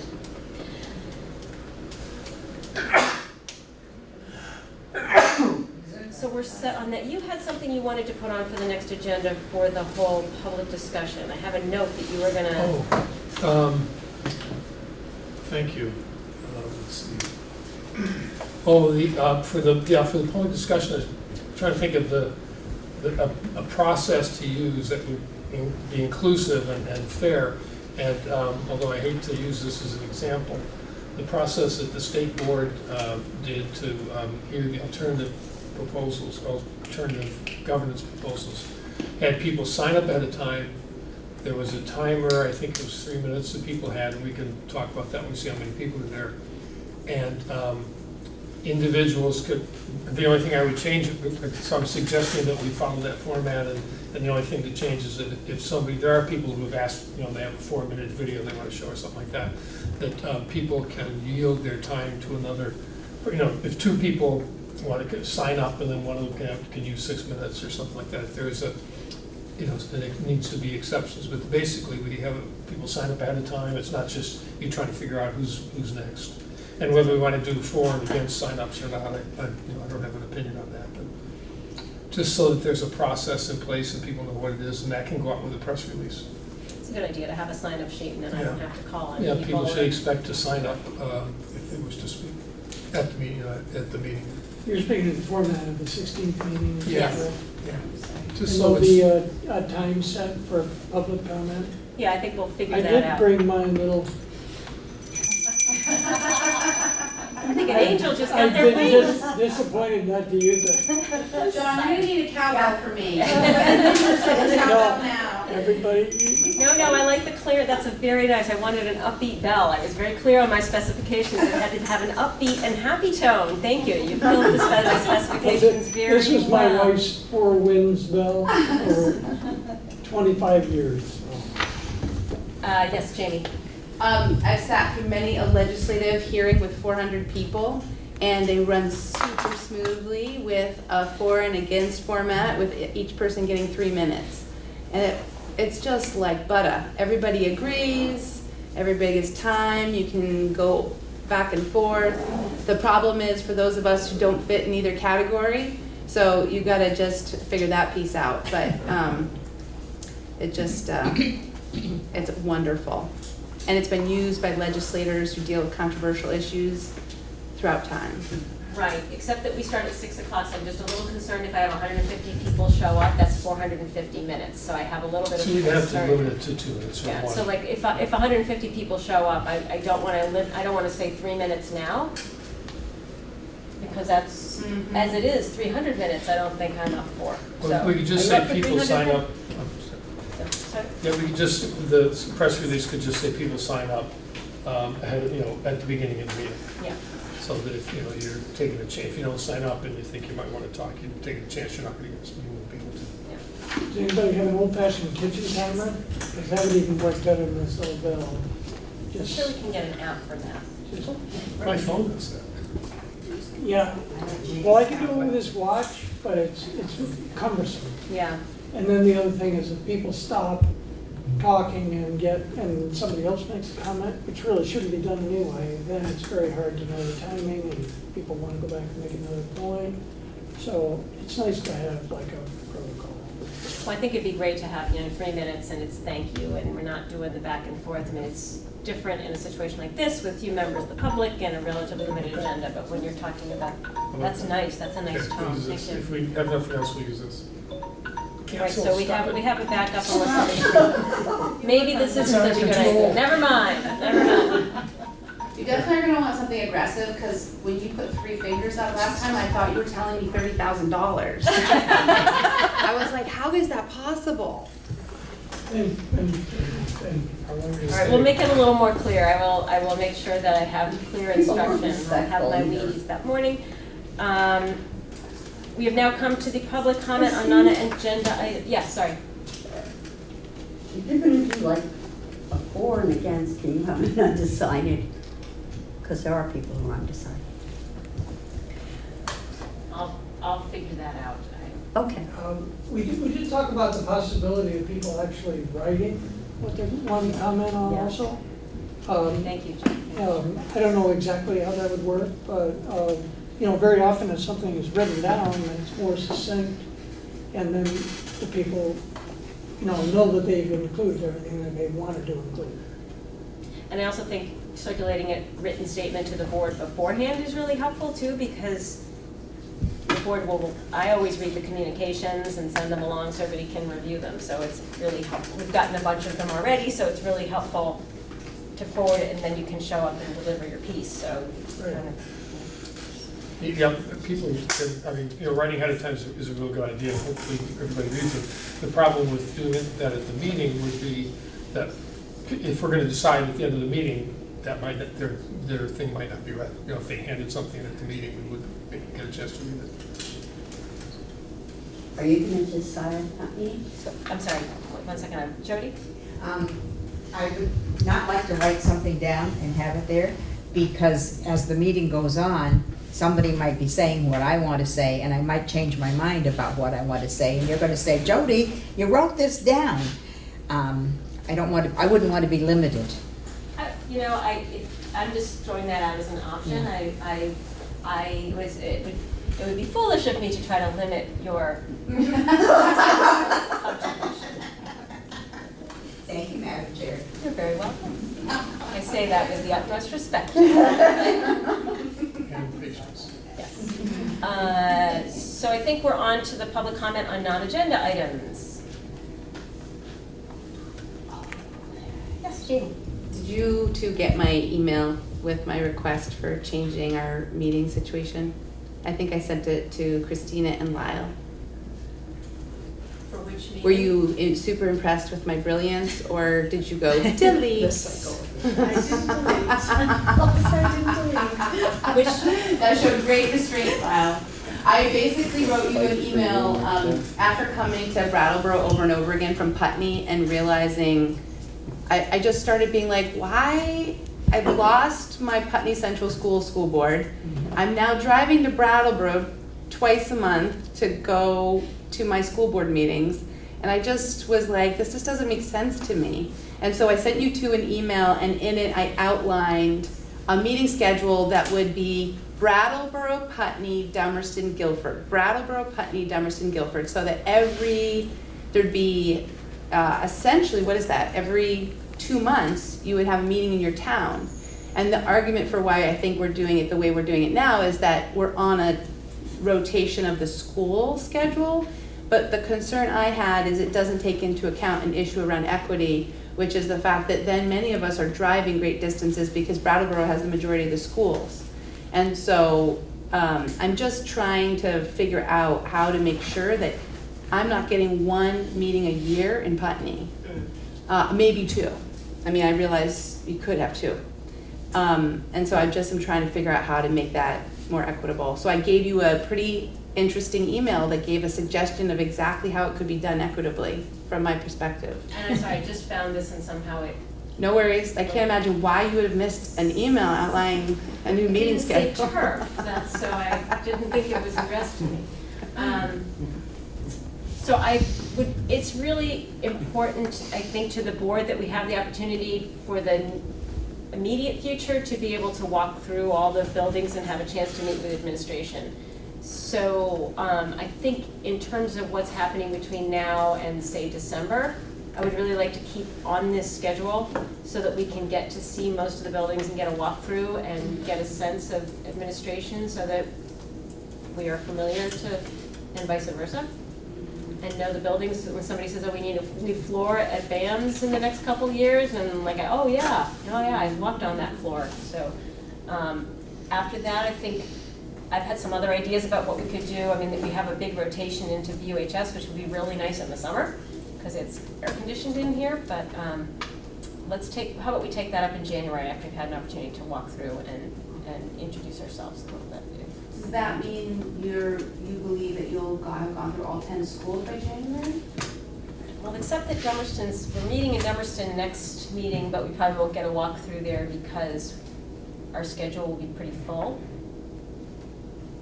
And you missed the academy walkthrough. And we had an academy presentation. They opted to do a presentation instead. So we've done academy, BAMS. Career Center. Career Center. So we would have next here would be BU6, then Guilford or Green. We have to put EES in there somehow, which is in the BU6 category. I don't have it in front of me, and I'm sorry.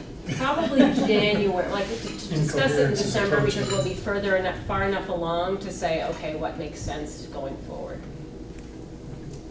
I mean, if that's the argument for that process, you have potentially 3 new board members coming on in March, so you would want to keep that same cycle again so that everybody who's new would always have the orientation, right? I'm not sure I would say that because new board members coming on, we might have a different orientation process. I can't even begin, and it won't be me, but it won't be we, it's the royal we, but there'll be a new process for orientation down the road, so I can't imagine we're going to keep doing this. You know, if there's an issue, like if Keith says, you know, that floor looks terrible, we might, okay, next time we're in there, let's go actually look at it. That's what board members love to do. Let's see that freezer that's not working or whatever. But I don't imagine we would keep this going in perpetuity. And we may have more than 3, we may have 5 new board members come March. So if representation amendment passes. So I think it's an issue also because we're brand new to all the administration. There's no, in some cases, there's almost no familiar faces on the board. It's nice to have multiple people to call if you have, concern, or you run into somebody or if you're if you're unhappy about something in the community, that we're showing up at the community. So there's multiple things we're trying to manage. But can we talk about it in January? If that would work for the board. Okay. Any other public comments on non-agenda items? Yes, Jody. Will you adjourn? No, we can't. We have an executive. Yeah, We have two executive sessions, so assuming there's no other public comment, I would entertain a motion under 1 VSA 313 to go into executive session to discuss an employee issue, not subject to public Negotiations and. negotiations. And employee issue, yes. Negotiations that are not subject to the disclosure would put us at a disadvantage, and an employee issue which is not subject to public disclosure. Whew, that was good. And we're going to invite Carrie. And we'll thank you. And I would like to invite Carrie Amadon in, as well as Lyle Holiday and Frank. Anybody else? Anybody? Anybody want to come? Anybody want to stay up a little longer? Thank you, Tim. Who's made that motion? I entertained it. Thank you, Tim. Second. Thank you, Sean. All those in favor of moving into executive session under 1 VSA 13, please signify by saying aye. Aye. Nays, abstentions, here to have it, the ayes do have it. We can go right in there.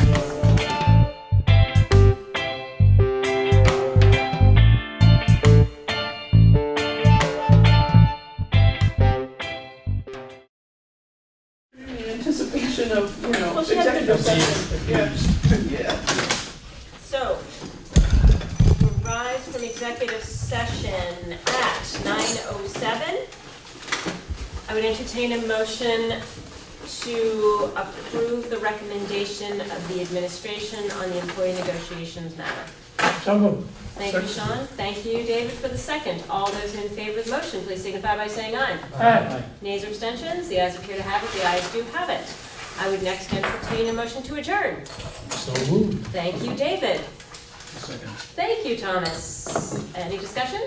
All those in favor of adjourning, please signify by saying aye. Aye. And we are adjourned at 9:08 by unanimous vote.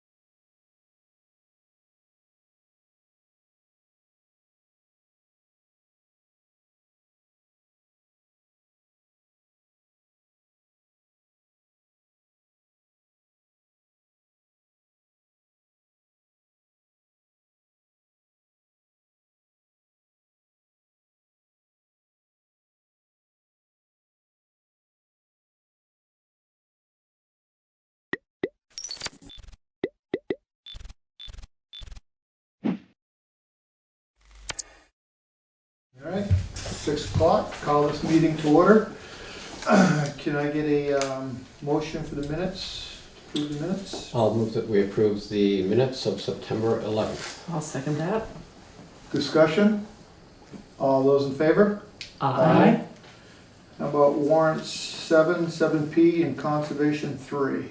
I'll make a motion to approve bills for payment, warrants 7, 7P, and conservation number 3. I'll second it. Discussion? All those in favor? Aye. Recognition of visitors. You guys like to come up right up to the table?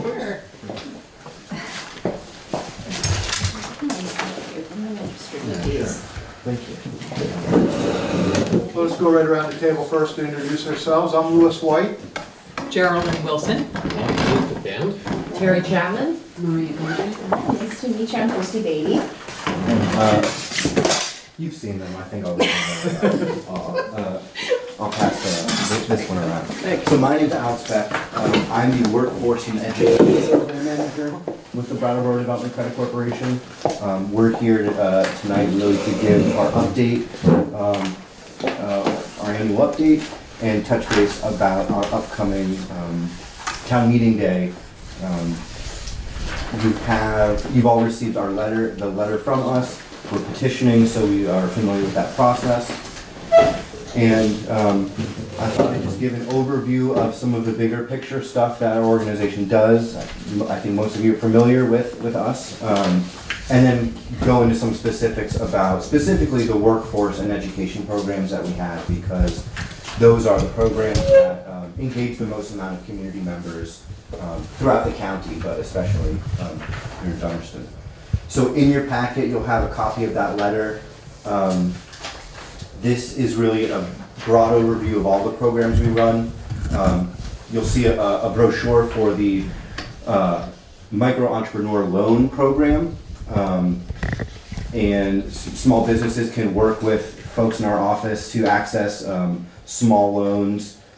It's usually for small businesses who either have existing loans with banks or can't get a traditional loan for whatever reason. Hermit Thrush is a good example of a business that used this program in Dummerston, and an example of success. Again, it's the tools that we have to help smaller businesses grow and get over that first hump so that they can expand and move.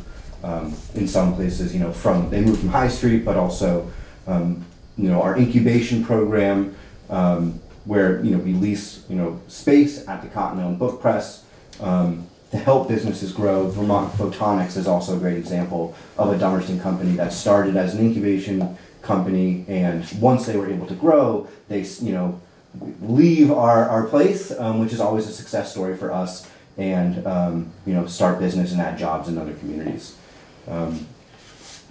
Please, if you want more of these, we'd be happy to drop more of these off. This is run by R.T. Brown, who some of you may know. His information's in here as well. So anyone who's interested in starting a small business or really scaling up their small business. We have our Southern Vermont Young Professionals group, which is a social and professional development group for folks between the ages of 22 and 45 roughly. And that's really just a support system for either folks who are new to the community or are coming back after having been away for a long time. Everything from where do I grab a drink to where do I find childcare, where do I find housing.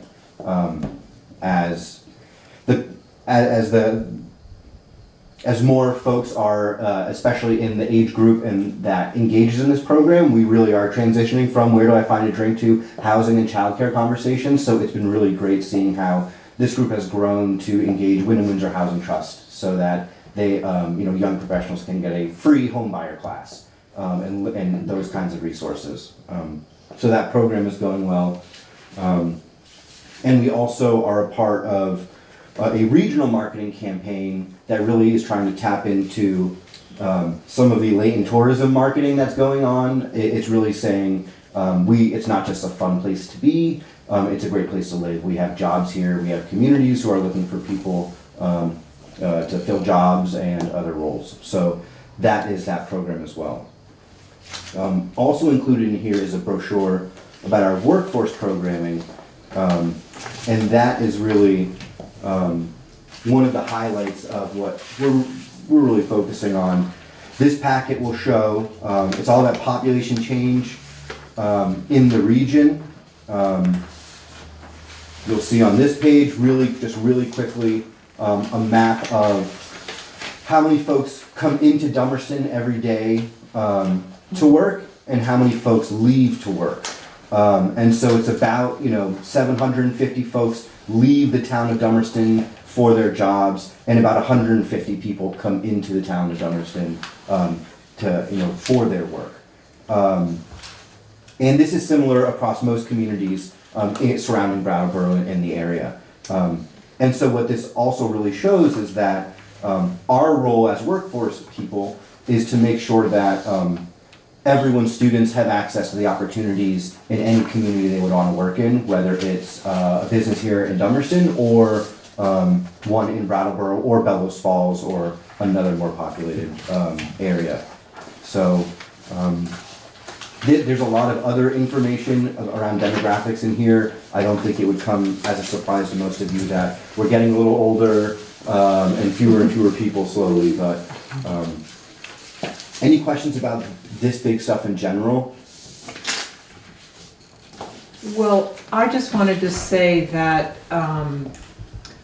having been on the select board for 5 years now, I've seen a big change in the information that you're bringing to us. So I just wanted to acknowledge a certain responsiveness on the part of BDCC of when you come to the Dummerston Select Board, you're really giving us information about Dummerston, which is awesome. So I want to thank you for that. Yeah. And I also want to say that in terms of the young professionals, we hear a lot of information about the state getting older and young people leaving, and certainly our young people who grow up here, in some ways we want them to leave and go, understand the world better, but we want them to come back, and we want those people who leave other places to be able to come here. And as a small business owner myself in the region, I know how just having one young person at the in the business doesn't really do it. You really need a small group of people. So I really appreciate that, that magnet that you guys are trying to create. Yeah, I think we sometimes joke that it can also serve as a white glove service, where if you have a young professional employee and they've just moved to take an internship or from somewhere, you can reach out to us or encourage them to reach out to us. It's not just do they find us on Facebook or not. It can very much be a tool that you use to reach out if you don't have another young person on staff yet. So that's something that they're always happy to do, but thank you. Yeah.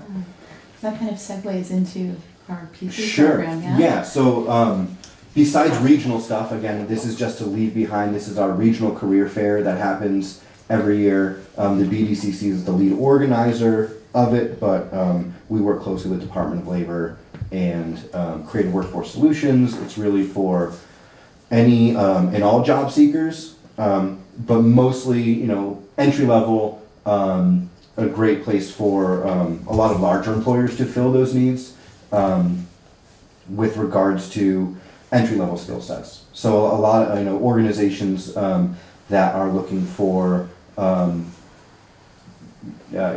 bachelor's or master's level employees. We have other programs that can help attract or find those folks. This is really a great place for students and college students and high school students and other folks in the community who are looking to transition careers. Now I will segue to Christy, who is responsible for making sure the right people are seeing this. Yeah, so hi. I've been working for the BDCC now for about a year. I'm the Pipelines and Pathways Program Coordinator. So what I do is I go into the 4 Windham County high schools to not only learn about what kinds of career program is already provided, but where the gaps are, so that we can, as a group, fill those gaps by providing programming directly to students, and I'll talk a little bit more about that, or by involving other youth career services within the community to kind of support that.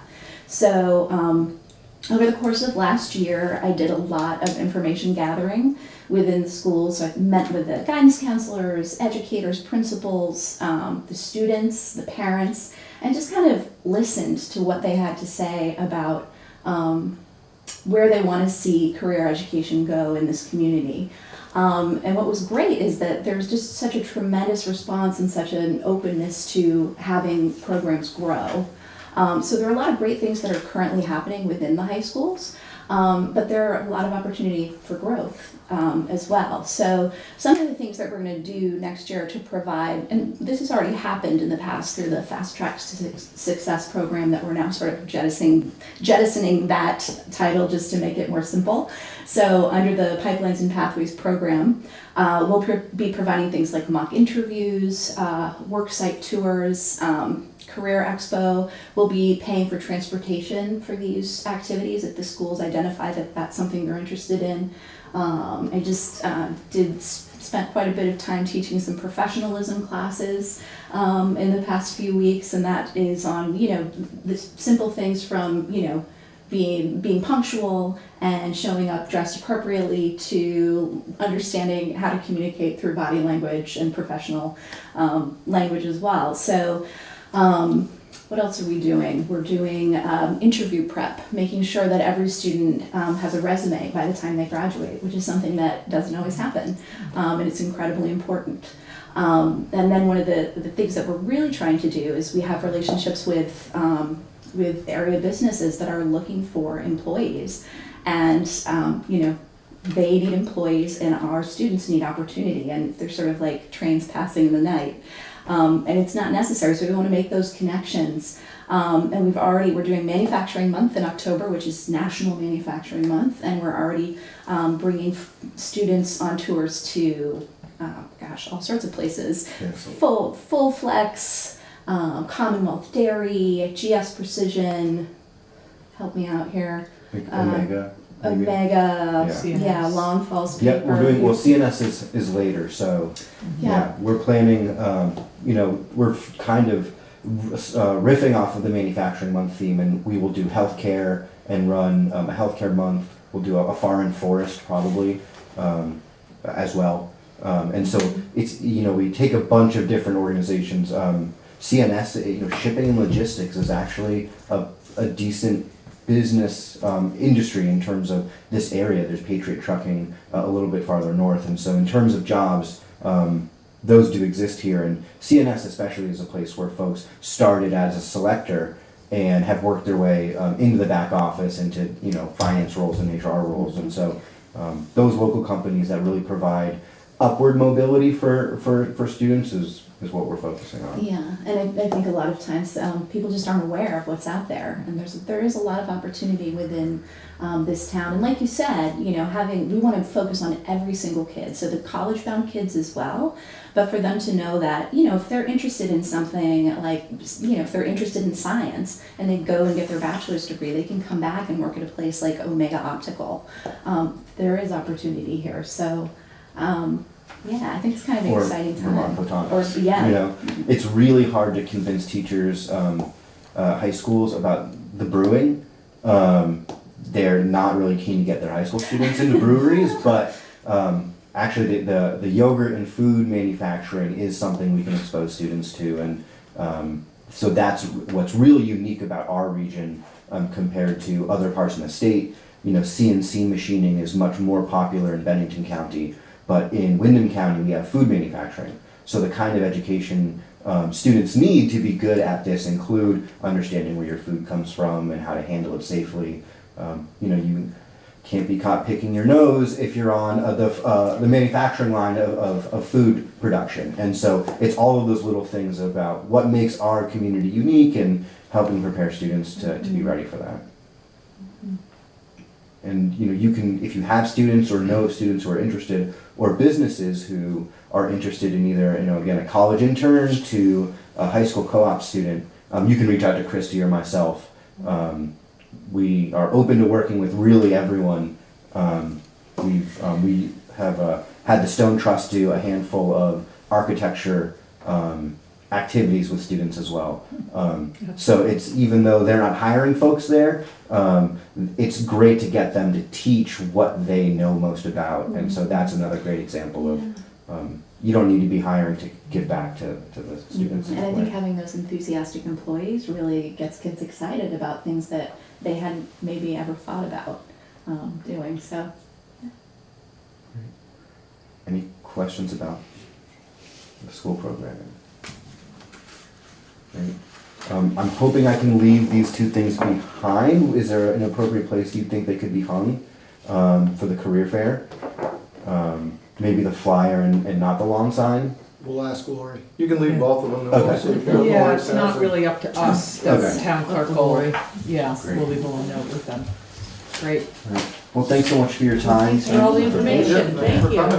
Thanks for having us. I think now we just made your meeting longer. Sorry. That's all right.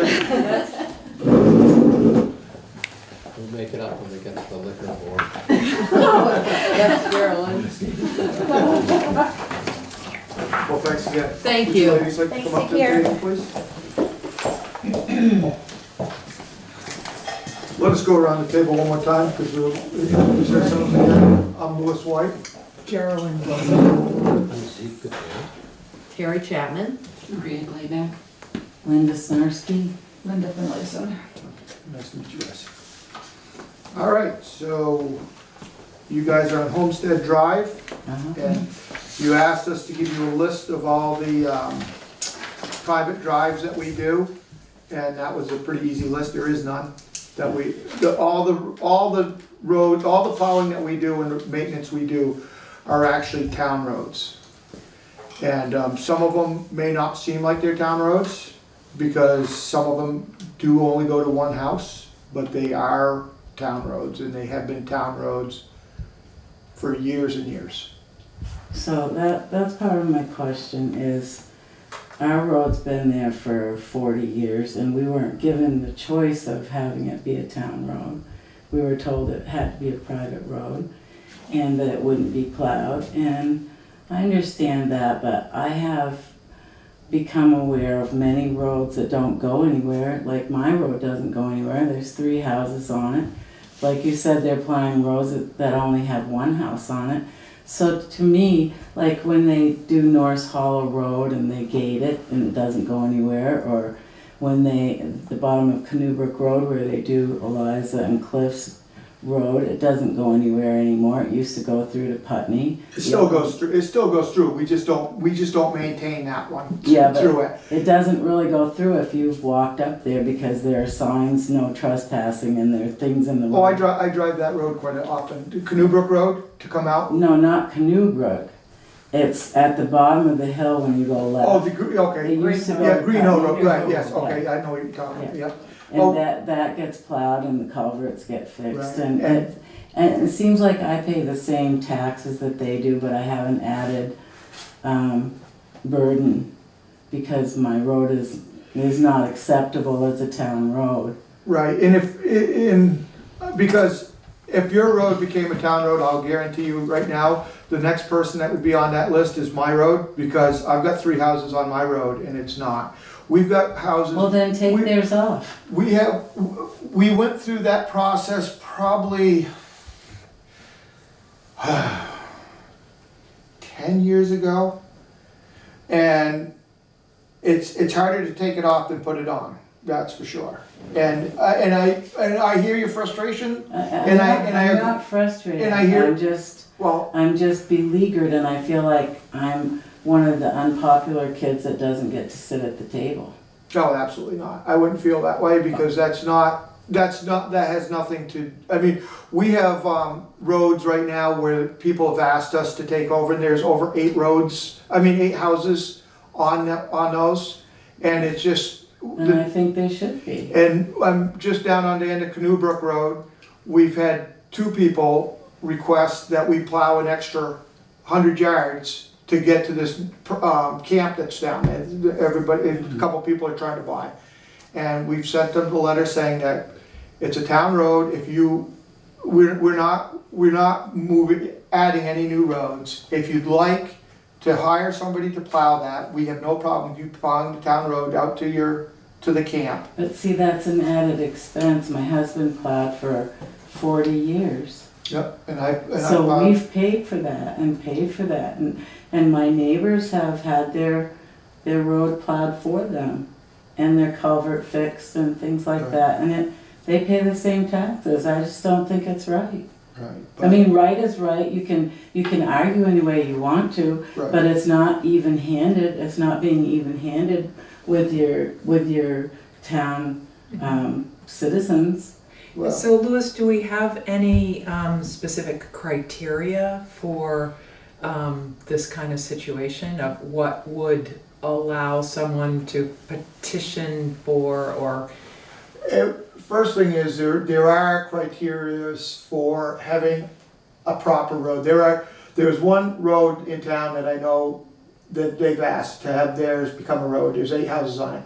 There's just no way that it's a town road because there's certain widths you have to have your road. Right, and, that's the criteria. But but we're not looking to, because then you're talking about adding employees. You're starting to become, because like I said, if you do it for one person, everybody's going to be asking for the same thing. Right. We try to get rid of some of these roads Well, that don't you go think to nowhere. 40 years should count for something? I mean, I've been on mine for 55 years, and Huh? it's not going to be done. And I get up and I plow it, and now I snow blow it. I stop plowing and I snow blow it. It takes me longer, but it's just part of what we do. I mean, I've had it hired out before. It's like I said, I've been there for 55 years, and it's still 3 houses, same 3 houses, and it was never a town road. The road below me was a through road. It used to be old Route 5. Now they've shut it off. There's 3 houses on that same road, and that gets paved and that gets plowed. And I always tell the road crew, I say, hey, you're plowing theirs, plow mine. There's 3 houses, 3 houses. But I know it's not going to happen. I just tell them to give them a hard time because I don't know that it's not going to happen. I'm hoping to prevail upon the best wishes of my fellow citizens. I honestly, myself personally, and I'll let the rest of you guys speak in a second, but I don't think it's gonna, it would be such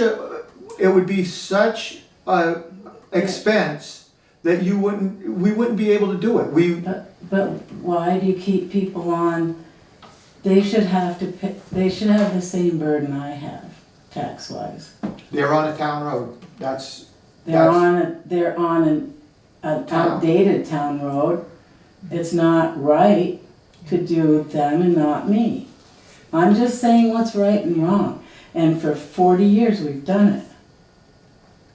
And when we moved there, we were not given the choice. Right, because it wasn't a town road. So It was off a town road. I know we have different classes of roads in the town, and that makes a difference as to how we maintain them. You know, the class 4, 3, 2, you know, and are we saying, Louis, that we would, let me ask it this way, is there any case where a road would be become a town road and plowed that is not currently plowed? At this time, I think it's even in the town plan that we're not looking to add any new roads to the town. Well, I know we're not looking, but So- that's different than residents That's coming to just us. somebody making a rule. And I'm saying that that's not a good rule for me. After living here for 40 years and doing my share, paying my taxes on time, et cetera, Well, I could say maintaining a truck and, I live on 3, like Lewis, 3 homes. yeah, It's 1920s, yeah, and we've maintained it. It's not a town road. yeah. Well, So you know, I'm not saying that you should, but I'm saying that it's not even handed. It's not even. My neighbors get plowed, Norris Hollow gets plowed, Esther Fox Road gets plowed. I thought that was a private road. She gets plowed. I mean, she's not there anymore, but that road's been plowed. There's other roads that I know of. Oh, I can name a lot of the roads that you're talking about. Yeah, and I just don't think I think they're paying the same taxes I am. So give me a tax break then if I have to pay for the plowing. Do something to make it more even. so I live on Nurse Hollow Road, on the south end of it. Yeah. And a lot of times I plow the road, even though it is a town road. And the town truck comes through and sometimes they plow it, sometimes I plow it. Yeah. Sometimes I plow the You're corner, a better sometimes man they... than I am going to do. So it's... That doesn't make it okay for me to left high and dry. You have equipment. Yeah. You have people that work for you that plow. I mean, that's a different Could make or situation. break us in whether we can stay in our homes or whether we have to leave. You know, she's been there 30 years. I'm 40. 40, and I've been there 30 years. And do I have to leave my home because we can't take care of the road anymore? Well, we don't have any husbands to do it. But there are quite a few, and they're local people that do that do the plowing, that do the road upkeeps. We know, we've hired your son, but it's a financial burden to us to do it. We can't, I mean, personally, we've done it, my husband and I, for 40 years, with some help for gas money, but basically us. And, you know, I mean, what's right? What's right about this? So there's 3 homes, so what about the third resident? Or do you split the cost, or how do you? We've never split the cost. My husband wouldn't ask for any money. Just whatever they donated, which nowhere near covered the cost of the truck and the plow and all that, fuel and whatever. I mean, it's just he didn't want to argue with anybody, and he just did it. I mean, are there any examples of other towns where at a certain point they've reassessed, you know, what's being plowed and what's not, given changes that happen over decades? Well, I guess I couldn't come up with something, but I guess what I'm saying is, what are you talking about? About doing three house driveways? No, I mean just the right of way. Well, I'm not saying that we need to respond to a single resident, but if there's a bigger issue of fairness and we're all paying taxes and the select board's main job is the roads in this town, you know, that's our main purpose as a select board, is to manage the town roads in a way that's fair and equitable. It seems like it's not unthinkable to look at it. I wouldn't in one instance say yes or no to an individual. I wouldn't make a change for an individual, but I would stand back as a select board and say, okay, so what do we think about this? And I would ask Lee, you know, well, how many roads are you plowing where it seems like you shouldn't be plowing them? And how many roads does it seem like, well, gosh, you know, they've come up in the world and are better? So it's like reassessing properties. You know, we're at a place right now where we're doing a big reassessment of properties because it's not fair. It's not the prices that think that. Well, I think, excuse me, but I think you'd be better off trying to get the roads, going back again, trying to get the roads that are being plowed, that are town roads, that are being plowed, not to be plowed. Yes, well, I'm saying do both. But to do that, I mean, you can look into how the process of doing that, because I know when I was frustrated that we couldn't get any of them off. Well, I was very frustrated that we couldn't get any of these roads off, and I mean, if you wanna look into that I and, mean, it shouldn't be personal. no, it shouldn't be, that's what I'm saying, that's why I'm So if we saying. don't have any criteria, it's personal. You know, if we don't have any criteria for a road coming off or on, we just go on and on and on with something not being fair and equitable. And, you know, every year people will come to us and say, well, this person's road is plowed, but mine isn't. Why, you know, what's the criteria you're using? Just historical? Yeah, that's what we're using right now, is historical, it was a town road, and we've got the town maps, and that's what. So it's grandfathered in. And I'm a grandmother now. the, That helps. so it just, you know, it's, that's the issue. Yeah, no, And like I said, a lot of the stuff that we try to do, or we should be trying to do, is follow the town plan. And the one thing in the town plan does state that. And- State what? I think the town plan says more building new roads rather than just maintaining That roads we that would not already exist. expand or build new roads. Yeah. Right. Yeah. But things degrade or people improve over time, you know, things don't stay the same. So, and, you know, I'd suggest that we at least take a look at it and talk with Lee and, you know, I like that approach because the door slamming shut, it's been this way always and this is the way it's gonna be. It is not satisfactory, you know, because like you say, things change and people have been here a long time and they've done their share a long time. Okay. Anybody else got anything to add? You don't count. My husband offered to teach me to plow, but every time I learned to do something, he left me to do it. So I resisted. Okay. Well, thank you very much. Thank you. Thank you.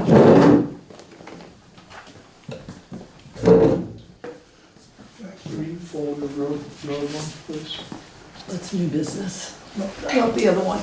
the other green. We've got a curb cut for Carpenter Road. We tabled it from last week. And he said that it's good to sign now. He's added what he wanted to add to it. So can I get a motion for the curb cut for Carpenter Road, please? If everybody's seen that. I'll make a motion that we approve the curb cut request for Carpenter Road. I'll second that. Discussion? All those in favor? Aye. Aye. Okay. Moving down.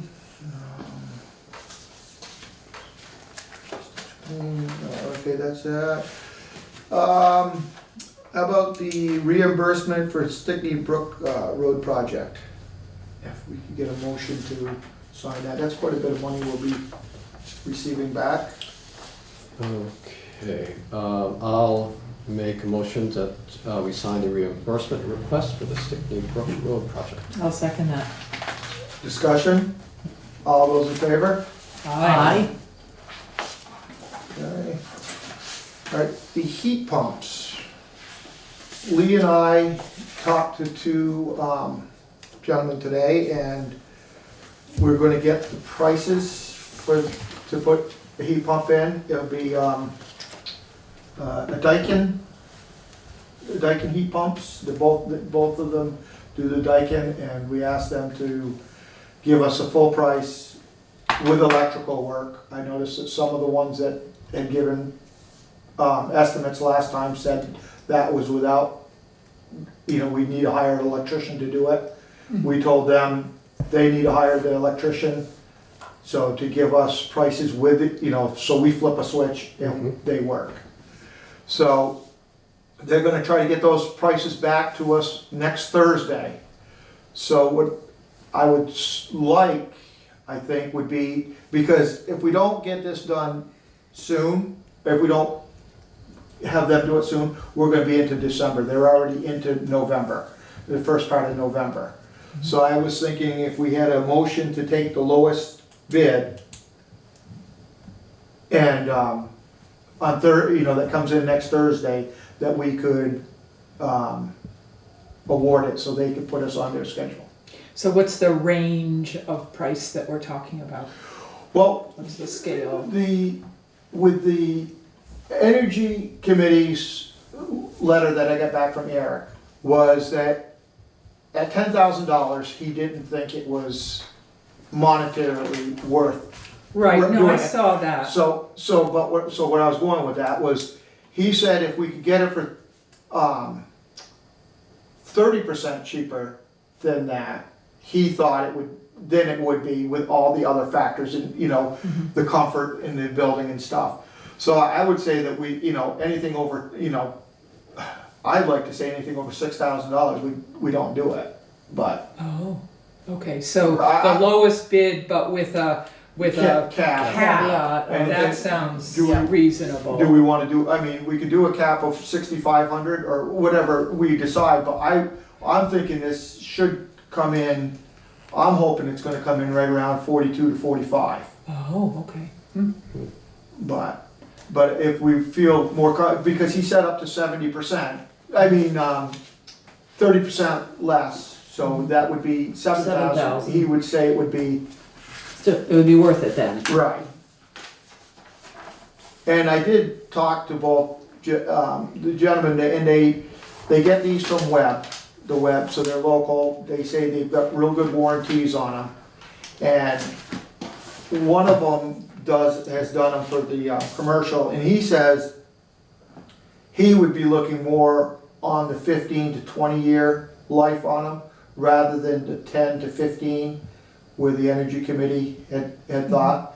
He said he was thinking more, it would be more to the 15 to 20 year lifespan for him. And he's done quite a few for commercial and residential. And I said, so I asked him what he called this, because it's, he goes, it's a commercial, but it's a small, it's almost a residential really, but. So, I haven't talked to any of the town office staff. Is it our impression that the people that are in this office, the majority of time, are very eager to have this? Yes. Yeah, so they would be happier with it than without it. Absolutely. That means a lot to me. Absolutely. That means a lot to me. So, even if the payback doesn't, work out exactly, the comfort and the contentment of our staff, and the feeling of residents who come in and out of here, and the town road crew and all of that, that's important. So piece of the picture. Okay. Because they're all in favor of this. In favor of it, wanted it earlier this summer actually. Yeah. And, Okay. Good. Good to know. It also does provide a level of air conditioning, which is a lot less noisy too. Pretty sweet. Yeah. Sure, so I'll make a motion, we accept the lowest bid under 6,500. Okay. I'll second that. Discussion? All those in favor? Aye. Great. All right, and moving on, correspondence for information. Anybody got anything under there they'd like to talk about? All right, correspondence for discussion and or action. Municipal impact questionnaire for Maple Valley. There, yes. Maria and I, when we were filling out the agenda, went down through there and we just checked off what we thought the answers would be for this. Oh, good. And so is there a motion to sign this and to send it back in to them? This is, did everybody see this? Let's have a motion so that we can then talk about it. Is that a good idea? Yeah, if you want to do it that way. So go ahead. I Anybody wants move to- that we sign the municipal impact questionnaire for Maple Valley. I'll second that. Discussion? Yeah, so tell us about it.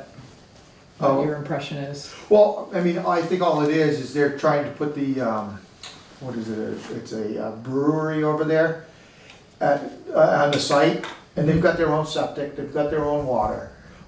This is just asking, do we have, the municipality have the, fire protection for it?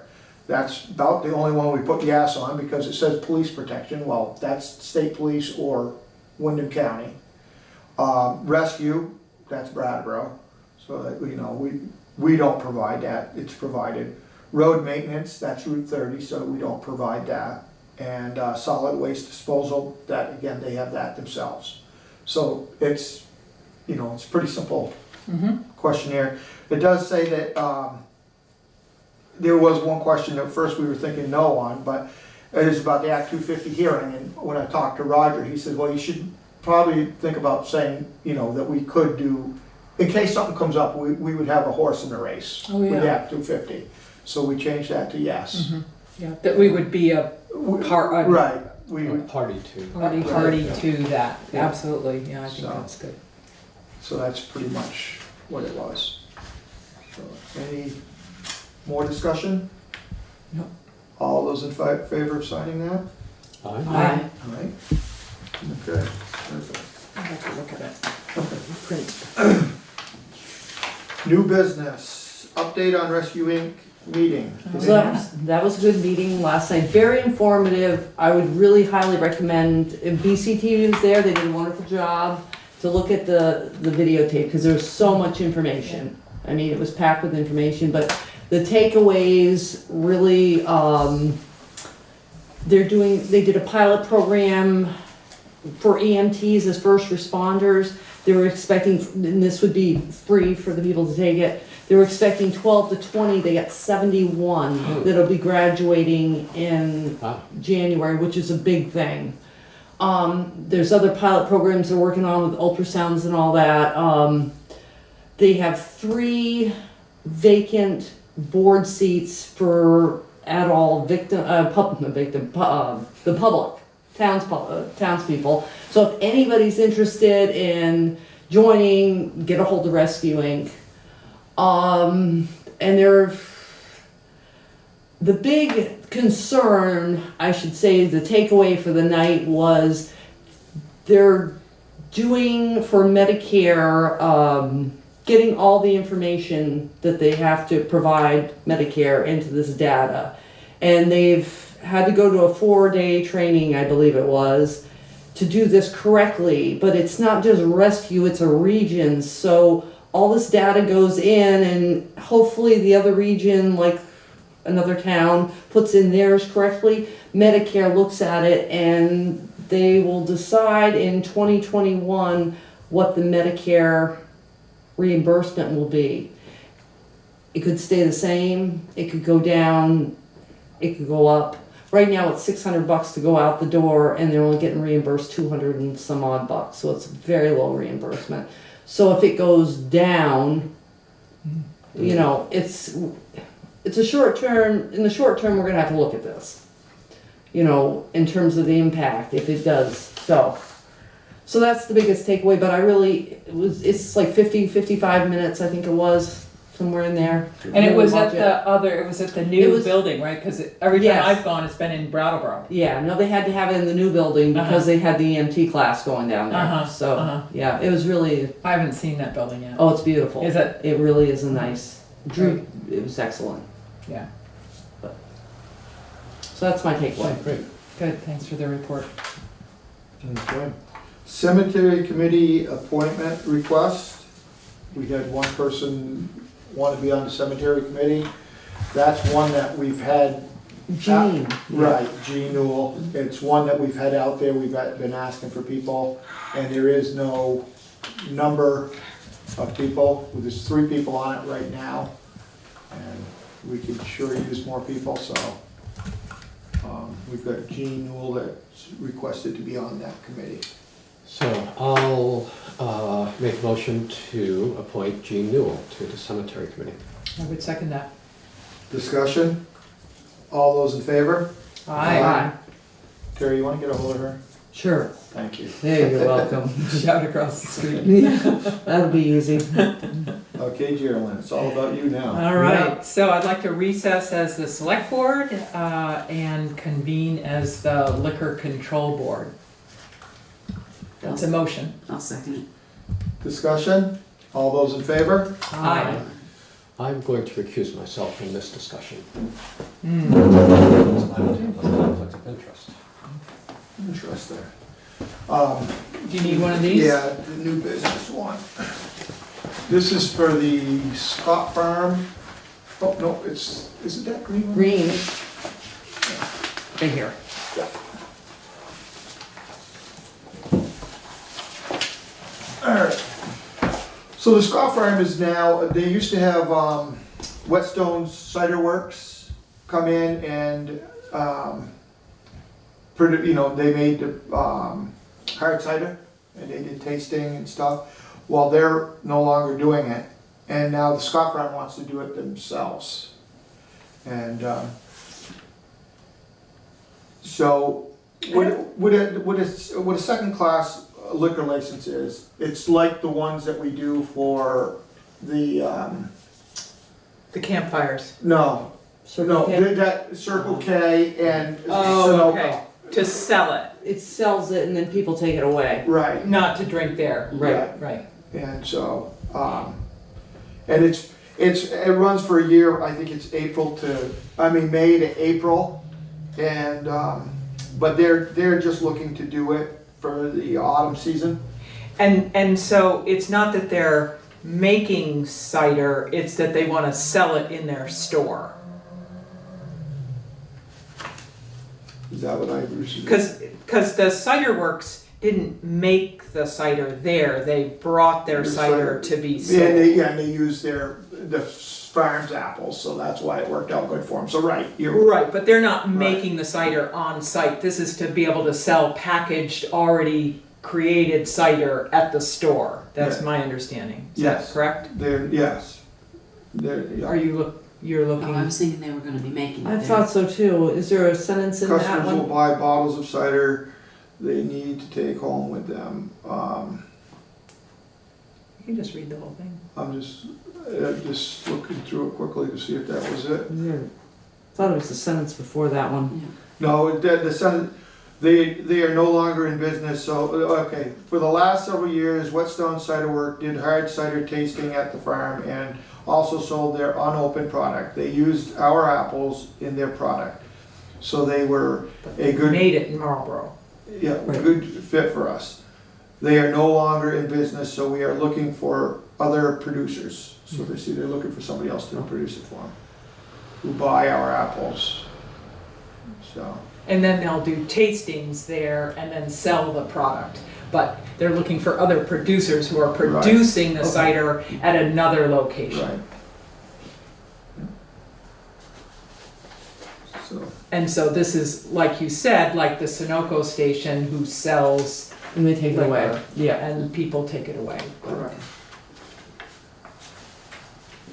So, this motion is a second. Any other discussion on it?